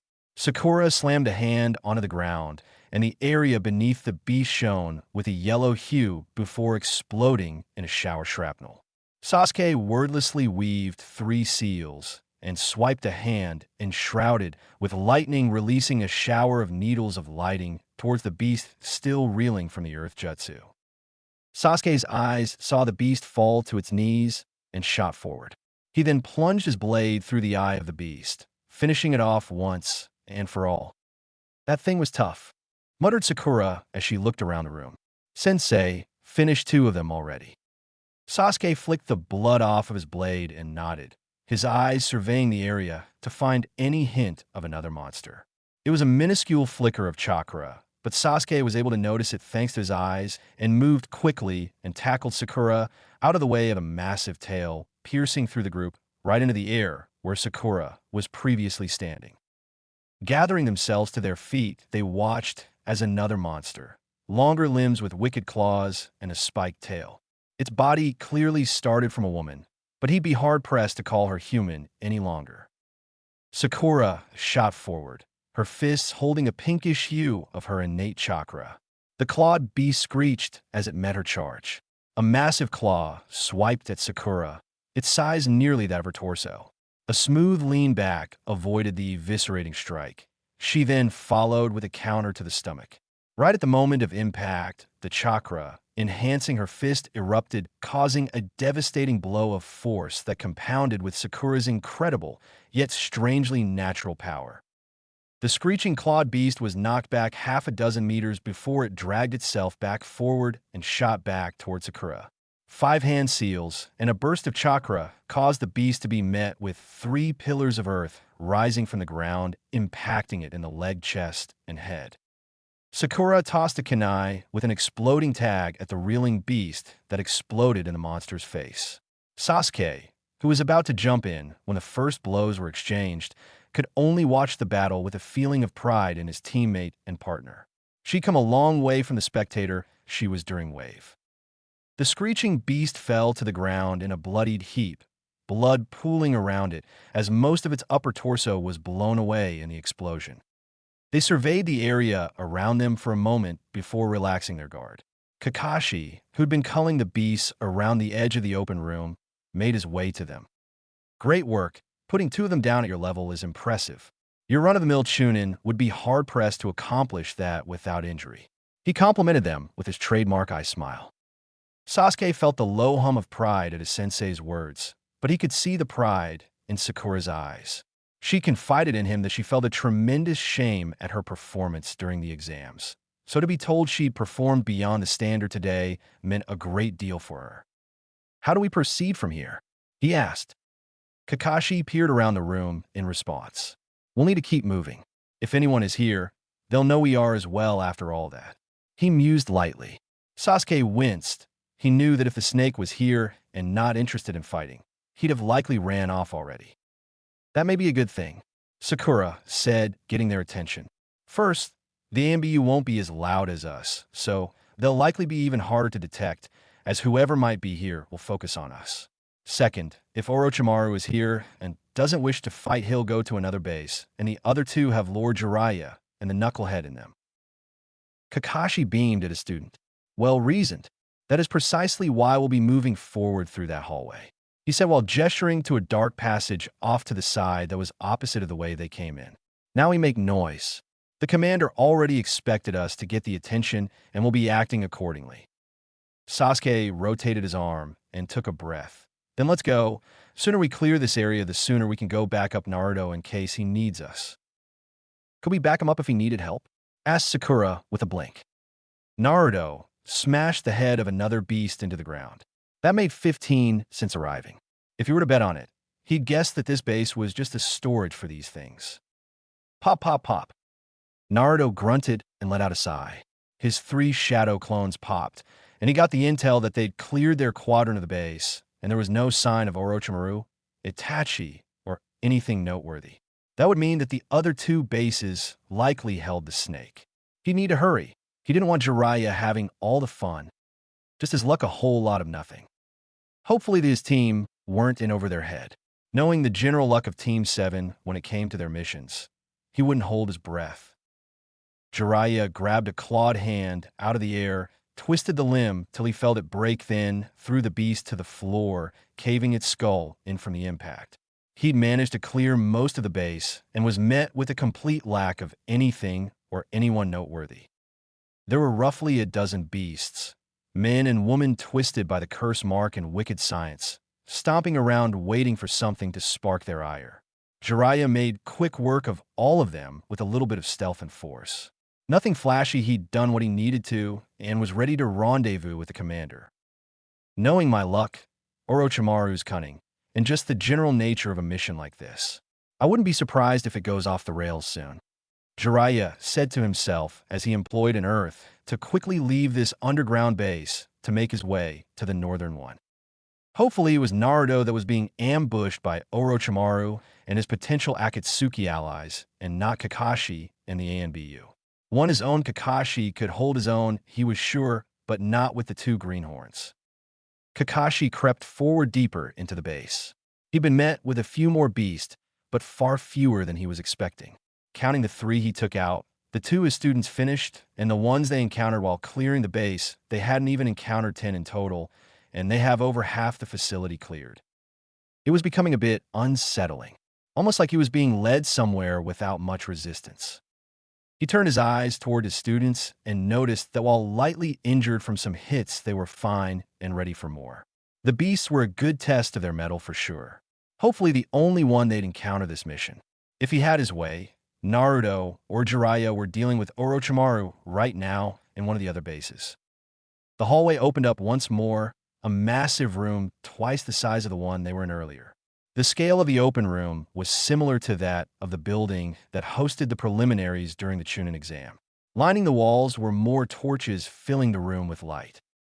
At the far end of the room, gazing at them with a gleeful smile while sat atop a stone throne, was Orochimaru. On his left and right, his elite guard the sound for. Kakashi chided himself for hoping for an easy mission. Nothing with Team 7 was ever easy.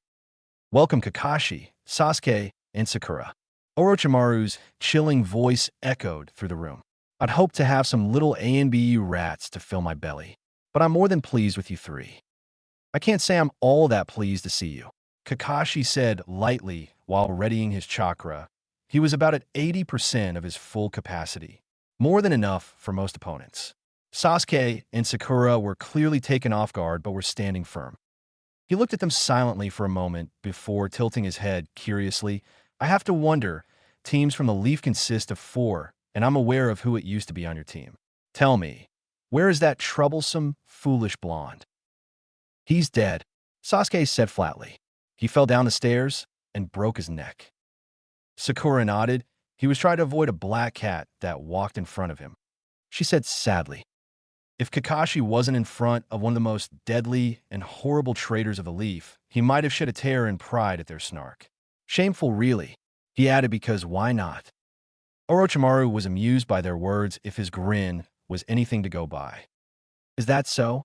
Well then, I suppose it's back to the original plan of harvesting the Sharingan from Sasuke here.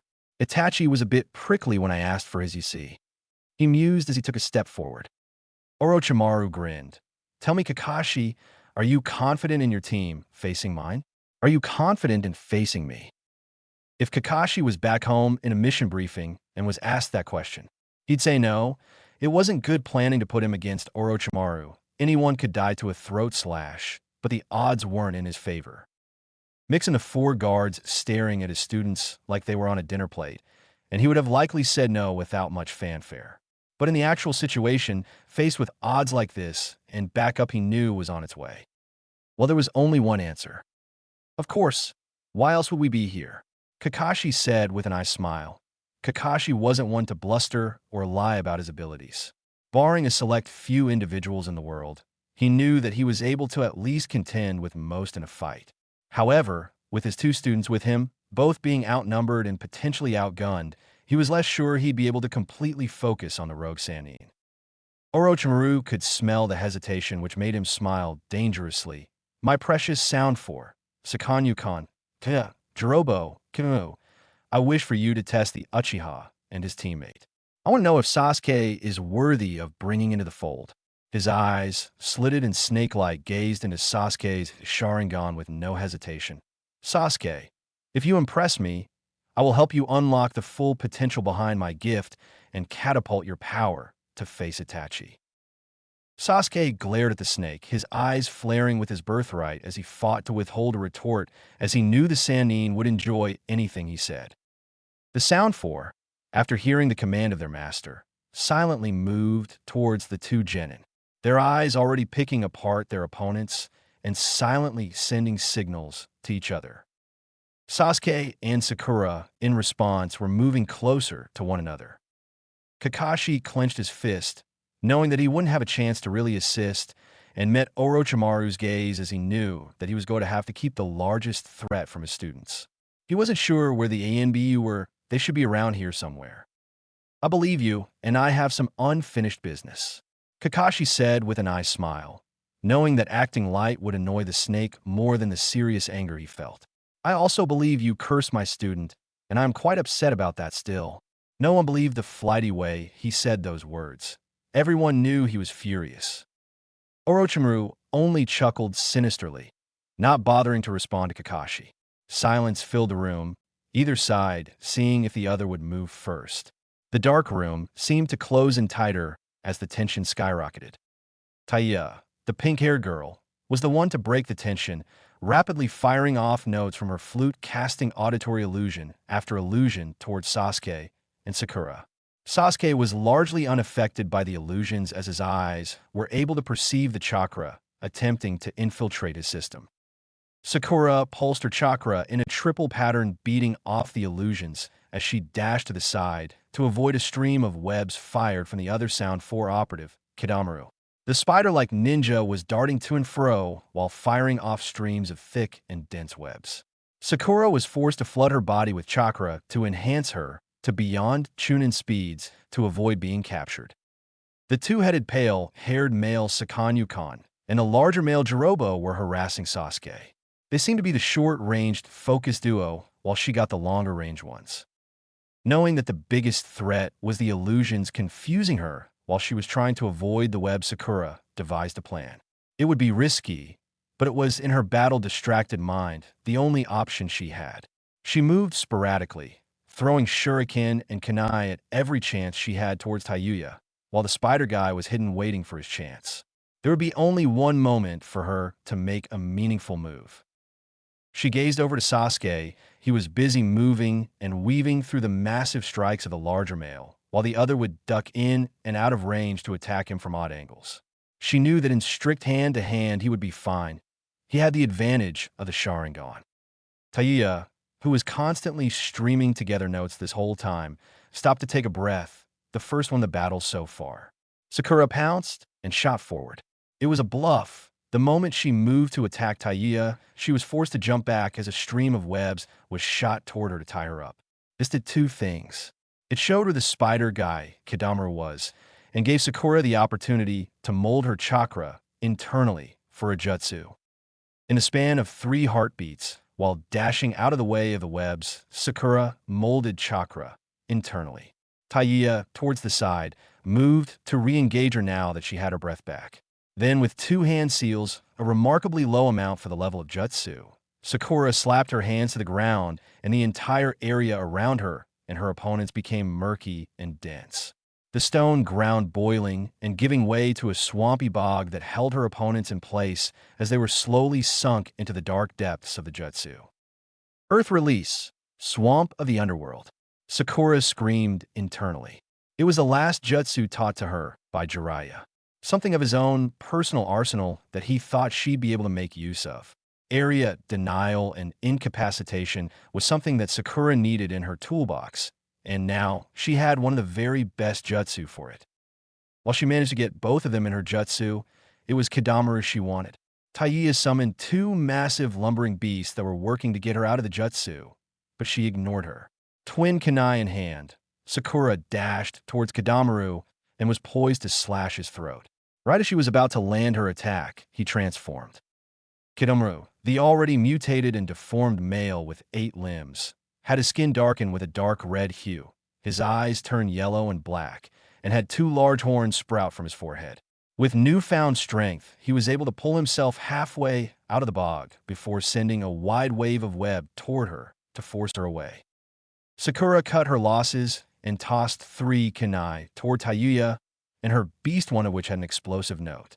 The 2 lumbering beasts moved in front of her to take the hits. The detonation from the explosive filled the area with dust and debris, obscuring the 2 beasts and Taiya from sight. Her attention moved back towards Kidamaru, who had shot a string of webs to the ceiling and pulled himself free of the bog. Sakura grit her teeth. She knew she hadn't mastered the jutsu, but that still should have been impossible. The cursed seal mutation had granted them superhuman strength beyond what she expected it would seem. Sakura, in a whirlwind of movement, was forced to twist and dive away from 2 lumbering, mindless beasts. She saw that instead of illusions, Taiya's flute was now controlling her beasts, which gave her a bit more breathing room to think of a new plan rather than focus on countering the illusions. Another moment later, she was knocked across the room by a kick to her ribs from Kidamaru, who had taken the opportunity to attack while she was distracted. As soon as she rolled to a stop, she was picked up and thrown by one of the beasts. A silent scream escaped her as she was ragdolled around the room. On the other side of the room, Sasuke noticed what was happening to her and frantically increased his speed towards the bigger opponent. Jirobo, who was more of a tank than a brawler, held up his arms in defense of the incoming attack. He knew he had no chance to avoid or parry in time. The kick Sasuke was moving with was in fact a feint, as right when Sakanya-kan moved to intercept, he twisted and kicked off the twins into the air and threw a rain of shuriken throughout the room, twisting with his momentum. Red Sharingan eyes flared, and his mind and body worked overtime to mimic a maneuver he saw his brother complete at a younger age than he was currently. Jirobo, Sakanya-kan, and even the other 2 were caught off guard by the omni-directional hail of steel that assaulted them. In the moments following, where the 4 were shaking off their injuries and regrouping, Sasuke blitzed forward to a prone Sakura, who, while noticeably injured, was still conscious. Blood was pooling from her forehead and left flank from the onslaught. "Can you still fight?" he asked quietly, his eyes tracking the 4 regrouping ninja across the room. Sakura coughed and sat up. "I'm not going to be able to go as fast anymore, but I can support you. The curse seal boosts them too much," she said warily. Sasuke grunted. "We can manage. They have good teamwork for a group of freaks."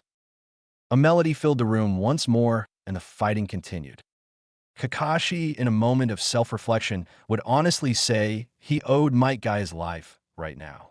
The absurd speed of the Sannin was only just beyond what he's faced with Guy in their spars. If he hadn't been forced into their rivalry all these years, he would likely have been killed already. That being said, Kakashi was still coming up short in every other category when faced with the legendary ninja in front of him. Orochimaru's ferocity was so much that it was as if Kakashi had taken his prized possession from him, and he was fighting to get it back. His unorthodox way of moving, slipping in and out of various forms of taijutsu, was so alien to anyone he'd ever fought that Kakashi knew, without a Beato's, he would come up short as well. Lightning crackled to life in Kakashi's fist as he parried a kick, the instant before the chakra would affect Orochimaru. Hazy green chakra filled the snake's leg as wind-natured chakra countered and overcame the effects, shredding Kakashi's glove instead. More movements, made intense of a second half, filled with feints others to feign a feint were made over and over. Kakashi's Sharingan learning and memorizing all of his opponent's movements the instant they were made and allowed him to slowly adapt. Though that was taijutsu, Orochimaru began to weave ninjutsu into his attacks after Kakashi successfully reversed a maneuver, throwing Orochimaru across the room, denting the stone wall he impacted. Tongues of flame sparked to life, swinging and whipping around the room from all 10 of Orochimaru's fingers that were then extinguished by a wall of water created by Kakashi. The water was then rapidly formed into a roaring dragon that was shredded by a thin stream of wing that sliced deep into a wall behind Kakashi. As chakra was molded into his next attack, Kakashi was blasted back by the ground, exploding into a rushing river of mud. That was then hardened into stone. As Orochimaru pierced his skull with a wind blade, he burst into smoke, signifying a clone had taken his place. Orochimaru ducked and flipped back, parried a shadow, and laughed. Sinister chakra filled the room before pulsing with enough force to blast away the dust around him. Genjutsu. Orochimaru chuckled sinisterly at the notion. Your illusions, despite coming from the legendary Sharingan, are far too lacking to give me pause. I've faced Itachi's illusions before. Yours are paltry in comparison. Kakashi, from his position in the shadow of the room halfway in the ground, would admit that he was no Itachi and moved on. A minuscule pulse of chakra saw the network of exploding notes he planted while Orochimaru killed his clone. A ball of angry red fire erupted, followed by a shower of stone shrapnel where Orochimaru stood. Moments later, the smoke cleared away to reveal a disheveled, but otherwise fine Orochimaru who was looking right at him from his hidden spot in the far corner of the room. I've forgotten almost. The snake mused. After the third Hokage, then that brat, and my teammates, I was getting a bit self-conscious. Killing you this easily is a nice reminder of my strength. Kakashi hardened himself, and with Herculean effort, kept his focus on Orochimaru and not the hectic battle of his students on the far end of the massive underground room. What happened to the ANBU? Kakashi wondered tersely. Naruto knew that this mission could be filled with the typical Team 7 nonsense. So far, he wasn't wrong. His base was filled with nothing but beasts he'd killed without much fanfare. Now he was finally entering the northern base, and just knew this was where he was supposed to be the whole time. The base was nearly empty. There were signs of battle and dead monsters throughout, showing him that his team and the ANBU made their way through, and deep within he could faintly hear the sounds of fighting. He didn't even bother slowing down as a single beast still prowling through the caves appeared and killed it without even looking at it with a backhand fist empowered by infinity. Moments later, he entered the massive room that held the conflict he was chasing. Sasuke was bloody, and Sakura was propped up against the wall, clutching her ribs and a kunai. Their opponents were similarly bloody, but only one was down, a fat guy he vaguely remembered from the invasion, whose head was a couple feet away from his body. In the distance, Kakashi was being kicked around about Orochimaru, who looked more interested in playing with his food than finishing it. Not wasting a moment longer, he teleported between Sasuke and his opponent, some six-armed freak, and kicked his legs out from under him. Naruto, gasped Sakura in surprise while Sasuke sighed in relief. Naruto grabbed two of the guy's arms and slammed him face first into the ground, knocking him out or just flat out killing him. He wasn't sure. "Sorry I'm late," he said quietly. Kakashi appeared in a flicker of movement next to Sakura, finally confident in leaving his fight to check on his wounded student. Orochimaru followed behind slowly. "No, I don't have the patience for you." Naruto grunted with a large frown.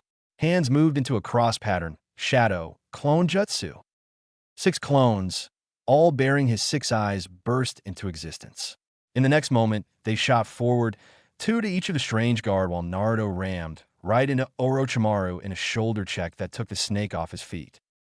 A moment later, a spark of blue burst into existence next to the tumbling Orochimaru, who shot away frantically before the space around the blue chakra collapsed into nothing, leaving a void of stone in its place.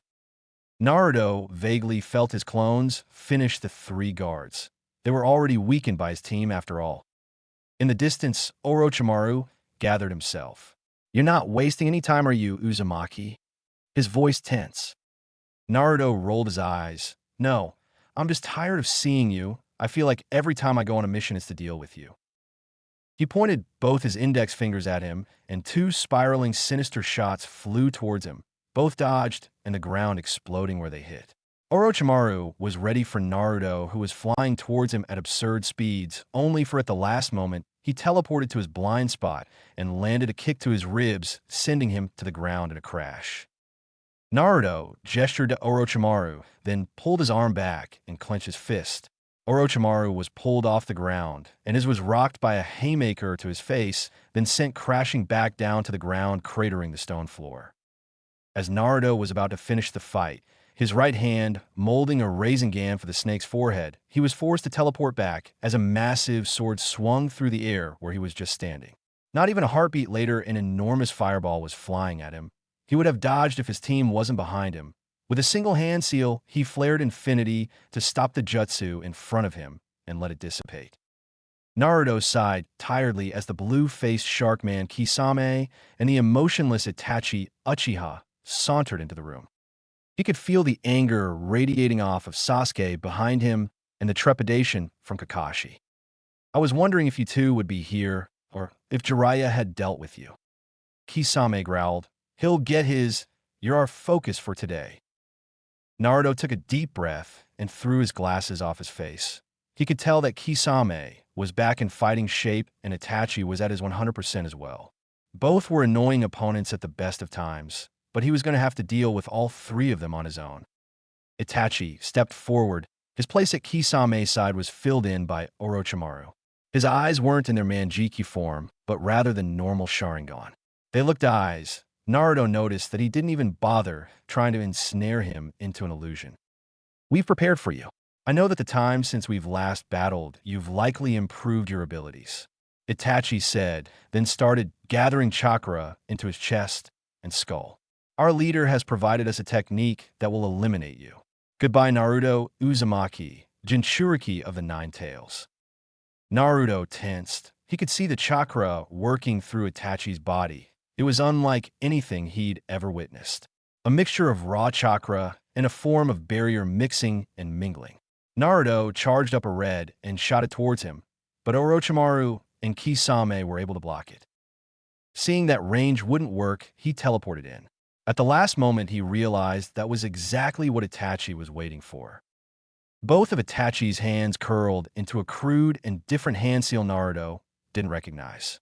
His chakra, rather than a release and execution of a jutsu like normal, was as if it exploded into the world around them. Naruto took in every minute detail as it happened, each detail committed to his memory. Domain expansion, damnation of duty, intoned Itachi as the chakra exploded and ensnared Naruto and Itachi in an empty void of blackness. Naruto's eyes took into the details further. Barrier after barrier all harmoniously acting together in a tapestry of effects. Something so genius Naruto would even go so far to call it a divine jutsu. Maybe jutsu was too small of a designation.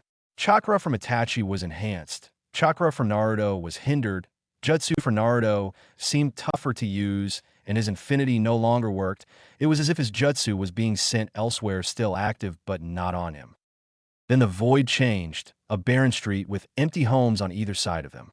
A massive red full moon in the sky illuminated them both. The air was stale, and no noise was able to be heard from outside this barrier. Naruto even noticed that within the houses on either side of them had puddles of blood on the floors barely visible from street. It was nearly 2 seconds from when Naruto teleported in front of Itachi to now being within his jutsu. Here, I'm in control. Domain expansion robs the opponent of their strength and bolsters my own, said Itachi as he gestured to Naruto. Now, you cannot avoid this. The jutsu I've placed in the domain will always hit. Tsukuyami. Naruto tried to avoid it, but it was instant. There was nothing he could do. His infinity was gone, and his eyes only told him that the very world of this domain tethered the jutsu to him. There was nothing to dodge, it just hit him. The environment didn't change, but Naruto was now crucified on a cross, and black flames were surrounding him. Itachi appeared in front of him, but he was upside down, standing on nothing but air. A moment later, a blade pierced Naruto's stomach. Then another and another. Dozens of blades, maybe hundreds. Naruto held the scream back. Maybe he took only one blade, or maybe it was 1,000, but the pain eventually got him. He screwed his eyes shut and tried to think. Another blade. He knew how the jutsu formed, a hunch on how it worked from his observations. Another blade. If he could try and break it. Blade to the leg. Naruto took a breath and focused inward. Blade through each of his arms. Agony took over Naruto as he tried to formulate a plan as blade after blade stabbed into his body. When Itachi captured Naruto into the massive ball of black churka, none of the others in the room moved. They just looked at the jutsu that was the Akatsuki's trump card against Naruto with trepidation. Kisame and Orochimaru eyeing it critically for any weakness, while Kakashi frantically looked at it with his Sharingan, trying to figure out what to do next. It was a scream from Sasuke that broke all their attention away from the domain as he screamed in fury. His sword was crackling with lightning energy as he streamed his Chidori through the blade itself and shot forward. No one expected his action, so even the incredible speeds of Kisame and Orochimaru were enough to stop him as he stabbed the domain with his blade. While it didn't pierce, it just managed to crack the surface slightly.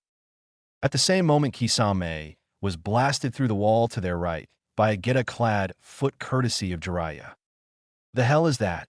Jiraiya asked aloud as he looked at the massive barrier domain. Orochimaru readied himself and smirked. Right on time, fool. Uzumaki is being taken care of by Itachi as we speak. You're next. Jiraiya snorted. Don't count that brat out just yet. He doesn't know what the word quitting means. He said confidently. Line break. Naruto, breathing haggardly as blood fell from his body onto the ground beneath him. Itachi stood over him with a blade lit aflame with black fire. Naruto knew that if the blade hit him, it was over. He would become a vegetable mentally or close to it. He was sure his healing would keep him from outright dying. At that same moment, a flash of chakra entered the domain, if only for a part second. Both Itachi and Naruto recognized it as Sasuke's chakra trying to pierce the domain.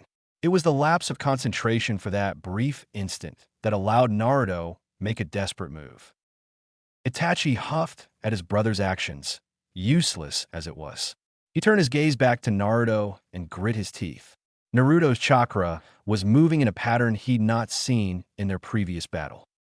This should work, I think, Naruto said in a raspy, blood-filled voice, as his activated blue and yanked himself through the domain to the edge where Sasuke's blade impacted.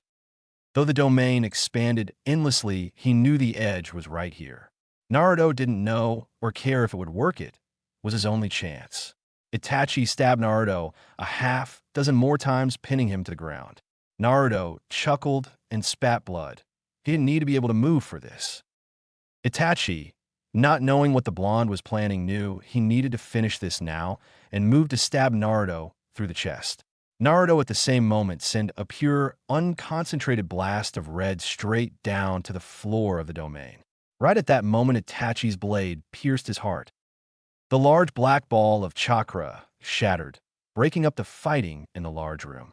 Kisame was already sporting some bruising, and Orochimaru took this chance to regurgitate a new body while Jiraiya jumped back to Kakashi and the others.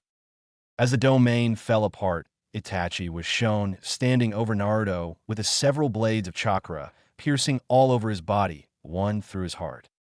Itachi pulled out his sword and stepped over Naruto while turning to rest of the Leaf Ninja. He nearly broke out. He said to Kisame and Orochimaru's shock, "Let's finish here, we've accomplished the mission." Kakashi and Jiraiya looked at the prone form of Naruto in shock. Neither of them believed such a thing was possible. Not since Naruto awakened the Six Eyes did they think he was capable of really losing one-on-one anymore.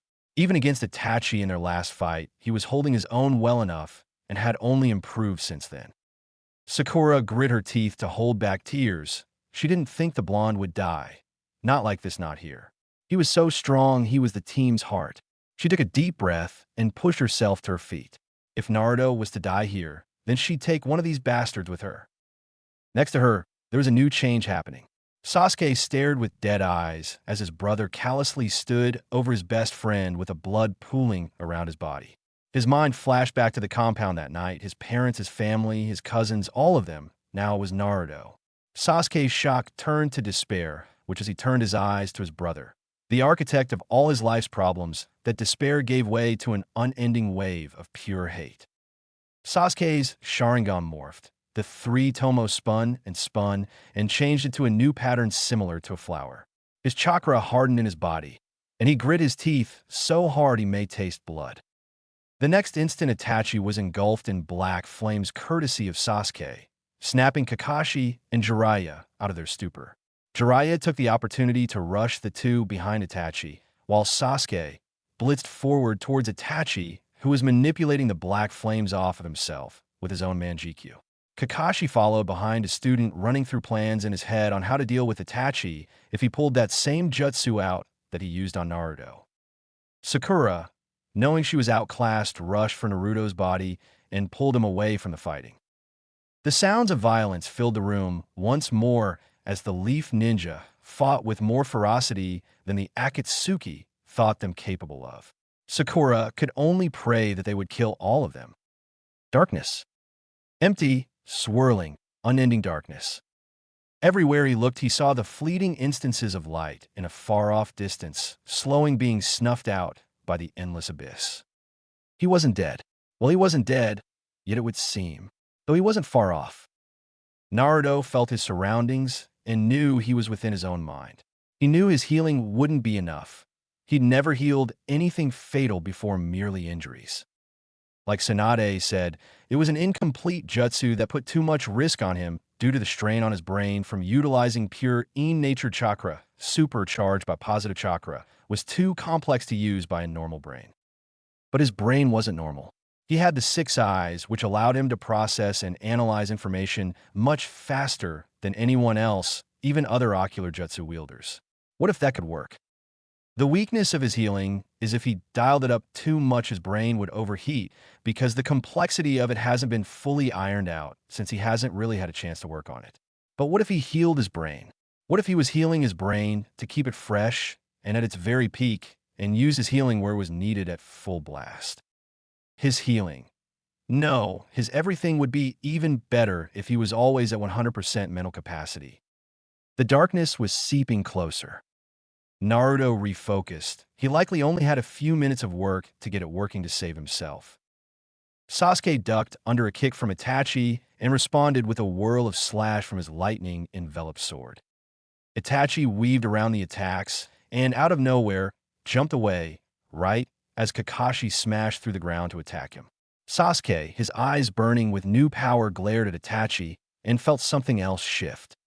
Purple chakra exploded from his core. Kakashi's eyes widened and backed up while keeping his eye on Itachi. "Very good, little brother," Itachi said as he watched his brother's power come forth. "Shut up," shouted Sasuke as his eyes started crying blood from the strain. The purple chakra formed into a rib cage around him, then a right arm of bone was formed that swung through the air at blinding speeds. Itachi couldn't move, so he blocked it with his own red, flaming rib cage. Itachi looked at his brother's power critically. This is called Susanoo, or he with ability to help by all means. is the greatest power of the Uchiha. Only one of us in our clan's history truly mastered it. Madara, Uchiha. The name sent shivers down the spine of Sasuke and Kakashi. It was with this jutsu he was able to battle the almighty Hashirama Senju on equal footing during their warring years. Sasuke couldn't speak from the strain, so he continued to glare at Itachi. Kakashi looked at Sasuke, then back to Itachi. So this is only achievable with the Manjikyu Sharingan. He spoke. Itachi turned his gaze towards Kakashi. Indeed, though you need both eyes for it. The Manjikyu has an ability for each eye, then the Susanoo for both in harmony. Kakashi hummed, I see. Sasuke's growled, and the arm flashed forward once again, smashing into a red flaming bone arm courtesy of Itachi Susanoo, neither winning the battle of strength. Now that you have these eyes, Sasuke, you should know. You and I will be meeting soon. I will have my battle with you, once you can actually utilize them. Don't you dare mock me, shouted Sasuke. As he shouted, the Susanoo formed another arm, and a large scar formed around the body that shaped into a hood.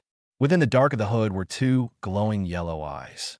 On the right arm, a crossbow was formed that Sasuke fired at Itachi.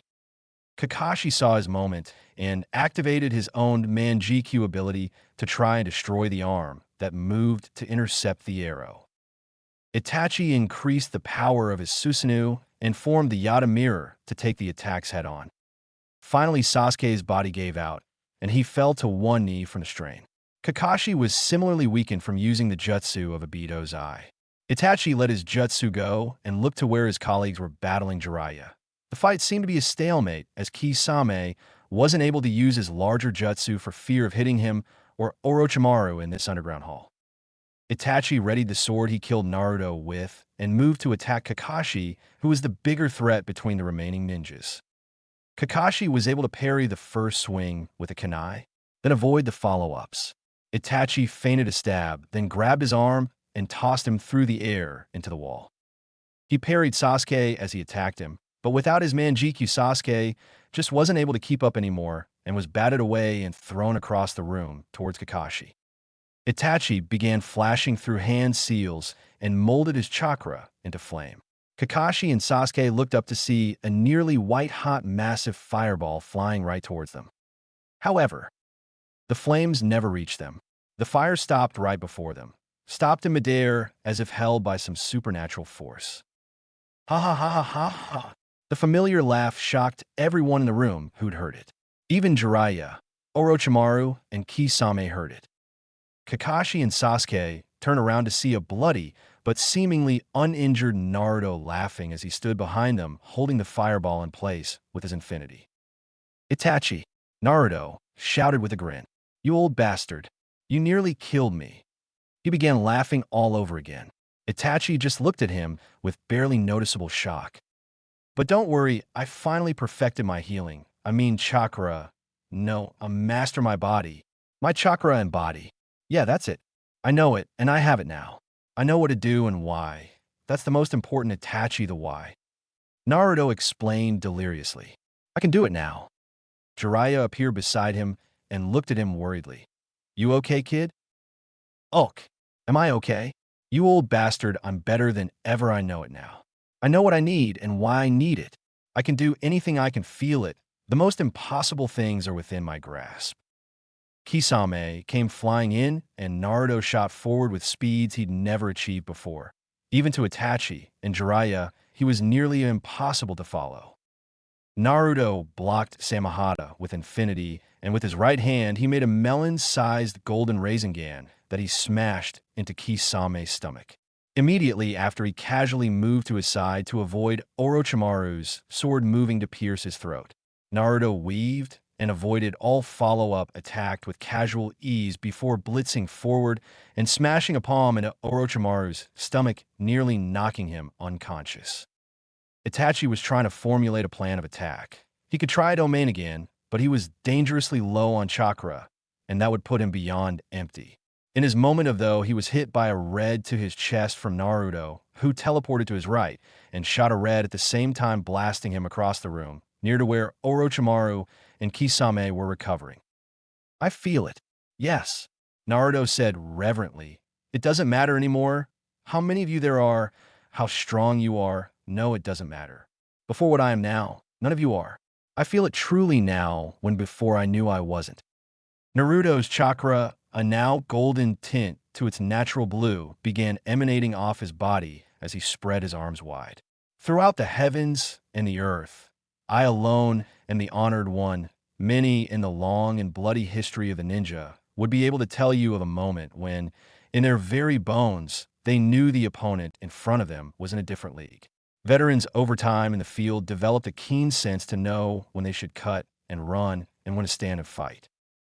Elites have an even keener sense to know when the person in front of them was within their capabilities, to know when they had a solid chance of defeating their opponent. It's not perfect, of course. People have hidden abilities or strategies that can turn the tides. Nothing is cut and dry, as in one is stronger and will win in the world of ninja. A Kaguya has a unit of guards because a kunai can slay a titan after all. Today, everyone in the underground base of the Snake Sannin felt that sense flare to life. Even those here, elite veterans that could cow a nation into submission, had a feeling of hopeless in the face of unimaginable strength.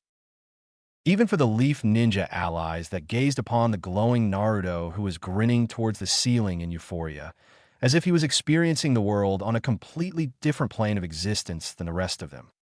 I alone am the honored one. Those words seemed to echo around them. Jiraiya felt an unsettling weight land on his gut as he slowly realized that Naruto was going through something that would fundamentally change everything. More than the 6 eyes already have, and that was saying something.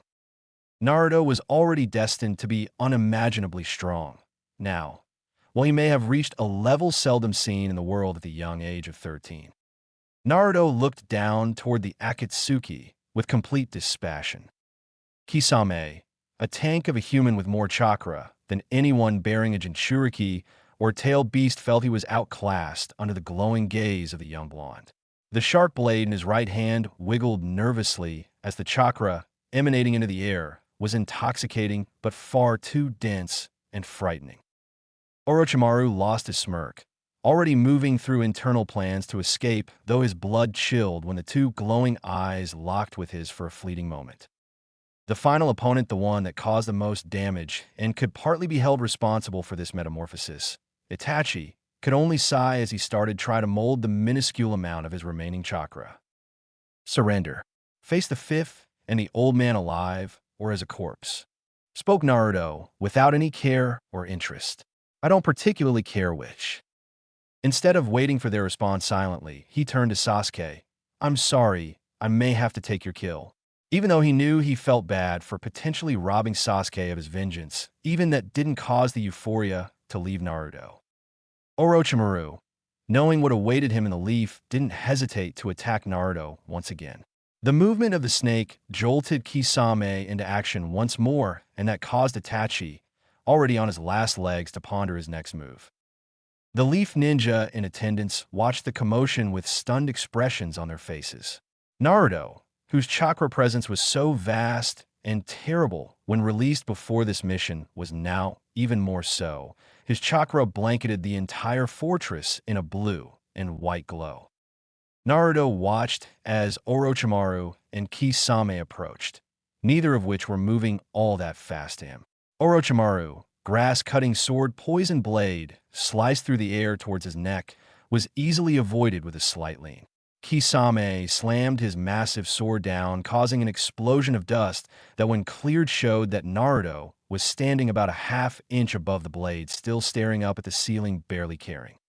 In the next instant, a dense ball of flame exploded towards Naruto, but was blasted away by a small ball of red chakra, launched instantly from Naruto's left hand. With no time to mold the last dregs of his chakra, Itachi was hit and sent speeding into the far wall in a crash of dust and debris. Kisame, still in the same position, noticed that Infinity wasn't wavering like before when coming into contact with Samahata and was constant and firm. Roaring with effort, he reversed the swing upwards to try and throw Naruto off. In the next moment, before anyone's brain registered the sound of the clap of Naruto's hands for a hand seal, he warped behind Kisame and punched him in the spine. his fist shrouded in swirling blue chakra. A sudden crack of sound, the air shifted, and the impact intensified further. Kisame was unable to scream verbally as blood vomited outwards from the internal damage. Then he was unceremoniously kicked away by Naruto, who then turned towards Orochimaru, who was building up chakra. This feeling, Naruto thought airily, I can feel it. My chakra is so light. Before I thought I mastered it, but now my mind, body, and soul are one. Naruto clasped his hands together and began to mold chakra. Red, volatile chakra of pure positive force and energy condensed in a shell of hardened chakra to allow the energy to further build and condense. Blue, the same but reversed. Both are simple to me now. Both are within my grasp with but a thought. Blue energy swirled to life, and Orochimaru, who was trying to build up a jutsu, was catapulted off his feet toward Naruto, whose other fist swirled with red chakra as he punched Orochimaru in the stomach. The force of the punch was so great the hall they were in shook from the force, and Orochimaru's body tore in half in a shower of blood. The two halves of Orochimaru were then reattached by a dozen snakes that appeared from each open end. Killing you? I suppose it has to be on a level deeper than body. Naruto mused with a smile and hazy glowing eyes. Jiraiya, who heard Naruto's comment, tried to formulate a response on how they could take down his former partner. However, as soon as he opened his mouth to speak, his senses flared to life and his body screamed to flee. Kakashi's lone Sharingan glowed bright red as he took in the battle in front of him. Naruto was manhandling 3 boogeymen, these people that anyone in the whole ninja world would think twice about approaching. The feeling of fighting alongside an unbeatable ninja that would no matter what come out on top had not moved through him since his last mission with his sensei. It was a strange feeling to have while watching one's young student in action like this.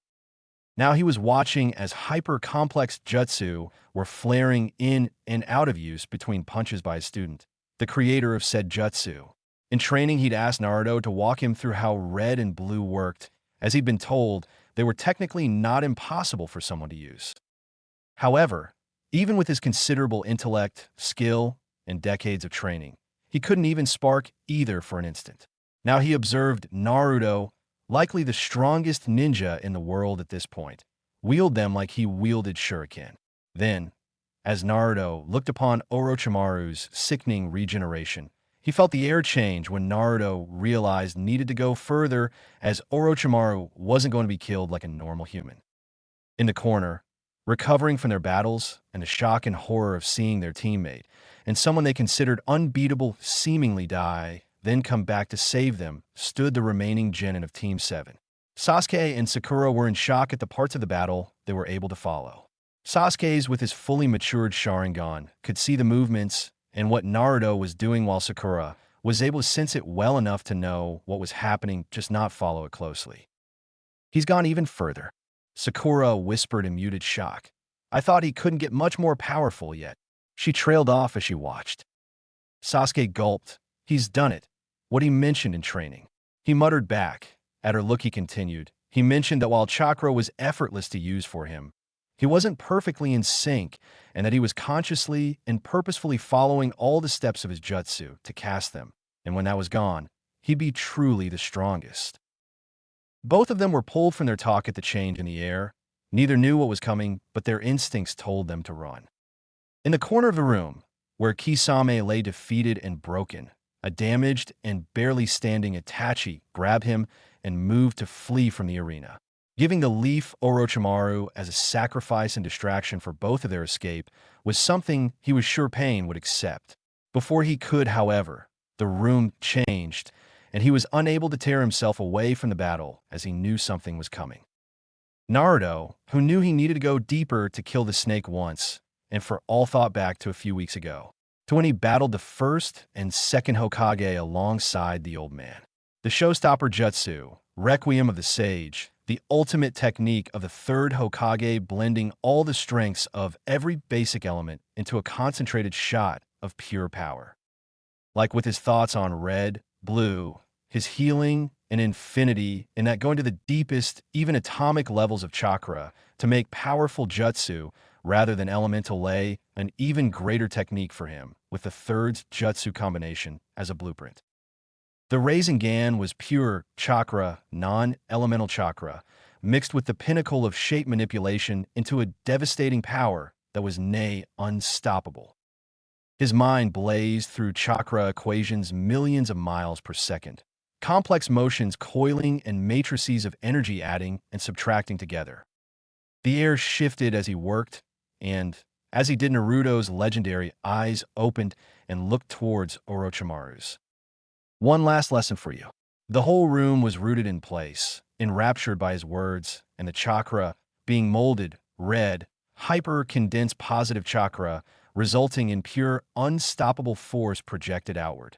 Blue, negative chakra that creates a section of negative space that which forces existence or the very world around us to rapidly fill, causing that attraction like power. Like a literal expression of infinite numbers, positive and negative respectfully. Eyes shone brighter, hands sparked, the room began to stir, and instincts that were flaring were now screaming. Friend and ally alike were rooted in fear of what was coming. Now, O great snake Sannin of science and discovery, what would happen if you pushed together and combined those two things together?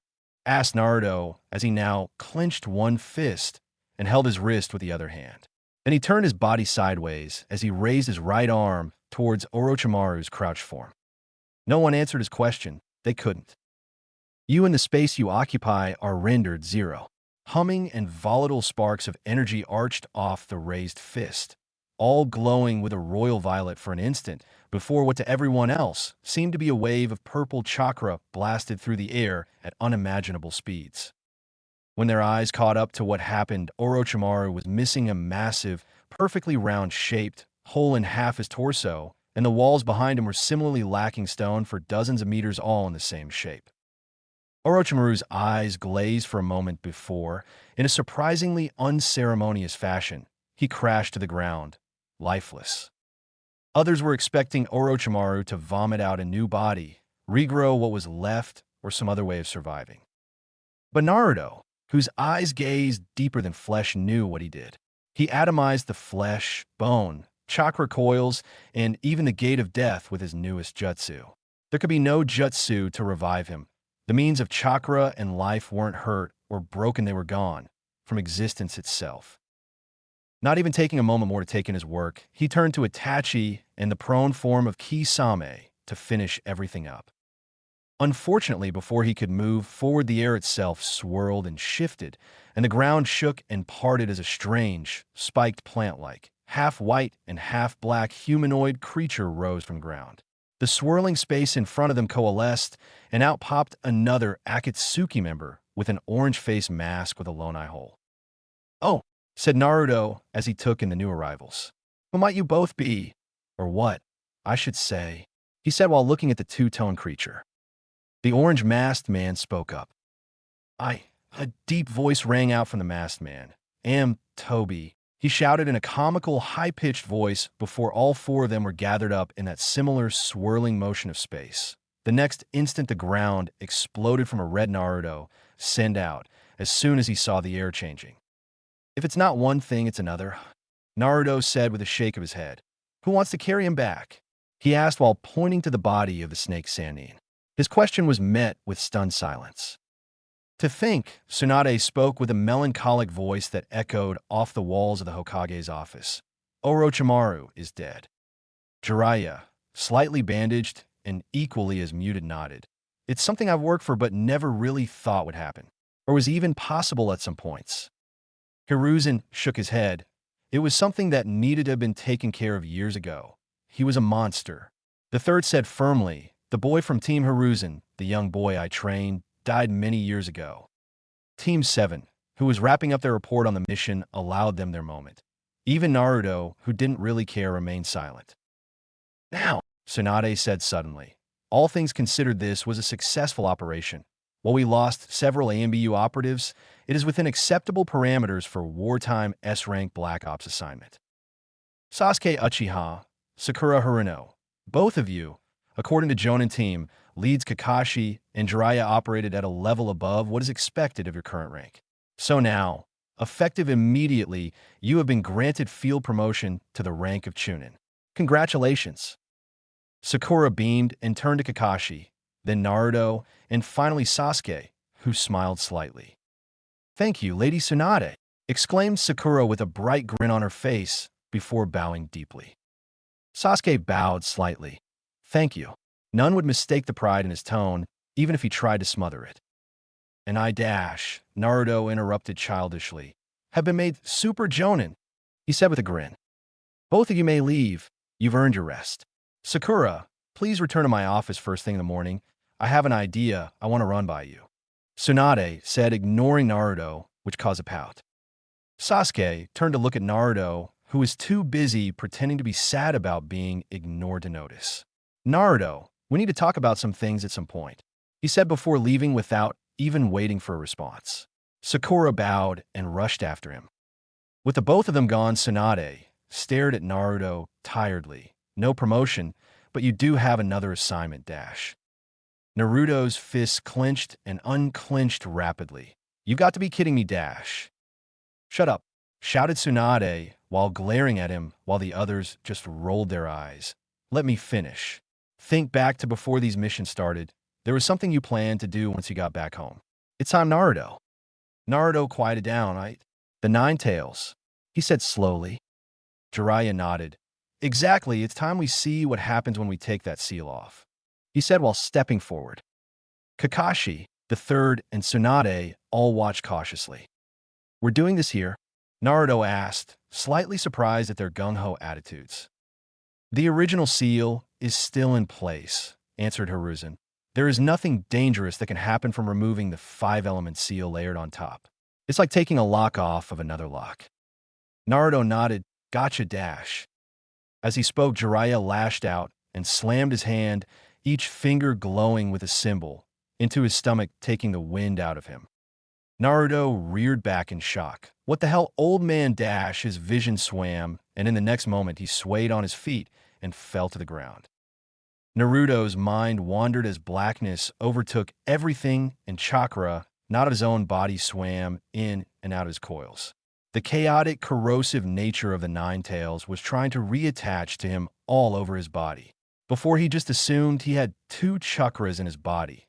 Now he could perfectly feel what the Nine Tails was doing, trying to slowly grab a hold of him and whittle down the strength of the seal.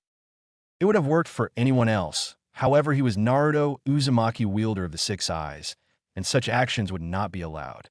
With his own chakra, he pushed and separated his chakra from the Nine Tails' own. It wasn't easy as the beast fought to stay close, but Naruto won out. It was his body after all. Instead of the chakra commingling throughout his entire body, the beast's chakra now stayed in or around the seal. The very moment he succeeded, his mind was pulled further and further into the darkness, further into his own mind. After a moment, he found himself standing in a dark, damp hallway. At the end was a doorway towards a massive room that emanated hatred and red, glowing chakra. Naruto stepped forward. It was time for he and his tenant to speak to one another. Naruto's steps echoed through the mental plane of a hallway as he approached the glowing room. While he wasn't scared in the slightest of what awaited him, he was apprehensive of what he would need to do to get the information from the beast. The room itself was a mess. Ankle-deep water of some kind, no smell or breeze, but there was a feeling of dread throughout that made him want to frown. The light in the room was as if the walls were lined with torches, but there were none, almost like his brain created this atmosphere but left out details. The walls were close and far, like the room was as big or small as he desired it to be at any moment. Then at the end of the room was a massive, dozens of meters high gate. Within the gate was nothing but darkness and apathy. Naruto stepped forward, not scared or even slightly nervous, and stood in front of it with his arms at his hips and a mocking smile that was almost completely real.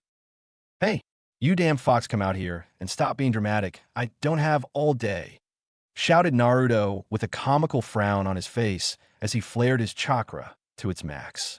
The room warped under the weight of his power for a moment before a monumental amount of chakra, pure in its malicious intent, met his halfway. The room buckled and his brain hurt for a microsecond before he healed the damage. adapted and fought the battle of wills with the arrogance he'd been born to have. "This all you got?" He shouted in challenge before the chakra of malice grew further, and Naruto, not nervous, grew wary of what the beast's limits were as he was beginning to approach his. The fox's chakra grew more, further and further until Naruto knew no mortal being's chakra could compete. He hardened his chakra, maximized it with his newfound control, and flared it the most he could. He knew he'd soon lose. There was no matching it. No single human could. More it grew, and with it the dread and fear of mortality gripped Naruto as his breathing started to hitch. Death, decay, rot, anger, fear, hate, envy, greed, hopelessness, fear, and loathing. All of it coiling around his heart as the glowing red grew more and more. The fox, the nine-tailed demon, was without equal in its evil and malice. Naruto started to waver, and in a moment that shook him to his core, two sets of hands grabbed him by the shoulders, and two massive and determined chakra presences met the fox's. If he did not wield the eyes of divine insight and the all-knowing comprehension of chakra, he'd never believe it. He didn't dare wish for something like this, knowing it'd never happen. "He's quite cranky, huh?" asked a beautiful red-haired woman with a kind smile. A tall man with fierce eyes and spiky blonde hair, similar to his own, smiled with more kindness than his reputation would have you believe. "Let's let him have a temper tantrum on his own. I think we're all overdue a conversation. Right, son?"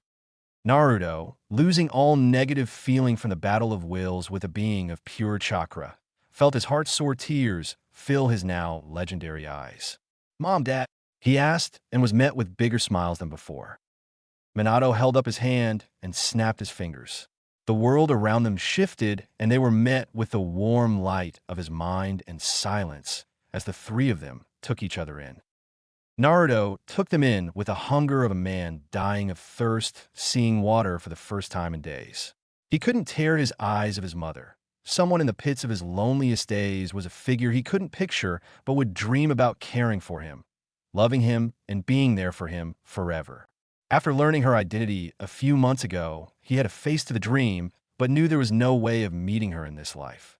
He supposed he was wrong, in the best possible way. Naruto tore his eyes away, and his father nodded at him with a smile of pride he'd seen once from the old man and Jiraiya when they didn't know he was looking. It was nice to get it from someone not hiding it for once. But there was something he needed to do. Before either of them could react, Naruto blitzed forward and slammed a left fist into his father's stomach, who doubled over in pain while his mother gasped in shock. "What the hell caused you to seal that thing in me? Do you have any idea what I went through? If I didn't get these eyes, people would still hate me and still avoid me at every chance. No one wanted me. No one cared about me. I had to dash." He was cut off by a fierce hug and a sob from his mother. His father, who slowly recovered, walked over with a regretful stare and brushed a hand on his face. He hadn't realized he began crying. "I never." Minato's voice wavered for a moment before his face hardened. "I would never have put such a burden on you if I didn't know you could handle it. If I didn't believe in my heart that of all people in the village, you alone could manage it. It wasn't a choice we made lightly. I'd have rather died than put you through half of what has happened to you, sweetheart," said Kushina with a tight hug that she then released and stepped back next to Minato. "We?" asked Naruto. He didn't know his mom was a part of the ceiling. Minato and Kushina shared a look. "Maybe it's best we start at the beginning, son." Minato started with a sigh. "If it's not too much trouble, can you match the chakra matrices of our clones here? About 0.25 of a clone's worth will suffice, I believe." Naruto sighed and sat down. "Would like to know how you have a clone in me as well." He made a ram hand seal and pushed chakra outward, then swirled it into them, the exact amount his father requested. Kushina brightened up. "That was amazing. I knew you were a kick-ass ninja already, but to experience it firsthand is something else, you know." "You know," whispered Naruto with a soft smile, which Kushina mirrored. Minato smiled at the exchange. "You got that tick, if you couldn't tell, from your motor-mouth mother," he said with a laugh. Minato continued, "There's a lot we have to tell you, especially about that night," he said seriously. Naruto nodded. "Right, but we have a limited amount of time here. I can keep you going, but when I leave, that's it, right?" Both of them nodded sadly. Then before that, I want to learn more. I want to know both of you and tell you about me. We don't have much time, but I want us to get to know each other at least a bit. He finished softly. Kushina sent a serious look to Minato that got a reluctant nod. Of course, we'd love that. The information can wait. How about you tell us about your team? I know a bit from being sealed in here, but we only get periodic flashes. Naruto's face lit up as he weaved tales from his best pranks, worst classes, missions, and ninja life for hours. His parents shared stories of their youth, often marred by growing up in war times, but were tales filled with laughs and love as they shared what they did as young ninja. All throughout the time they spent in the void of his mind, not once did Naruto feel the weight of his station, the worry of being the strongest, the fear of what would come for his village in retaliation to his recent victory, or the growing unease of his mental changes and ruthlessness. The dull ache of loneliness that gripped him for as long as he could remember softened, and his mind was brought back to a day long ago. A warm, crackling fire in the forest as a strange, funny old man in a big red hat ate his fish and told him stories of two amazing ninja that protected the village from a great evil. Across the world, various organizations are told the news. Orochimaru killed by Naruto Uzumaki. Pain, leader of the Akatsuki, sat looking out at the unending rain of his home stoically as Madara and Chūnin stood behind him. With this change, he has likely become too much of a threat to confront without careful planning. Madara said seriously. The domain jutsu worked. While highly complex, it is something all-out members will be able to replicate with time. I recommend pulling back and focusing on their improvement, and when the time comes, we plan to take the Nine Tails as a group. Pain will be enough, perhaps with Itachi as an addition, as he is shown to be a rival to Naruto Uzumaki. Submitted Chūnin. Both of them have grown from each confrontation. Itachi was already one of our strongest members. Now, I put him second only to Lord Pain. Itachi Uchiha will be a powerful piece on the board. However, until he has mastered the domain, he will be killed in a confrontation. We must strengthen ourselves and avoid him for now. Countered Madara. I have decided. Interrupted Pain, gathering the attention of both of them. The Akatsuki will pull back for 2 years. Only critical missions will be carried out as we plan and prep to execute the capture of the beasts, then execute them all rapidly within a week of each other.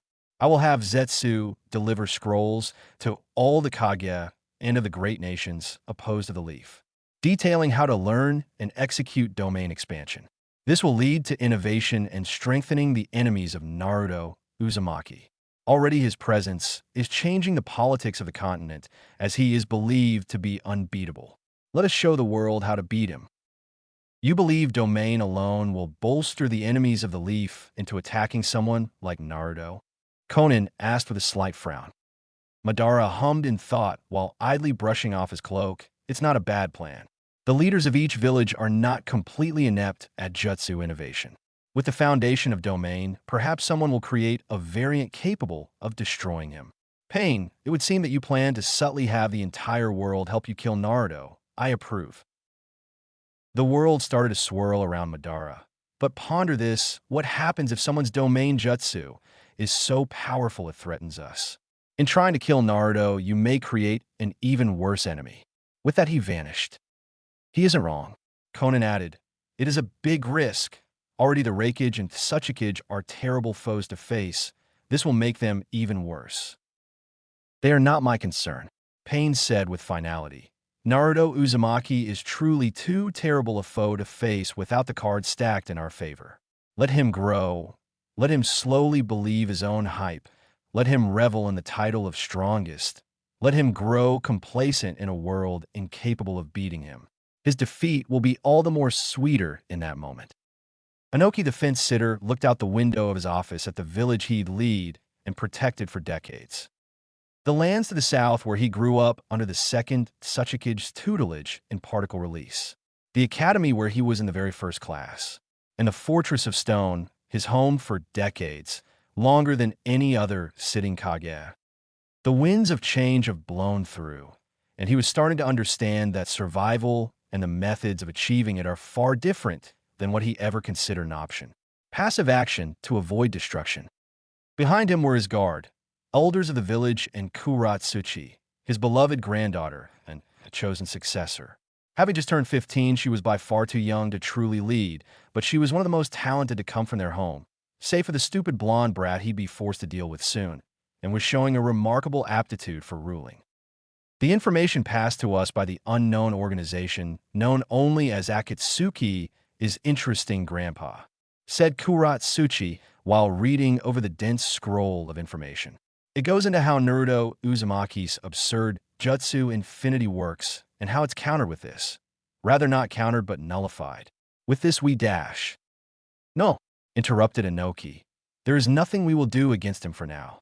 In the manner of 2 months, he went from an elite Jonin level to effortlessly, according to the intel, killing someone like Orochimaru and nearly killing individuals like Itachi Uchiha and Kisame Hashigaki all in the same day. If it were someone like Hiruzen Sarutobi or I the Fourth Raikage, I wouldn't be as concerned, but this is growth on a level unfathomable. In 2 months more time, where will he be then? Inoki looked tired to everyone in the room, as if the weight of his words physically pained him. As we are now, there is nothing to do but ready ourselves, train, and prepare for what may come. Kuratsuchi shot to her feet. What do we do now? The Leaf will just take over the continent. They now have the strongest ninja in the world and were already regarded as powerful. She began pacing around the room, the others muttering their agreement and disagreements in the background. If I am to be your successor, then it is up to me to face this foe. I will order all of our top ninja, elite Joninhan and Rashi too, back to the village to train in mastering domain.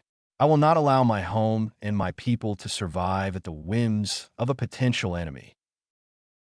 Inoki felt pride in his beloved granddaughter, in his village, but also dread. He didn't survive this long without instincts, and they were telling him this was a different kind of enemy, like one he faced long ago, who allowed him to live out of amusement. A massive fist was smashed through a large ornate desk. Damn it all, shouted I the Fourth Raikage with fury great enough to rumble the windows behind him. That desk was older than you, Lord Raikage, muttered Mabui, his assistant's Jonin. I don't care, he shouted in reply. Call back B. Bring C, Darui, and Yujito to my office immediately. If this is all true, then there is no time to waste. I want to understand domain. I want them to master it. And when we do, then there will be no time to waste. We must confront the Leaf. Mabui sighed tiredly. They didn't even call a meeting to discuss the contents. The Raikage only read it, stood up in outrage, read it again, then destroyed the desk of the lightning god gifted to them by the first Hokage himself in a fit of rage. You heard Lord Raikage. All of you go, I will get B. She ordered the various attendants around the room while turning and strutting away to the door. B was easy to convince. She just needed to shorten her skirt, and he'd follow regardless of what she said. Men, truly predictable beasts. Barely 2 years has made Terumi called herself the Mizukage. Not long enough to truly feel fit for the role, yet but she tackled each problem and task with the vigor of a revolutionary she's lived as for most of her life. This was but the next in a long line of them. Only problem, she didn't have an answer. A young man from the Leaf was changing the very balance of the world with his growth and strength. A tale that the history books would say is repeating itself. Once before has the world reeled from the monumental might of one young man. Last time the warring states and the chaos of the perpetually battling clans came to an end, as the almighty Senju, Hashirama of the forest, forced all 9-tailed beasts to heal and gifted them to each village as a sign of trust and deterrence from war, with the subtle message of, if I could take all 9 myself, what hope you have with but 2? 25 years of peace followed, before the first Hokage got sick and his strength waned a war that stretched the entire continent and claimed the lives of millions. What will happen now, she pondered. Will there be a generation of quiet and uneasy peace followed by calamity when Naruto is no longer here? Or will this domain, a jutsu, perhaps even a category of jutsu, change the way of a ninja so much that the world is burned irrevocably? Ayo, please gather our tenured Jonin, the current swordsman as well. We have training to do. I will not have the miscaught lacking in this new world. she ordered while beginning to read the scroll once more. What will this change cause? Naruto laughed loudly. So you thought Dad was too girly looking at first? No way, Dad looks so strong. Minato puffed up at his son's words while Kushina laughed loudly herself. Oh sure, now he does. When he was young, he was so skinny and soft-looking. Well, he still managed to get you as his wife, defended Naruto with a grin. Now flustered Kushina sputtered for a moment before replying, well, we both had some growing up to do. Minato leaned and kissed her on the cheek. I knew from the moment I saw you, dear. Now fully flustered and blushing, Kushina just kept muttering, over and over to herself while Minato and Naruto laughed warmly. Minato stared at Kushina for a moment softly before turning to Naruto with a small frown. I think it's time I tell you, Naruto. As much as I would love to stay here forever, we have to go over that night sooner or later. Naruto leaned back with a sign before standing to his feet. Fine, fine. Kushina, now back to normal, walked over and held Naruto's hand as Minato went into the dark details of that fateful night 13 years ago.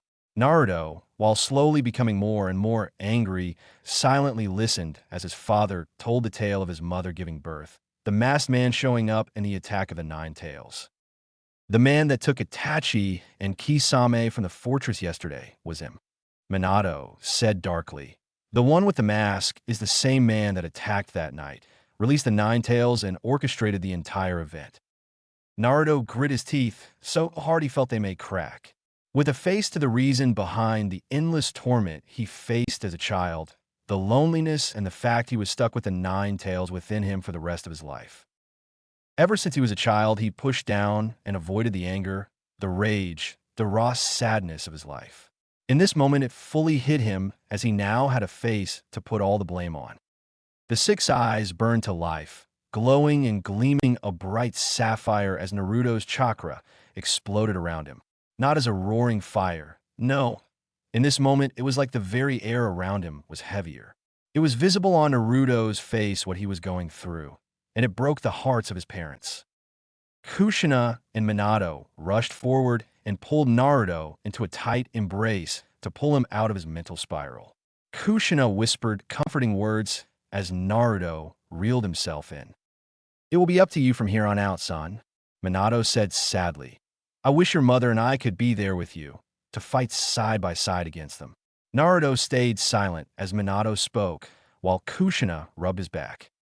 But we know that you can do it, Kushina said brightly. I know for a fact that my son can do anything, not to mention all those wonderful friends of yours. Kakashi, who tell him I said he needs to brighten up and find a nice woman already. And Jiraiya-sensei, who I really need you to filter aspects of his to respect. She finished lamely, clearly not approving of Jiraiya's antics influencing her son. Minato grinned. Jiraiya-sensei is fine role model. He was mine after all. Naruto couldn't hold back a smirk. Old man Jiraiya is great. I always laugh when I think about his reputation while watching him act like a fool. He snickered. Is there anything else I need to know? He finished quietly, as he came to terms that the time he had with his parents was coming to an end. Kushina grabbed him and pulled him tight. I've told you how your father and I met, the night of your birth, and our words to you. So you know all that. I'll just say this. Live a long and full life. Help who you can. Fight for those who can't. And always be true to Naruto. I'll love you always. She finished with a kiss to his forehead and a soft smile. Minato ruffled his hair. Strength like yours will put a weight of responsibility on you that may be unfair. Find friends and allies that will see Naruto and not the weapon you'll be seen as. Like your motor mouth mother said, always be true to Naruto. I'll leave it all to you, son. Naruto watched them slowly fade, his legendary eyes taking in every small detail perfectly stored in his memory forever. A small coldness in his chest fading as he watched them completely fade as their chakra ran out, as he now had memories and stories passed to him from his parents directly to him. He knew without a shadow of a doubt his mother and father fully loved him and wholeheartedly believed in him, something he never truly could know till now.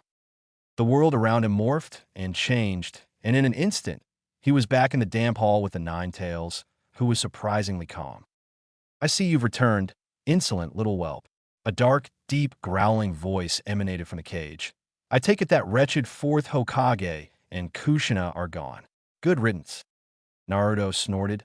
I guess you would hate them. They sealed you after all. He said nonchalantly. So I got the story from Mom and Dad. I guess you were an unfortunate victim of circumstance in all this.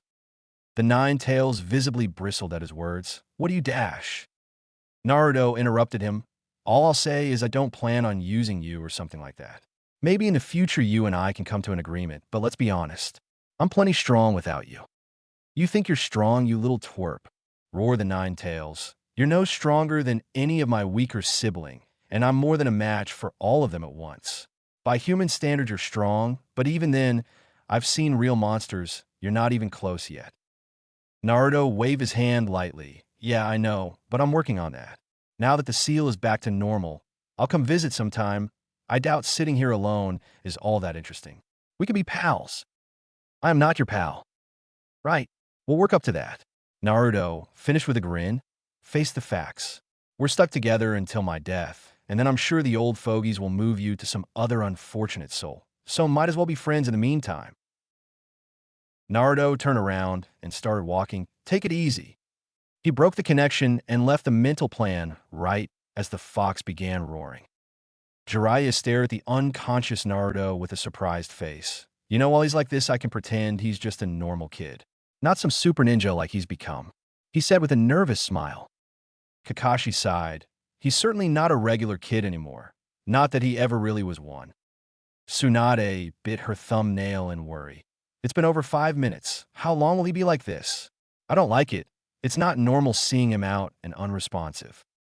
It's unlike you to be this worried, Tsunade commented Hiruzen while looking out the large windows behind her. I just don't like seeing the little brat down like this. She responded with a frown. Jiraiya crouched down to Naruto's level. He doesn't seem hurt or anything, though I wish I could hear the conversation he's having with the Nine Tails. If anything, it's likely quite entertaining.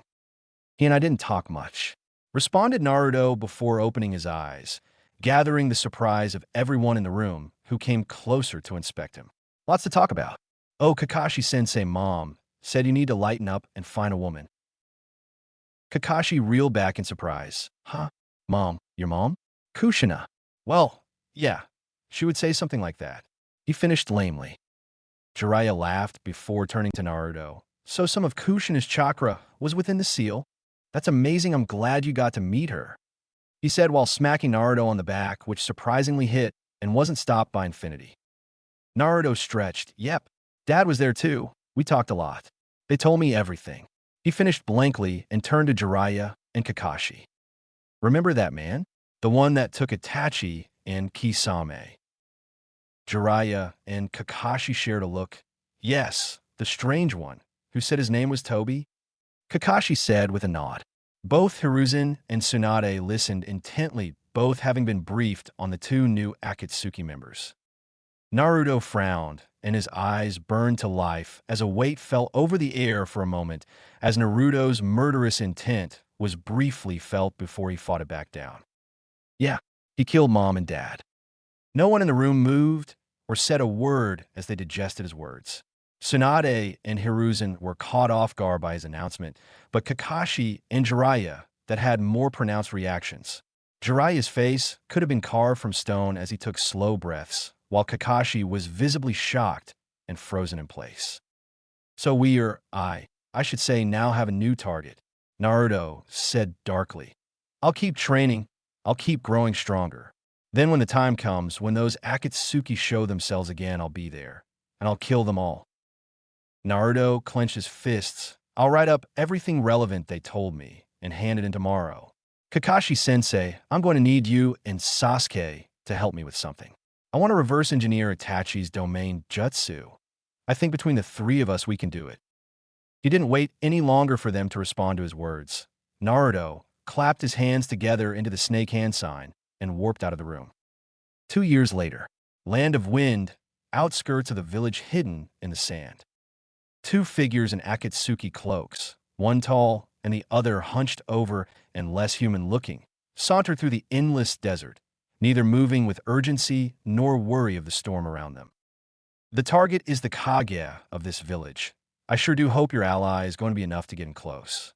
I don't have to tell you that we aren't going to be able to take on an entire village, said the tall one. The smaller humpback figure next to him growled his answer. It'll be enough. We need only a distraction, and we'll be able to take the one-tails. We must move quickly if they raise the alarm, then he will come. Right, we don't want that. Then we'll both be dead. The boss's main rule about him is avoid confrontation. The gates to the village hidden in the sand were now visible in the distance. Both Rouge Ninja continued to make their way forward. The re-emergence of the Akatsuki began now.